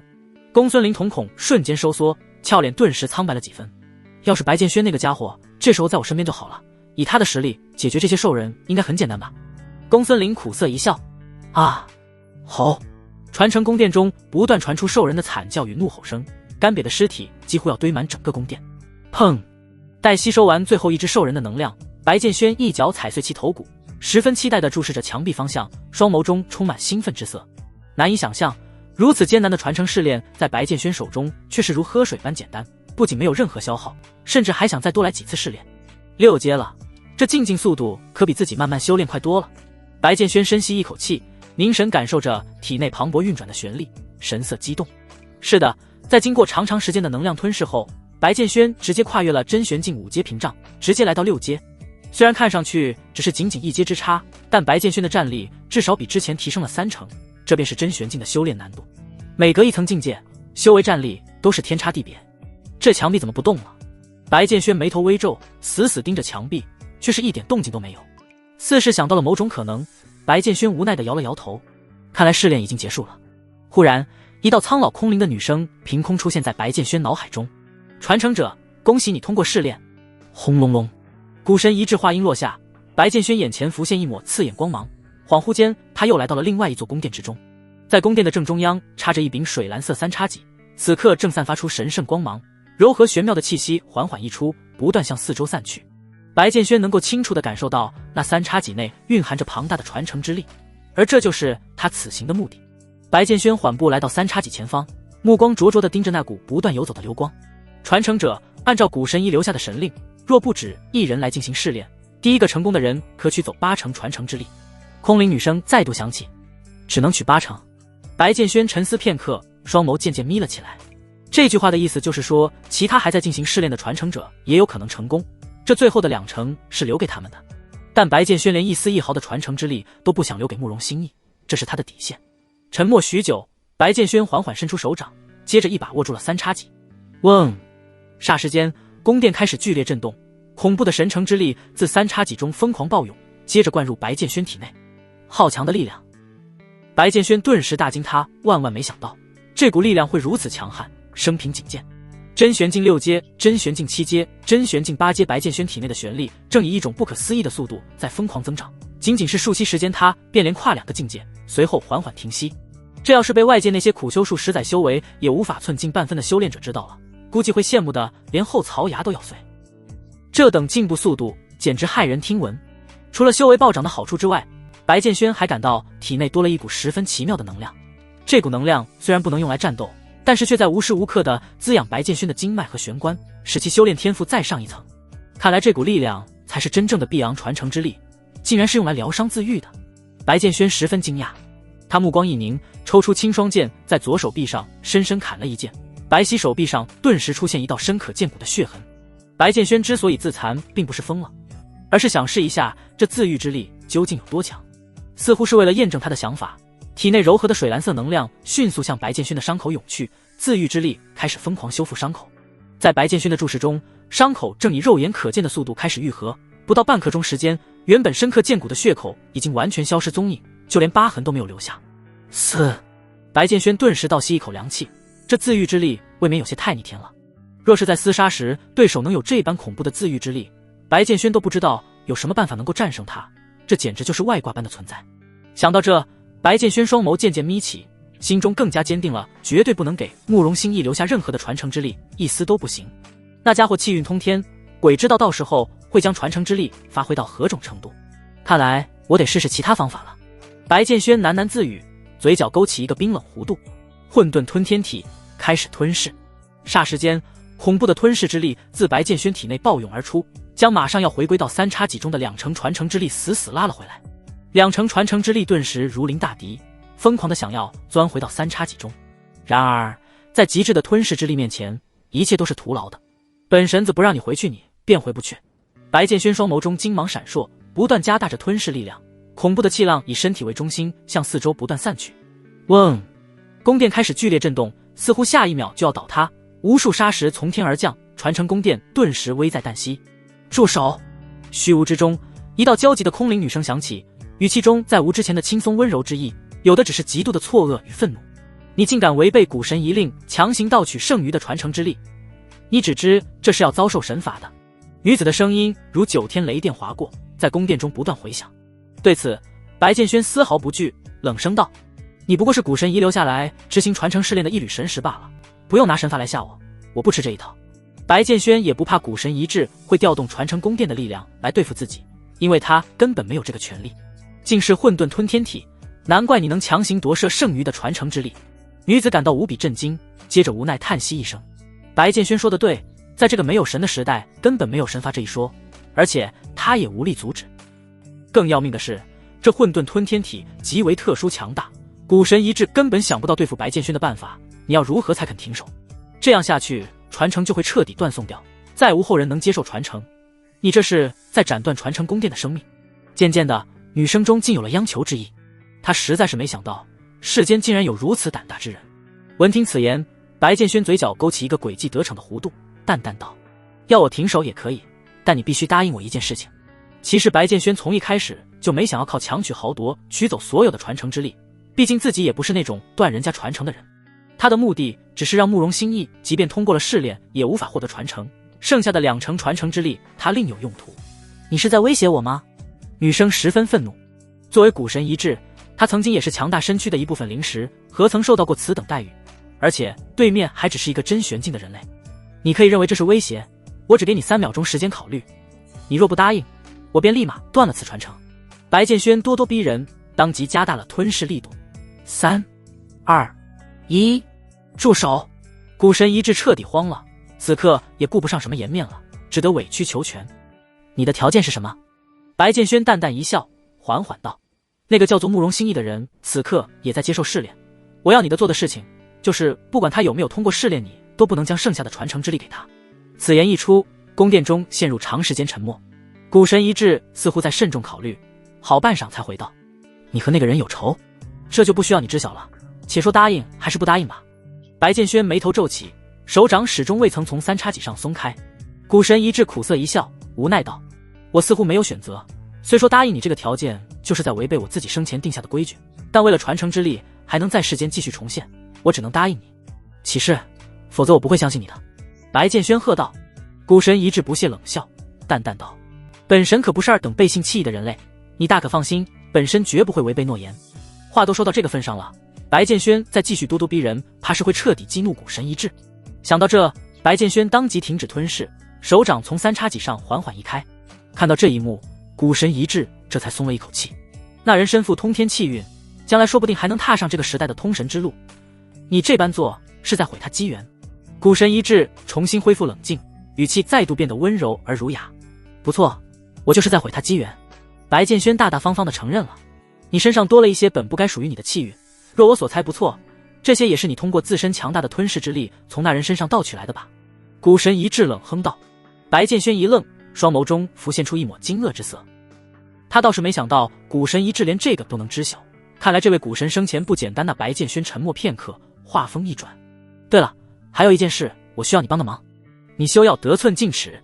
古神一致这下是真怒了，威胁他篡改遗令已经是大忌讳了，如今这个不知好歹的人类竟然蹬鼻子上脸，着实是过分了些。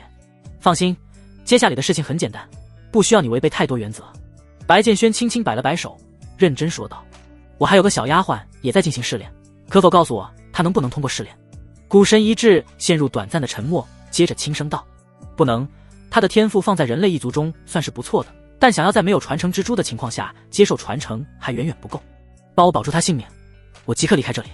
白剑轩提出了自己的最后要求，好歹公孙林是因为白剑轩才来到此地的，他若是就这么死在了这里，白剑轩会过意不去，而且公孙家那边也没法交代。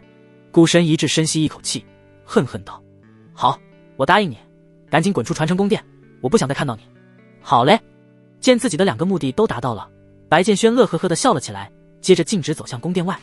注视着白剑轩离开的背影，古神一致低声呢喃道：此子绝非善类，但天赋强得可怕，看似那慕容心亦是这个时代最有可能走上通神路的人，但或许有朝一日慕容心意所做的一切努力都只是为了此子做嫁衣，倒也真是可悲可叹。我今日之举全当在此子身上压住了吧，或许碧昂神力在他的身上才能发挥出真正的威力，替我重新行走世间，扬我碧昂之名。古神一致语气平静，声音在宫殿中久久回荡，接着逐渐陷入沉寂。白剑轩一路沿着原路返回到山洞口，接着盘膝坐下，开始稳固暴涨的玄力。这段时间境界突破的速度太快了，这样下去容易导致根基不稳，还是得沉心修炼，否则日后会对我的修炼之道有很大影响。白剑轩深知贪婪冒进不可取的道理，稳扎稳打才是最稳固的，否则到头来都将是一场空。日渐西斜，黄昏中落，橘黄色的阳光照在白剑轩挺拔俊逸的脸庞上，仿佛是镀上了一层神性之光。可嗨嗨！忽然，白剑轩身前5丈远的位置闪烁起一团惊人蓝光，接着一道浑身浴血的倩影砸落在地。公孙林，白剑轩一眼便认出了他，当即快步上前扶起，让其靠在自己怀中。此时的公孙林气若游丝，气息衰弱到了极点，仅剩最后一口气吊着命。看来那古神还是挺守承诺的，在最后时刻保住了他的性命。白剑轩轻声呢喃道。他环视四周，当即找了个偏僻山洞，将公孙林抱了进去，开始为其查看伤势。偏僻山洞中篝火剧烈燃烧，时不时迸溅出刺目火花。白剑轩摆正公孙林的身体，使其盘膝坐正，接着双手按住其背部，开始用玄力为其疗伤。但渐渐的，白剑轩眉头皱了起来。公孙林的伤势太重了，五脏六腑几乎都已破损，就连灵根与经脉都受到了重创。这般严重的情况下，寻常玄力根本无法治愈，难不成还是救不回来？白剑轩低声呢喃道。山洞中陷入长时间的沉默，白剑轩神色凝重，似乎是在为什么重大决定而犹豫。他目光灼灼地注视着公孙林，深吸一口气。公孙林，今日我用传承之力救你一命，希望你醒来后可莫要忘本，否则我必杀了你。晨曦初照，远处天际浮现一抹鱼肚白，霞光普照。山洞内，白剑轩坐在篝火前，不停翻转着穿在木棍上的烤鸡，香气扑鼻。公孙林神色宁静地躺在一旁，原本遍体鳞伤的他，此刻已经恢复如初，白皙的皮肤上连一点疤痕都未曾留下。更加诡异的是，他破损的灵根与经脉竟然重新愈合，毫无损伤之兆。可嗨嗨！半刻钟后，公孙林在一阵咳嗽声中悄然醒转，起身后茫然地扫视着山洞内的一切。我怎么会在这里？我不是在进行试炼吗？而且试炼好像失败了。昏迷前的记忆如潮水般涌现，公孙林只记得自己被三只兽人殴打至奄奄一息，在长矛即将贯穿自己心脏之时，有一道玄妙的霞光出现在眼前，然后便记忆中断了。你醒了啊，来吃点东西吧，这荒郊野岭的只能抓只野鸡烤着吃了。听到身后的动静，白剑轩头也没回，淡淡道：本神子的手艺可不是任何人都能尝到的，你这个丫头倒是有福了。公孙林沉默着来到白剑轩身边坐下，昏黄篝火照耀在其精致的俏脸上，映出一抹失落之色。我没通过试炼，而且差点死在那里。沉默片刻，公孙林轻轻眨动美眸，向白剑轩投去疑惑目光。按理来说，我通不过试炼就会死，可为何我还活着，而且身上的伤势都不见了？公孙林不傻，传承试炼是无比残酷的，他能活到现在定是因为白剑轩，否则早就见阎王去了。白剑轩瞥了他一眼，为其撕下一只鸡腿，接着自己也撕下一只，边吃边说：我在传承宫殿中为你求情了，然后给你疗伤了一番。接着白剑轩将公孙林昏迷之后的事情全部复述了一遍，当然其中并不包含有关慕容心意的事情。公孙林美眸中满是震惊之色，用不可思议的目光紧盯着白剑轩，嘴唇几度张合，却没说出一句完整的话来。他没想到白剑轩竟然为了自己不惜与古神一致作对，而且还将3成传承之力渡给了自己。是的，公孙林的伤势之所以能够痊愈，那是因为他体内多出了一股强悍的自愈能量，而这股能量来自白剑轩。将8成传承之力送给他人，天下无人舍得这般做，但白剑轩舍的原因很简单，他可以吞噬世间一切。如若公孙林日后是个心怀二心的人，白剑轩随时可以将传承之力收回。可对于公孙林来说，这简直就是天方夜谭的事情。谢谢你，可是我想知道为什么。公孙林看向白剑轩的眼神彻底变了，除了感激外，还有另外一种情感，一种只属于男女之间的情感。这样的男人确实很令人着迷，强大、神秘，最重要的是竟然愿意为了救自己放弃一部分强大力量。公孙林没有理由不心动。我需要手下，你可以保证忠心吗？白剑轩看向公孙林，眼眸中满是真诚，没有丝毫的拐弯抹角。闻言，公孙林一愣，旋即了然。他明白，天下没有白费的午餐，自己这条命日后就是白剑轩的了。好，日后我便是你的人了。公孙林性格直爽，简单回应道。哦。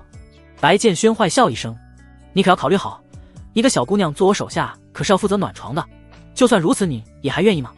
公孙林俏脸泛起一抹红晕，有些娇羞的别过脸去，一副任君采摘的模样，低声道：愿意。白剑轩笑了，轻轻揉了揉他的脑袋，开玩笑的，暂时不需要，走吧，反正你的伤势也好了，我们该去下一个传承之地了。还有，这份传承之力你好珍惜，苦修一番后定有大作为。公孙林重重点头，看向白剑轩的眼眸中满是坚定。两人快速将烤鸡消灭，收拾一番后便行出山洞，朝着传承之珠指引的方向快去飞去。另一边，荒凉的大地之上，一道狼狈身影正一瘸一拐地行进着，身形落寞而悲凉。慕容心一左袖空荡荡的，淋漓鲜血染红了他半边上衣，双眸灰暗到了极点，似乎是已经丧失了生的希望，整个人毫无朝气。他的伤势很重，然而慕容心亦根本没有歇息疗伤的想法，只想沿着大地一路走至日落。忽的一道剑光掠过，接着剑13落在慕容心意面前，焦急地上前快速扶住他。心意，你的手臂呢？剑13顿时慌乱起来，这位天不怕地不怕的剑道高手，在这一刻却像个孩子般手足无措。慕容心意现在不仅没了一条手臂，就连气息都衰落到了谷底，整个人散发出一股死气，这是道心破碎的征兆。这可如何是好？剑13心中一声长叹，不知回去该如何交代。13说：“我失败了，我用尽浑身解数，燃烧了大量精血，才杀死那些可恶的兽人，通过试炼。但当我满心欢喜地来到古神遗志面前时，他却告诉我不能给予我传承之力，至于原因不能告知于我。”13说：“你说既然我得不到这份传承之力，为何还要苦战至失去手臂，甚至燃烧修为与天赋？哼，这一切根本没有任何意义。”慕容心一双目发直，声音细弱闻明，语气不轻不重，诉说着自己在传承宫殿内的悲惨遭遇。剑13眉头深深皱起，怒道：“通过了试炼，为何不能获得传承之力？那狗日的古神欺人太甚，不过是一缕神识罢了。心意你放心，等我回去后定要向圣主禀告此事，然后派人来踏平此地。”不必了，慕容心意淡淡道：“我很累，现在只想睡一觉。13说，你带我回去吧。”看着慕容心意那仿佛丢了心魂的模样，剑13感到一阵揪心。遇到挫折并不可怕，可怕的是心死。心一旦死了，无论慕容心意的天赋有多高也没用，能不能跨过这一道坎，只能看慕容心意自己了。好，我们回去，放心，圣主肯定会想办法给你恢复手臂。你就在圣域好好休息，历练暂时告一段落，等以后。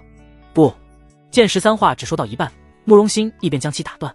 我只回去7天，伤势痊愈后，我会立马回到南方荒原参加7国排位战。剑13沉默许久，咬牙道：“好。”两人飞入云霄，急速朝着万剑圣域行去。其实剑13还想提醒慕容心意一件事情，那就是要小心那个叫白剑轩的人。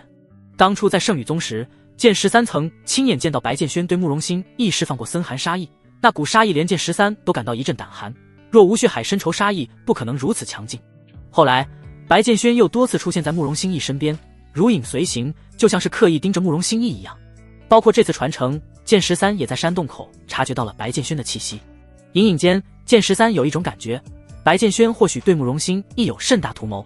但考虑到这是慕容心意自己的历练，对付白剑轩这种城府极深的敌人，也是一种极其重要的历练。剑13最后还是将此事憋在了肚子里。然而剑13永远也不会想到，即便是他日夜看护慕容心意，白剑轩也已经多次在他身下夺下了数次机缘。话分两头，此时白剑轩已经来到了金凤传承所在之地，只是这个地方十分奇怪。你确定这就是接受金凤传承的地方？一个荒芜偏僻的小山包前，白剑轩与公孙林面面相觑，一脸的不可思议。白剑轩挠了挠脑袋，又取出传承之珠，再度确认一番，接着坚定点头：“不会错的，就在这下面，只是同为传承之地。这金凤传承比起碧昂传承，会不会太寒酸了些？人家碧昂传承之地还有大宫殿，门口都是兽人和强大水龙镇守，到了金凤传承这儿就只有一个小山包，属于鸟不拉屎的地方，可以先下去看看，说不定内有乾坤。”公孙林推测道：“好，你在外面等我，里面应该很危险。”白剑轩一剑斩向地面，地皮顿时翻卷飞出老远，接着露出一道通往地底的阶梯。呼！白剑轩深吸一口气，神色凝重地向下走去。四周一片漆黑，阶梯旁连烛火都没有。走了约有半刻钟，白剑轩终于来到一间充斥着火红光芒的狭窄密室。在密室正中央，一团仿佛永不熄灭的火焰于虚无之中燃烧，虽微弱，但其释放出的恐怖高温，即便相隔数丈远也能感受到。何人来此？密室中响起一道懒洋洋的男声，听上去就像还没睡醒般。见古神遗志现身，白剑轩当即行礼：“晚辈拜见古神大人，晚辈是来接受金凤传承的。”“哦，接受传承啊？那个叫什么玩意儿来着？传承之珠带了吗？”古神遗志淡淡道：“带了，不知晚辈什么时候可开始试炼？”白剑轩试探道：“他已经做好了血战的准备，毕竟不可能所有的传承试炼都像碧昂传承那般只凝聚能量体给白剑轩吞噬，一种一战不了两次。白剑轩深知这个道理。哦对，还要给你试炼一下。”男子似是觉得试炼挺麻烦，语气中带着深深的不耐烦：“问你个问题，你是金凤神国的皇室直系血脉吗？”“晚辈是。”白剑轩答道。“好，恭喜你，试炼通过了。”白剑轩不等白剑轩思考，那团于虚无中燃烧的火焰突然朝自己面门本来。白剑轩下意识想闪开，这火焰的气息太过于恐怖。然而，当白剑轩反应过来时嘛，那团火焰已经钻入了他的身体，在其眉心处，一个火红色的金凤印记若隐若现，好似一只浑身欲火的火焰神凤。密室中陷入一片黑暗，独留白剑轩茫然地站在原地，到现在还没缓过神来。小子，不要觉得本神的传承太过于儿戏了。金凤传承不似其他传承那般刁难，金凤传承之力只有金凤皇室血脉最纯的直系传承人才可吸收，所以本神无需考验于你，也没有选择。那缕本源火焰如今已经在你体内，日后你自会明白它的妙用。去吧，年轻人，愿你能将金凤神火传承于世间，绽放出属于它的真正神威。话音落下，密室中陷入绝对的沉寂，古神遗质的气息完全消失。白剑轩带着满心疑惑朝地面走去，眉头深深皱起。首先，这般简单的试炼，甚至说没有试炼是白剑轩没有想到的。还有，为何自己接受传承之力后修为没有增长？白剑轩甚至觉得体内一点变化都没有。最重要的是，古神遗质说的妙用到底是什么？想到这，白剑轩忍不住摸了摸眉心处的金凤火焰印记，双眸中露出浓浓的疑惑之色。这传承之力真够神秘的，难不成会在未来的某一天给我一个大惊喜？回到地面后，公孙林都被白剑轩通过试炼的速度吓了一跳。你这未免也太快了吧！白剑轩摸了摸脑袋，也不愿提起密室中发生的事，于是坏笑道：我一点也不快，不信你可以试试，反正你是我的暖床丫鬟，日后会见识到的。公孙林一愣，片刻后终于是回过劲儿来，懂了白剑轩的言外之意，俏脸顿时羞红，嗔道：流氓！两人不再继续于蛮山岭地中逗留，即刻启程返回，披星戴月，在5日后抵达了金凤神国。公孙林许久未曾归家，心中甚是牵挂，于是便先回公孙家去了。白剑轩则是悠哉悠哉的回了自己寝宫。灵儿，你在哪儿呢？我回来了。在寝宫中找了几圈，白剑轩却是没见到萧灵儿的身影。怎么不见了？白剑轩顿时意识到了不对，当即眉头一皱，喝道：黑曜，出来见我！下一瞬，一道黑影快速涌动至身前，身形缓缓凝聚而出。大人，圣女先回族内了，刘小的在此告知于您。黑曜拱手道。白剑轩面露疑惑之色，何事如此焦急，都没等我回来？白剑轩已经猜出妖族内定是出了大事，否则萧灵儿再急也会等到自己回去。这……黑曜面露为难之色。白剑轩虽手持妖皇令，但他的身份是人类，妖族机密之事不该告知于他。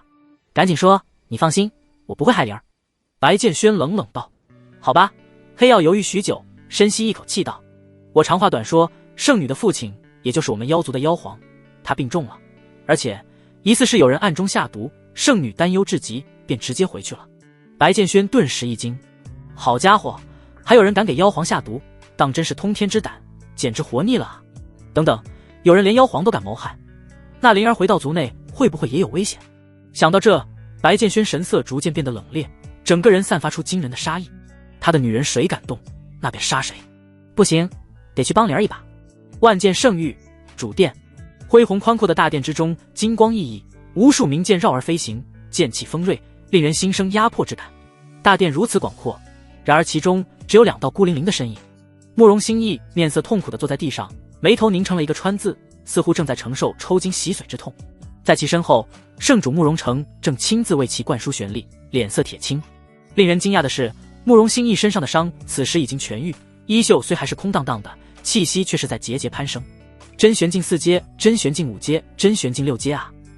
当修为突破至真玄境6阶后，慕容心一猛地睁开双眸，仰天发出一道歇斯底里的惨嚎，周身玄力暴涌，就像一团压缩到极致的火焰，下一瞬就会爆开扑。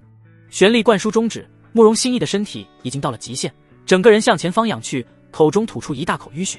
他的眼神中少了一些天真烂漫，多了几分冰冷与狠厉。呼！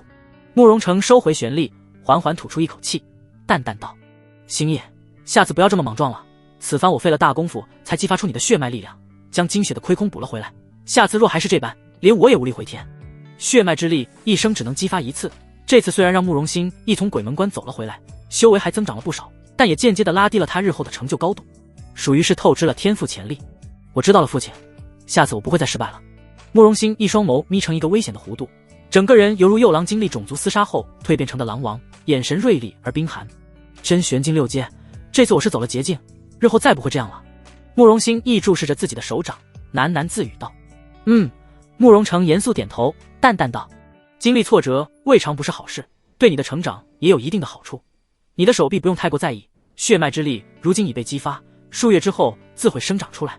顿了顿，慕容成眉头微皱，询问道：对了，有件事一直想问你，你身边最近有没有发生什么奇怪的事情？又或者说感觉到自己缺失了一些什么重要的东西？慕容心一愣，眼神充满疑惑，不理解父亲为什么要问这些。并无奇怪之事，身边也未缺失什么。慕容成陷入沉默。其实他想问的是，慕容心意的气运为何平白无故的减少了？气运这种东西玄而又玄，连慕容成也无法将其完全窥破，所以才有此疑问。可连慕容心意自己都没有察觉到什么，或许这都只是自己的错觉吧。但愿没有变故发生。慕容成低声喃喃道。其实慕容心意的修炼天赋并不是万剑圣域中最出众的，甚至说有点平庸，但他背负的气运无人能及，这也是万剑圣域最宝贵的东西。父亲，你怎么了？见父亲在愣神，慕容心意疑惑道。没事。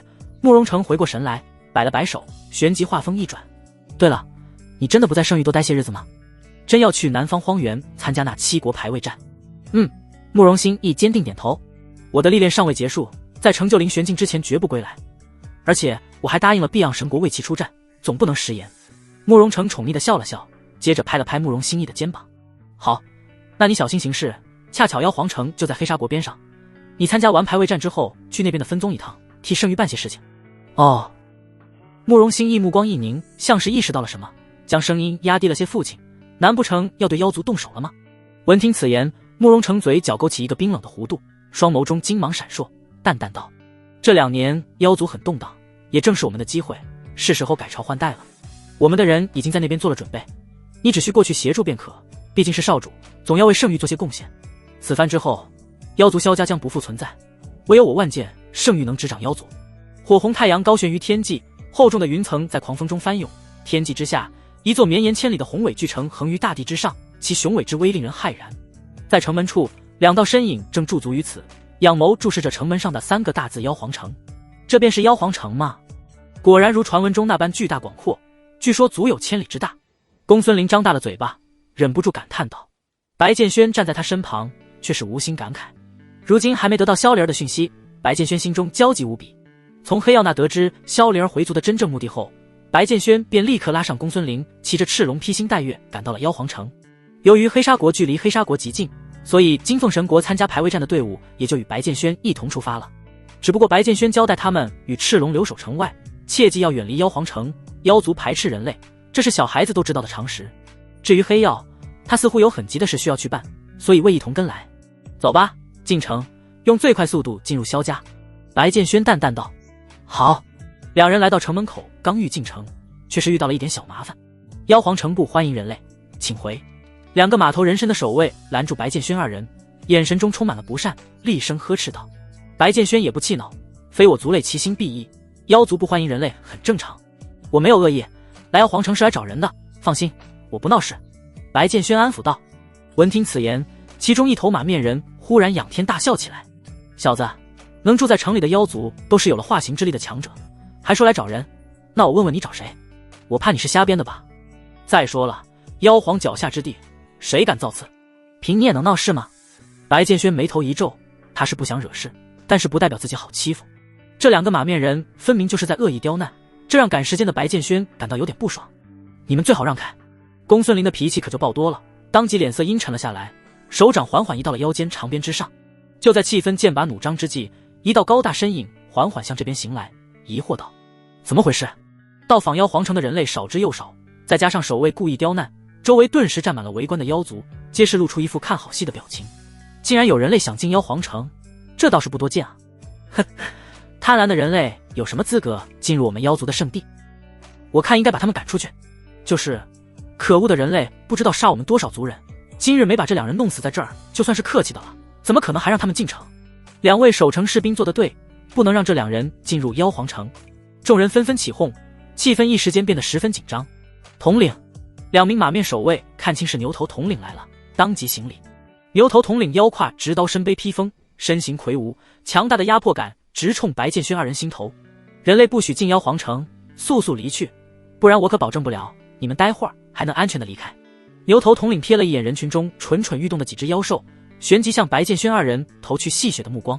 白剑轩神色逐渐阴沉下来，声音冰冷：给你最后一次机会，开城门，否则你会后悔的。众妖兽皆是一惊，顿时怒骂出声：“人类，你怕是在人类地界嚣张惯了？妖皇城可不是你放狠话撒泼的地方。”哼，人类果真是不讲理，不让你们进殿出言威胁，真是好大的胆子！统领大人，切莫放过他们，让他们知道妖皇城不是什么人都能进的。众妖兽义愤填膺，2名马面守卫更是直接将长矛堵在了白剑轩面门处，喝道：“胆敢冒犯统领，死罪！”牛头统领不怒反笑，眼眸眯成一个危险的弧度，声音冰冷，悠悠道：“很好，本统领还是第一次见到如此胆大的人类，我今日就是不开城门，你又能拿本统领如何？”白剑轩彻底失去耐心，身形陡然前冲，一个箭步已经来到牛头统领面前，接着一巴掌扇出，啪！一记重重的耳光落在牛头统领脸上，整个身子被打得一个踉跄，在脸庞上留下一个血红的手掌印，一缕鲜血顺着牛头统领的嘴角缓缓流下。白剑轩的速度实在是太快了，而且出乎所有妖兽意料，以至于众妖兽愣神了数息才反应过来。找死！牛头统领回过神来，顿时大怒，抽出腰间长刀径直朝白剑轩脑袋砍去。白剑轩却是没有躲闪，不慌不忙地拿出一个令牌举在身前，淡淡道：“你且看清这是什么？”嗡，刀声震鸣，长刀却硬生生停在了距离白剑轩眉心1指远的地方。当牛头统领看清那令牌上清晰刻着的萧字时，一双牛眼珠子差点跳了出来，接着又感受了一番令牌散发出的气息，身子猛然一抖，长刀哐当一声掉在了地上。妖皇令！牛头统领狠狠吞咽了一口口水，冷汗瞬间遍布全身，魁梧的身躯疯狂站立，扑通一声就跪了下来，接着疯狂朝地面磕头，即便头破血流也不敢停。小的该死，小的该死，竟冲撞了大人，希望大人放过小人这条命，大人饶命！妖皇令在妖族内的威信不亚于圣旨，无人敢忤逆，冒犯持有妖皇令之人和造反无异。众妖兽看到这一幕，顿时愣在原地。牛头统领这是在干嘛？为何要向一个人类磕头？你们看清刚才那人掏出来的是什么了吗？距离太远，我没看清楚。没看清，不过想来这人的身份应该很高贵，否则牛头统领不会被吓成这样。众妖兽顿时感到有些失望，本想看羞辱人类的戏码，却不料对方是个大人物。马面守卫茫然地站在原地，面面相觑，一时间摸不着头脑。统领，你这么怕这个人类干嘛？闻言，牛头统领一惊，下一秒便暴起，2刀砍翻守卫，嫣红的鲜血瞬间染红了大地，浓郁的血腥味在空气中弥漫。马面守卫到死都不知道自己到底哪里做错了。牛头统领颤声道：“他们2个对大人失礼了，小的替大人手刃他们，求大人饶小的一命。”哼！白剑轩冷笑一声，居高临下的冰冷注视着跪在地上的牛头统领，讥笑道：“我还是喜欢你刚才那桀骜不驯的样子，想让我饶了你也行，从现在开始扇自己耳光，扇到日落再停止，要是敢停歇或者留手，我定要割下你的牛头做下酒菜。”闻言，牛头统领吓得裤子都快尿湿了，当即对着自己狂扇巴掌，双手齐上，那真是一点都没有留手，牛头很快肿得跟猪头般。霎时间，耳光声如鞭炮般响起，不绝于耳。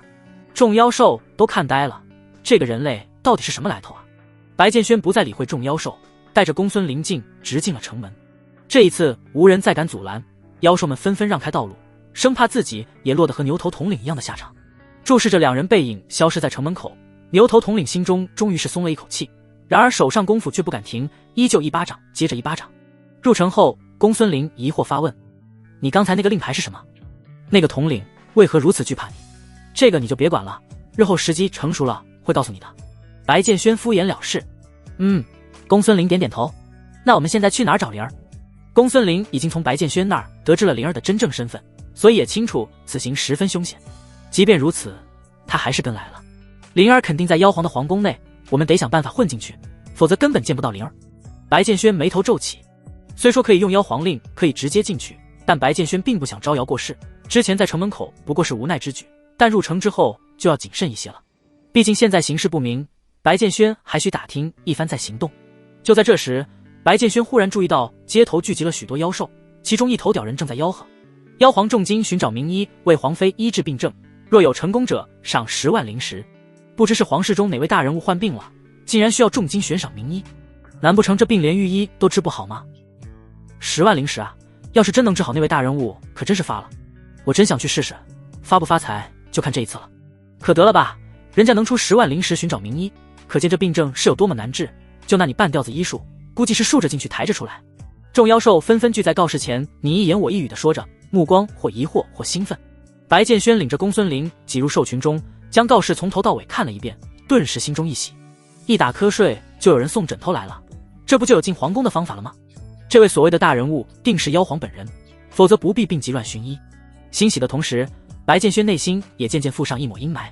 妖族中名医众多，连他们都治不好，看来妖皇的病症十分严重，并且已经到了无力回天的地步。但这些对于白建轩来说都不算什么事儿。先不说他自身能吞噬世间万物的体质，单单是那股强盛的自愈之力，就不是寻常医生可以比肩的。我来。白建轩思索之际，兽群中忽然伸出一只大手，想要将告示接下。想抢我的活儿？没门儿！白建轩看向那只妖兽，是一只背着草药箩筐的山羊人，顿时眉头一皱，然后迅速伸手，在山羊人的手之前将那告示给接了下来。众妖兽目光顿时聚集在两人身上，目光惊愕。接下这告示不仅需要通天医术，更要有承受失败的胆量，否则众人也不会只看而不上前。这不是严神医吗？没想到他竟会出手。严神医可以说是在妖皇城中除了太医房外的民间第一神医了，他的药房每日都是排着数条街的长队，医术可通神，也就只有严神医才有本事去为那位大人物医治。看来这10万灵石要落在严神医口袋中了。等等，和严神医抢告示的这人怎么是个人类？众妖兽顿时一愣，旋即目光变得不善起来。严神医的医术整个妖皇城人尽皆知，岂是一个人类能比肩的？这人类真是好大的胆子，敢和严神医抢活干。负责巡医的屌人也是一阵懵逼，好家伙，要么没有一人来接榜，一来就是2个人。小辈，此告示是老夫先看到的，你还是将它交给老夫吧。皇室巡医非同小可，你可不要因为那10万灵石一时起了贪恋而葬送一生。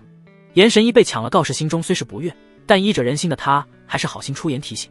白建轩见他还挺有礼貌，并不像其他妖族那般仇视人类，当即笑道：多谢前辈提醒，只是小子也想试试，医术方面小子还未失手过。闻听此言，严神医一双山羊眼顿时眯了起来，脸上露出失望与不屑之色。非是老夫小看你，老夫修炼医术已经300余载，自认在妖皇城中没有敌手。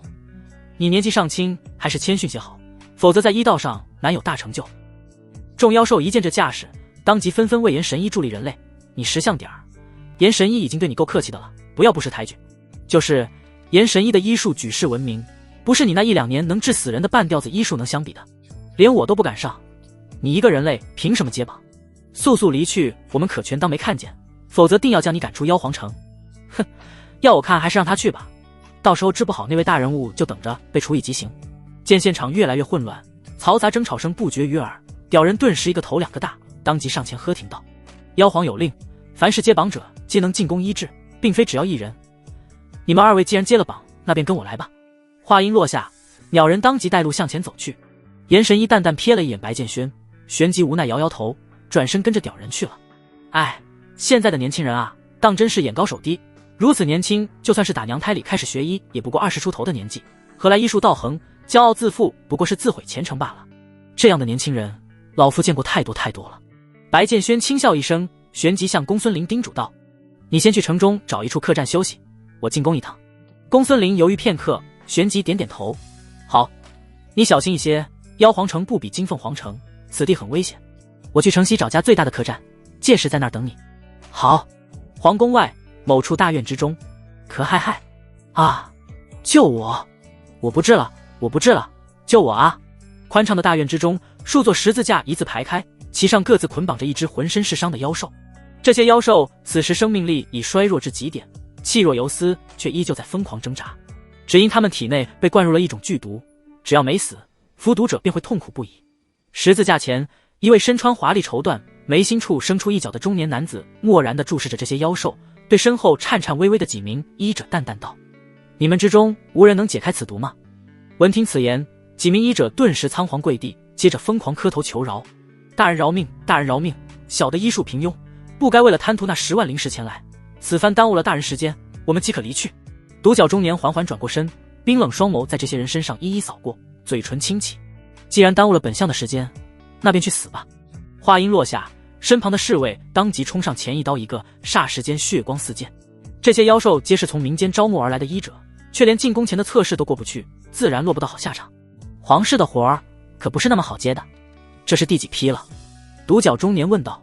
回宰相大人，这已经是第10批了。侍卫恭敬回道。独角中年顿时眉头一皱，呵斥道：一群废物，妖皇如今危在旦夕，你们却连一个靠谱的医者都找不来，留着你们吃白饭的吗？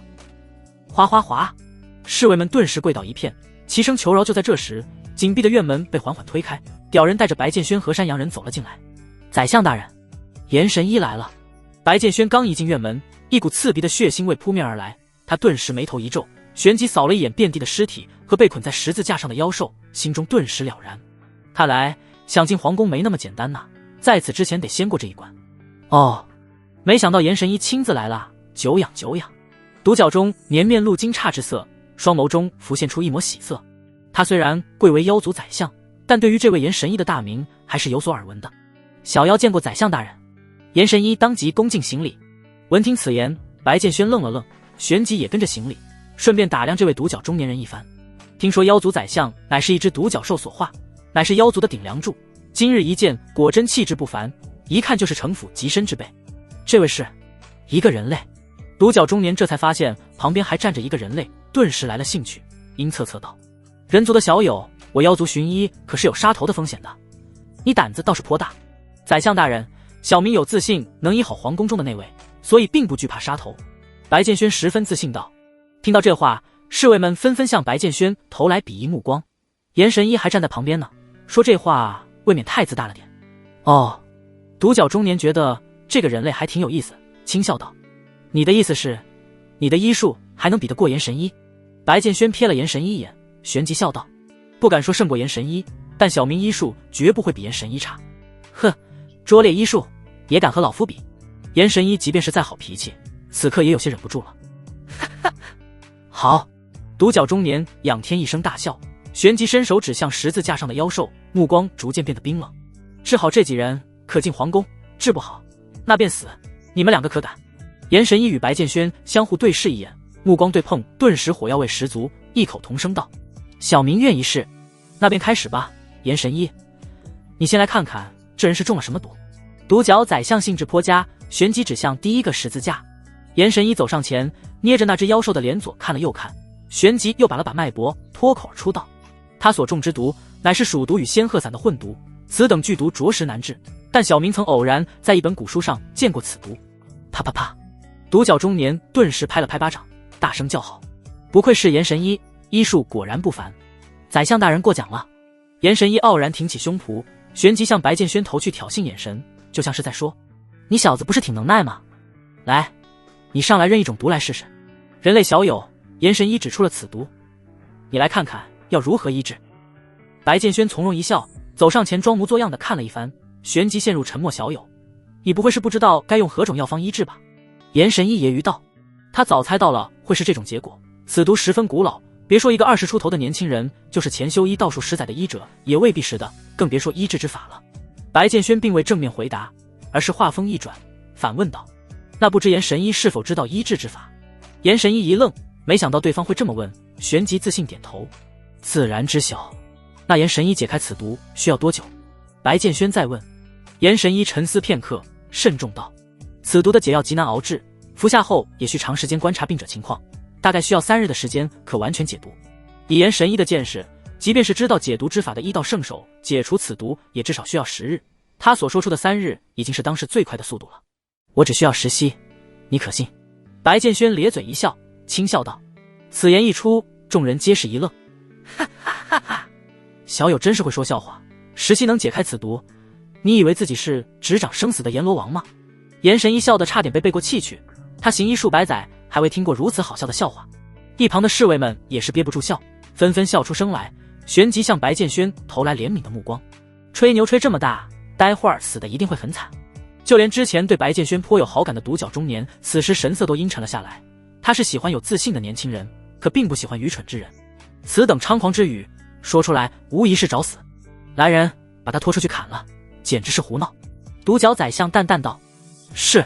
侍卫们早知是这个结果，当即上前准备拿住白剑轩。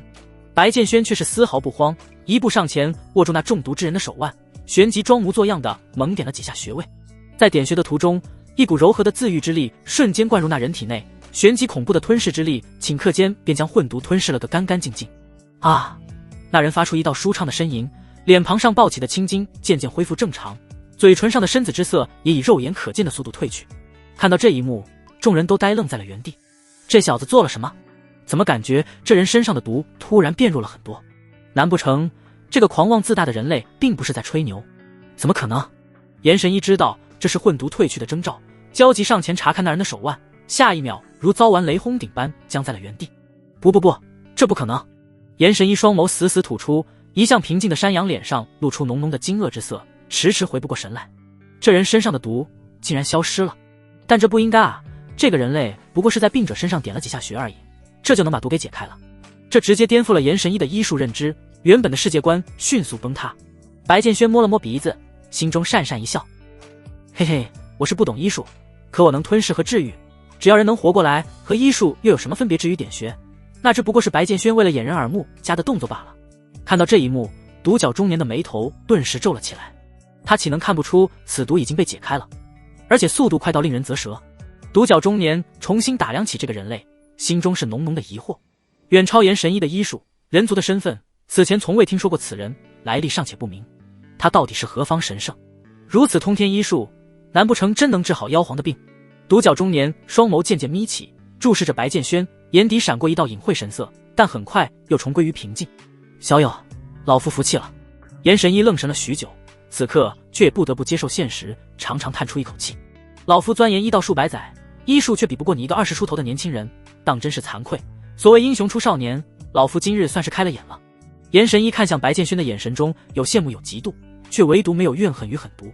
作为一名世人歌颂的神医，他的医德远非寻常医生可比。严神医过奖了，晚辈所会的不过是一些皮毛之术，不及前辈万一。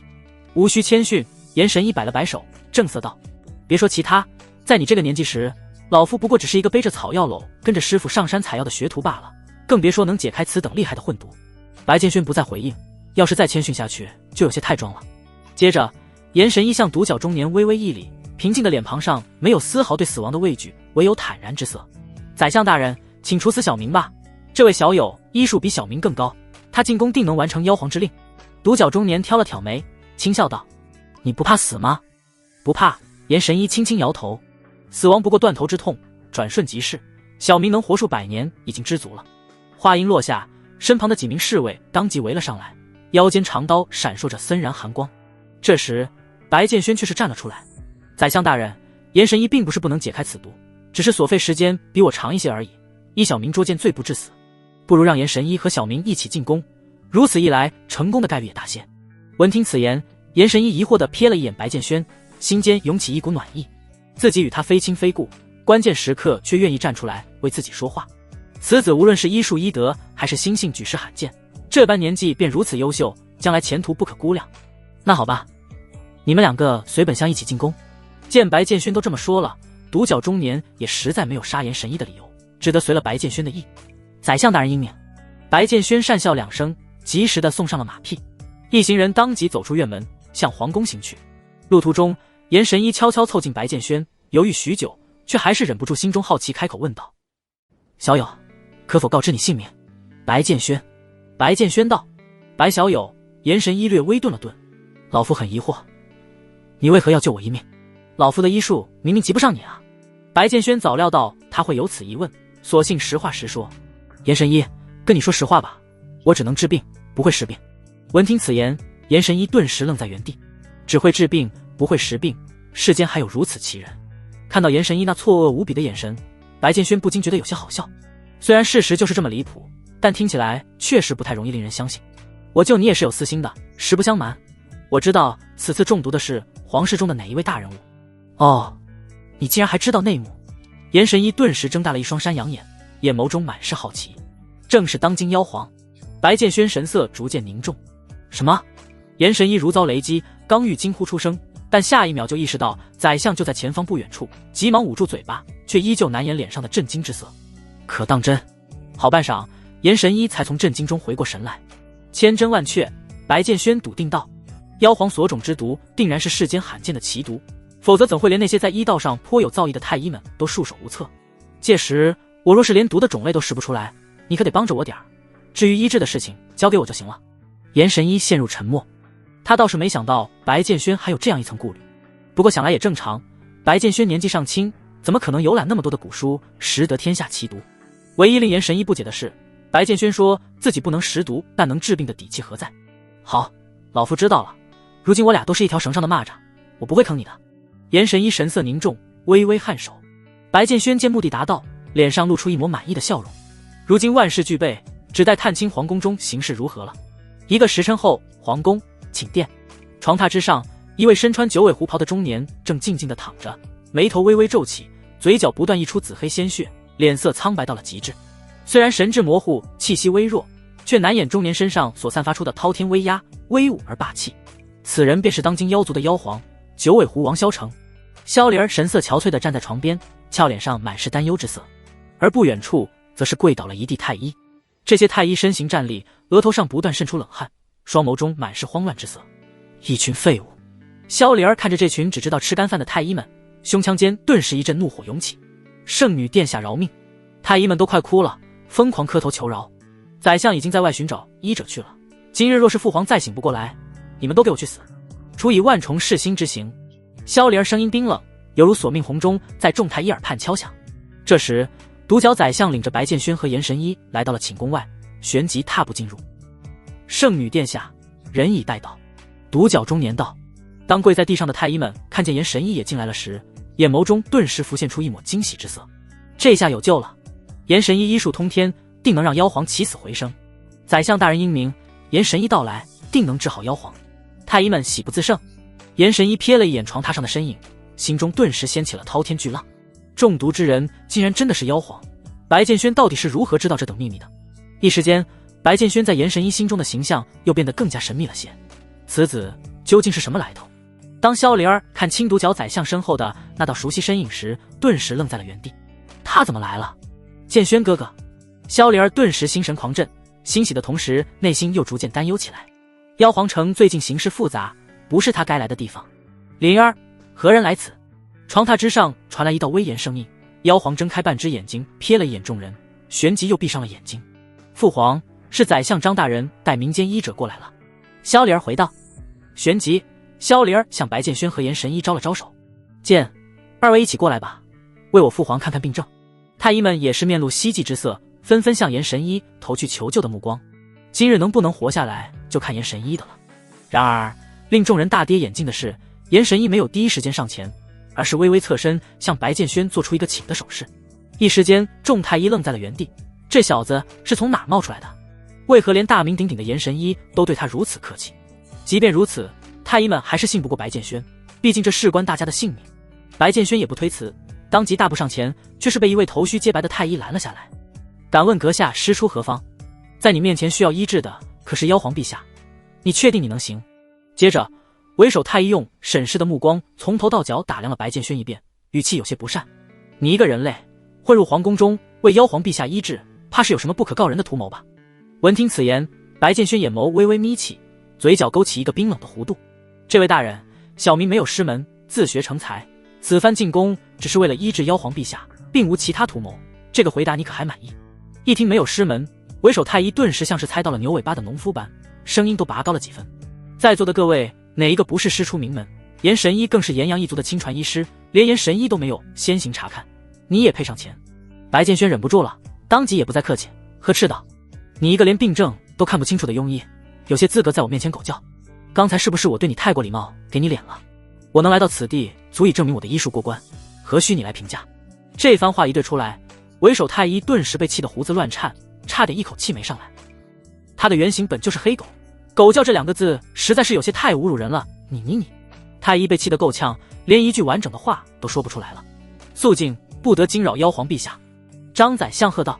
太医也不敢太放肆，当即向严神医求助，压低了声音道：严神医，你确定这小子能行？同为医道高手，太医本以为严神医会帮自己一把，却不料严神医接下来说的话差点惊掉了众人的下巴。老夫医术不及白小友。严神医淡淡道。现场顿时变得一片死寂，众人目光惊疑不定。严神医何等高深医术，怎么会比不上一个毛头小子？就连萧灵儿都是目露惊愕之色，他都不知道白建轩竟然还精通医道。旋即他又欣喜起来，不愧是自己的男人，就是厉害。现在你还有问题吗？白建轩瞪着太医，盛气凌人。你请便吧。严神医都说医术不及白建轩了，太医还能说什么？旋即白建轩大步来到床榻边坐下，装模作样的为妖皇号脉，结果自然是什么都没查出来，却只知道妖皇的脉搏十分微弱，像是死人一般。白剑轩凝神感受了一番，旋即向严神医招了招手：“前辈，你来号脉试试，看晚辈和您所嚎出来的病症是否一样。”严神医也不墨迹，当即上前，毕竟之前答应了白剑轩要给他撑场子。将手搭上妖皇手腕之后，仅仅数息时间，严神医神色猛然大变，犹如见到了鬼神般，神色迅速苍白下来。看来前辈心中已经有答案了。白剑轩故作高深道。众人也是摸不着头脑，等着下文出现。这些太医好歹也都是在医术方面有百年造诣的人，却根本识不出这是什么毒。难不成这个姓白的年轻人一下就认出来了？严神医皱眉沉默片刻，沉声道：“白小友和老夫心中所想一样，妖皇陛下中的不是毒，而是一种很厉害的蛊虫。此蛊虫即便是在西疆的蛊都也是极其罕见的。至于名字……”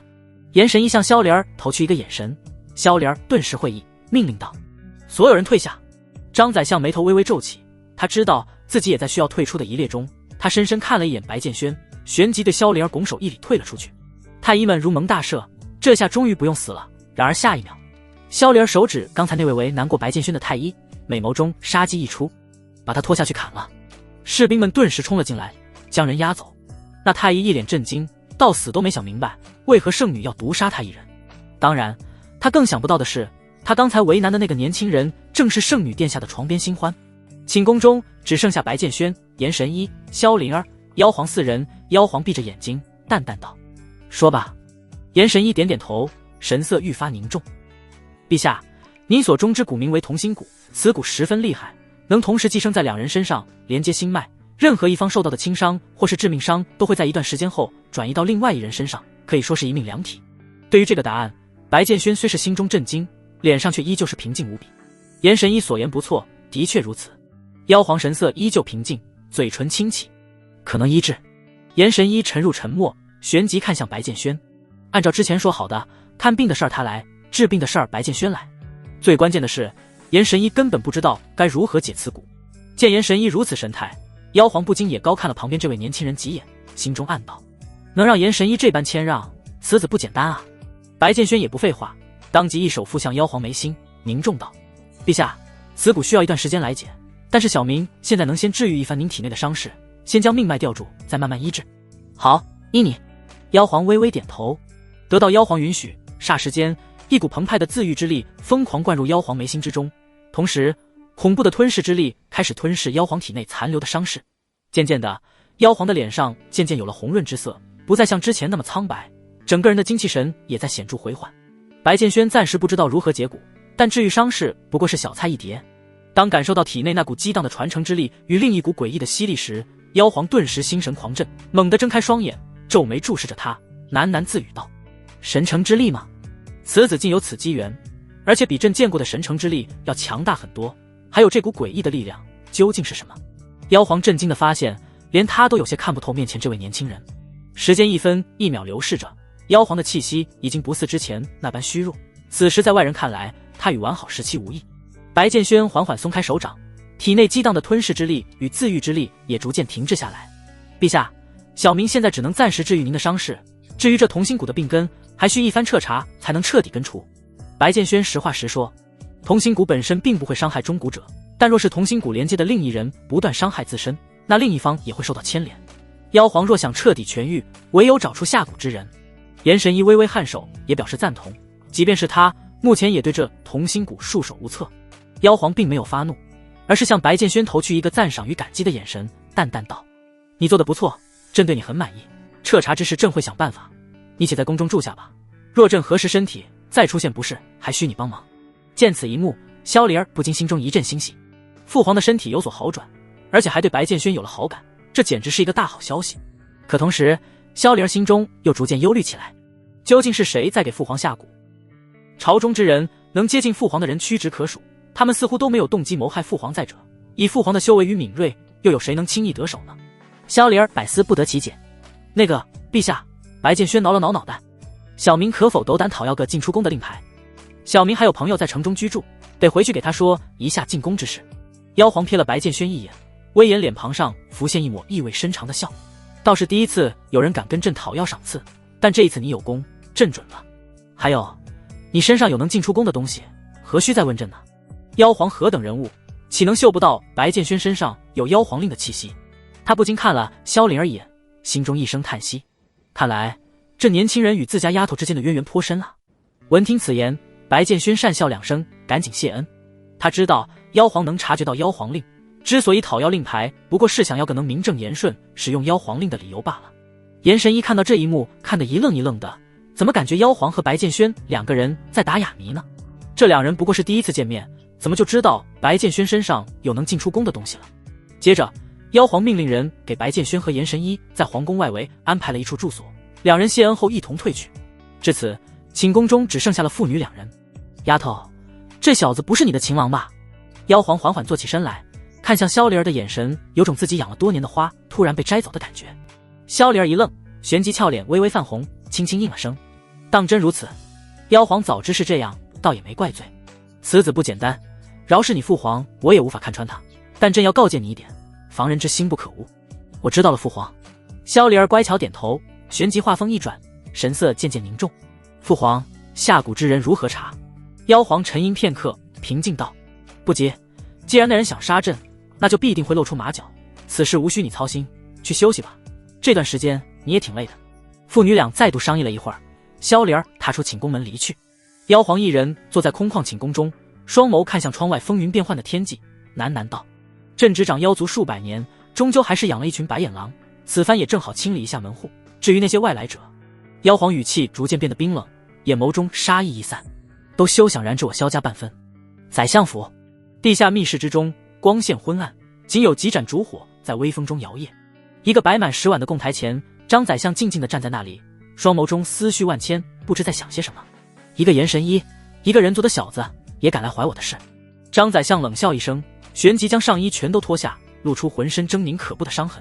这些伤痕虽然极深，但此时在微弱烛火的照耀下，却依稀可以看清这些伤痕在快速愈合。见此一幕，张宰相顿时眉头一皱。很好，那个叫白剑轩的小子医术果然了得，我不惜将同心骨养在身体里，每日自残以毒药为饮，就是为了让妖皇实力衰减。如今这小子不过是进宫了一次，就几乎将我这2年来的坚持给断送掉了。想到这，张宰相眼眸中杀意更浓。白剑轩必须死！来人！唰！话音落下，一道黑影快速掠至，躬身行礼道：大人有何吩咐？张宰相斜睨了他一眼，平静道：带点人去将严神医和那个叫白剑轩的小子杀了，动作麻利点，别留下马脚。是。那人重重点头，刚欲起身离去，却被张宰相叫住：大人可还有什么吩咐？张宰相脸上忽然浮现一抹诡异笑容，缓缓上前，伸手摸了摸那人额头上的独角。本相培养你已经30多年了，你在我独角兽一族中也算得上是天赋上乘之人，但这次刺杀非同小可，若是留下任何蛛丝马迹，都会葬送掉整个张家。现在我要你放弃自己的天赋，为张家做贡献，你可愿意？那人听出了话中意味，身躯不禁一颤，沉默许久后咬牙道：小人愿意。话音落下，那人忽然拔出腰间长刀，猛然斩向自己的独角。啊！那人发出一道惨嚎，额头处鲜血淋漓。独角是独角兽一族的命根所在，独角一旦断掉便时日不多，但那人却没有任何犹豫。为了张家，值得。很好，如此一来，就算你刺杀失败被抓住，对方也决然不会怀疑到独角一族头上。张家会记住你所做的贡献。去吧。张宰相满意的笑了。属下遵命。那人强忍痛苦，默默退了出去。张宰相面色再度恢复到之前的平静之色，走到供桌前，端起一碗穿肠毒药，眼眸中浮现一抹狠辣之色，接着一饮而尽。咕噜噜，毒药入体，即便是张宰相此等强者，顿时也是脸色大变，整个人因为痛苦不断站立妖皇，这一次我要和你拼到底。日渐西斜，光线逐渐变得昏暗。妖皇派一只小兽带着白剑轩和严神医来到了一处院落之中，叮嘱了一些宫中规矩之后便离开了。白剑轩当即带着严神医找了个房间坐下，将门窗全部关好。严神医此时神色已不复之前平静，看上去十分紧张。白小友，此番我们可是牵扯进皇室的大乱子中了。严神医很清楚，一旦知道了同心谷的事情，再想脱身就不可能了，毕竟其中蕴含着有人篡逆谋反之意。白剑轩深以为然，神色凝重。严神医，今日之事不可向任何人提起，你应该也知道其中利害关系。那是自然。严神医点点头，沉吟片刻。只是治病之事，你准备怎么做？那同心谷老夫也没有办法。白剑轩沉思片刻，却是摇摇头。不急，我想妖皇会派人彻查的，我们只需暂时稳住妖皇的病情就好。只要妖皇不死，我们就不会受到牵连。两人畅谈许久，天色完全黑了下来。微凉的秋风在院子中打转，窗外伸手不见五指，一片死寂。白剑轩瞥了一眼窗户外，转头向严神医道：严神医，你先去休息吧，明日我们再进宫为妖皇查看病情。好。严神医点点头，起身欲去休息，却见白剑轩还是坐在那里不为所动，疑惑道：白小友，你不去休息吗？白剑轩没有回应，而是握紧青霜剑，独自一人走向了院落中，并撂下一句话：严神医，晚上无论院子中发生什么都不要出来，否则我怕你性命不保。闻听此言，严神医脸色陡然一变，难不成会有人来刺杀？白剑轩盘膝坐在角落里，青霜剑放在双腿之上，精气神始终保持在巅峰状态，体内玄力暗暗流转，不知会何时来。白剑轩轻声呢喃道：皇室之中纷争复杂，白剑轩虽然猜不到下蛊之人是谁，但有一点他可以确定，那下蛊之人定然已经知晓了白天石妖皇病情好转的消息。白剑轩若是下蛊者，定然不会让那两个神医继续活在这个世界上，否则太碍事了。因此白剑轩断定今夜会有客人来访。时间一分一秒过去，夜色愈来愈浓，此时已经过了半夜。白剑轩一点都不困，心间却渐渐浮现出疑惑，都等了这么久了，怎么还没有人来？难不成自己猜测错了？正当白剑轩想着要不要去严神医的房间附近查看一番时，他忽然脸色一变，双眸骤起，凝视向院墙一角。漆黑夜色中，一道几乎完全融入到夜色中的黑影缓缓爬上了院墙，紧接着便是第二道、第三道、第10道，足足10道黑影翻过院墙，朝着房间这边摸了过来。尽管这些动作很轻，也没有散发出任何气息，行踪几乎完全隐匿，但白剑轩还是看到了这些人。只因白剑轩感受到了杀气，杀气这种东西与玄力不同，只要一旦出现在四周便可察觉到。终于来了。白剑轩深吸一口气，手掌死死攥住青霜剑，在原地静坐了约10息，其中一道黑影已经来到了距离白剑轩前方5丈远处。唰！没有犹豫，白剑轩率先发难，青霜剑骤然出鞘，璀璨冰寒的剑光于漆黑夜色之中爆闪而出，如同撼世雷霆般划过夜空，径直斩向那人脖颈。嘶！那道黑影只觉一股锋锐到极致的剑意袭来，当意识到有人在此埋伏时，已经晚了。噗！圆滚滚的人头应声抛向空中，滚烫的鲜血如同喷泉般四处溅射，黑影尸体直挺挺地向后倒去，生机快速消散。这动静一出，其余黑衣人顿时警觉过来。好家伙，竟然提前设伏，杀了他！夜色中，一道低沉沙哑的喝声自为首黑衣人口中传出，剩余8道黑影猛然扑向白剑轩。这一刻，澎湃的杀意与8道真玄境3阶的气息如井喷般爆发而出，再无任何遮掩。白剑轩顿时一惊，对方还真舍得下本钱，派出的10人竟然没有一个是低于真玄境3阶的。其实下蛊之人完全可以派一个实力超群的高手来杀白剑轩，但考虑到他这般年纪顶破了天，也就是个真玄境4阶修为，再加上这里是皇宫，要是闹出太大动静，很可能会招来顶尖强者。因此下蛊之人为了保险起见，便派来了10个真玄境的杀手。但显然下蛊之人太低估白剑轩了，他的修为境界已然是恐怖的真玄境8阶。都去死！白剑轩一声暴喝，青霜剑在空中划出一道漆黑圆弧，锋锐剑气毁天灭地，恐怖的斩杀迎面撞向扑杀而来的8人。啊！8道惨叫声同时响起，16段尸块如同炸开的烟花般四处掉落，在地上留下一滩滩嫣红鲜血。院子中顿时弥漫起浓郁的血腥味，四周如同尸山血海般。这不可能，你不过20出头的年纪，怎么可能有此等修为？为首黑衣人惊呼出声。他自幼跟着张宰相修行，学得一身本领，无论是修为还是战力，在同龄人中都是一骑绝尘。可他扪心自问，决然做不到像白剑轩这般一剑秒杀8个真玄境3阶的强者，这已经完全超出了黑衣人的认知范围。霎时间，一个恐怖的想法在黑衣人心中升起，面前之人的修为或许已经来到了真玄境后期，可这样的修炼怪胎，现实中真的存在吗？黑衣人心中逐渐生出了退意，他的修为不过真玄境6阶，根本不是白剑轩的对手。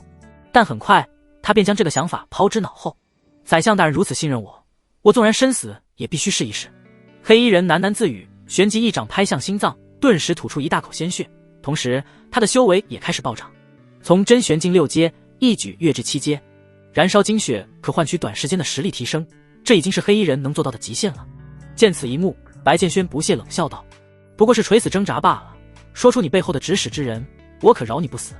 面对白剑轩辕的逼问，黑衣人沉默不语，手中长剑在漆黑夜色中划出一道银白弧线，直逼白剑轩面门。既然你敬酒不吃吃罚酒，那可就怪不得我了。好好说话不行，非得受皮肉之苦。白剑轩眼眸微眯，周身瞬间玄力暴涌，恐怖极致的剑气如同一支箭矢，卷挟着滔天杀意轰向黑衣人。见这一剑如此恐怖，黑衣人只得撤力向一旁闪去。刚躲开这一剑，忽觉身后传来阵阵寒意。你的速度太慢了。白剑轩沉声低吟，如恶魔之语，令人不寒而栗。黑衣人刚欲闪躲，青双剑已经贯穿了他的腹部。噗！手掌大的血口在腹部涌现，大量鲜血将黑衣染红。黑衣人紧咬牙关想要反击，气息却是在急速衰弱。砰！白剑轩并不准备立马杀了他，旋即一脚将其踹飞，后者顿时如一个染血的破麻袋般横飞出数丈远，落在地上滚落几周，生死不知。白剑轩大步上前，眼眸中闪过一道狠厉之色，四剑连续挥出，将黑衣人的手筋脚筋全部挑断。至此，黑衣人完全丧失了反击之力。说吧，到底是谁派你来的？不说实话的话，这一剑便会划破你的咽喉。白剑轩冷冷出声，青双剑抵在黑衣人脖颈处，只需再前进1分，便可终结黑衣人的生命。妄想！黑衣人狠狠啐了一口，苍白到极致的脸庞上满是不屈，因为剧烈疼痛，额头上布满细密冷汗，嘴还挺硬。今天我非得……白剑轩还欲做些什么，声音却突然顿住。他发现黑衣人的生机忽然完全消散了。难道是……不好！白剑轩像是意识到了什么，连忙一剑划开黑衣人的下巴，却见一道浓黑鲜血流了出来，竟然服毒了。白剑轩眉头皱起，暗暗心惊。看来那下蛊之人在妖族之中势力颇大，否则怎能招来如此多忠心耿耿的死士，宁愿死也不出卖自家老大。我非得查出来点什么不可。白剑轩当即开始检查所有黑衣人的尸体，半刻钟后却是一无所获。他一咬牙，当即将为首黑衣人的尸体搬到了严神医的房间中。见到尸体被搬进来，严神医并不感到惊喜。其实他之前一直都没睡，全程在窗户口目睹了白剑轩一人单挑10个黑衣人的场景，当真是太震撼了。白小友，没想到你不仅医术通神，在修炼方面的造诣也是妖孽中的妖孽啊。严神医赞叹道。他虽只是个医生，但走南闯北也见过太多的天之骄子，可那些人比起白剑轩来，简直如同萤火比皓月，浮游见青天。20出头的真玄境8阶修为，简直难以想象。严神医过奖了，现在不是说这个的时候，您见识广，快看看这刺客身上有没有什么线索。白剑轩皱眉道。好，我看看。严神医凝重点头，旋即开始仔细查看黑衣人身上的每一处细节。可观察了近1个时辰，终究一无所获。严神医苦笑着摇头，尸体上并无任何线索，连他原型是哪一族类都无法判别出来。白剑轩不甘心，旋即注意到黑衣人额头出有一个巨大的疤痕，疑惑道：这个疤痕是什么？严神医轻笑一声，无奈摇头，这可能是他以前烧伤所致，并算不上是线索。可白剑轩不这么想，因为这个疤痕实在是太大了，而且上面的血液都未完全凝固，这种伤疤倒像是前不久才造成的。白剑轩忽然像是想到了什么，眼眸一亮，鬼使神差的将手覆盖在了那疤痕之上。白小友，你这是干嘛？严神医看不懂白剑轩的做法，一脸疑惑。白剑轩没有回应，而是暗暗发动着体内的碧盎传承之力，磅礴的水蓝色能量疯狂灌入那疤痕之中。接着在严神医震惊的目光中，一只断脚竟然开始缓缓恢复。不过20息的时间，黑衣人的额头上已然生出了一只独角。严神医震惊了，看向白剑轩的目光中充满了不可置信。他竟然还能恢复伤者之前的状态，简直是太离谱了。而这也正是碧昂传承之力的恐怖之处。然而白剑轩此时并没有心情听严神医的马屁，他死死盯着那只独角，顿时心神狂震。是独角兽一族。严神医也终于回过神来，顿时脸色大变。好家伙，前来刺杀的人竟然是一只独角兽。要知道独角兽极其稀少，在妖族之中唯有张家这一支血脉还在传承，而张家最强的那只独角兽如今已是1人之下万人之上的宰相。白剑轩万万没想到，今日竟然撞破了妖族如此大的秘密。答案呼之欲出，张宰相很可能就是下蛊之人。白小友，这事儿我们已经管不了了，是否要立刻禀明妖皇陛下？严神医紧张无比，不自觉吞咽了一口口水。不，白剑轩断然摇头。为何？严神医感到不解。宰相何等身份，其实我们能够随意猜忌的。白剑轩沉声道。再说了，你怎么就能确定这只独角兽就一定是宰相派来的呢？万一是城外某只血脉异种呢？又或者是他是被其他人暗中饲养的呢？一旦我们将此事说了出去，且不说幕后之人会立刻要我们的命，而且我们也没有充足证据，白剑轩抛出数个担忧的问题，严神医顿时被对得哑口无言。白剑轩说的有道理，此事必须慎重，一旦出了丝毫差错，便是万劫不复。不说别的，怀疑当朝宰相谋害妖皇，要是弄错了，连妖皇都不会放过他们。那现在怎么办？白剑轩陷入沉思，好半晌，你去休息吧，此事我来想办法。次日，白剑轩直接进宫，找到了萧凌，神色匆匆。灵儿，我有要事要跟你说。见白剑轩如此匆忙，萧灵儿知道是出大事了，顿时脸色一变。旋即，白剑轩将昨晚的事情和自己的猜测说了出来。萧灵儿顿时美眸瞪大，惊愕道：“竟然有人来刺杀剑轩哥哥，你有没有受伤啊？”白剑轩顿时有些哭笑不得，这丫头有点没弄清楚哪一件才是大事啊。再说了，自己这不是好好的。我没事儿，只是此事你看要不要禀告陛下？白剑轩试探着问道。萧灵儿微微松了一口气，秀眉微微蹙起，接着无奈摇头。剑轩哥哥，现在别说是你，连我都见不到父皇了。今日父皇忽然宣布闭关，任何人都不见，这其中也包括我。白剑轩百思不得其解，妖皇这个时候为何会宣布突然闭关？按理说此时妖族内局势动荡，妖皇就算身体欠恙也不该撒手不管。忽的，白剑轩又想到了一种可能，或许妖皇就是想凭借此次机会将妖族内的蛀虫全部铲除，闭关只是为了引蛇出洞。白剑轩越想越有这种可能，毕竟妖皇已执掌妖族数百载，绝不是泛泛之辈。想到这，白剑轩不禁疑惑问道：“那妖皇可有将妖皇城的事情交给你打理？”萧灵儿却是摇了摇头，神色逐渐凝重：“我虽是圣女，但想要执政还不够。父皇闭关前将朝中之事交给了张宰相打理。”果然如此，白剑轩喃喃自语。看来不需要自己提醒妖皇了，或许妖皇早已怀疑到了张宰相身上。如此的话，那自己就能放心去参加10国排位战了。灵儿，既然你不需要打理妖皇城，那不如跟我一起去黑沙国吧，刚好也能躲一下风波，等你父皇闭关结束后再回来。萧灵儿沉思片刻，接着甜甜一笑：“好，我听你的。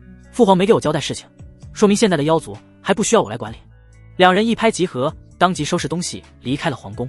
在离开之前，白剑轩特地交代了一番严神医，若是妖皇出关，一定要维持他的身体状况，至于同心骨之事慢慢解决。来到城西，白剑轩带上宫孙林三人径直出了妖皇城，接着与金凤神国参加排位战的队伍会合，浩浩荡荡地踏上了前往黑沙国的旅程。这一次金凤神国派出参加排位战的人足有300人之众，其中包括3大家族的人与皇室的人，可谓是声势浩大。要知道，在往届排位战中，金凤神国派出的人数最多也就100人，无他，反正派再多的人也拿不到好名次，索性只带100来人冲个数。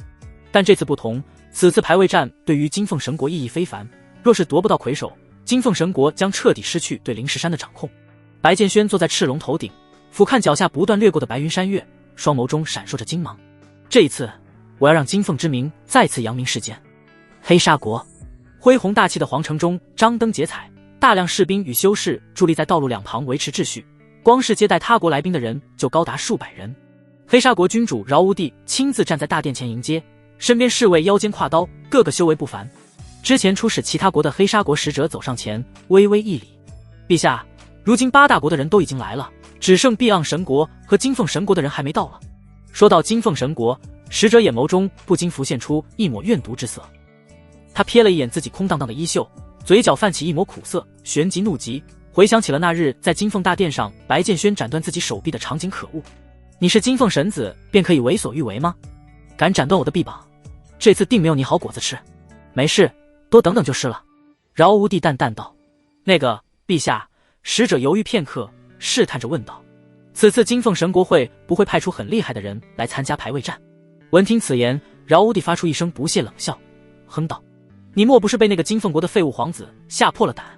金凤神国往届是什么名次，你不知道吗？不过是一个年轻小子的狂妄之语，不必放在心上。莫说让金凤神国夺得魁首，他们能进前5都算是烧高香了。”使者一想也是，旋即退下，继续迎宾去了。不多时，一行浩荡队伍自宫殿大门处缓缓行来，迎风招展的蓝色旗帜彰显出他们的来处，正是碧昂神国到了。碧昂神国的君主碧承天坐在为首龙轿之上，慕容欣亦静静坐在他身边，正在闭目养神。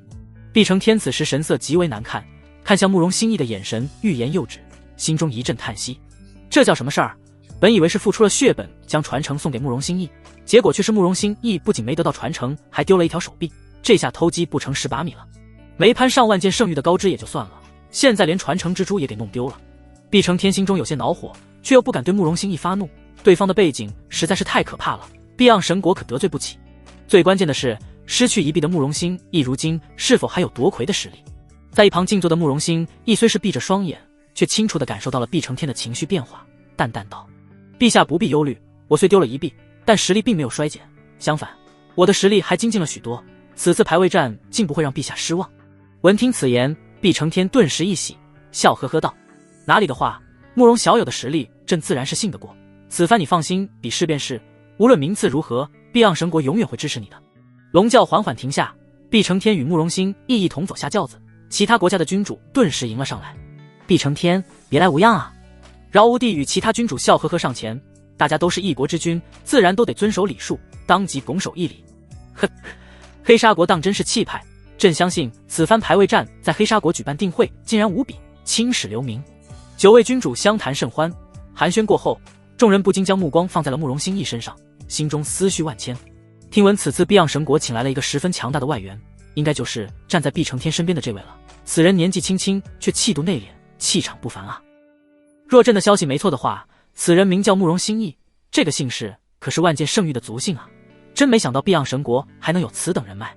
众人一时间有些嫉妒起了毕承天，为何自家找不到如此强的外援？尽管慕容兴义断了一只手臂，但依旧没有人敢小看他。众人不再闲聊，纷纷落座，静候排位战开启。但众人左顾右盼了一番，却发现有100多个位置是空着的，不禁微微一愣。金凤神国的人怎么还没来？虽说金凤神国如今还是10国之中唯一的神国，最晚倒很正常，但实际上早已名存实亡。若论绝对实力，黑沙国与避让王国才是名列前茅的王国。哼，金凤神国怕是还以为自己是以前的金凤神国，当真是有些不知所谓了。飞鹤国君主冷哼一声道：嘘，如今形势还没变，此话还是慎重些。流风国君主压低了声音提醒道：知道了，咱们再等等吧。飞鹤国君主点点头，也意识到自己似乎有些失言了，当即调整好神色，静静等候。2个时辰过去，依旧不见金凤神国队伍的踪影，此时就连饶无帝的脸色都有些挂不住了。哼，好大的下马威，难道是知道自己根本拿不到好名次，所以用这种方式来挽回面子吗？我看白龙恩那个老家伙也是老糊涂了，不知所谓。再度等候了一会儿，饶无帝终于是忍不住了，大手一挥，宣布道：朕看金凤神国的人或许是弃权了，咱们无需继续等待，准备开启这一届的排位战吧。其余8国的君主纷纷点头，都不想继续等候。那便开始吧。我金凤神国未到，你们怎敢擅自开启10国排位战？饶无帝正欲宣布排位战开启，忽然一道低喝声自远处天际传来，如滚滚红雷，震人心魄。众人听到这喝声，不禁抬眸看向天空，只见碧蓝天际之中，一道浑身沐浴在火焰中的龙影如同剑锋般划过天际，恐怖龙威瞬间覆盖整个黑沙皇城。这是哪一国的人来了？竟然有赤龙当座驾，当真是好大的排场。这可是赤龙啊，我之前传说中听到过，没想到今日还能亲自得见。如今9国都已到场，唯有金凤神国未到了，想来这条赤龙是金凤神国君主白龙恩的坐骑。百姓与修士们一阵惊呼，仰头看向天空，目光中闪过阵阵惊愕之色。砰！赤龙重重落地，汉室龙威瞬间降临。9国君主先是愣了愣，旋即纷纷上前，准备和白龙恩打招呼。可当饶无帝躬身来到赤龙前，看清坐在赤龙头顶的那道年轻身影时，脸上的笑容瞬间僵硬，嘴角不自觉抽动起来。来者不是白龙恩，而是白剑轩。白神子，令父没有来吗？饶无帝皱眉道。白龙恩受得起他的躬身，但白剑轩这个小辈还不配。父皇身体不佳，现在宫中休养，此次排位战本神子出席便是。白剑轩嘴角浮现一抹淡淡的笑，平静道。闻听此言，9国君主脸庞上不禁都浮现出一抹怒色。只派一个废物神子前来参加，金凤神国简直没将此次排位战放在眼里，这是对其余9国赤裸裸的轻视。陛下，刚才我金凤神国还未到场，你为何要宣布开启排位战？难不成此次排位战我金凤神国到不到场都无所谓吗？白剑轩声音逐渐冰冷，语气咄咄逼人。他就是要趁这次排位战好好整顿一些这些心怀不轨的9国君主，以此告诉他们金凤神国可还存在呢。这饶无帝的脸色逐渐变得难看，看向白剑轩的目光不禁附上了一抹怨毒之色。有些话可以烂在肚子里，可说出来就太尴尬了。饶无帝沉默许久，旋即转移话题道：既然白神子到了，那便开始吧。说罢，饶无帝带着其余8军主纷纷回到座位。白剑轩也不气恼，旋即看向场中唯一空着的100个座位，不禁挑了挑眉毛，对着饶无帝轻笑道：“陛下，你这次准备的位置是不是有些太少了？我金凤神国的人可坐不下。”这般做法就是对金凤神国赤裸裸的羞辱与轻视。闻听此言，不仅是饶无帝，就连其他人都愣在了原地。100多个座位少了，那金凤神国这次带了多少人来？哼，你金凤神国每次都没带多少人参加排位战，朕何须？饶无帝的话只说到了一半，忽然大地开始微微震颤。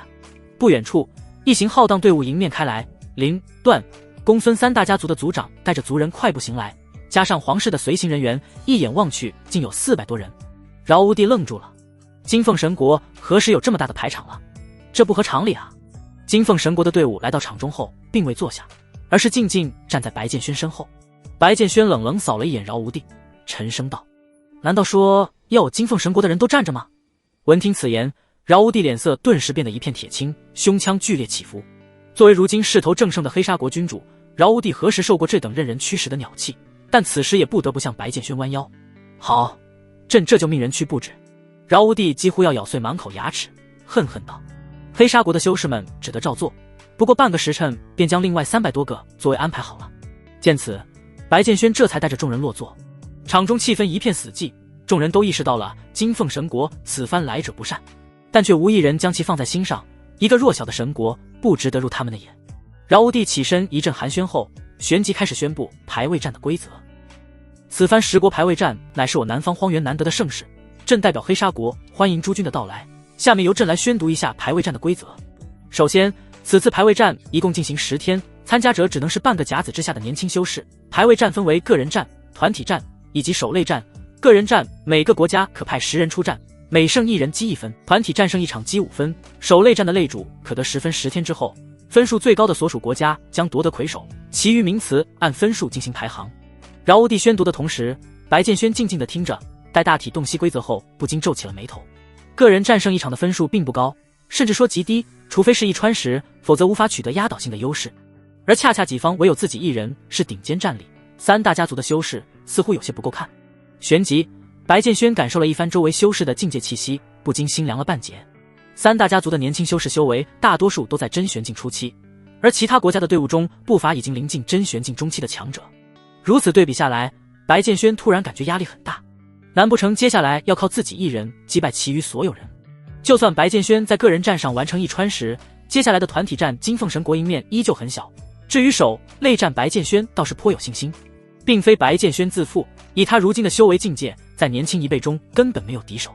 白剑轩心中这般沉思着，接着鬼使神差地看了一眼碧昂神国的方向，恰好对上了慕容心意的双眸。他的手臂怎么没了？白剑轩一愣，旋即想到了之前在传承之地所发生的事，心中顿时了然。看来那群兽人将他伤得很重啊。白剑轩喃喃自语，气运之子竟会在试炼之中被砍掉一臂，这说明慕容心意身上的气运已非绝对能颠覆天命。白剑轩吞噬气运的效果非常成功。与此同时，饶无帝开始宣布开始抽签。白剑轩起身来到台上抽签，却意外发现负责抽签的那人竟然是被自己斩断过手臂的那名使者。哦，是你啊！白剑轩轻笑着挑了挑眉毛，坏笑道：“没有手臂的日子估计不好受吧？”使者恶狠狠地瞪了白剑轩一眼，双眸中露出毫不掩饰的怨毒之色，险些咬碎了后槽牙，恨恨道：“白神子那日的恩赐，小臣铭记一生，记得就好。”白剑轩丝毫不在乎对方怪异的语气，笑呵呵的抽签，随后离去。回到座位，3大家族的人顿时围了上来。神子殿下，结果如何？咱们抽到了哪一位对手？林家主急切道：“是飞鹤国。”白剑轩淡淡道：“什么？”林家主顿时一惊，眉头几乎要皱成一个川字，苍老的脸庞上布满了担忧之色。飞鹤国的实力可不弱啊，在10国之中至少可以排进前5。咱们一上来就抽中如此强劲的对手，神子殿下，恕我直言，此番我们要慎重对待。是啊，公孙族长凝重点头。我看就让咱们这边最强的10人直接上去吧，就不要留存实力了。若连第一关的个人战都拿不到好名次，后面的路将更加艰难。段家主也是忧心忡忡。众人神色阴郁，白剑轩却是不以为然，手掌微微握紧，竹签瞬间化为粉末，消散于空气中。不用了，我一人便可，让其余人好好休息，准备团体战。白剑轩可不想让公孙林他们在第一关便受伤，不然后面的排位战就没法继续了。什么？三位家主震惊无比，眼珠子都快瞪出来了，面面相觑，一时间陷入沉默。这可是事关金凤神国未来的大事啊，怎能将所有希望都寄托在一人身上？这多少有些太儿戏了，怎么？你们信不过我？白剑轩挑了挑眉，轻笑道。段家主几次张合嘴唇，却依旧是忍不住提醒道：神子殿下，此事咱们还是要谨慎些，非但我们信不过你，只是以你一人之力拒对方10人，还是有些太勉强了。是啊，让其他人也上场，起码能为神子殿下分摊一下压力。林家主也是劝道。飞鹤国实力强大，神子殿下可莫要小瞧了他们。公孙族长皱眉道。无妨，白剑轩依旧毫不动摇。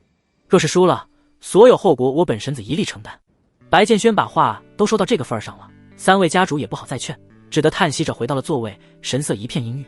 不多时，抽签结束，所有人都已知晓了自己的对手。飞鹤国君主瞥见手中竹签上写着的竟然是金凤神国的名字，心中顿时一阵欣喜。哈哈哈哈！看来我飞鹤国这一次也有夺魁的机会了。以往黑沙国和碧昂国能稳压我飞鹤国一头，但这次抽中了金凤神国，那一切都变得不一样了。旋即，飞鹤国君主对着身边一位高瘦青年叮嘱道：派出最强10人，不要给金凤神国任何机会，朕要的是碾压，10分必须全部拿到，有信心吗？高瘦青年冷扫了一眼金凤神国众人，平静道：父皇放心，金凤神国不过是纸老虎，不可能是我们的对手，个人战我们定是第一个拿下10分的队伍。好！飞鹤国君主十分兴奋，似乎已经看到飞鹤国夺得魁首的场景了。闻听此言，飞鹤国其余的修士也是开始摩拳擦掌，双眸中战意暴涨。个人战开始，飞鹤国的10名年轻修士纷纷站上比武台，神色兴奋。其余观战的人不禁看向金凤神国，十分好奇金凤神国这次会派出怎样的阵容。然而让他们大跌眼镜的是，除了白剑轩这个神子一脸懒散地走上了比武台外，没了。是的，没了。金凤神国只派出了1人，而这也意味着白剑轩要接受飞鹤国的10人车轮战。不是，这是什么意思啊？金凤神国这是直接弃权了吗？只上1人，而且上阵的还是那个传闻中的废物神子，这和直接认输没有区别啊。可能是怕其他的人走上台修为太低丢脸吧，反正都是输，不如让白剑轩这个废物一个人丢脸，这样还能让金凤神国保留一些颜面。原来如此，这样说来的话也确实有道理。如此的话，那倒是便宜了飞鹤国，这10分简直是白捡的。一时间，众人不禁羡慕起飞鹤国来。该死的，怎么他们就有这好运气抽中金凤神国？然而在飞鹤国看来，这是赤裸裸的羞辱。白神子，仅你1人上场，未免也太小看我飞鹤国了吧？不如直接认输算了，这样我们也省得伤到了白神子。高瘦青年冷眸盯着白剑轩，眉间浮现一抹戾气，言语中充满了挑衅与不屑。哦，白剑轩笑了。不，本神子的意思是对付你们这群虾兵蟹将，本神子1人足矣，何须再上9人？闻听此言，众人不禁愣在原地，好半晌才回过神来，旋即哈哈大笑起来。什么？你1人对付我们10人？白神子，这可是白天呢，怎么就开始做梦了？真不知金凤神国何时有这种底气了，就算是黑沙国也不敢说只派1人啊！白神子当真是会开玩笑。白神子，你直接投降吧，我们实在是不忍心对你动手。面对众人的嘲讽，白剑轩眼眸微微眯起，心间已然对这群人起了杀意。现在就好好的笑吧，待会儿有你们哭的时候。1人对10人，这场面可不多见。别说是各国君主们没见过，就连往届排位战都没有过这种例子。狂妄的小子！饶无地冷哼一声，眸中满是不屑，放几句狠话，真以为自己天下无敌了。莫说是对付飞鹤国10人，光是飞鹤国的太子都够他喝一壶的了。黑沙国使者见此一幕，神色逐渐兴奋起来。自作孽不可活，既然白剑轩这个家伙找死，飞鹤国定然不会放过他。使者似乎已经看到白剑轩被打死在比武台上的场景了，那时自己的断臂之仇也将得报。一时间，呵斥声、不屑嘲讽声混在一起，然而却有1人并不觉得白剑轩此番是在胡来，这人就是慕容兴义。慕容兴义平静地注视着白剑轩，喃喃自语道：他好像又变强了。自从上次在圣羽宗被白剑轩打败之后，慕容兴义就深深记住了这个人。以慕容兴义恐怖的背景和过硬的实力，很难有人能被他视为眼中之敌，但白剑轩绝对算一个。无他，慕容兴义根本看不透这个人。与此同时，比武台上的气氛逐渐紧张起来。你去陪神子殿下玩一下，让他知道知道自己到底几斤几两。身材高瘦的飞鹤国太子对身边一青年吩咐道，双眸中闪过一丝阴冷。是。青年点点头，旋即走上前，代表飞鹤国第一个出战。真玄境2阶的实力，白剑轩就等着吃苦头吧。飞鹤国太子冷哼道：“神子殿下，在下何破云，讨教了。”青年一拱手，对着白剑轩微微一礼，虽是在行礼，脸上却丝毫没有对一个神子应有的尊重，反而满是戏谑。你不用报上名号，反正我从不会记住手下败将的名字。白剑轩朝对方勾了勾手，示意他赶紧上。我敬你是个神子，才以礼相待，怎知你却是这等无礼之人？何破云被气得够呛，胸腔剧烈起伏，双眸中逐渐浮现出一抹杀意。一国神子竟是如此蛮横之人，难怪金凤神国近些年来落魄成了这样。何破云失望地摇了摇头，原本想不让白剑轩输得太难看的想法也一扫而空。他要碾压取胜，让白剑轩知道狂妄是需要资本的，让后者付出沉重的代价。废话真多，你还是给我滚下去吧！白剑轩从来没有和废物攀谈的习惯，当即猛然一踏地面，急冲向何破云，势大力沉的一记轰拳在空中砸出阵阵音爆，直奔何破云面门而去。连武器都不用，当真是自负到了极点，如此轻飘飘的一拳，怕是给我挠痒痒的资格都没有。何破云冷笑一声，旋即勉强使出5成玄力，准备去应接这一拳。然而当这记轰拳真正抵达面门前时，何破云脸色突然变了。不对，一股沉重压迫感迎面袭来，好似撞来的不是一只血肉构成的拳头，而是一座庞大的山岳。该死的，差点中了他的计。何破云断定白剑轩之前的所作所为是激将法，目的就是为了让自己轻蔑对待，然后找机会秒杀掉自己。既然被我识破了，那你就没有这种侥幸的机会了。何破云不再压制自身气息，真玄境3阶的修为气息轰然爆发。然而即便是他发挥出双倍战力，也绝对不会是白剑轩的对手。两人之间的修为差距实在太大了，犹如天堑。砰！在何破云惊愕的目光中，恐怖的拳风如同刀碎豆腐般破开了他的护身玄力，接着轰在了他的鼻梁上。噗！鲜血犹如烟花般在空中绽放，何破云的鼻梁骨瞬间被轰得粉碎，整张脸向内凹陷，嫣红的血花乍现，将他直接染成了一个血人。啊！何破云发出一道凄厉的惨嚎，整个人如同断了线的风筝般直接飞出了比武台，接着狠狠砸落在地，昏死过去，生死不知。霎时间，全场寂静，一只只会狂吠的狗罢了，也敢在本神子面前逞能。白剑轩淡淡呢喃，眼神中满是不屑。破云！飞鹤国太子大惊，连忙上前扶起何破云，原本平静的脸庞上此时满是惊愕。此时的何破云脸上全是黏糊血肉，就连原本的样貌都看不清了。不可能，这不可能！要知道，何破云的实力在此次飞鹤国的队伍中是可以排进前3的，就算刚才有大意的缘由，但也不可能被白剑轩一拳打成这样。而且白剑轩连武器都没有用，仅仅是挥出了一拳而已，一拳秒杀一个真玄境3阶强者，这对于飞鹤国来说简直是天方夜谭的事情。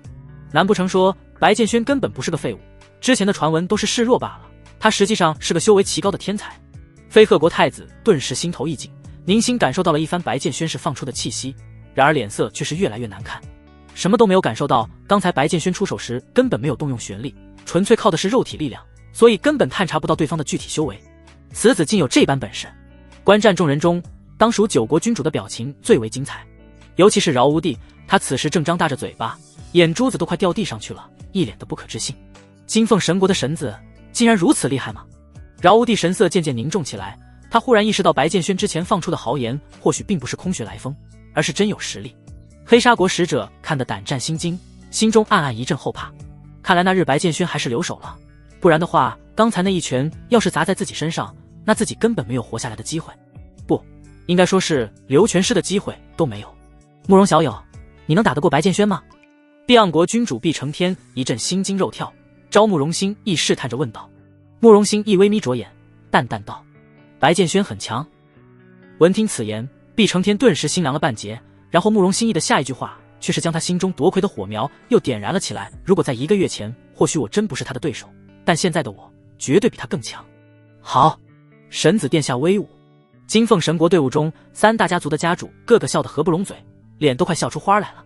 真没想到神子殿下的修为竟然又有精进，刚才这一拳之威颇有几分真玄境后期修为的风范啊！说不定神子殿下已经是真玄境后期了，只是我们还不得而知罢了。难怪神子殿下敢一人独自出战，看来是真有底气。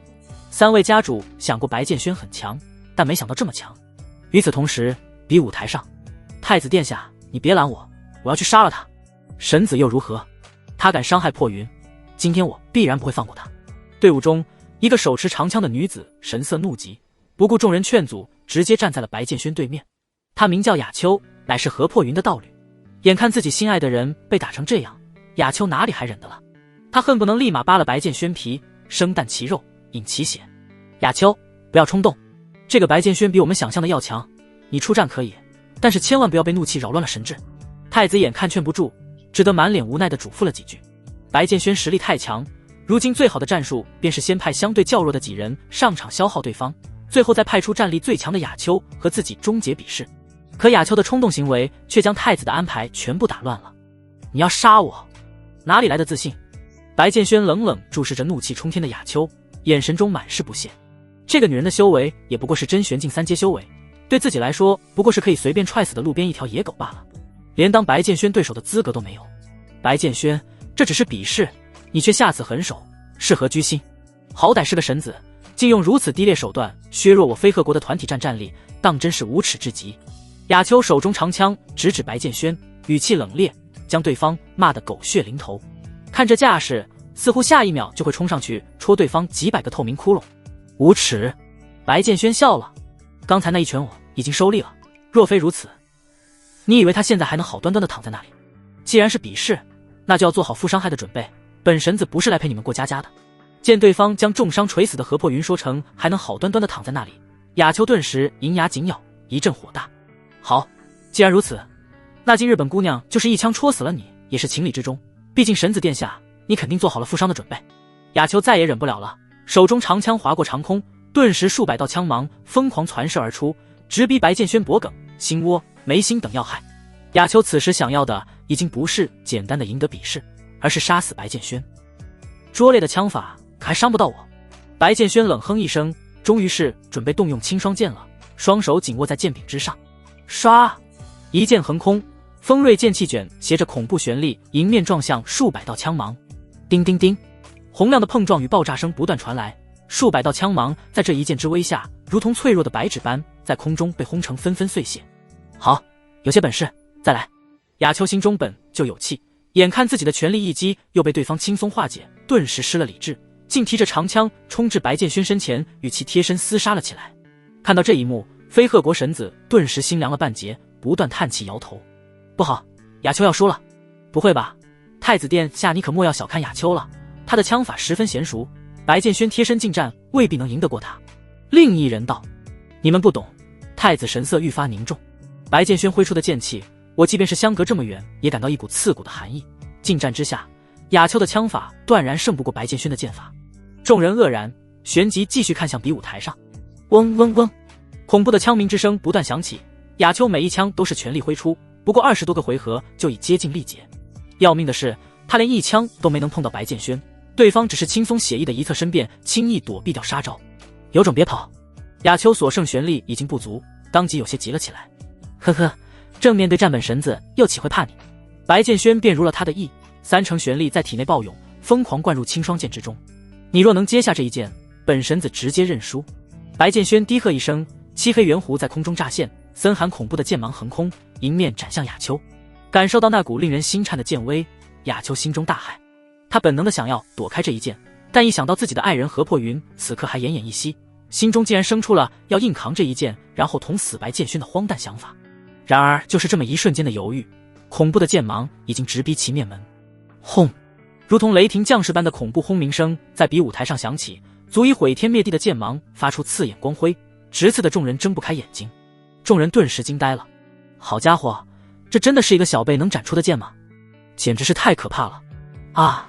雅秋手中长枪直接被轰成了2截，无数道斩痕在其身体各处迸发，无数细小血流狂暴喷出。仅仅是一瞬间，雅秋变成了一个血人，同样是直接昏死过去。雅秋，飞鹤国太子脸色铁青，神色难看到了极点。10人对战1人，却一上来就连输2场，飞鹤国丢不起这人，扶他下去。太子阴沉着脸喝道。其他人不敢吱声，生怕触了太子殿下的眉头，连忙将雅秋抬下去医治了。若此战胜不了，你们也不用回飞鹤国了。飞鹤国君主双眉几乎要拧成川字，对着太子冷声呵斥道：明白。飞鹤国深吸一口气，看向白剑轩的眼神中再无任何轻视，当即派出其他人进行车轮战。然而这些人的修为甚至比不上何破云和雅秋，7个人接连被白剑轩一剑接一剑轰出场外。至此只剩下太子一根独苗了。他若是再输，不仅飞鹤国颜面尽失，金凤神国更是将完成一传十的壮举。太子殿下，请吧。白剑轩抬起青双剑，闪烁着冰冷剑芒的剑尖直指飞鹤国太子，恐怖气场骤然爆发。阴风呼啸，天穹之后厚重云层不断翻涌，淅淅沥沥的小雨加上阴暗的天际，为气氛紧张的比试又增添了几分肃杀。飞鹤国只剩下最后一人，已经没有了任何保留实力的机会。白神子，在下何风。飞鹤国太子声音平静，缓步走上比武台，一双阴冷无比的眸子直视白剑轩，全然没有任何的慌张。我承认你的实力完全超乎了我的预料，若是以前的我几乎是必输，但现在你未必能胜。白剑轩眉头微皱，总感觉有哪里不对，难不成这个何风藏了什么底牌？下一秒何风就给了他答案。之间一道翠绿神芒自何风体内狂涌而出，他的四周转瞬间刮起狂风，形成无数锋刃，强悍的风暴烈刃如同剑锋般在空气中盘旋，即便相隔数十丈远，白剑轩也感受到了这些锋刃的锋锐之气。然而最令人惊讶的还是何风身上的那道神芒，以及他所释放出的真玄境5阶的气息，竟然是传承之力。没想到飞鹤国这一代也有人通过了试炼传承。白剑轩喃喃自语道，这个时代通过试炼的人未免有些太多了，当真是人才辈出啊。光是白剑轩所知，通过试炼的就有慕容心意、何风还有自己，公孙林也勉强算一个，毕竟他现在也身怀传承之力。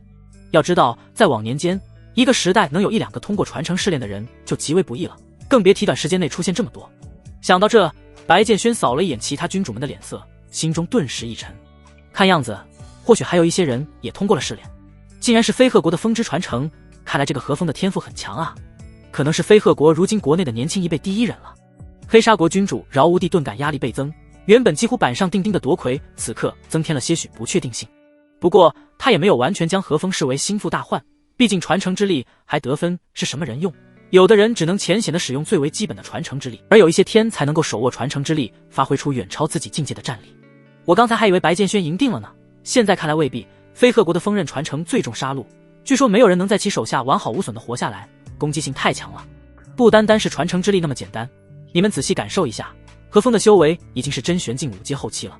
天啊，如此年纪轻轻竟然就已经是真玄境5阶修为，此子前途不可限量，假以时日好好积累一些时日，定能将锋刃传承之力发挥到极致。不过这一场无论何风胜不胜都无所谓了，金凤神国已经拿下9分，最后1分无关紧要。你懂个屁，这最后1分代表的是飞鹤国的脸面，可不是单单一个分数那么简单。众人议论纷纷，何风可谓是给足了他们惊喜，场中气氛顿时热闹起来。人群中慕容心亦始终保持着平静，即便是看到传承之力出现，眼底也只是闪过片刻恍惚，旋即又如小石砸入湖中荡起来的涟漪，快速消弭。比武台上，神子殿下，这一次我会全力以赴，你多加小心。何风语气冷冽，体内玄力疯狂运转，不过数息时间，身边已经聚集了数百道锋刃。去！何风一声暴喝，所有锋刃犹如离弦之箭，铺天盖地的击射向白剑轩，退无可退。望着眼前的漫天锋刃，白剑轩也收起了轻视之心，青双剑骤然出鞘。我倒要看看你飞鹤国的传承到底有多强。轰轰轰！白剑轩一声低喝，青双剑在空中划出一道又一道月牙，与迎面飞来的锋刃撞击在一起。每一道月牙都能轰碎上百道锋刃，但令人意外的是，何风能召唤出的锋刃似乎无穷无尽，挥手间又是上千道锋刃袭来。白剑轩一边招架，一边心中默默感受了一番，每一道锋刃的强度都是真玄境1阶的水准，飞鹤国的传承竟然如此强悍。这种场面就像是上千个真玄境1阶的修士对白剑轩发动致命一击，虽然不是真正的修士，但强度依旧令人惊愕。刷刷刷，锋刃的攻击太过于密集，数十道锋刃钻过剑锋，直奔白剑轩身体各处袭来。一时间，无数细小的伤口在白剑轩身体各处爆开。这些细小刀口虽然不致命，但胜在攻击无穷无尽，这样下去，就算是流血也能流死白剑轩。而这也正是飞鹤国传承的厉害之处，不求一击必杀，只求用无穷无尽的攻击耗死对面。看到疲于招架的白剑轩，何风嘴角勾起一抹得意的笑，眼眸中浮现出胜利者的喜悦。白剑轩，你不是很能耐吗？在我无穷无尽的进攻下，我倒要看看你能坚持多久。飞鹤国众人与其他观战的人看到这一幕，不禁心中一阵惊愕。看来白剑轩要输了，何风的真正战力或许已经临近6阶水准，这样的妖孽太可怕了。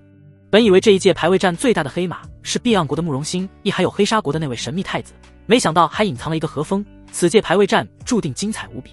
飞鹤国在个人战上已经败得一边涂地，就看后面的团体战上能不能找回点面子了。等等，你们看那是什么？众人猜测之际，比舞台上忽然绽放出一道刺目蓝光，不少人看到这一幕后发出惊呼。比舞台上，白剑轩被这些锋刃整得有些烦了，索性也不再掩饰，直接将青霜剑收回剑鞘中，任由这些锋刃刮伤自己的身体。同时，他的体内突然暴涌出大量水蓝色能量，恐怖的自愈之力快速填入至细小伤口之中。仅仅是瞬息时间，所有伤口便恢复如初。下一秒，数百道锋刃再度袭来，白剑轩再度变得遍体鳞伤，然后再度痊愈，如此循环往复。看到这一幕，何风嘴巴张得老大，双眸中充满不可置信之色。这怎么可能？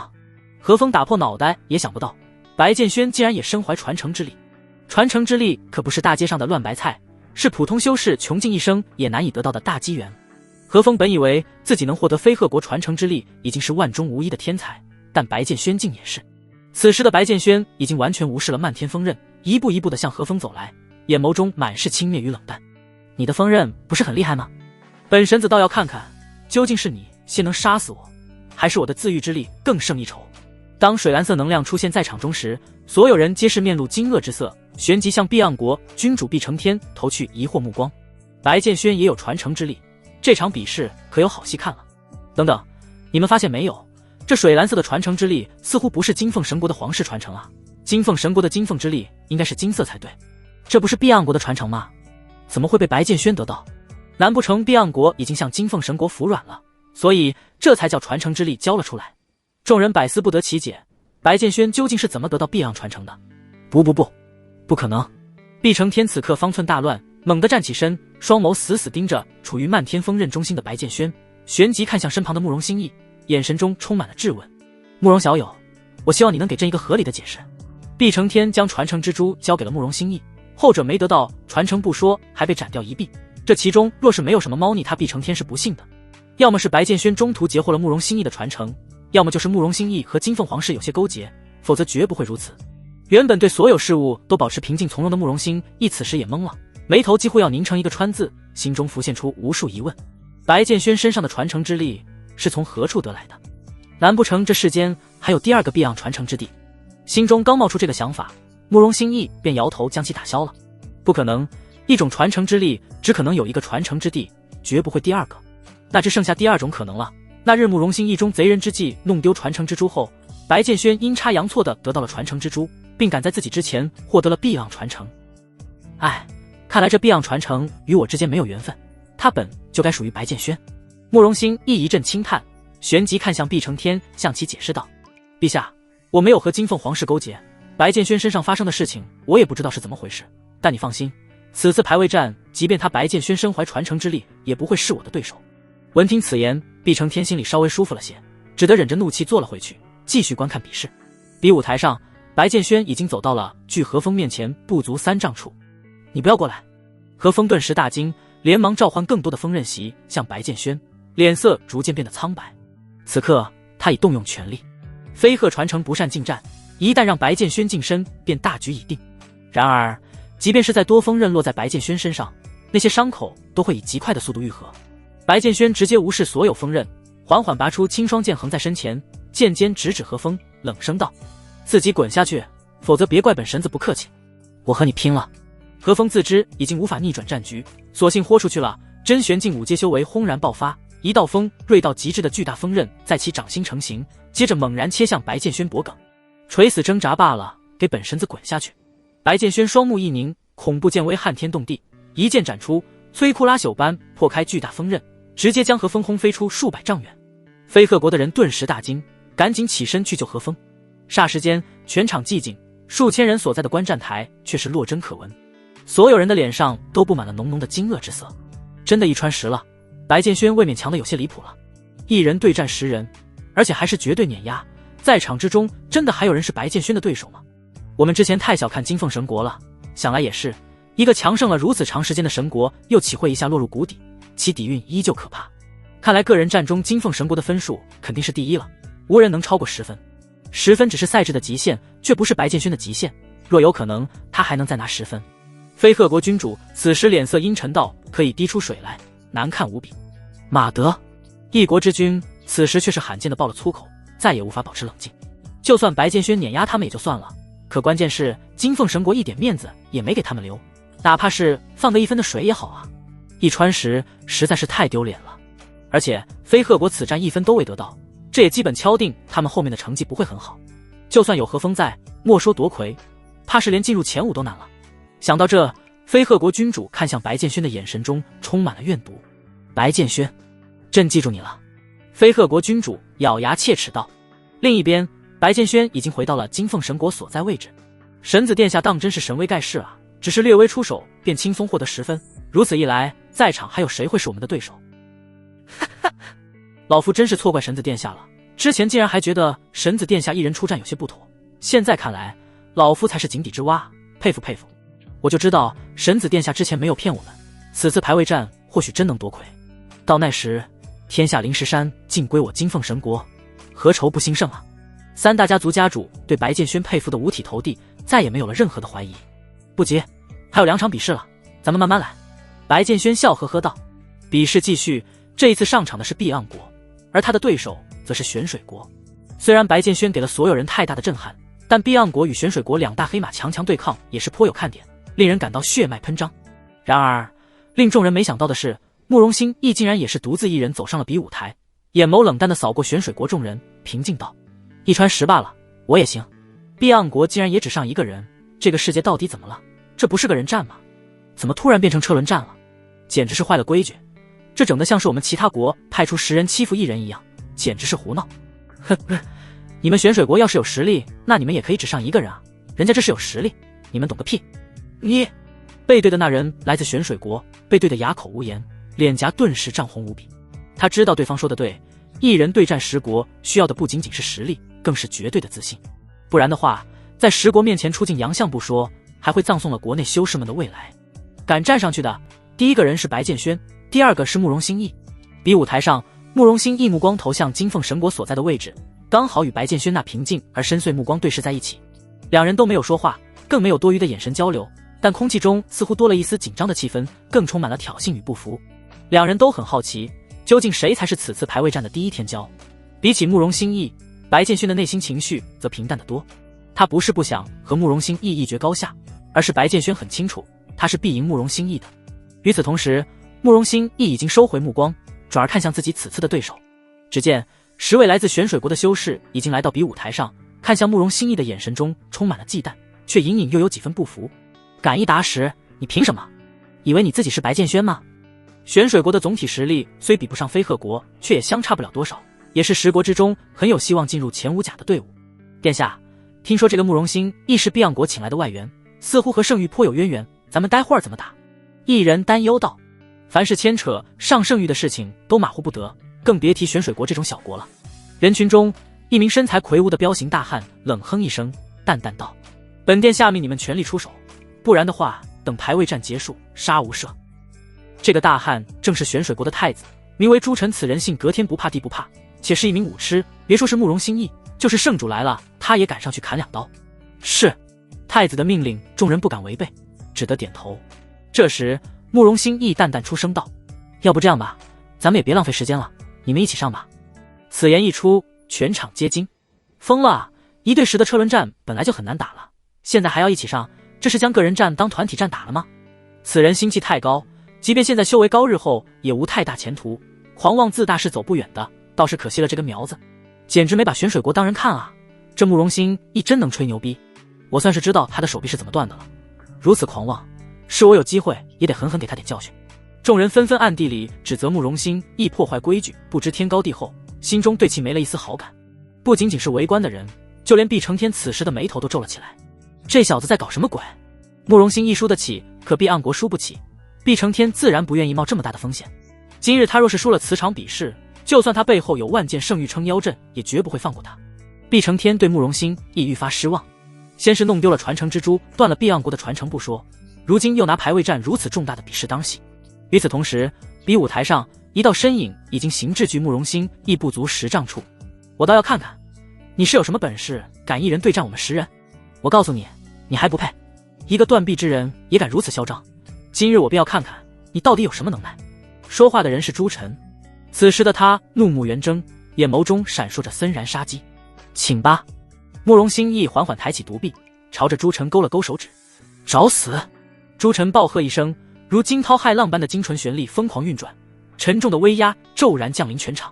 见此一幕，慕容心意微微一愣，旋即眼眸眯了起来。这个朱晨不简单啊！此时朱晨所散发出的境界气息，赫然是真玄境6阶。但这没道理啊！慕容心意自认天赋异禀，但也是在重伤垂死、激发了血脉力量后才达到的6阶修为。这个朱晨是怎么做到的？难不成此人天赋还要胜过自己？想到这，慕容心意心情愈发糟糕。他后悔了，不该鲁莽行事，直接一挑10的，这下真遇到硬茬子了。郁闷了片刻后，慕容心意突然发现了些许不对劲。这个朱晨身上的生气怎么比普通人少这么多？竟用禁术强行用寿命换取了天赋。慕容心意惊愕出声。早听闻玄水国太子是个十足的武痴，却不料对方对修为的渴望已经到了丧心病狂的地步。在这世间有一些极其可怕的禁术，施展者需要付出巨大代价换取短时间的顶级修炼天赋或者修为。显然朱晨就是牺牲了自己几十甚至上百年的寿命，这才在如此年纪达到此等境界。疯子！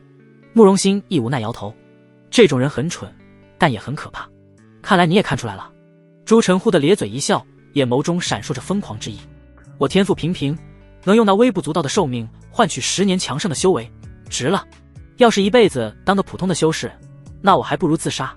慕容心亦没再回话，深吸一口气，缓缓取下腰间的紫色长鞭，同样是释放出真玄境6境的修为气息。看到这一幕，白剑轩不禁挑了挑眉毛，看向慕容心意的眼神愈发阴冷。万剑圣域真是好手段，不仅能救回一个断了手臂的重伤垂死之人，还能想办法让慕容心意的修为得到巨大提升。不过还好，我修为依旧比他高。白剑轩缓缓闭上了眼睛，心绪依旧平静。慕容心意身上的气运依旧极为恐怖，能得到一些意想不到的机缘也很正常。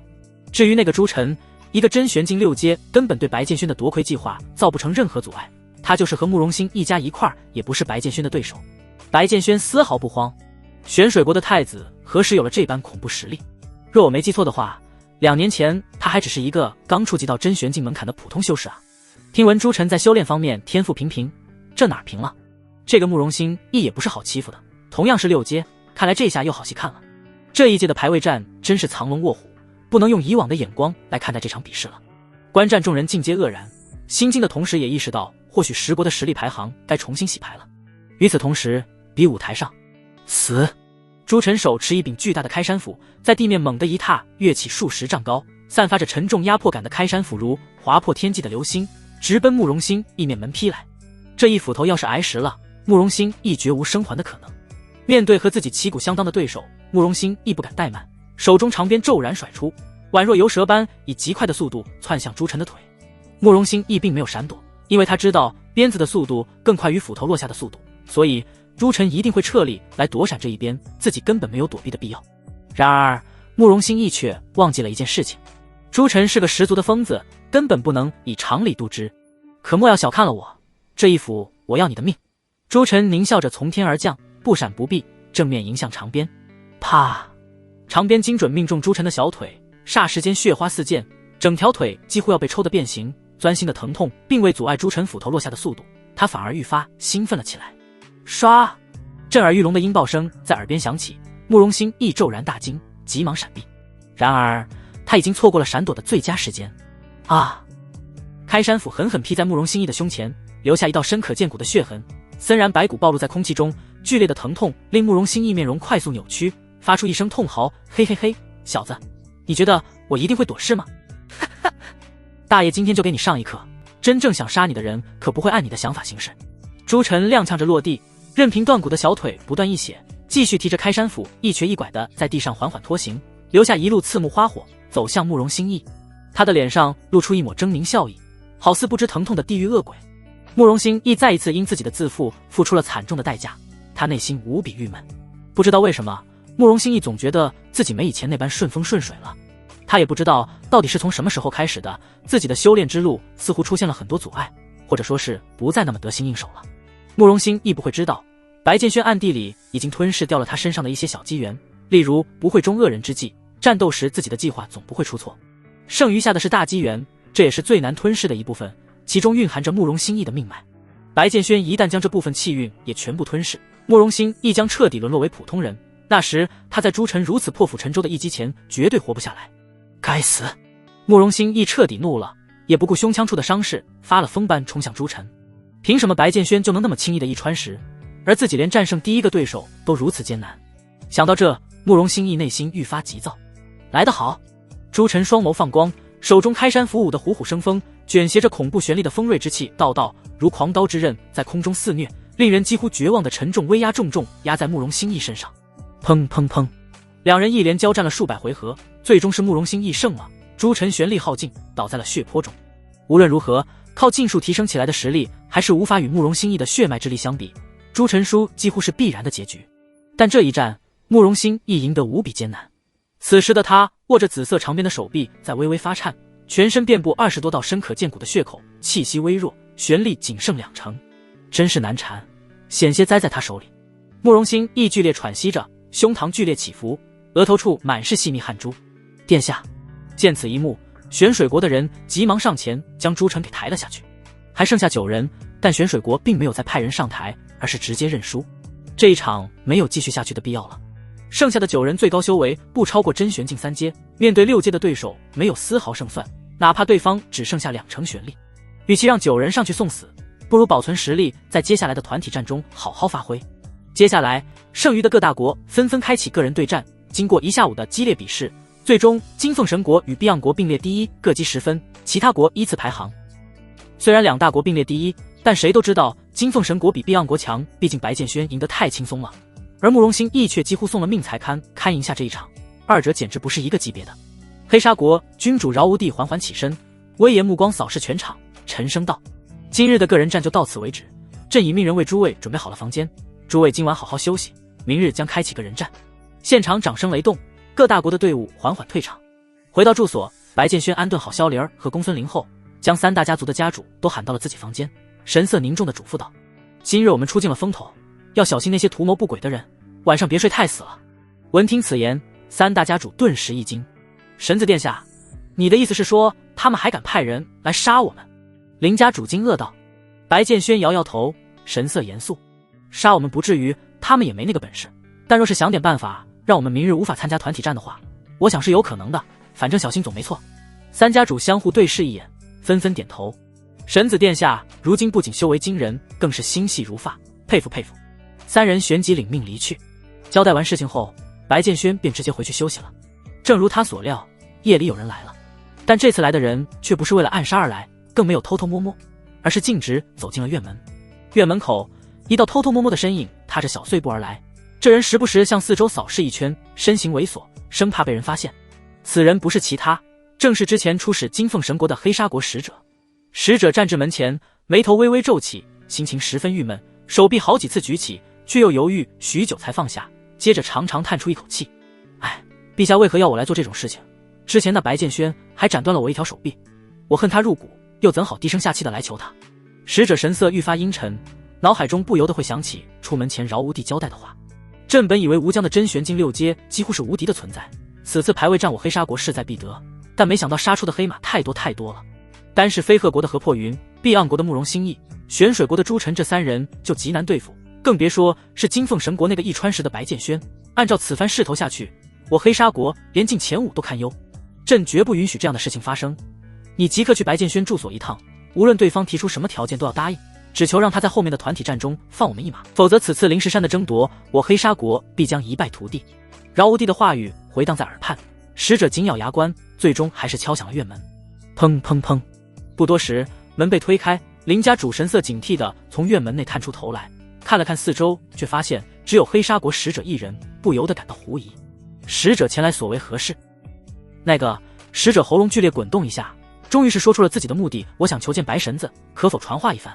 林家主愣住了，他知道对方是有备而来，却没想到会这么直接，竟一张口就是要和白剑轩见面。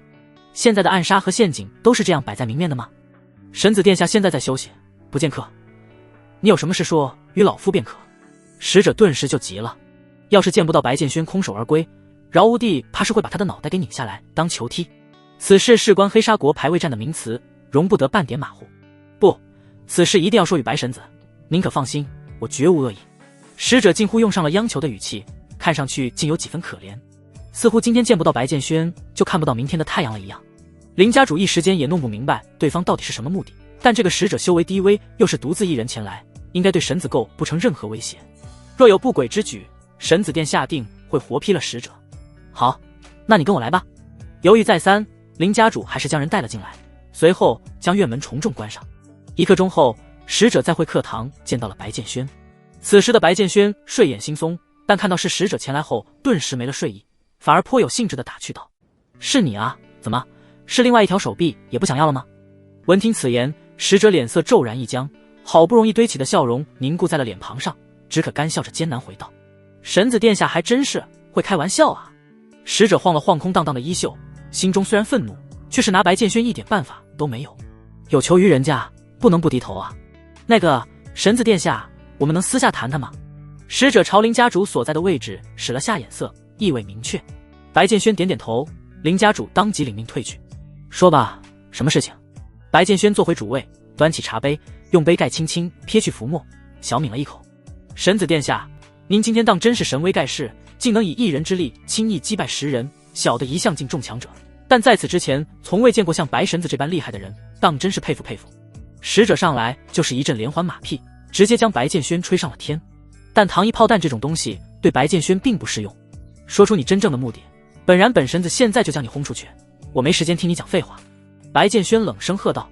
使者笑容再次僵住，只好实话实说，旋即压低了声音道：“白神子，我跟您说实话吧，我黑沙国修士的实力不如您，不知可否在团体战上放我们一马？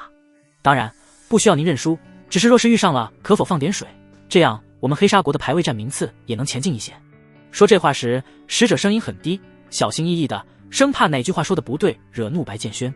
理由，又或者说本神子放你们一马，能给本神子什么好处？白剑轩平静回应，使者愣住了，他倒是没想到白剑轩竟然会这么好说话。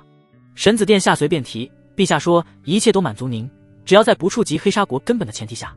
使者欢天喜地的说道：“随便提，那本神子可就不客气了。”白剑轩挑了挑眉毛，坏笑起来。300万灵石，外加30柄玄阶兵器，200颗升龙丹。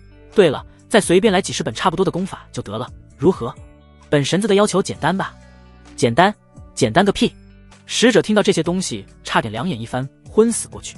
好家伙，你怎么不去抢？把黑沙国洗劫一遍，估计比提这种要求来得快些。这种条件谁敢答应？不说别的，单单是那300万灵石就不是一个小数字，哪怕是饶无帝也得心痛一阵。怎么做不到？白剑轩眉头一皱，微微抬起手臂，朝外面喝道：“来人，送客！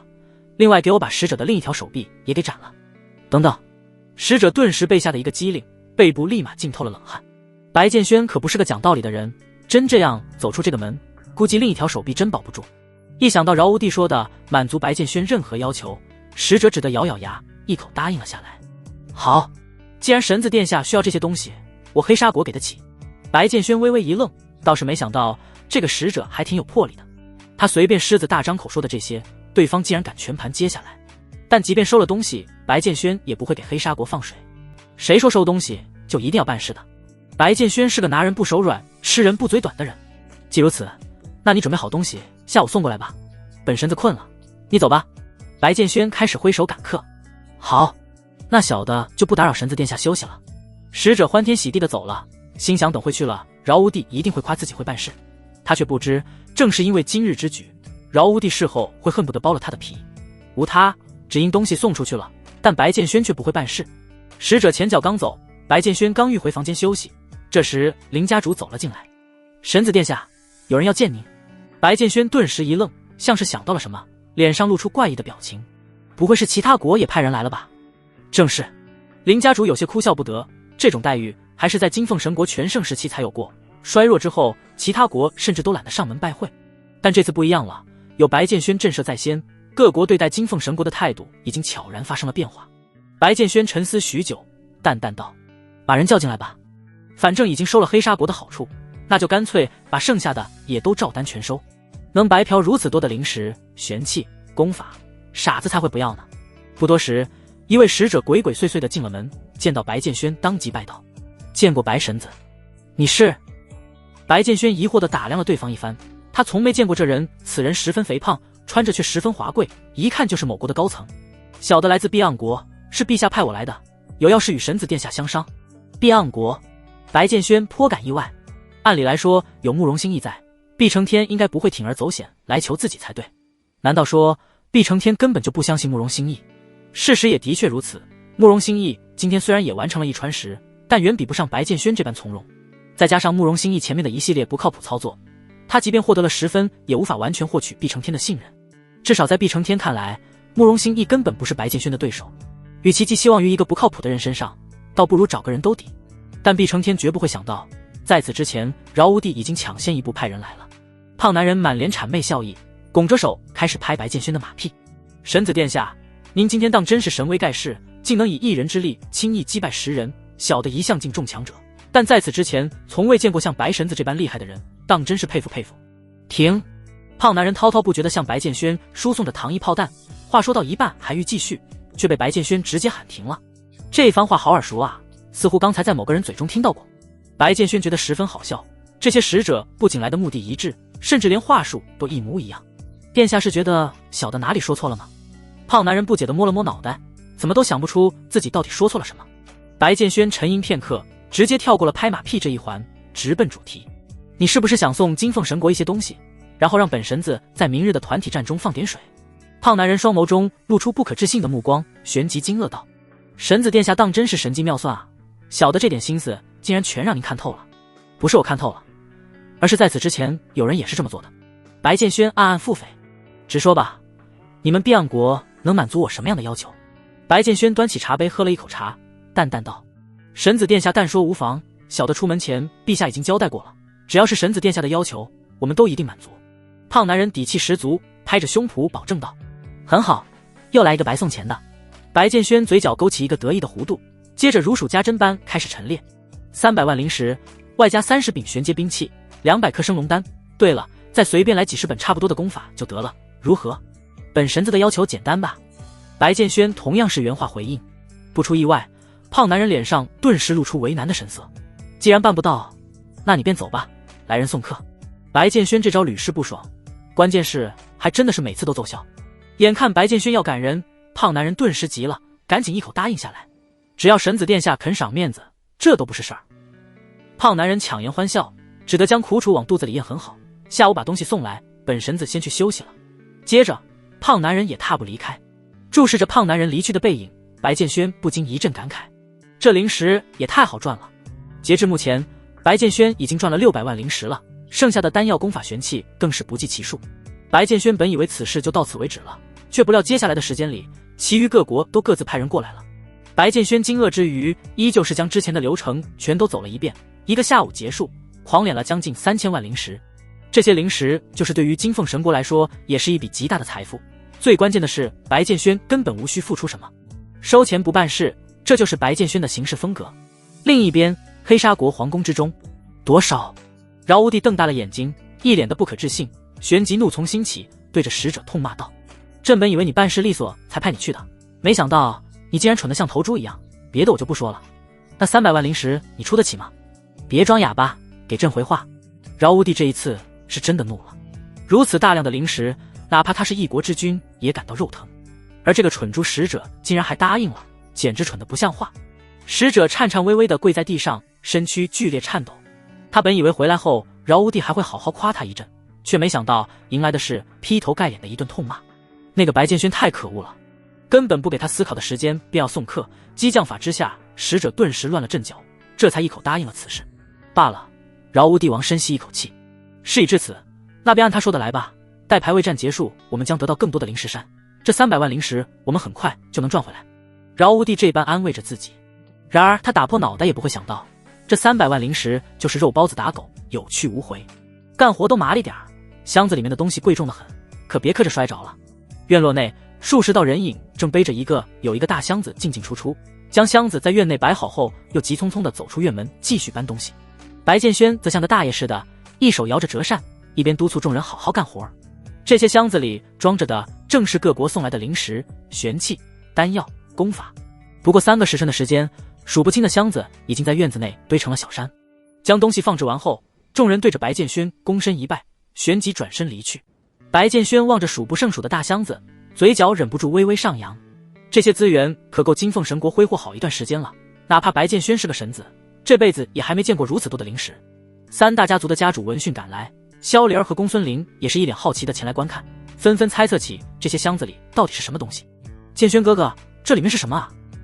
萧灵儿一副好奇宝宝的模样，走到前方看了又看，美眸轻眨，眼神中满是好奇。公孙林没有说话，而是走上前将其中一个箱子给打开，旋即惊愕地张大了嘴巴。这里面全是丹药。公孙林惊讶道：什么？丹药？闻听此言，段家主急匆匆地走上前，捏起一颗丹药，仔细端详了片刻，旋即眼眸猛地瞪大。这是升龙丹。升龙丹虽然算不上是特别珍贵的丹药，但却是一个修行之人修炼之路上必不可少的辅助丹药。它不仅能蕴养灵魂，更能洗涤人体的经脉。一个国家升龙丹的储备数量，甚至可能代表这个国家的发展潜力。闻言，白剑轩淡淡一笑，旋即指了指其他箱子。这些箱子里面的东西可不止升龙丹。众人急忙上前，接连揭开了数个箱子。不看不知道，一看吓一跳。好家伙，数不清的升龙丹也就算了，各种玄器与功法像是不要钱似的堆在箱子里。最令众人惊讶的还是那堆成山的灵石。殿下，您这是从哪儿弄来这些东西的？剑轩哥哥，这些灵石加起来怕是有上千万了吧？你好厉害，竟然能弄到这么多灵石。这些兵器竟然都是玄阶的，我的天啊，我这辈子还没见过这么多的玄阶兵器。还有这些功法，各种类型的都有，有些连老夫见都没见过。众人震惊不已，看向白剑轩的眼神充满了求知欲。见大家都被吊足了胃口，白剑轩微微一笑。这些东西加起来的价值大概在3000万灵石左右，是其他国送给咱们金凤神国的，大家无比担心来路不正。多少？3000万。3大家主相互对视一眼，胸膛剧烈起伏，深深地喘着粗气，久久回不过神来。天哪，这可是3000万啊！说句不好听的话，这些灵石都够买3位家主的命了。等等，刚才神子殿下说这些东西都是其他国送来的。神子殿下，您不是答应了他们什么事情吧？林家主狐疑道。其他9国对金凤神国觊觎已久，不可能还如此好心送来如此大量的资源。再加上之前林家主亲眼目睹了各国使者私见白剑轩的事情，不难猜出他们达成了某种合作。一时间，林家主心中的喜悦之情荡然无存。天下没有白费的午餐，收了人家东西就要办事。但白剑轩却是摇了摇头，旋即神色凝重了几分，吩咐道：放心，我们不用付出任何代价。林家主，你即刻带人将这些东西送回皇宫，记住别闹出任何动静，这些东西太多，避免被有心之人盯上。林家主神色同样严肃无比，旋即坚定点头。好，我知道了，我这就出发。说罢，林家主急匆匆地离开了。剩下的人好好休息，咱们明天就要进行团体战了，好好加油。撂下这句话，白剑轩悠哉悠哉地回了房间，只留下在风中凌乱的众人。白剑轩这赚钱能力未免有些太恐怖了。次日，宽阔宏大的建筑前，围观的民众与各国队伍相继入场，冷清的比武场渐渐热闹起来。民众们目露兴奋之色，脸庞涨红，看上去十分激动。他们之中的大多数人都是灵根低劣的普通人，即便终其一生也无法踏入真正的修炼之道。正因如此，民众们才会对那些能够飞天遁地的修士崇拜不已，幻想着自己某一天也能排山倒海，一拳破金石。这一次金凤神国可是雄起了，以前的排位战连前5都进不了，这次个人战可是拿下了第1啊！不是说碧岸国和金凤神国分数一样吗？金凤神国怎么就成第1了？你懂个屁！碧岸国的那个慕容星一根本比不上金凤神国的白剑轩，那2场比试我可都看了，二者不可同日而语。金凤神国还是厉害啊，不愧是老牌强国，即便衰弱了这么多，底蕴依旧深厚。我看厉害的不是金凤神国的底蕴，厉害的只是那个白剑轩白神子。若无他出手，就金凤神国这次的队伍而言，别说取得一川石的战绩，连进前5都是问题。谈笑间，白剑轩的雄武形象已经深入人心，逐渐神化。俨然，白剑轩已经成为了10国之中最为瞩目的黑马。除了金凤神国外，9位君主相继落座。今日的他们比起昨日的愁眉苦脸，脸上多出了一抹难以抑制的喜悦之情，个个满面红光，目露兴奋之色地盯着比武台。看来饶兄弟对此次排位战很有信心啊，脸上的笑意都藏不住了。必成天朝饶无帝道。呵呵，饶无帝轻笑一声，点点头，旋即神秘道：不瞒毕老弟，此番排位战我黑沙国已经做足了准备，不说魁首，起码拿个前3是一点问题没有啊。饶无帝十分相信自己儿子饶无疆的能力，再加上白剑轩收了好处，此次团体战安有落败之理。然而毕承天也是这么想的，哼，此番我毕阳国有慕容兴义相助，他这个人虽然不太靠谱，但实力却是摆在那里的，再加上白剑轩放水，我看你黑沙国如何取胜。毕承天心中暗暗腹诽，嘴角勾起一抹得意的弧度，旋即偏过脸去看向比武台，不再搭话。这时飞鹤国君主与玄水国君主大笑着凑了过来。饶兄，不是我灭你志气长自己威风，你家吴江虽然有优秀，但有的时候啊，江湖不是打打杀杀，而是人情世故。飞鹤国君主嘿嘿一笑，意有所指地说道，这话说得不错，我玄水国此番也是做足了准备，前3的位置可未必一定有黑沙国。玄水国君主同样自信满满，两人心中同时想着，给白剑轩送礼这种妙计也只有我能想出来了。一想到其他国现在都被蒙在鼓里，两人甚至差点笑出了声。饶无帝眉头微微皱起，感到有些纳闷，这几个人今天是怎么了？怎么如此自信？毕承天自信，饶无帝能理解，可飞鹤国和玄水国凭什么？河破云与朱晨的实力，一个有些不济，一个是靠禁术强行提升，怎么想都不是饶无疆的对手啊！跳梁小丑，到时候有你们哭的时候。饶无帝暗暗吐槽道。这时围观民众之中忽然传出一道惊呼之声，旋即分裂两旁让出一条道来，神情激动而兴奋。见此一幕，9国君主均是一愣，我们进来的时候民众们都没这么激动的反应，这会儿是谁来了，竟有如此待遇？众人纳闷之际，白剑轩领着金凤神国的队伍缓缓行来。这就是金凤神国的白神子啊，当真是气宇轩昂，一看就是修为高强之人。他就是那个一川石的白剑轩啊，当真是人中龙凤，老夫这辈子还没见过如此优秀的后辈。这个时代真是雄才辈出，白剑轩应该是我南方荒原年轻一辈的领头羊了。哎，我要是也有白神子那么强的修炼天赋也好了，在10国排位战上一川石，多风光啊！可得了吧，赶紧收起你那不切实际的想法，就凭你也能和白神子比，真是搞笑。这些阿谀奉承与羡慕之声一字不差地落入了白剑轩耳中，后者却是一脸平静，丝毫没有飘飘然。白剑轩内心很清楚，这些民众都只是一些墙头草，在昨日之前，他白剑轩还只是众人口中的一个废物神子而已。可仅仅过了一天，白剑轩就突然变成了一个万人敬仰的年轻天才。哼，事态就是如此，你强便有人敬你，你弱便只会在外留下废物名声。白剑轩心中这般想着，缓缓落座，直接无视了众人亲近的目光。刚一坐下，9国君主一股脑的都涌了过来。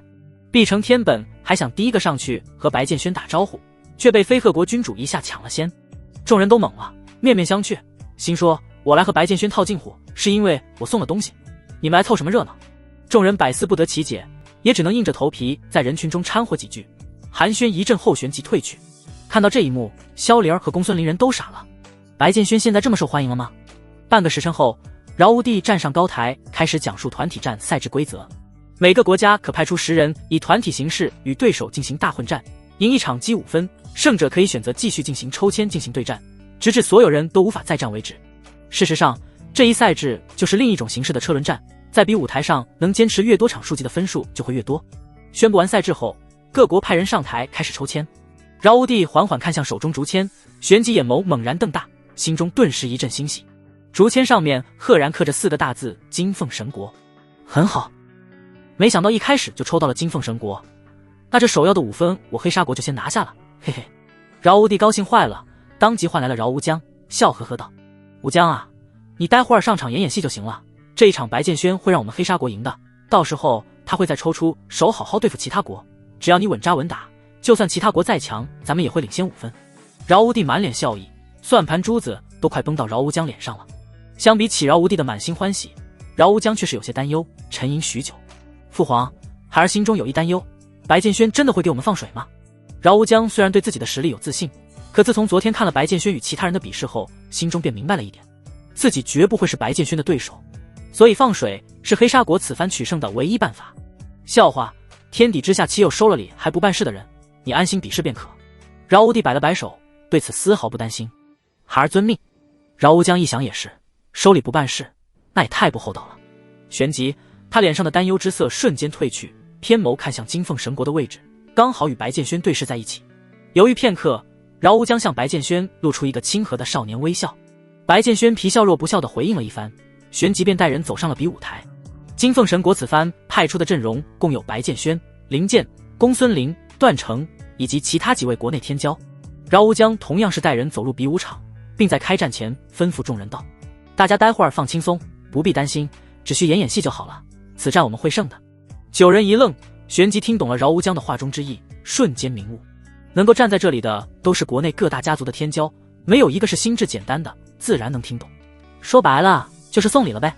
殿下真是深谋远虑啊，我等佩服，看来拿下此战是不用费吹灰之力了。一人哈哈笑道：“不错，正是如此。”饶乌江同样感到欣喜。与此同时，白剑轩也在另一边给众人交代：“大家听我说，待会儿一旦开战，不要想着省旋律，我们要做到一击必杀，直接给我往死里打。你们放心，他们最开始一定会放松警惕的，绝不会有和我们打的心思。我们就是要趁这个机会痛打落水狗，全力出手。神子殿下，咱们这可是团体战啊，而且对手还是实力不俗的黑沙国。据传闻，黑沙国太子饶乌江勇猛无比，咱们急于求成，怕是没有什么好果子吃。”队伍中一人忍不住劝道：“不是他灭自己之气长，他人威风，只是在团体战初时保存实力，才是大家普遍认同的打法。若是一开始就全力出手，即便胜了此场，也会损失颇大，届时再也无力支撑接下来的团体对战。因此，在绝大部分人看来，白剑轩的做法不仅傲慢，甚至说得上是愚蠢。稳扎稳打，保存实力才是最为保险的方法。对此，白剑轩瞥了那人一眼，倒也没有发怒。毕竟只有他和极少数人是知道内情的，其他人表示不理解也很正常。旋即解释道：“放心，这一点本神子也想到了，自有应对之策。尔等只管出手便是，其他的都交给本神子。本神子可以告诉你们的是，接下来我们至少也已连胜3场。”白剑轩并没有将话说得太满，团体战非一人之力可逆转，即便他再强，也得仰仗其他人一番，否则只会自食恶果。那人明显有些不服，嘴唇几度张合，想说些什么，但碍于白剑轩的身份以及他之前的出色表现，也只得将多余的想法都收在心底，旋即轻叹一声：“既然神子殿下执意如此，那我等也只能照办了。”众人来到比武台上，缓缓站定，旋即体内旋力猛然运转，恐怖的威压以及浓厚的旋力气息轰然爆发。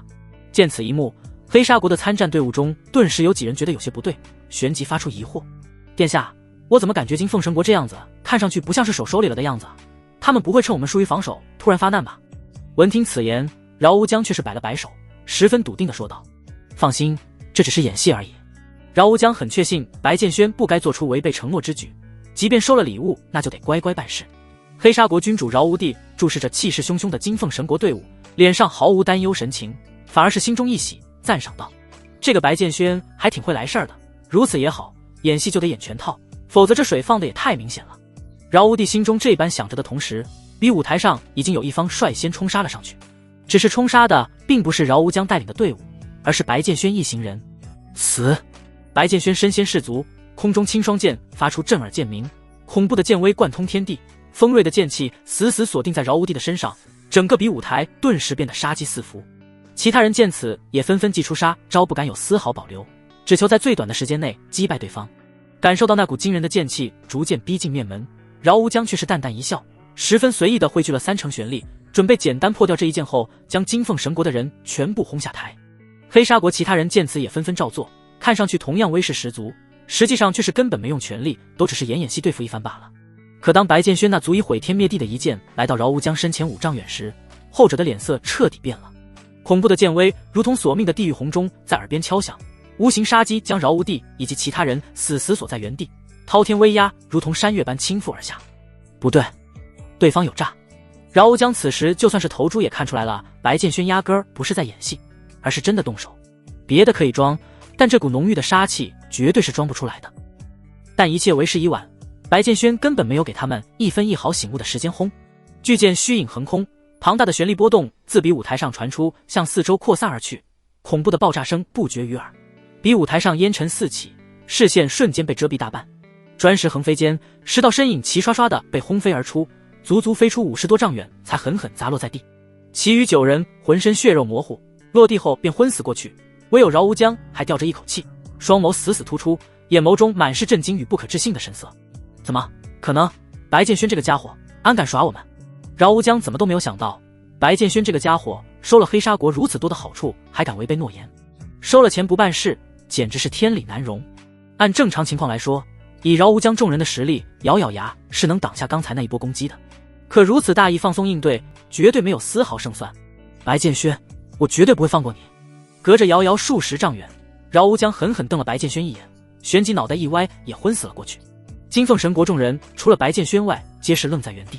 不是，这就结束了？是不是轻松的有点过头了？之前反驳白剑轩的那个人，现在屁都不敢放一个了，只觉得脑瓜子嗡嗡的，满是疑惑。他不理解，黑沙国这等强队怎么能废物成这样，连第一波攻击都接不住。大家抓紧时间恢复体力，继续战斗。白剑轩淡淡道：其实众人压根儿不需要休息，刚才那一回和没有损耗，根本没区别。场外一道身影看到这一幕，猛地站起了身，身躯剧烈颤抖起来，恐怖的威压自那人身上散发而出，神色阴沉到了极点，似乎随时都游走在暴怒的边缘。白剑轩，你敢欺骗朕！饶无帝的脸彻底黑了下来，一字一顿，字字珠玑，语气中满是森然杀机。混蛋，畜生啊！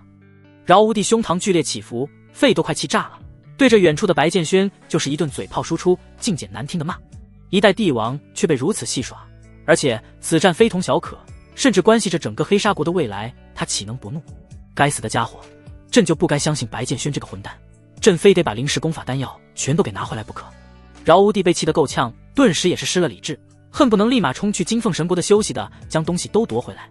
然而少许理智却在告诉他，东西是拿不回来了，毕竟这本就上不得台面，万一到时候白剑轩死不承认，且想把这事儿闹大，届时黑沙国该如此自处。一想到这，饶无帝差点两眼一抹黑，也昏死过去。这，我见过个人战有一招秒杀的，可团体战凭啥也能一招秒杀啊？金凤神国的实力未免有些太恐怖了吧？连黑沙国这种强大对手都不是其一合之敌，那10国之中又还有谁能是金凤神国的对手？此届排位战当真是太精彩了，我感觉金凤神国现在已经基本锁定胜局，魁首非白剑轩莫属，不会有意外发生了。短短几年时间，白剑轩从一个废物神子变成了如此神勇的天才，此人当真厉害。围观民众们惊呼不已，眼眸中金光大放。这场团体战虽然时间非常短，但比任何一场比赛都要精彩，谁不喜欢看一招制敌的厮杀之战？与此同时，其余8国君主看到黑沙国落败，纷纷开始偷笑，心中一片舒然。很好，如此下去，胜利终将是属于我碧阳国的。碧承天嘴角忍不住微微上扬，脸庞上难掩笑意。白剑轩现在打别国打得有多狠，我碧阳国到时候就赢得就有多容易。碧承天喃喃自语。飞鹤国君主与玄水国君主更是欣喜若狂，直接来到饶无帝身前贴脸开大。饶兄啊，即便输了团体战也不要如此气馁嘛，后面还有机会呢。不过该说不说，白剑轩对你黑沙国是真够狠的，哈哈哈哈。是啊，我玄水国要是对上金凤神国，可不会输得如此狼狈，我玄水国几乎是必赢金凤神国的。两人无情的嘲讽声在饶无帝耳边回荡，如同一柄柄利刃，不断刺进饶无帝早已遍体鳞伤的心脏。你们！饶无帝本就气愤，听到这话顿时火冒三丈。自己的失败固然可怕，但他人的嘲讽更让人揪心。饶无帝实在不知道怎么会对，只得恨恨道：你们最好祈祷接下来不会抽到金凤神国和我黑沙国，否则不会有你们好果子吃。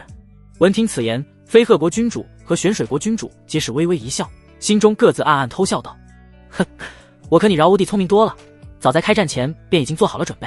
与此同时，抽签结果已经出来了，下一个与金凤神国对战的是碧昂国。很好，碧承天顿时大喜，他碧昂国露面的机会来了。慕容小友，你过来一下，我有事交代你。碧承天将慕容欣一唤至身前，轻声道：待会儿上去演戏就行了，金凤神国会给我们放水的，至于该如何操作，你懂的。待碧承天将事情的前因后果说清楚，慕容欣亦顿时愣在了原地。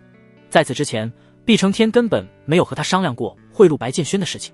陛下，此事不可，白剑轩并非老实之人，他绝不会为了区区一点零食和丹药葬送掉金凤神国的未来。慕容欣亦和白剑轩算是接触过几次，虽然只有几次面缘，但他深知此人绝不是善茬，而且心机深沉。这种人怎么可能在10国排位战这等大事上马虎受禄？闻听此言，碧承天的脸色顿时阴沉了下来，沉默着不说话，心中恨恨道：这个慕容欣亦虽然背景显赫，但未必也太狂妄了些，不仅不靠谱，甚至还不听朕的秘密。如今给他把路铺好了，也不愿走，到底是和居心？碧承天越想越气，对慕容欣亦越发不满。陛下，碧昂国无需行幕后之事，以我的实力拿下团体战不是问题。慕容欣亦颇有自信，还欲继续劝，却被碧承天冷声打断。慕容小友，此事你不必管，只需按照朕的命令行事便可。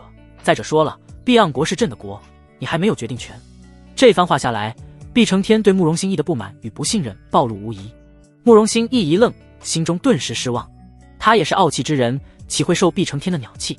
陛下，话我撂在这里，白剑轩绝对不会帮我们的。演戏这种东西我不相信，如若不信，待会儿场上见。话音落下，慕容兴义一甩袖袍，纷纷离去，独自一人走向了比武台。毕承天肺都快气炸了，当即唤来其余参赛9人，吩咐道：待会儿你们不必听慕容兴义的指挥，白剑轩他们会给你们放水的，你们只需配合金凤神国演好这场戏就好。记住，不要惹怒对方，否则白剑轩会觉得是我碧岸国蹬鼻子上脸了。明白。这些人不想慕容兴义，听到这话反而是一阵欣喜，不用拼命就能立功拿下团体战，何乐而不为呢？不多时，第2场团体战正式开始。刚走上比武台，白剑轩扫了对面一眼，不禁挑了挑眉毛，轻笑道：慕容兴义这是怎么了？感觉和他的伙伴有些不和啊。此时慕容兴义只身一人站在比武台边缘，双手抱臂，冷眼斜睨着场中众人，一脸冷傲，似乎此场排位战已经不关他的事了，准备置身事外。而碧岸国其余9人则是站在另一方，朝金凤神国众人露出温和笑意，一脸和善。不知道的看上去还以为这9人和白剑轩是一队的，而慕容兴义则是一人成一队。白剑轩默默看了一眼毕承天阴沉的脸色，又看了看慕容兴义，旋即像是想到了什么，淡然一笑：哼，看来慕容兴义还算不上是太蠢，不过嘛，这个世界上笨的人是理解不了聪明人的，你一人看出端倪又有何用？只要毕承天相信我，你一个人也无法说服所有人。这时慕容兴义冰冷的眸光扫了过来，与白剑轩对视在一起，两人眼神意味不言而喻。这一场也是一样的策略，不过先不管慕容兴义，直接干掉其余9人，都明白了吗？白剑轩朝身后众人吩咐道：明白。众人纷纷点头，这一次倒是没有人反驳，毕竟有了上一场的胜利，让众人对白剑轩更加信服了几分。白剑轩深吸一口气，体内玄力开始疯狂运转，青双剑骤然出鞘，森然寒光闪烁不断，一股古风锐剑气无形溢出，这一剑干掉9人足够了。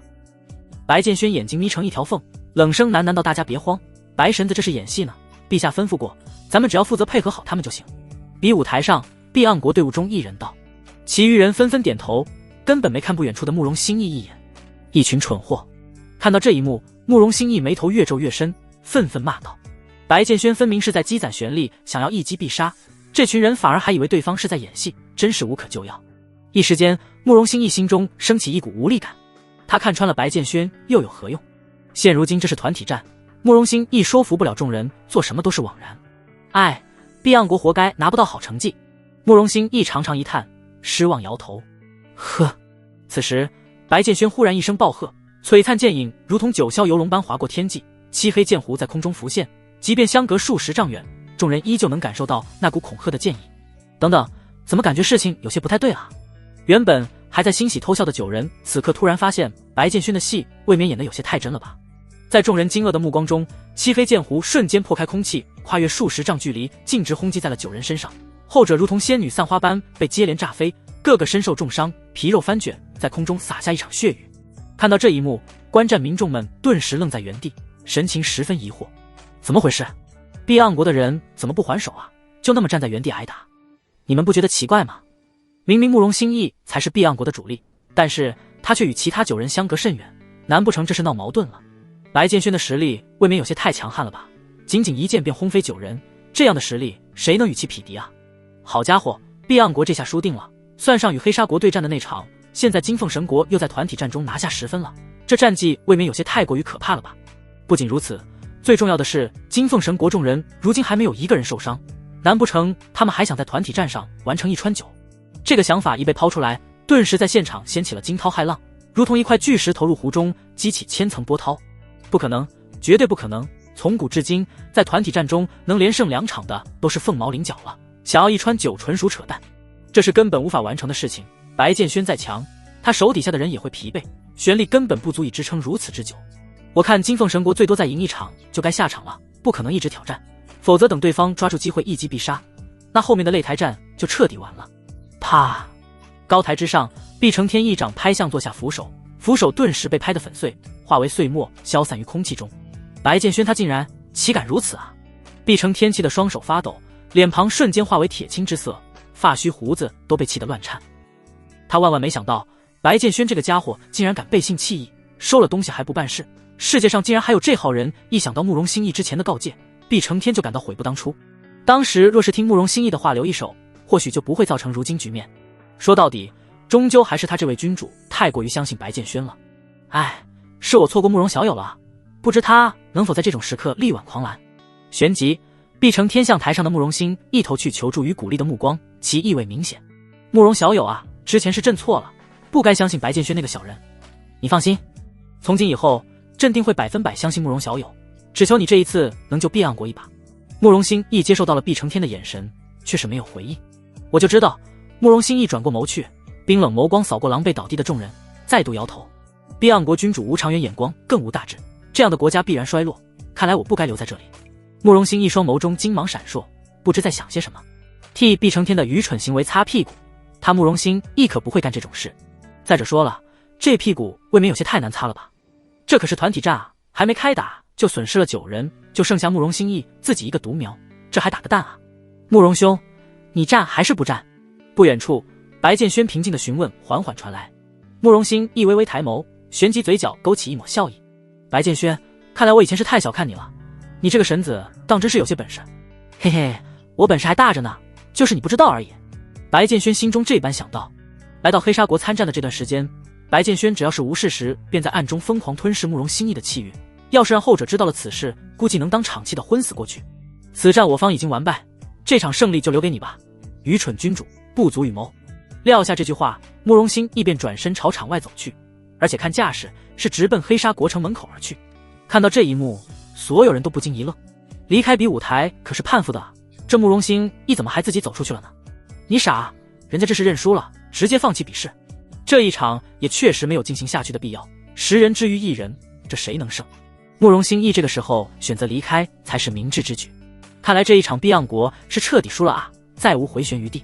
见慕容心意离开，毕承天顿时慌了，连忙上前去挽留。慕容小友，你别走啊，之前的事情是朕的错，不该相信白剑轩那个小人，而忽视了你的忠言。但你现在不能走啊，你要是走了，后面的擂台战我们该怎么办？毕承天眉头已经凝成了一个川字，满脸担忧。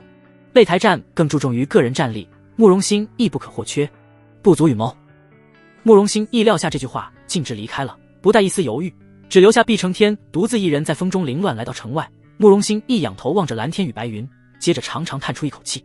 为何我的历练之路越来越艰难了？本以为这次10国排位战是一次很好的历练机会，可现如今看来却是不尽人意。我到底是怎么了？慕容心意一个人走了许久，很快便远离了黑沙皇城，来到一处荒芜偏僻之地。破旧的木门虚掩着，四下无人，看似寂静，却是暗藏杀机。因为在看不见的黑暗中，数10道恐怖气机已经牢牢锁定在了慕容心意身上。这些人都在静候观察，一旦慕容心意有什么异动，这些人会立马出手将其诛杀，不留一丝一毫的生机。慕容心意走至木门前，顿住身形，神色十分平静，沉吟片刻，淡淡道：“别藏了，都出来吧，我是慕容心意。”闻听此言，黑暗中的众人却是无一人动弹，依旧在静候。你说你是慕容心意，你就是啊？我还是圣主呢，真是麻烦。慕容心意眉头微皱，旋即从怀中掏出一块令牌，随意地扔在了身后的空地中。众人看清那令牌上写着的圣字时，陡然一惊，数10人连忙出来拜见。其中一人捡起令牌，恭敬跪地，将令牌双手呈递给慕容心意。既见圣主令，那您就是少主没错了。少主恕罪，此次行动干系甚大，我等谨慎一些也是迫不得已。那人讪笑着，生怕之前的行为惹怒了慕容心意。无事，说说妖皇城的情况吧。慕容心意独自走进木屋，身后众人鱼贯而入，旋即在木桌前坐下。回少主，此处距离妖皇城不足50里，我们的人已经在慢慢渗透了，而且我们还成功策反了一个在妖皇城中身居高位的人。为首中年说道：“哦，身居高位，而且还成功策反了，是何人？”慕容心意来了兴趣，旋即追问道。为首中年沉吟片刻：“此人姓张，乃是妖族的宰相，族群乃是独角兽一族，在妖族中是位高权重。此人城府极深，不甘心屈居于妖皇之下，但一直苦于没有机会起事，所以隐忍不发。我们观察此人已经有10来年了，这2年才成功与其达成共识。”慕容心意大为欣喜，点头称赞：“好，此事你们干得不错，待回圣域后本，少主会为你们请功。”谢少主。众人齐声拜道。但是慕容心意顿了顿，眉头微皱。这种人野心极大，定然无法为我圣域所用。你们策反他，想必也是付出了极重的代价，或许答应了某些诺言吧。少主聪慧无双，我等的确是答应了他一些狮子大开口的条件。为首中年一阵苦笑，那只妖，他想要在事成之后独自掌管妖皇城，虽说是答应做我圣域的附属，但我觉得他不会甘心的。闻听此言，慕容心意目光骤然变冷，怒道：区区一只独角兽，也敢有这么大的口气？锋利的剑只有在进攻的时候用得着，事成之后我们将其抛弃就是了。为首中年阴笑了一阵，重重点头。我等也是这么想的，先答应条件稳住他，等妖皇城尽数落入圣域手中，妖皇城到底归谁，还不是圣主一句话的事儿。好。慕容心意站起身形至屋外，抬眸看向不远处宏伟的妖皇城，眼眸中掠过一道金光，喃喃道：萧家执掌妖族的时间太长了，是时候让我万剑圣域出手了。黑沙皇城随着碧昂国的落败，现场气氛顿时到达高潮，群众们翘首以盼，渴望亲眼看到金凤神国再战下一个对手。如此精彩的比试简直是千年难遇，而白剑轩也没有让他们失望，立马宣布进行下一场比试。接下来金凤神国的对手是玄水国，比试前玄水国君主同样向诸臣众人交代了一番，看样子对这一场对战势在必得。可诸臣却是个对修炼之道无比痴迷的莽夫，对于演戏这种事情嗤之以鼻，不仅没有听从自己父亲的命令，反而是猛烈冲杀。只可惜他的修为和白剑轩相比，差距实在是太大了。短暂纠缠后，白剑轩抓住机会，一剑将其轰下了比武台。诸臣昏死过去，玄水国的人立马上前将其抬了下去。而玄水国剩下的9人此时还幻想着刚才白剑轩的作为不过是顺势为之，依旧傻愣愣地站在原地，等着白剑轩众人主动露出破绽。白剑轩丝毫没有留情面，一记重斩直接将9人全都送回了老家。众人都懵了，这就是陛下说的将一切都安排好了。玄水国君主看到这一幕，脸色铁青，差点两眼一抹黑昏死过去。他心痛的同时又怨恨起白剑轩来，此子未免太歹毒了，收了东西还打这么狠，真当他玄水国好欺负吗？然而事实上，白剑轩压根儿没把玄水国放在眼里。暗箱操作这种事情无法浮于明面，这也就意味着9国君主永远都会被蒙在鼓里，不可能知道白剑轩同时收了9国的礼。比试依旧在继续，随着白剑轩一剑接着一剑的无情轰杀，各国参赛者如同待宰的羔羊般人白剑轩宰割，毫无还手之力。各国君主一个接一个脸色黑了下来，心中皆是在大骂白剑轩无耻。就连观战的民众们此时都发现了端倪，怎么金凤神国的对手都跟一群傻子一样站在原地挨打？除了慕容心意和诸臣几人外，其他人的做法跟认输几乎没有区别。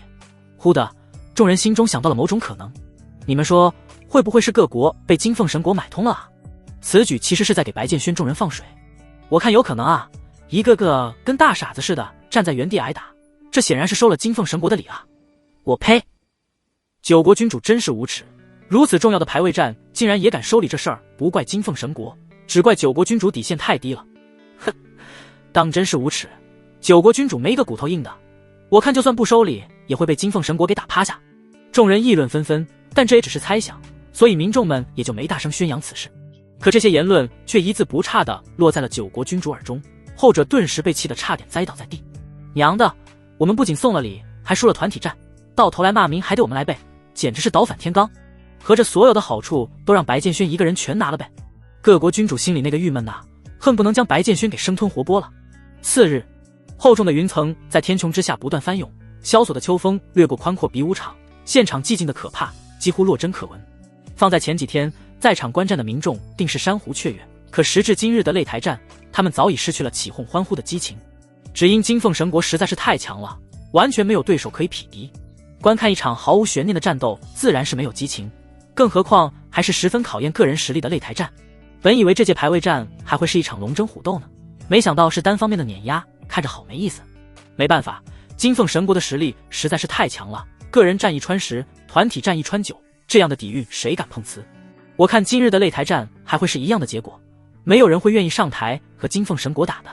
白剑轩当真是妖孽中的妖孽，待白龙恩100年以后，白剑轩继位，不敢想金凤神国会达到何种难以想象的高度。相比起民众们的唏嘘与讨论，各国君主的神色则是凝重的吓人。唉，饶无帝一声长叹，眼眸中早已失去了光彩。他本还想着借此排位战扬名立万，为日后造反做好准备，可以如今金凤神国所表现出的实力来看，造反不过是找死罢了。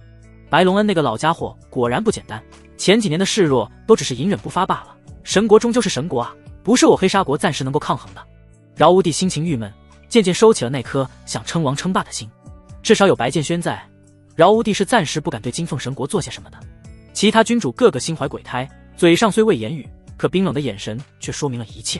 他们既怨自己太过轻信了白剑轩，又恨自己愚蠢至极，岂能将国家未来交给一个他国神子之手？但此时再说这些，为时晚矣。一刻钟后，白剑轩只身一人走上比武台，手中青双剑扫过各国队伍，眼眸中金芒闪烁，低喝道：何人来战？按照擂台战的赛制，任何人都可以站上擂台当擂主，同样的，其他人也能随意调找，在擂台上坚持的越久，积分就越高。白剑轩自知各国的人都已经被自己吓破了胆，根本不会上前来挑战，毕竟各国的最强之人都已经和自己交战过了，无一人是自己对手。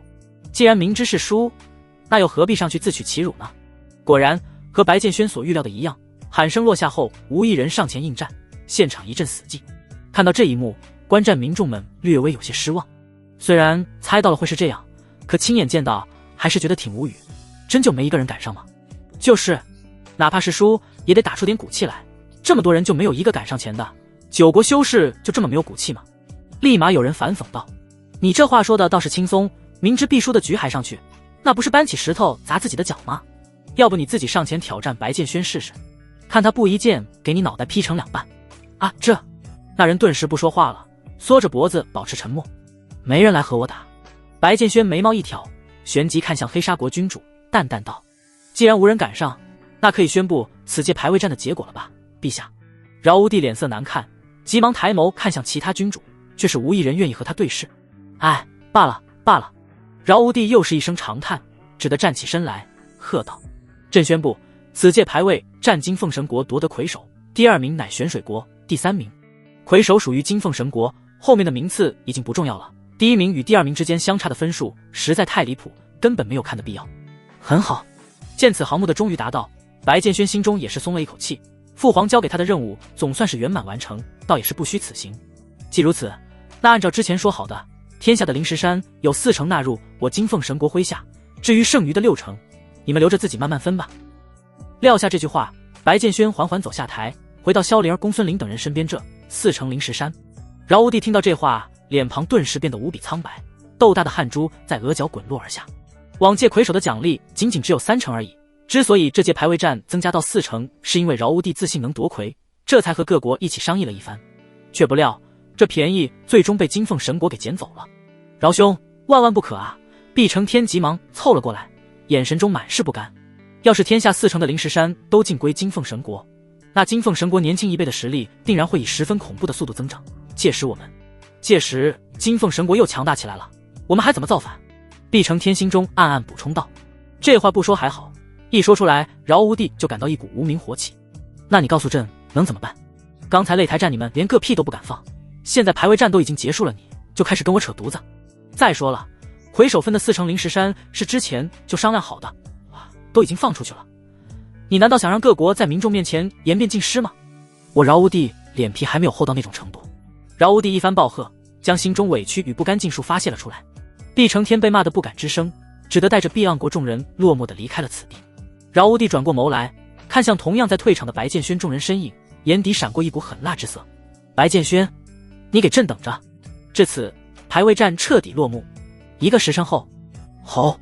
震心撼魂的龙吟嘹亮而高昂，伴随着一道赤红龙影划过天际，在天穹之下留下一道拖曳烈焰，自黑沙皇城之中急冲而出。再快些！龙背之下，白剑轩催促了一声，赤龙顿时更加卖力，吃奶的劲儿都使了出来，全速疾飞。萧灵儿与公孙玲坐在白剑轩身后，两女十分疑惑，明明夺了魁首，为何要如此急切的逃窜？剑轩哥哥，你是怕九国派人来找你麻烦吗？萧灵儿凑上来问道。白剑轩点了点头。这次我戏耍了他们，还得到了排位战的所有好处，他们明面上不敢动手，暗地里不派人追杀我才怪。追杀？他们竟然如此胆大吗？公孙玲捂嘴惊呼一声，旋即回眸看身后，只见丛林纵横的山岳间，数道气息恐怖的黑影正紧跟在身后，不断向这边翻越靠近。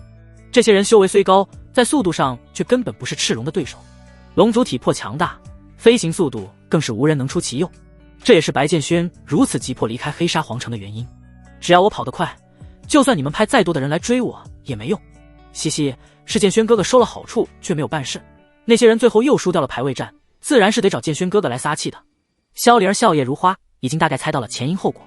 嗨嗨，再飞上半日，路程差不多就能完全甩掉他们了。白剑轩自知理亏，旋即尴尬的讪笑两声，回望了一眼，淡淡道：那接下来我们直接回金凤神国吗？公孙林也彻底放松下来，不顾身后追兵，转而话锋一转问道：现在还不能回？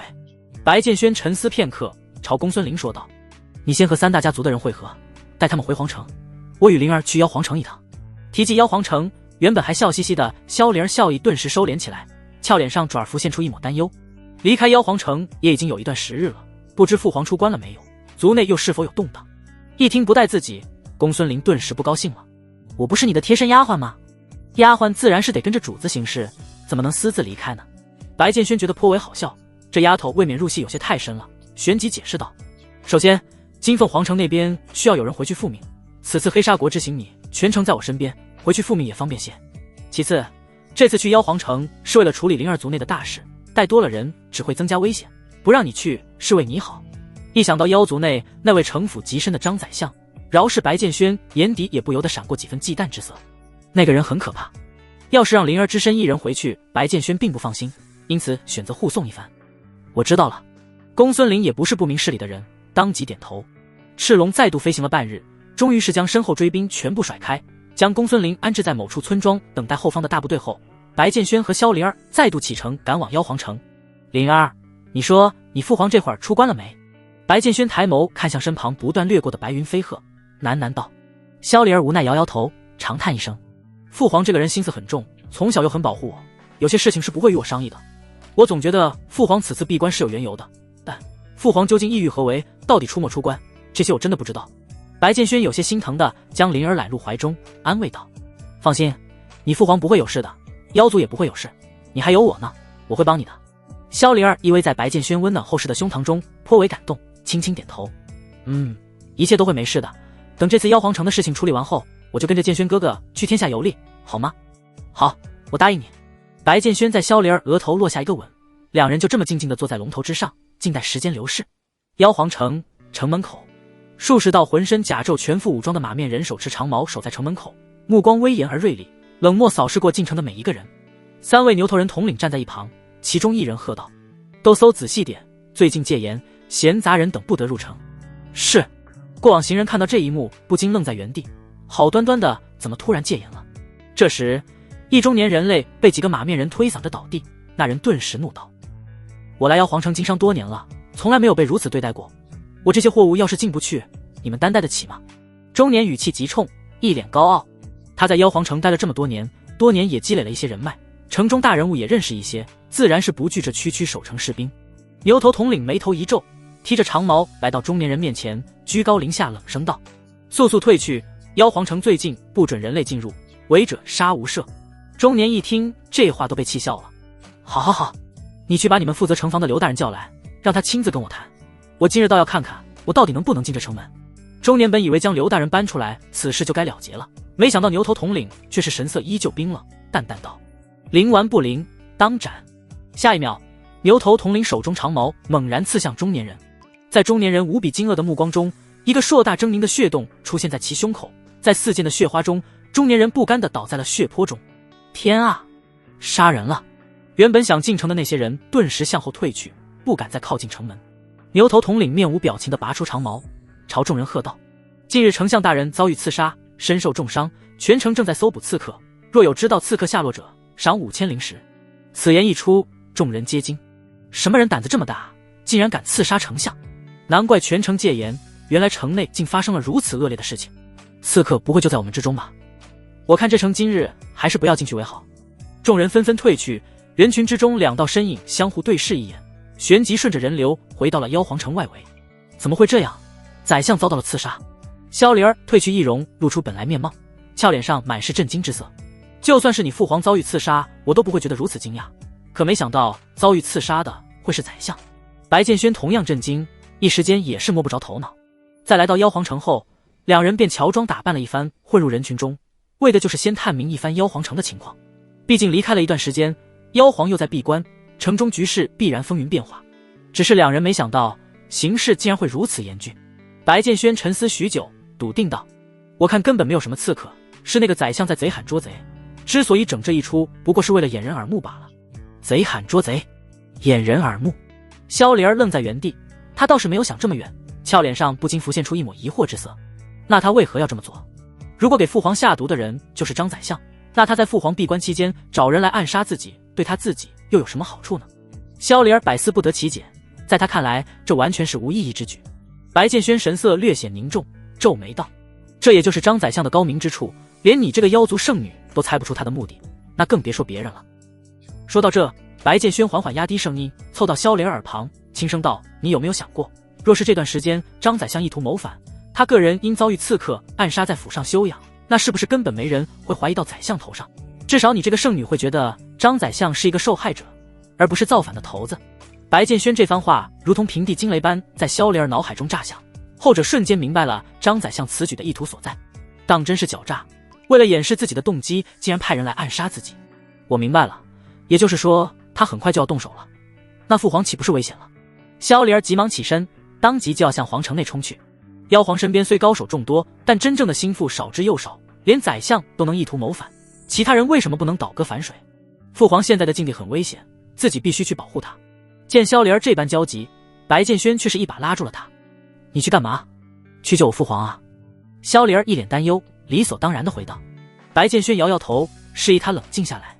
你现在回去，非但救不了你父皇，反而会打草惊蛇，张宰相肯定会将计划提前，说不定此时他已经在皇城内布下了天罗地网等着你。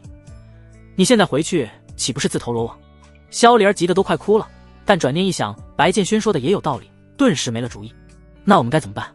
我堂堂圣女，难道连自己的家都回不去了吗？白剑轩沉吟许久，认真道：我们目前要做的是先了解妖皇城的情况，且搞清楚造反之人的计划到底是什么，但是绝不能莽撞行事，否则只会让你父皇置身于更加危险的境地。说着，白剑轩又将语气放平缓，安慰道：不过你也不用太过于担心妖皇，他在前段时间突然选择闭关，说不定就是为了保护自己。在白剑轩的安慰下，萧离儿那颗担忧不安的心渐渐平静下来。我们目前还是……砰！白剑轩这边正说着，远处忽然传来一道轰然巨响，接着便是一连串密集的脚步声外加喊杀声。追刺客，别让他跑了！杀！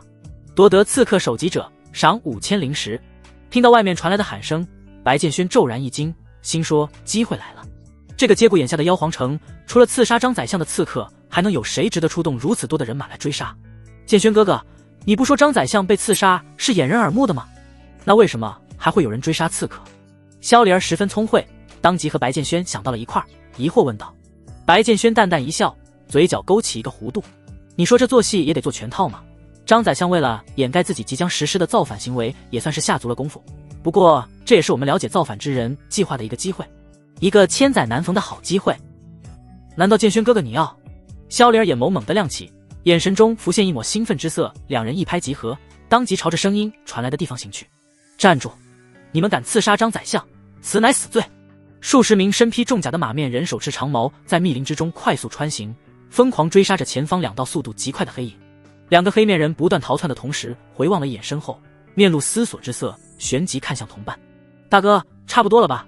咱们都逃了几十里了，这戏也差不多了吧？好，另一位黑衣人点了点头。直接甩掉他们吧，咱们的任务也差不多完成了，该和其他人会合复命去了。两名黑衣人脚下生风，速度骤然加快，一股脑钻进前方更茂密的密林中，旋即不见了踪影。身后的马面人追兵像模像样的搜了一阵，旋即领兵回城去了。他们走了，该回去了。两名黑衣人透过树叶缝隙看到已经离开的追兵，旋即松了一口气，转身刚欲离开，唰！黑暗中，一道闪烁着冰寒光芒的剑芒骤然刺出，直奔其中一名黑衣人脖颈刺去。不好！其中一名黑衣人心生警觉，刚欲拧起玄力杀向黑暗中，却发现自己的动作实在是太慢了。噗！滚烫的鲜血如同喷泉般在喉咙处溅射而出，下一秒，尸体木愣愣地倒在了地上。亲眼看着同伴被一剑封喉，黑衣人双眸猛地瞪大，顿时被吓得肝胆俱裂。他还想转身逃跑，然后脖颈间锋锐的剑身已经伸了过来，只要黑衣人再动一下，白剑轩就会立刻割破他的咽喉。不要动，也不要叫喊，好好回答我的问题，你便不用死。白剑轩紧握着青霜剑，双眸中金芒闪烁，语气森寒。萧灵儿也从黑暗中走了出来，来到白剑轩身边，俏脸愤怒，朝着黑衣人质问道：“你是谁派来的？为何要装刺客？还有，你们的同伙在哪儿？”面对萧灵儿的三连问，黑衣人反而渐渐平静了下来，淡淡道：“虽然不知道你们是谁，但被抓到了我认栽，想从我嘴里套话，还是下辈子吧。”话音刚落，黑衣人眼眸中浮现出一抹狠厉之色，身形猛然前冲，锋锐的青霜剑瞬间割破咽喉，嫣红鲜血缓缓溢出，身子扑通一声倒在了地上。唰！白剑轩静静地看着黑衣人在自己面前自刎，倒也没有阻止。只要黑衣人想死，白剑轩是拿他没有办法的。即便准时撤去青霜剑，黑衣人也可以选择服毒，咬舌自断经脉。死便死了吧，我本来也没有打算能成功套到话。白剑轩将青霜剑收回剑鞘，注视着尸体，面露思索之色。我们接下来怎么办？萧灵儿问道。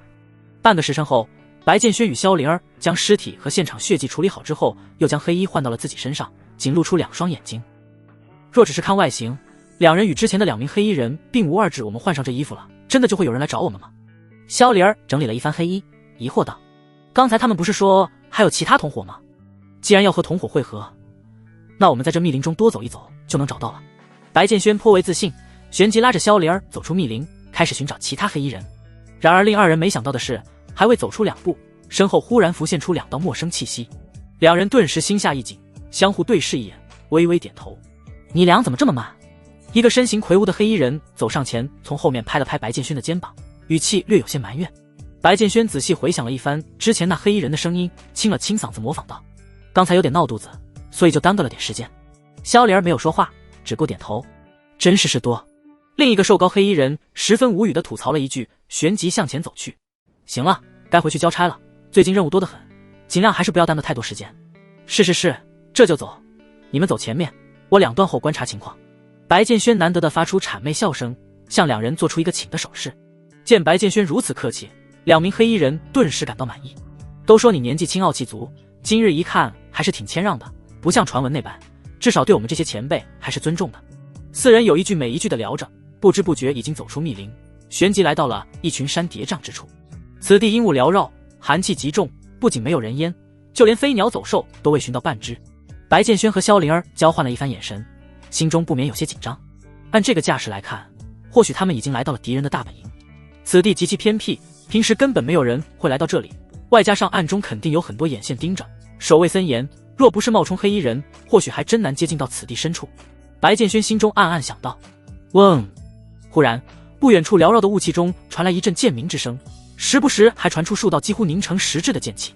随着4人缓慢接近，雾气渐渐散开，一道正在练剑的独臂身影正在苦练剑法，挥汗如雨，剑法娴熟，身形如飞鹤般从容轻便。当看清那人面貌时，白剑轩顿时心神狂震。慕容心意，白剑轩做梦都没想到，竟然能在这地方遇到慕容心意。他为什么在这里？难道说慕容心意也和造反之人有关系？渐渐的，一股不好的预感在心中升起。萧灵儿美眸中也是流露出一抹亚色，这人不是在10国排位战上代表避暗国出战的那个人吗？他在团体战的时候便弃权离开了，为何又会出现在这迷雾群山之中？拜见少主。这时，魁梧黑衣和瘦高黑衣人齐声拜道。见状，白剑轩和萧灵儿也照猫画虎相继拜下，拜见少主。白剑轩此时心中已经确定，此次妖族动荡和万剑圣域绝对有关系。慕容心一出现在这里，已经说明了很多问题，再加上这些黑衣人叫他少主，这说明刺杀宰相的黑衣人也是来自万剑圣域。事情越来越复杂了。白剑轩眉头微微皱起，只觉得形势越来越严峻了。回来啦！慕容心一缓缓收剑，转身看向4人，挑了挑眉道：城内情况如何了？回禀少主。魁梧黑衣人沉吟片刻，事情正在按照少主所料想的那般发展。宰相在府中休养，满城追杀刺客，城门戒严，无论是妖族还是人族想要进城，都需要进行严格盘查。如今的妖皇城已经是一座孤城了，除了还在闭关的妖皇不知道在做什么，其余的情况都在我们掌控之中。慕容心一满意的点了点头，做得不错，有什么情况及时给我汇报。你们进山洞吧，下面需要人手。是。4人当即起身，准备向前方走去。等等！白剑轩走至与慕容心一期间位置时，慕容心一忽然出声喊住了众人：认出我来了！白剑轩顿时心下一紧，体内玄力暗暗流转，做好了随时出手挟持慕容心意的准备。此处是敌人大本营，周围眼线势必也多，如果被认出来了，想硬拼肯定是拼不过的，唯有挟持慕容心意这位少主才有生机。最要命的是，白剑轩一人都容易脱身，可身边还带着萧灵儿，两人的目标可就大多了。就在白剑轩做好了出手准备之时，慕容心意拍了拍他的肩膀，淡淡道：“地下的妖兽不够了，明日你带人去再找一些来。”白剑轩愣了愣，旋即松了一口气，还好，原来没有被认出来。是，虽然不知道为什么要去找妖兽来，但白剑轩还是满口答应了下来。你们去吧，我继续练会儿剑。计划已经到了关键时候，要注意别让外人溜进来了，做好戒严。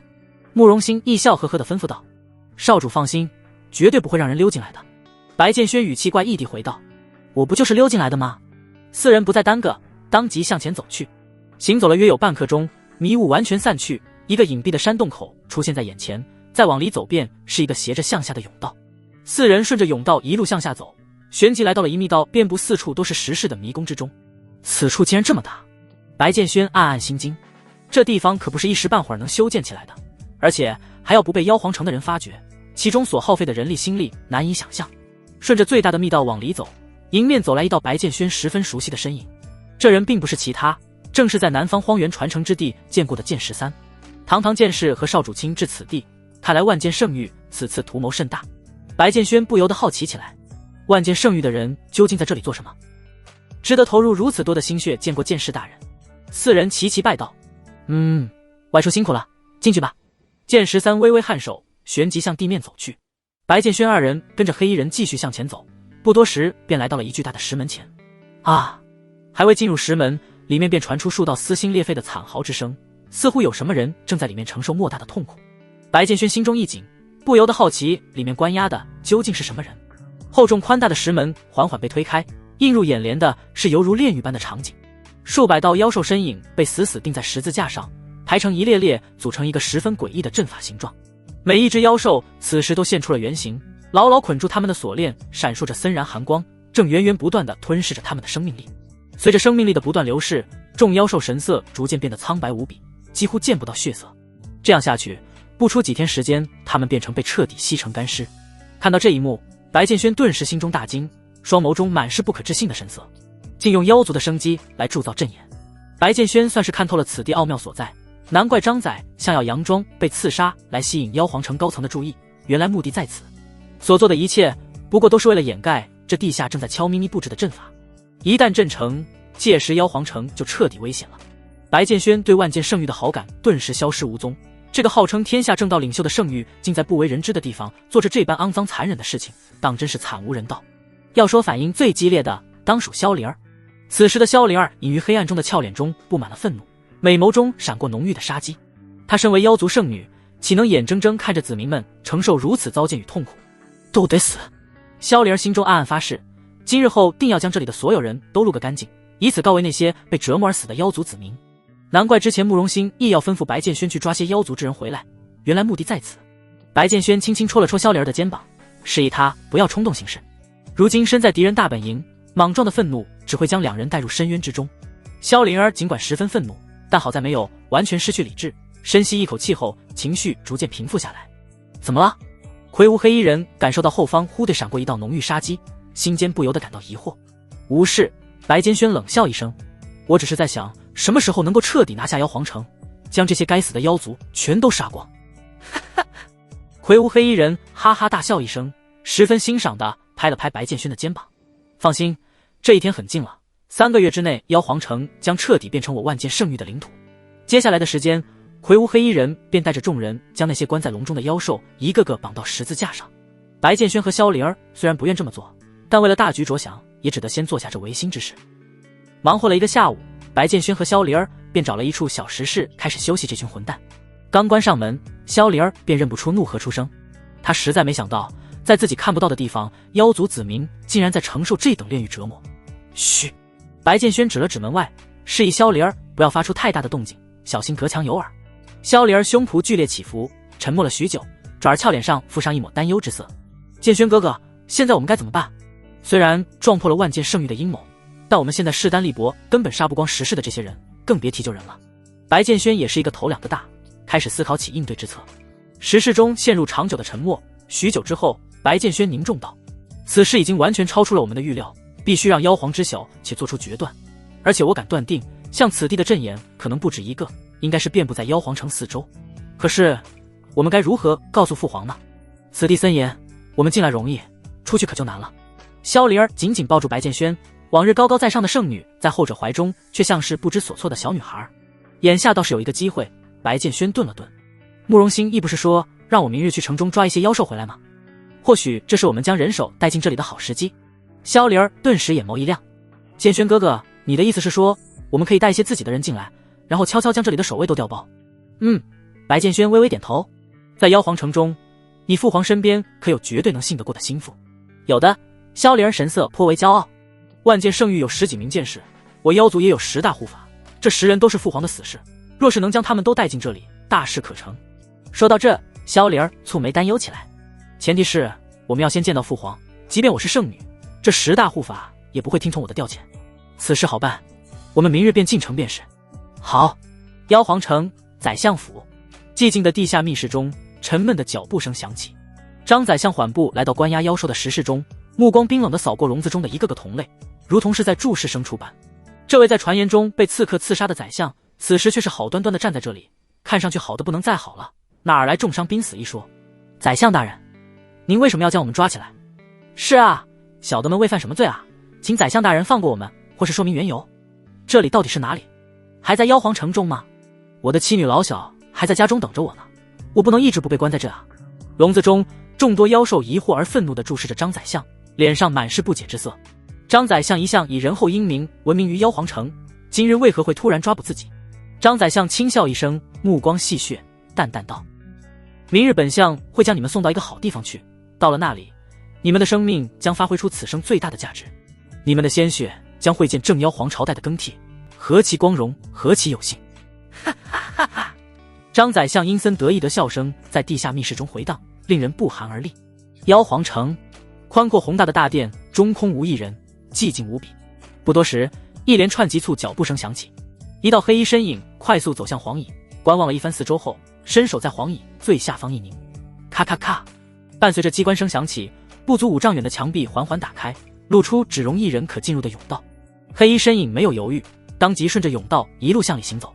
约行走了有半刻钟，黑衣身影来到甬道尽头，尽头处一道犹如枯木老松般的身影正静静地盘坐在那里，双眸闭起，脸庞上一片平静，没有任何气息散发而出。尽管如此，周边磅礴的威压却彰显着他的不凡与极致威严。此人正是妖皇。黑衣身影来到妖皇面前，摘去黑衣头套，露出一张倾国倾城的精致俏脸。父皇，你真的在闭关吗？萧离儿轻声呼唤道。妖皇并没有回应，仿佛已经陷入了永久沉睡之中。父皇，我知道您没有真的闭关，女儿来了，您还装闭关干嘛？萧离儿不悦地蹙眉，语气略显埋怨。闻听此言，妖皇嘴角微微扯动了一下，旋即无奈睁开眼眸，轻笑道：你这丫头突然前来有何事？见妖皇苏醒，萧离儿不由得展颜一笑，旋即收敛笑意，神色逐渐凝重。父皇，外面的情况您知晓吗？妖皇缓缓点头，这段时间来朕只是在此休息而已，对于外界的事情多少了解一些。那您还不出去主持大局？萧离儿急切道。宰相要造反，另有一股大势力也渗入到了妖皇城之中，如今妖族群龙无首，您不出面的话，妖族这次就真的危险了。接着萧离儿便将自己与白剑轩这段时间在外的所见所闻全都复述了一遍。萧离儿本以为妖皇会震怒而惊讶，却没想到对方却只是淡淡一笑。看来这段时间你和白剑轩那小子去了不少地方，也了解到了不少内情。见妖皇这般反应，萧离儿不由得一愣，旋即狐疑道：父皇，这些不会都在你的意料之中吧？妖皇沉吟片刻，也不尽然，至少对于他们用妖族子民在妖皇城四周布下阵法阵是不知晓的。说着，妖皇随手甩出一道令牌，萧离儿稳稳接住，仔细一看，正是妖皇令。10大护法你带走吧，只有3块妖皇令才可以调动他们，你身上有1块，白剑轩身上也有1块，再加上朕的这块，足够了。我知道了。萧离儿点点头，他此行也正是为此而来。而且见父皇如此淡定，显然是早有准备。一时间，萧离儿眼眸中的担忧之色淡去几分。父皇，您现在的身体怎么样了？那同心蛊是否已经解除了？闻言，妖皇发出一声冷笑：没那么容易。张宰相煞费苦心多年，就是为了给朕种下这同心蛊，又岂是那么容易就能解除的？而且现在解除掉，也只会打草惊蛇，朕的身体暂时无碍，就让这同心骨再在朕的身体内待一段时间吧。萧灵儿似乎从妖皇的话语中嗅到了阴谋的味道，试探着问道：父皇，您是故意的？妖皇沉吟片刻，似点头又似摇头，谈不上故意，只是顺应天意罢了。去吧，白剑轩那个小子不是池中之物，你跟着他倒也不算是辱没了。能听到妖皇对白剑轩的认可，萧灵儿心中十分欣喜，当即带上妖皇令领命离去。城外这些人都交给你了，路上千万别被人发现了，一旦出现差池，后果不堪设想。茂林之中，一个牛头统领对着身穿黑衣的白剑轩嘱咐道。在两人身旁，10多辆马车依次排列，马车上载着的是一个个牢笼，牢笼之中关着的是一只只面露绝望之色的妖兽。众妖不理解为何这些人要抓自己，接下来又将被运往何处，一切都是未知。好，我知道了，麻烦统领了。白剑轩轻笑2声，就欲带着属驾马车离开。这时牛头统领却是嘿嘿笑了一声，双手交叉在一起揉搓着，语气意有所指。你们万剑圣域和我们妖族宰相合作，你们是有大事可谋，但我们这些底下人也总得喝点汤不是？你说是也不是？白剑轩愣了愣，旋即明了过来。好家伙，这是找自己要小费来了。白剑轩有些无语，这牛头统领是真不怕死啊，竟然敢找万剑圣域的人要小费，当即冷笑一声，佯装怒道：妖族宰相的手下都是你这种货色吗？如今大家一起谋大事，你却只在乎这点蝇头小利。牛头统领顿时被说得满脸通红，当即不耐地挥了挥手：不给就不给，你还说叫起我来了？哼，后会有期。撂下这句话，牛头统领便逃也似的离开了。这事儿要是捅到宰相那里去，可没有他好果子吃。注视着牛头统领离开的背影，白剑轩不禁啐了一口，还想从本神子手中占便宜，当真是不知道天高地厚。接着白剑轩便拉着马车向密林深处走去。你是万剑圣域的人，你要带我们去哪里？牢笼之中，一位山羊老者怒喝出声，看向白剑轩的眼神充满了怨毒。白剑轩淡淡瞥了一眼山羊老者，回应道：你们安静点，听我的话，我保你们接下来无事。早在出发之前，白剑轩便与萧灵儿商议过了，之所以要来找张宰相要一批人，不过是为了将10大护法送进地下密室之中。只要10护法能进去，那万剑圣域布阵的阴谋算是彻底破碎了。问题是，萧灵儿真的能带回10护法吗？他如今顺利见到妖皇了吗？白剑轩心里没底，双眸中不禁浮现出一抹担忧之色。我们凭什么相信你？你这个万剑圣域的走狗，竟然伙同宰相一同残害我们妖族子民，妖皇知道了不会放过你们的。山羊老者指着白剑轩的鼻子破口大骂。白剑轩无语地撇了撇嘴，也懒得废话，手中当即甩出一道黑光。那团黑光在空中画出一道弧线，落在牢笼之中。众妖兽不禁一愣，这是个什么玩意儿？山羊老者疑惑的将令牌捡了起来，看清上面刻着的萧字后，骤然大惊，一股脑便朝白剑轩拜了下去。拜见大人。小的有眼不识泰山，刚才冲撞了大人，大人饶命啊！其余妖兽也后知后觉地意识到这块令牌竟是妖皇令，顿时胆战心惊的跪倒一片。白剑轩不禁挑了挑眉，感慨道：看来妖皇令在妖族子民心中的地位不是一般的高啊，即便是现在被我关押在牢笼之中，见到了妖皇令也得客客气气的。白剑轩心中顿时对妖皇升起一股敬佩之情，能将妖皇令的威严深入到如此境地，可见妖皇是一个多么强大的君王。众妖不再叽叽喳喳地骂白剑轩，连大气也不敢喘，乖乖地被白剑轩押送到了茂林深处。虽然他们也不知道此行会去到哪里，但众妖相信妖皇钦派的大人是绝对不会害他们的。到了某处后，白剑轩勒马停下，就地找了处空地开始休息。他的任务已经完成，接下来就坐等萧灵儿了。不多时，萧灵儿如约而至，身后还跟着10道隐于黑暗中的身影。这10人个个气息恐怖到了极点，犹如飘荡在人间的地狱恶鬼，让人仅仅是看上一眼便肝胆俱裂。剑轩哥哥，我来了。萧灵儿笑嘻嘻地来到白剑轩面前，伸出小手：赶紧把妖皇令给我，刚才我只是把护法们给带出来了，但要真正的调动他们，还需集齐3块妖皇令。白剑轩没有犹豫，当即将妖皇令交给了萧灵儿。接着萧灵儿又取出另外2块妖皇令，一同交给了人群中气息最为恐怖的那位。大护法拿着3块妖皇令仔细端详了片刻，确认无假后点了点头，旋即10人朝萧灵儿齐齐拜下。谨听圣女吩咐。在妖族之中，10护法只听命于妖皇或是持有3妖皇令的人。现在萧灵儿即便是让他们去死，10护法也会毫不犹豫地自刎归天，可谓是真正的死士。大护法，此事干系重大，你们即刻与这些妖兽们换衣服引入其中，我和剑轩哥哥会将你们带到一个地方，到了那里你们可能需要忍受一些折磨。但记住，千万不要展露任何气息，只需耐心等待即可。等我和剑轩哥哥准备动手了，自然会告诉你们。萧灵儿吩咐道。遵圣令。石护法也没有问为什么，更没有问此行去往何处，他们只记得一条：执行命令。旋即，石护法开始与妖兽们换衣服，进入牢笼之中后，又吞下掩盖气息的丹药，默不作声地盘坐在牢笼中，看上去好似真的只是普通妖兽。白剑轩和萧灵儿相互对视一眼，皆是从对方眼神中看到了满意之色。慕容心意啊，慕容心意，这次我要给你送一份大礼。白剑轩眼眸渐渐眯起，看向前方阴雾缭绕之地，手掌攥紧缰绳，淡淡道：你肯定想不到我会送10个顶尖高手到你的大本营吧？只要你们敢对妖皇城动手，那我便将你们的大本营给搅得天翻地覆。妖皇城，妖皇殿，妖皇不是说要闭关很久吗？今日怎么突然召集大伙来上朝了？是啊，感觉朝中氛围似乎不太对劲。谁说一定是妖皇下令的要上朝？你们可还记得妖皇闭关前将妖族之事全都交给了张宰相打理？你的意思是说，叫我们来的是张宰相而不是妖皇？可是他最近不是被刺杀重伤濒死了吗？哪儿来的精力召集我们？我昨日夜观天象，发现是大凶之兆啊，今日恐有恶事出现。往日空旷的大殿中，此刻站满了文武大臣，众人你一言我一语，企图从对方的口中打听到今日上朝所为何事。但很快众人惊讶地发现，现场竟然无一人知晓。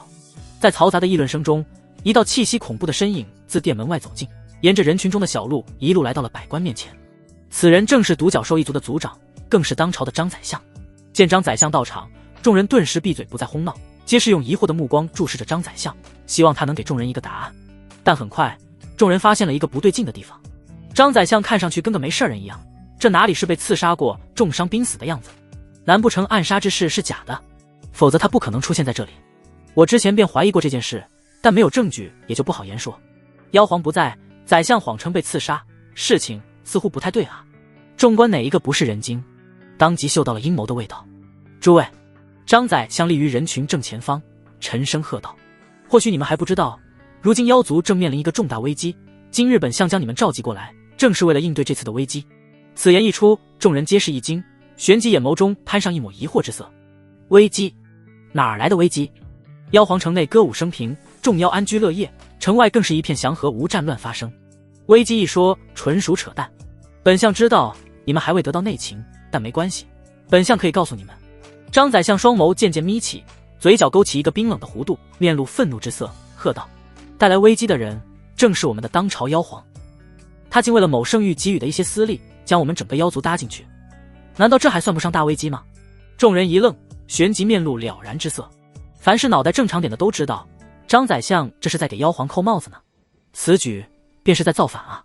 众人万万没想到，堂堂宰相竟敢公然造反，这胆子未免也太大了些，而且还是当着文武百官的面。本相为了拯救妖族，现如今只得被迫接过朝中大权，还妖族一个安宁。本相宣布，即日起废除萧氏妖皇。张宰相此言一出，全场顿时炸开了锅。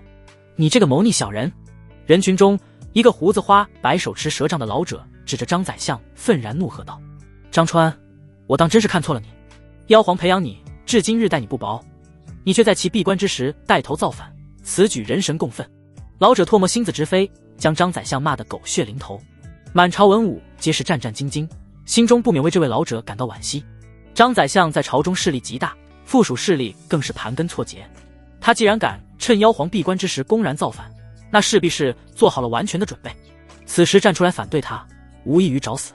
不出众人所料，张宰相的脸色逐渐阴沉了下来，双眸中寒芒四射，他满眼杀机地注视着蛇杖老者，冷哼道：本相心胸宽广，念你一介老夫，不与你计较，即可退下听从本相命令，本相便可既往不咎。可若是你继续执迷不悟，那就休怪本相无情了。张宰相的话犹如一柄悬在众人头顶的利剑，随时便能落下，取走众人性命。但蛇杖老者并未被吓到，脸庞上满是愤怒与不屑。哼，老夫为萧家为整个妖族付出了多少心血，妖皇的英名老夫心知肚明，你张川算个什么东西，也敢趁妖皇不再篡位？我呸！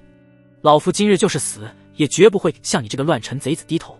老者一脸死志，已经做好了和张川硬刚到底的准备。好，很好。张宰相不怒反笑，心中已经彻底将蛇杖老者判了死刑，当即号令周围侍卫：来人，将他给我拖下去，凌迟处死。是。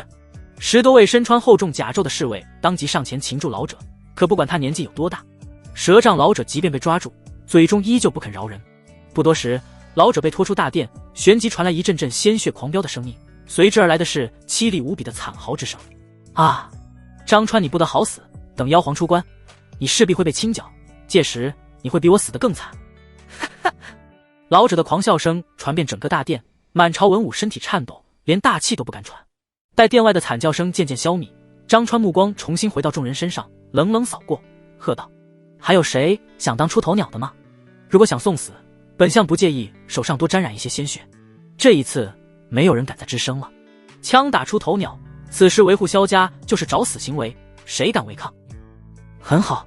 张川脸色渐渐缓和，吩咐道：萧家之人串通外界之人，危害妖族，今日起全力追杀萧家余孽，能抓到萧姓者赏1万灵石。闻听此言，众人皆是倒吸一口冷气。好家伙，刚造反就清洗萧家之人，看来这一次张川是想将事情做绝啊！满朝文武领命退去，虽然无奈，却也只能按照张川的命令执行。一场血腥的大清洗就此开始，妖族延续了上千年的稳定局面开始瓦解。不多时，大殿中只剩下了张川一人。妖皇陛下，臣来找您了。张川深吸一口气，眼眸渐渐眯起，嘴角勾起一个冰冷的弧度，转身走向皇椅。数息后，机关声响起，一道狭窄仅限一人通过的甬道出现在眼前。早在1年前，张川花费大量心血便找到了这个闭关甬道。今日，妖皇陛下，今日您该去死了。张川一挥袖袍，大踏步向甬道内行去。随着不断深入甬道，张川周身的气息疯狂暴涨，体内的玄力不断流转，恐怖的杀机溢散而出，整个人的精气神已经提升到了极致。他要在见到妖皇的第一瞬便出手，争取一击必杀。可当张川来到甬道尽头时，整个人却是愣在了原地。整个甬道内空无一人，别说妖皇的身影了，连根毛都没见到。萧家还真是底蕴深厚啊！张川双拳渐渐攥紧，眉头深深皱起，嘴间溢出的言语字字含恨。不管你是从哪儿得来的消息，也不管你逃到哪里去，我终究会找到你的。城外迷雾茂林之中，唰，凛冽的剑气不断肆虐，森寒剑光在视野受限的迷雾中疯狂涌现。看到这一幕，被锁在牢笼中的大护法当即朝萧灵儿轻声道：要出手干掉前面那个人吗？萧灵儿没有回应，而是偏眸看向了白剑轩。看到这一幕，大护法感到愕然，堂堂圣女竟然听一个人类的话，此子不简单呐，说不定大有来头。一时间，白剑轩在石护法心中的地位上升了许多。白剑轩有些犹豫，石护法实力强大，拿下慕容心意肯定是手拿把掐，可问题是是否会有变故发生。慕容心意身上的气运依旧恐怖至极，谁能保证他身边没有数位剑士护卫？若是真将慕容心意顺利拿下了，倒是万事大吉，可一旦惊动了万剑圣域的人，那此次的行动计划便算是彻底泡汤了。经过一番思索后，白剑轩还是摇了摇头，不必理会，咱们直接过去就行，此人留着后面再杀。接着白剑轩便带着马车行到了慕容心意面前，拜见少主。白剑轩和萧灵儿齐齐拜下。见状，慕容心意缓缓收剑，看向来人，旋即在马车周围巡视了一圈，确认没有任何异常后，拍了拍白剑轩的肩膀：你做得很好，将这些人带下去吧。以慕容心意的实力，与石护法相比犹如浮游剑青天，自然是不可能看出任何异常，别说是他，就是那几位剑士也未必能看破此时石护法的伪装。遵命。白剑轩笑呵呵地重新牵起缰绳，将马车带入了地下密室之中，沿着脑海中熟悉的路继续向前走。白剑轩朝身后轻声嘱咐道：诸位，待会儿你们会受一些苦，但不要慌张，也不要反抗，等我们命令行事。放心，我们心里有数。大护法微微点头，旋即陷入沉寂。来到阵眼所在，其他黑衣人顿时涌上来，将锁在牢笼中的人一个个压到了十字架上，旋即用锁链牢牢捆住。大护法刚开始还没有察觉到什么不对，可当阵眼开始蚕食吞噬他的生命力时，不由得心中一惊，竟有如此歹毒的阵法。大护法表面不动声色，眼眸中却是杀意暴涨，以妖族子民的鲜血为阵，不可饶恕。如今只要等白剑轩一声令下，大护法便会出手屠戮掉整个地下密室的人。一场血腥杀戮即将展开。湛蓝天空中风云卷动，厚重的云层在天穹之下不断翻涌，微风拂过，茂林之中的草木闻风而动，就连那积攒多年的阴雾都被吹散了许多。剑轩哥哥，我们真的不用待在地下密室中吗？万一石护法出了什么事怎么办？空地中两道身影进行走着，萧灵儿一脸担忧地向白剑轩问道。将石护法送入地下密室中后，白剑轩便带着萧灵儿出来了。毕竟两人身份特殊，一直待在地下，恐有被识破的风险，而且还全然了解不到地面妖皇城的情况。再三思索后，白剑轩还是选择离开。没关系，石护法的修为够强，就算真有什么异变，他们也能处理，我们只需静观其变即可。况且以我们的实力，就算待在那里也帮不上太大的忙。白剑轩有些无奈地回应道。说到底，白剑轩和萧灵儿也不过是真玄境而已，这点修为在万剑圣域和妖族逆乱面前还是有些不够看了。我相信剑轩哥哥都听你的。萧灵儿莞尔一笑，眼眸中满是信任。两人行出不到3里路，前方突然走出一道身影，那是个背部佝偻、身穿破烂粗衣的老者。此时老者正站在不远处，目光灼灼地注视着白剑轩和萧灵儿。萧灵儿根本没有注意到老者，可当其看清那老者的面容时，不由得一愣。父皇！萧灵儿满脸震惊，这个看上去像乞丐的不正是父皇吗？父皇此时不应该还在城中闭关吗？怎么会来到这里？而且为何还要将自己伪装成这样？是陛下。白剑轩也是感到吃惊，没想到还能在这儿遇到妖皇。丫头，事情办得怎么样了？妖皇缓缓走近，对着二人笑了笑，旋即问道。萧灵儿上前轻易地挽住了妖皇的手臂，笑呵呵道：父皇放心，石护法都已经送到地下中了，接下来只要城中情况有变，我们会让护法们立刻出手。妖皇点点头，接着陷入长久的沉默，许久才道：城中的谋反已经开始了，张川在朝堂上公然造反，他说我们串通万剑圣域，危害妖族，现如今整个妖皇城中都是追杀我们萧家的追兵。闻听此言，白剑轩心中一惊，这位独角宰相未免也太心急了些，造反速度竟然如此雷厉风行。萧灵儿则是俏脸涨红，大怒道：张川这个乱臣贼子，竟然还倒打一耙，父皇您一定不要放过他。妖皇点点头，语气十分平静：不急，该杀张川的时候朕自然会出手，但眼下我们还要去做另外一件事。什么事？萧灵儿面露疑惑之色。别问缘由，丫头你先向西走，朕有事和白小友谈谈。白剑轩微微皱眉，堂堂妖皇有什么事情是能和自己一个小角色谈论的？萧灵儿张了张嘴，本还想说些什么，但看到妖皇那认真的目光时，还是硬生生将话憋了回去。他回望了白剑轩一眼，旋即一言不发地向西边走去。待萧灵儿行出一段足够远的距离，确保他听不到这般的声音后，妖皇看向白剑轩的眼神彻底变了，目光森寒，暗含杀机。说吧，你接近灵儿有何目的？白剑轩本还想打个招呼，一听这话，心中顿感不妙，踌躇再三，拱手道：陛下，小民从来没有故意接近过灵儿，更无不纯的目的，还请明鉴。呵呵，妖皇冷哼一声，一双金芒闪烁的妖狐之眼中威压滔天。白剑轩，你乃金凤神国的神子，朕对你们之间的事情并非一无所知。那日灵儿被人追杀，你半路突然杀出就走了他，按理说朕该感激你，但是你却在救下灵儿之后，暗中用手段俘获了灵儿的心。你骗得了她这个小姑娘，却骗不了朕。话音落下，一股磅礴的恐怖气息自妖皇周身弥散而出，恐怖的威压直逼白剑轩面门。砰！如同海潮般汹涌的旋力狠狠冲撞在白剑轩双肩之上，逼得他整个人就要当场下跪。白剑轩双眸一凝，体内玄力调动到极致，使出浑身解数，硬是扛住了妖皇的威压。哦，倒还是不错。妖皇冷笑一声，更为沉重如山岳般的威压再度袭来。白剑轩顿感压力倍增，死死咬着牙关，额头上冒出细密冷汗，整个身子都在剧烈颤抖，似乎下一秒就将被妖皇恐怖的气息碾成碎末。朕再问你一次，你接近灵儿到底有何目的？妖皇再问，且这一次语气加重了很多。你以为朕看不出你是混沌吞天体吗？如此危险的体质，接近妖族圣女，无非是为了吞噬妖族中的某样东西。朕不能放过你，否则有朝一日你必将吞噬掉灵儿体内的血脉之力。白剑轩心中大惊，没想到妖皇连这一点都能看出来，不愧是妖族之皇，当真是深不可测啊。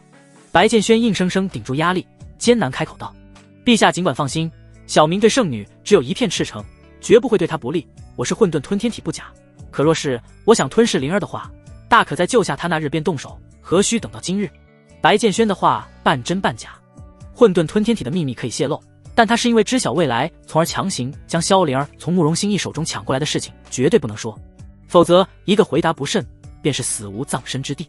白剑轩心中很清楚，这一切都不过是妖皇对自己的考验而已。妖皇要是真想杀自己，何必费这么多口舌，一掌灭杀了便是。很好，即便你说的有头有尾，那朕要你立下血誓，今生今世永不伤害灵儿，并且不能背叛我萧家。妖皇声音拔高了几分。他在观察白剑轩的神色，一旦后者脸上有任何的犹豫，妖皇都会毫不留情地将其灭杀。白剑轩死了，萧灵儿不过是伤心一段时间罢了。可若是让他成长起来，未来将灵儿视为手中万物，那妖皇这辈子都死不瞑目。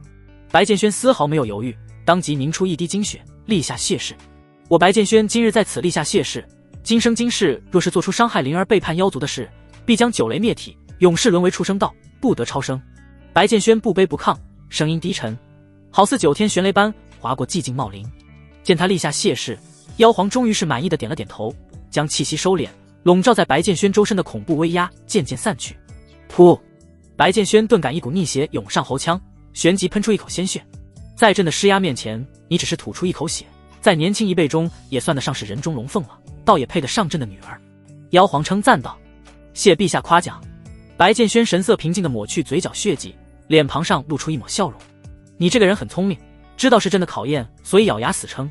但血誓已立，你若敢违背，必遭天道反扑。不管你是否真心，朕都不会再为难你了。”妖皇顿了顿，神色逐渐怪异起来：“只是朕不明白，你是从哪里得到了碧昂传承？”白剑轩一个金凤神国的神子，体内却流淌着碧昂国的传承之力，这显然极为不可理。白剑轩沉吟片刻，侥幸夺得，只是小民有一事不明，妖皇是从何得知我是混沌吞天体的？妖皇斜睨了他一眼，淡淡道：“你可知常人只能接受一种传承之力？”白剑轩一愣，这种说法他还真没有听过。妖皇继续说道：“这世间能容纳两种吞噬之力的人，唯有混沌吞天体可以做到。朕年岁高，却也不是白活的，知道一些你们这些年轻人不知道的见闻也正常。”白剑轩暗暗记下，心想以后还是要尽量只在外人面前展露一种传承之力，否则必遭人忌惮。两人开始向西边行走，边走边聊：“陛下，我们为何要去西边？可是有什么事情要做吗？”白剑轩疑惑道：“妖族大乱，朕自然是要做一些准备。”妖皇眼眸中浮现出一抹追忆之色。想当初我太祖妖狐开创妖族皇朝，征战天下时，曾留下一把妖族圣剑，圣剑之内蕴含我妖族的皇室传承之力。这柄剑威力太大，放在朝中恐有人觊觎，于是太祖便将其尘封了起来。如今妖族到了危急关头，朕准备将其取出来，一举诛杀反贼。提及妖族圣剑，白剑轩眼底明显流露出一抹惊愕与向往之色，而这些细微的表情全被妖皇尽收眼底，但后者没有任何反应，继续诉说：“而此剑现如今就被封存在极西的藏剑谷中，朕之所以带上你们两个，就是为了让灵儿得到这柄剑，顺便将传承之力吸收掉。”原来如此，白剑轩顿时了然。两人行了约有半刻钟，终于是追上了萧灵儿。“父皇，剑轩哥哥，你们两个刚才在聊什么？”萧灵儿撅着嘴，面露不悦之色，似乎是在埋怨父皇竟然不让自己旁听。有什么话是连自己的亲女儿都不能听见的？闲聊一番罢了。妖皇面容平静，指着西边道：“你们两个继续向那边走吧，走到尽头便会见到一座隐于结界中的山谷。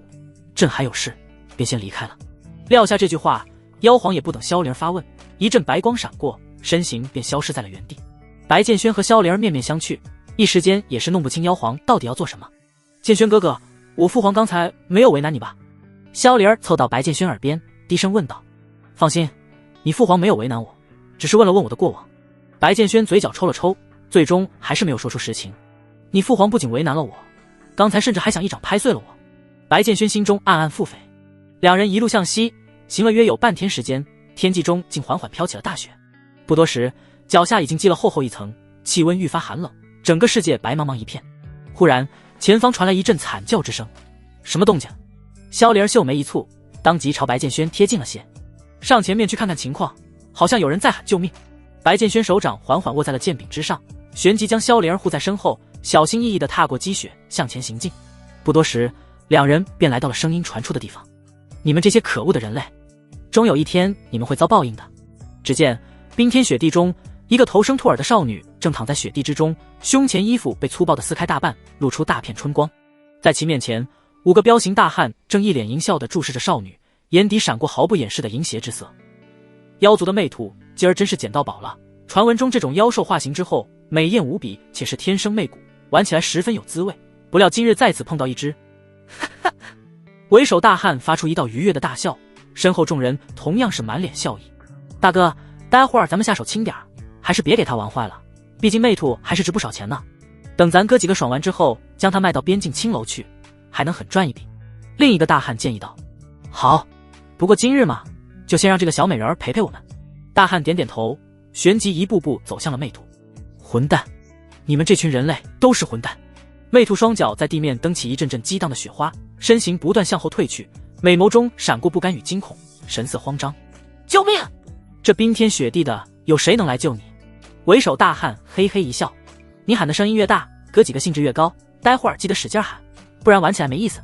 不远处，萧莲儿看到这一幕，双眸中盈满滔天怒火。该死的人类！魅兔一族在妖兽之中本就数量不多，近些年来更是因为人类大肆抓捕，变得愈发稀少了。难道就因为她们长得漂亮，就活该被这些恶心的人类糟践吗？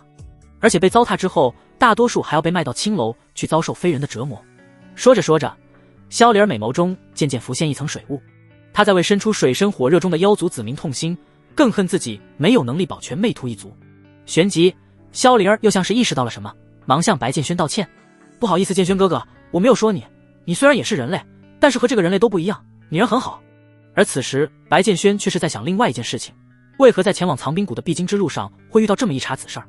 若是在平时，白剑轩可能只是觉得在行进路上遇到了一件不平事而已，但在去藏冰谷的路上遇到这情况，这就值得好好琢磨一番了。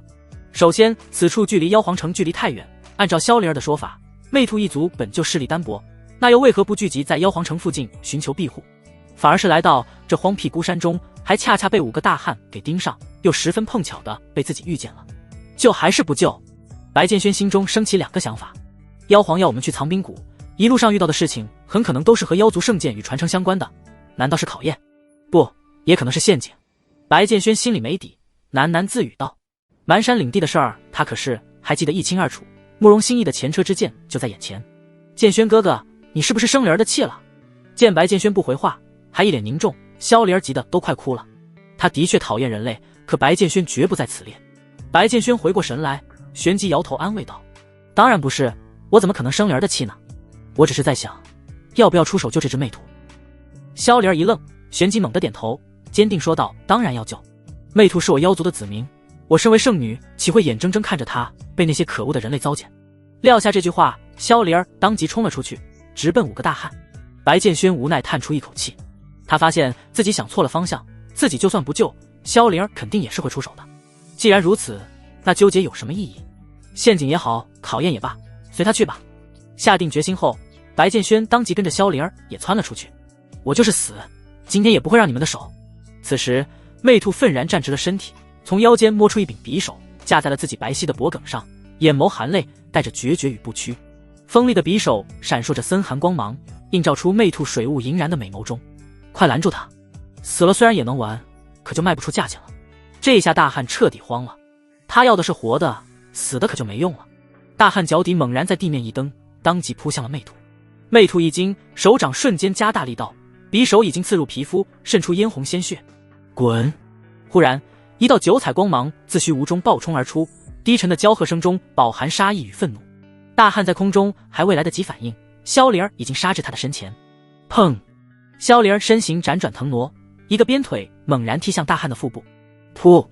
这一脚的力道相当之重，大汉眼珠死死突出，只觉得腹部传来剧痛，紧接着逆血上冲，在空中喷出一道狰狞血迹。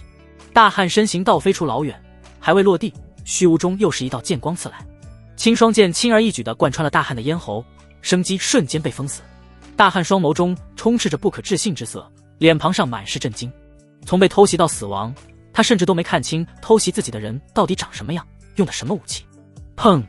尸体重重落地，激起半人高的积雪。趁白剑轩出手的空档，萧莲儿已经抢先一步来到魅兔面前，一举夺下了匕首。老大！大汉被杀，其余4人瞬间大惊失色。跑！赶紧跑！这2个人的修为都很高，我们绝不是他们的对手。4人二话不说，掉头就跑，连老大的尸体都不敢多看一眼。为了成功逃走，4人还特地从4个不同的方向奔逃。只可惜白剑轩根本不会给他们逃跑的机会。想跑！白剑轩身形如电，手中青霜剑在空中划出3道摇曳剑影，刷刷刷，锋锐的剑光接连闪烁，紧接着扬起的是3道血花。这不可能！3人喉间出现一道血线，他们死死捂住自己的脖子，试图堵住不断溢出的鲜血。然而下一秒，头身分离，三人彻底死去。白剑轩双脚在地面一踏，持剑追向最后一人。别杀我，我不跑了。那人自知逃跑没戏，索性便转身停在原地，对着白剑轩扑通一声就跪了下去，在厚重的血层上不断磕头求饶。大侠，你饶了我吧，我也是迫于无奈才会在这地界当游贼，一辈子也没害过几个人啊。大侠，您肯定是来英雄救美的，人您带走，我即刻离开，而且我连那只魅兔一根手指头都没碰，之所以围住他都是老大的主意，不干我的事啊。大汉额头已经磕出了血迹，可即便头破血流，他也不敢停歇，求饶之声不断，甚至都快哭出来了。白剑轩也是无语了，有贼心没贼胆，一个大男人还哭鼻子，当真是软骨头。你这种人也配活着？白剑轩懒得废话，一掌拍向对方天灵。啪！一阵阵头骨碎裂的声音传出，大汉应声倒地。解决完敌人，白剑轩收剑回到了萧灵儿身边。谢谢你们救了我，你们真是我的大恩人。劫后余生的魅兔对两人感激不已，一对可爱的兔子耳朵都竖了起来。你们魅兔一般会群居寻求庇护，为何一人出来？族中长老前辈呢？萧灵儿皱眉问道。闻听此言，魅兔脸上的兴奋之色渐渐褪去，眼眸中转而附上一抹忧伤。1个月前，我族遭到大举人类进攻，虽然大家都活了下来，但大乱之下，我和族群走散了，阴差阳错的来到了这里，然后被这伙歹人盯上了。魅兔极具诱惑力的美眸轻轻眨动，眼眸中满是泪水，看上去我见犹怜，当真是美人模样。饶是白剑轩也不禁看得呆了呆。好家伙，不愧是魅兔，天生自带魅惑属性。这一番连招下来，没有男人会不对其升起保护欲。闻言，萧灵儿轻叹一声，递给魅兔一些疗伤丹，旋即拍了拍他的肩膀。你好好疗伤吧，日后小心点，若是无处可去，便去妖皇城寻求庇护。虽说现在的妖皇城也处于动荡之中，但总比待在野外强。魅兔感激地接过丹药，兔耳微垂了下去，压低了声音，小心翼翼地问道：姐姐，我可不可以与你们同行啊？